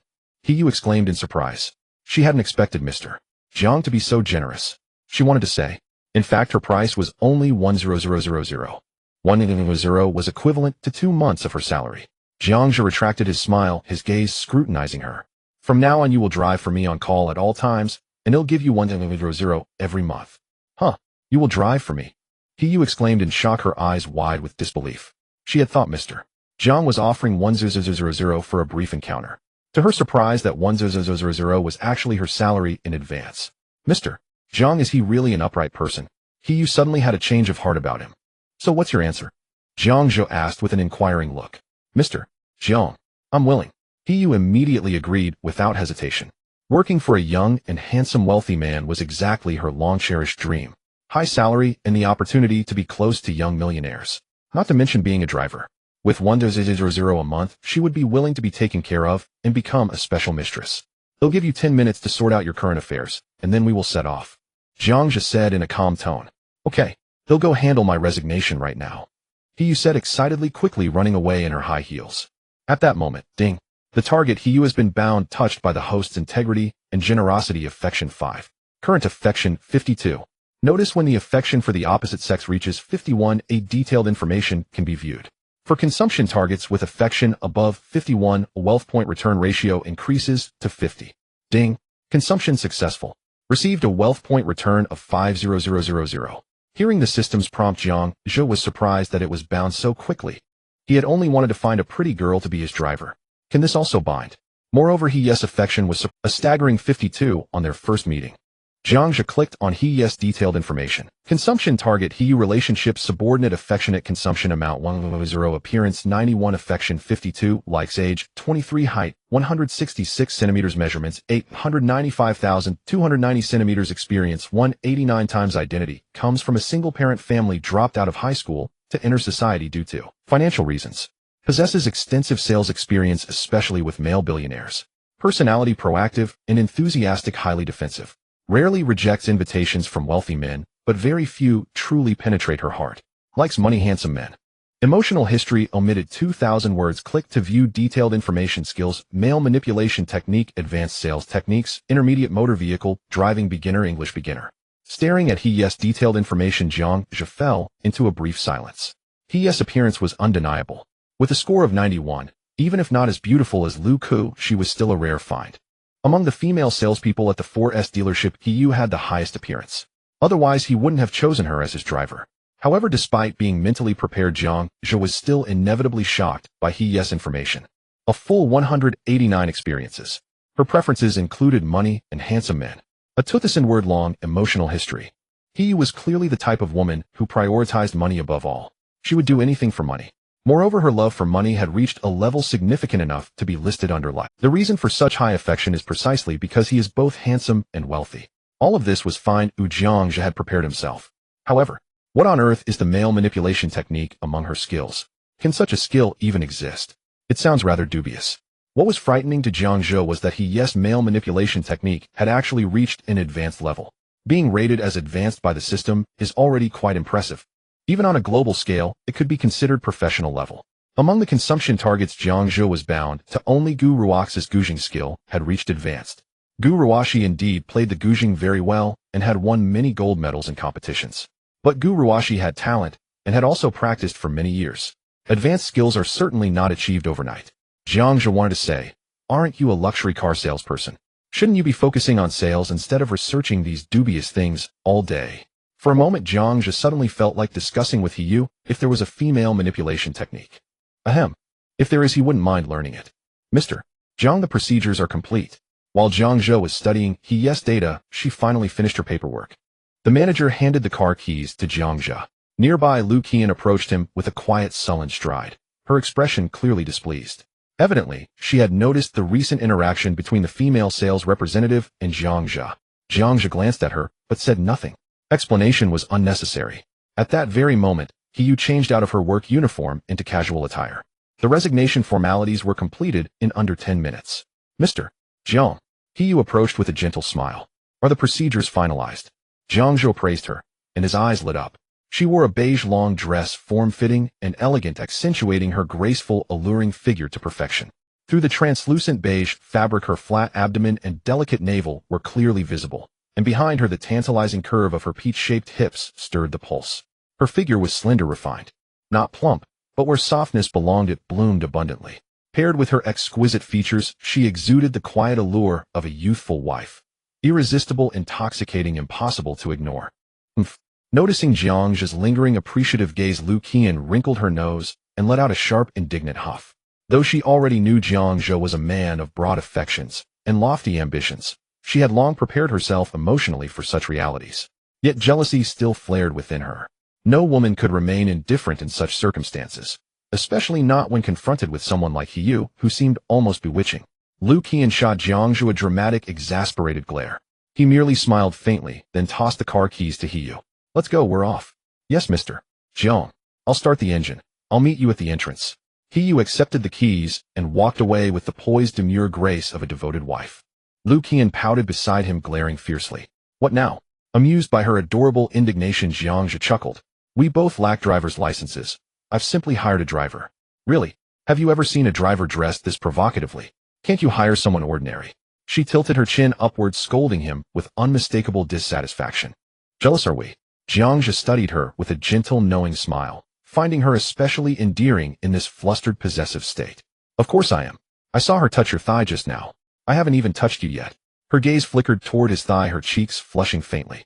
How audacious this woman was, utterly shameless.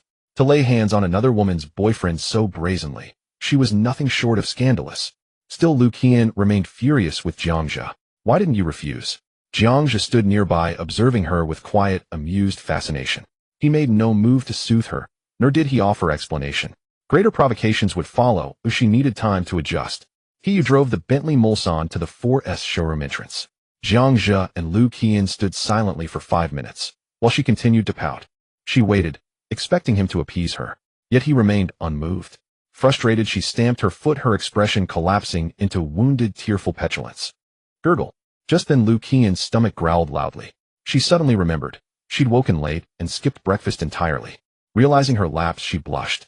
She was supposed to be angry, not betrayed by her own body's inconvenient hunger. How vexing. The momentum of her indignation vanished instantly. Jiang Zhe checked the time. It's nearly 1 o'clock. Let's eat. He stood still and extended his hand toward her. She paused, startled, then grew even more incensed. What do you think you're doing? Do you expect me to walk straight into your arms? Jiang Zhe smiled softly. 3 seconds passed in silence, before she stamped her foot again and marched into his embrace. Haha. Watching her flushed, pouting charm, Jiang Zhe couldn't suppress his laughter. You're insufferable.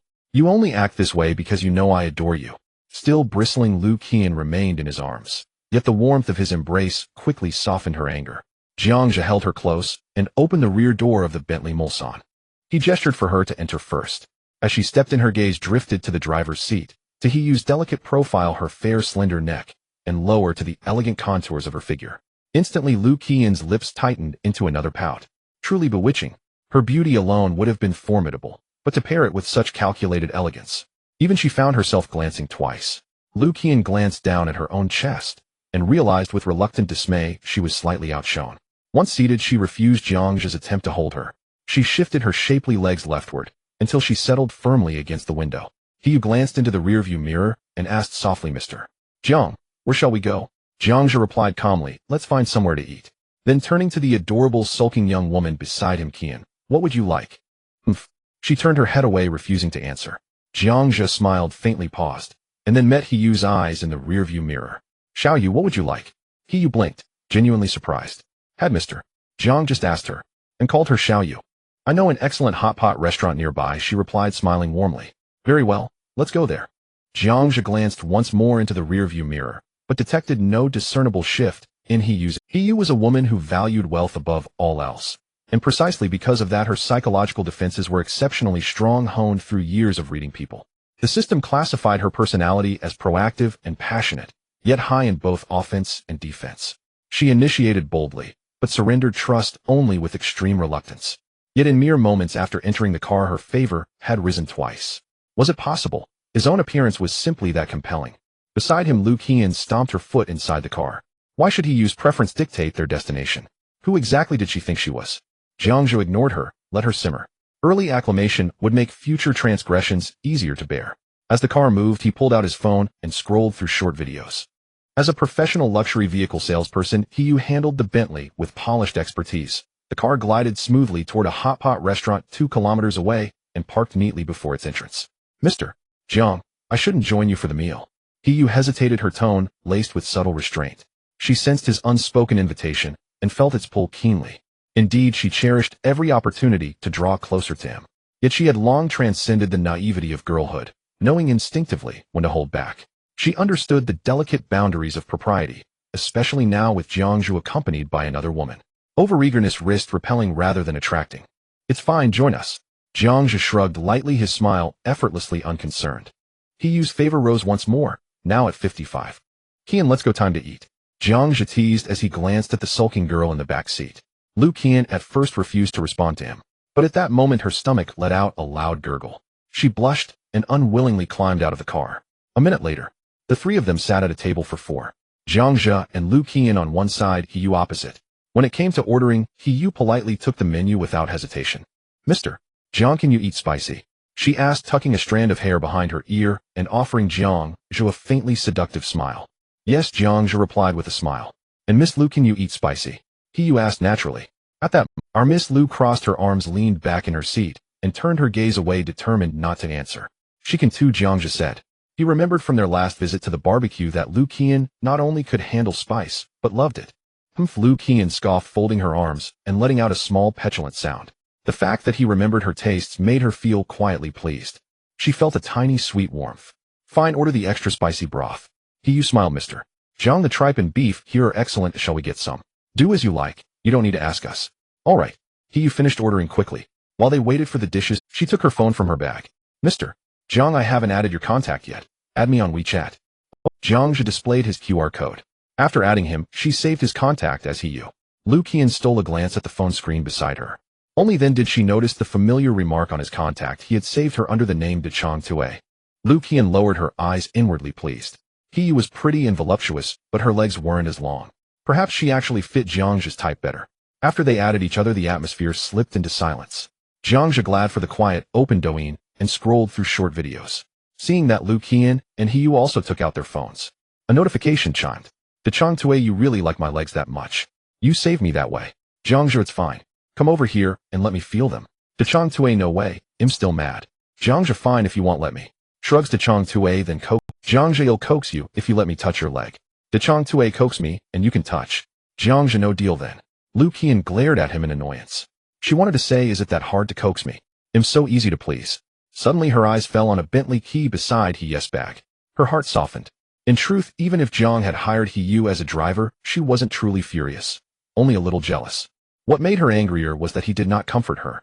Lu Qian remembered that before agreeing to be his girlfriend, Jiang Zhou had been frank with her. Being his girlfriend was acceptable, but she could not expect to be the only one in his life.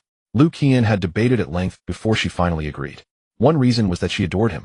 Another was that her time in the country was short. She did not want her youth to be filled, so she resolved to love boldly and savor a sweet romance, even if it would be brief. Blushing, she scooted her chair a little closer. She deliberately edged toward De Chang Tue, thinking she might take the initiative to reconcile. At that moment, a notification chimed. Yu, Mr. Jiang, are you free tonight? Shy Jiang Zhou glanced at his phone, slightly surprised, and looked up to meet Yu's eyes. Yu offered another coquettish smile. Beneath the table, a foot in flesh-colored stockings clad in high heels twitched against his leg. Lu Qian had seen Yu's WeChat message, but not the subtle movement under the table. She read the implication in Yu's words. No, it was no longer implication, it was invitation. What are you free tonight? Mean, especially with that shy emoticon tacked on the end. What were they planning to do? Lu Qian glared across in anger. Yu offered an apologetic smile, as if to say, sorry Miss Lu, seducing your boyfriend is my fault.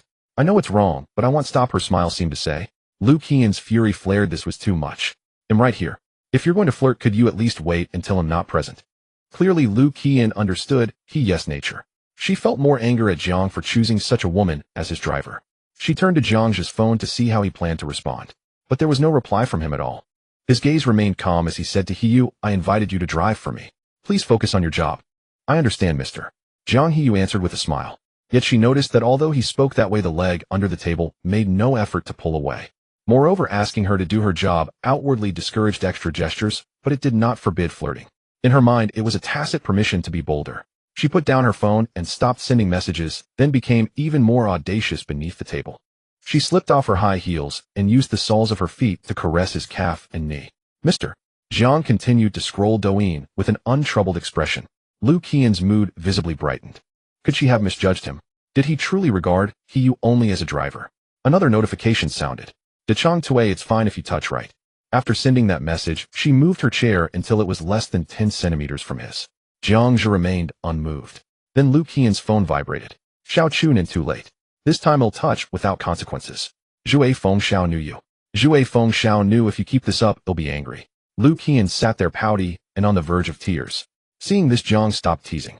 He smiled, drew her into his arms, and murmured softly, don't be angry, okay? Humph, you scoundrel. I hate you, she said, pouting and scolding in a coquettish way. She looked up and saw Hiyu with her head bent staring at her phone. She resolved then to seize the initiative in front of this temptress. She had to make Hiyu understand that Jiang's true concern was her. Kiss me once, and I'll forgive you, she blurted as if compelled by some mischievous impulse.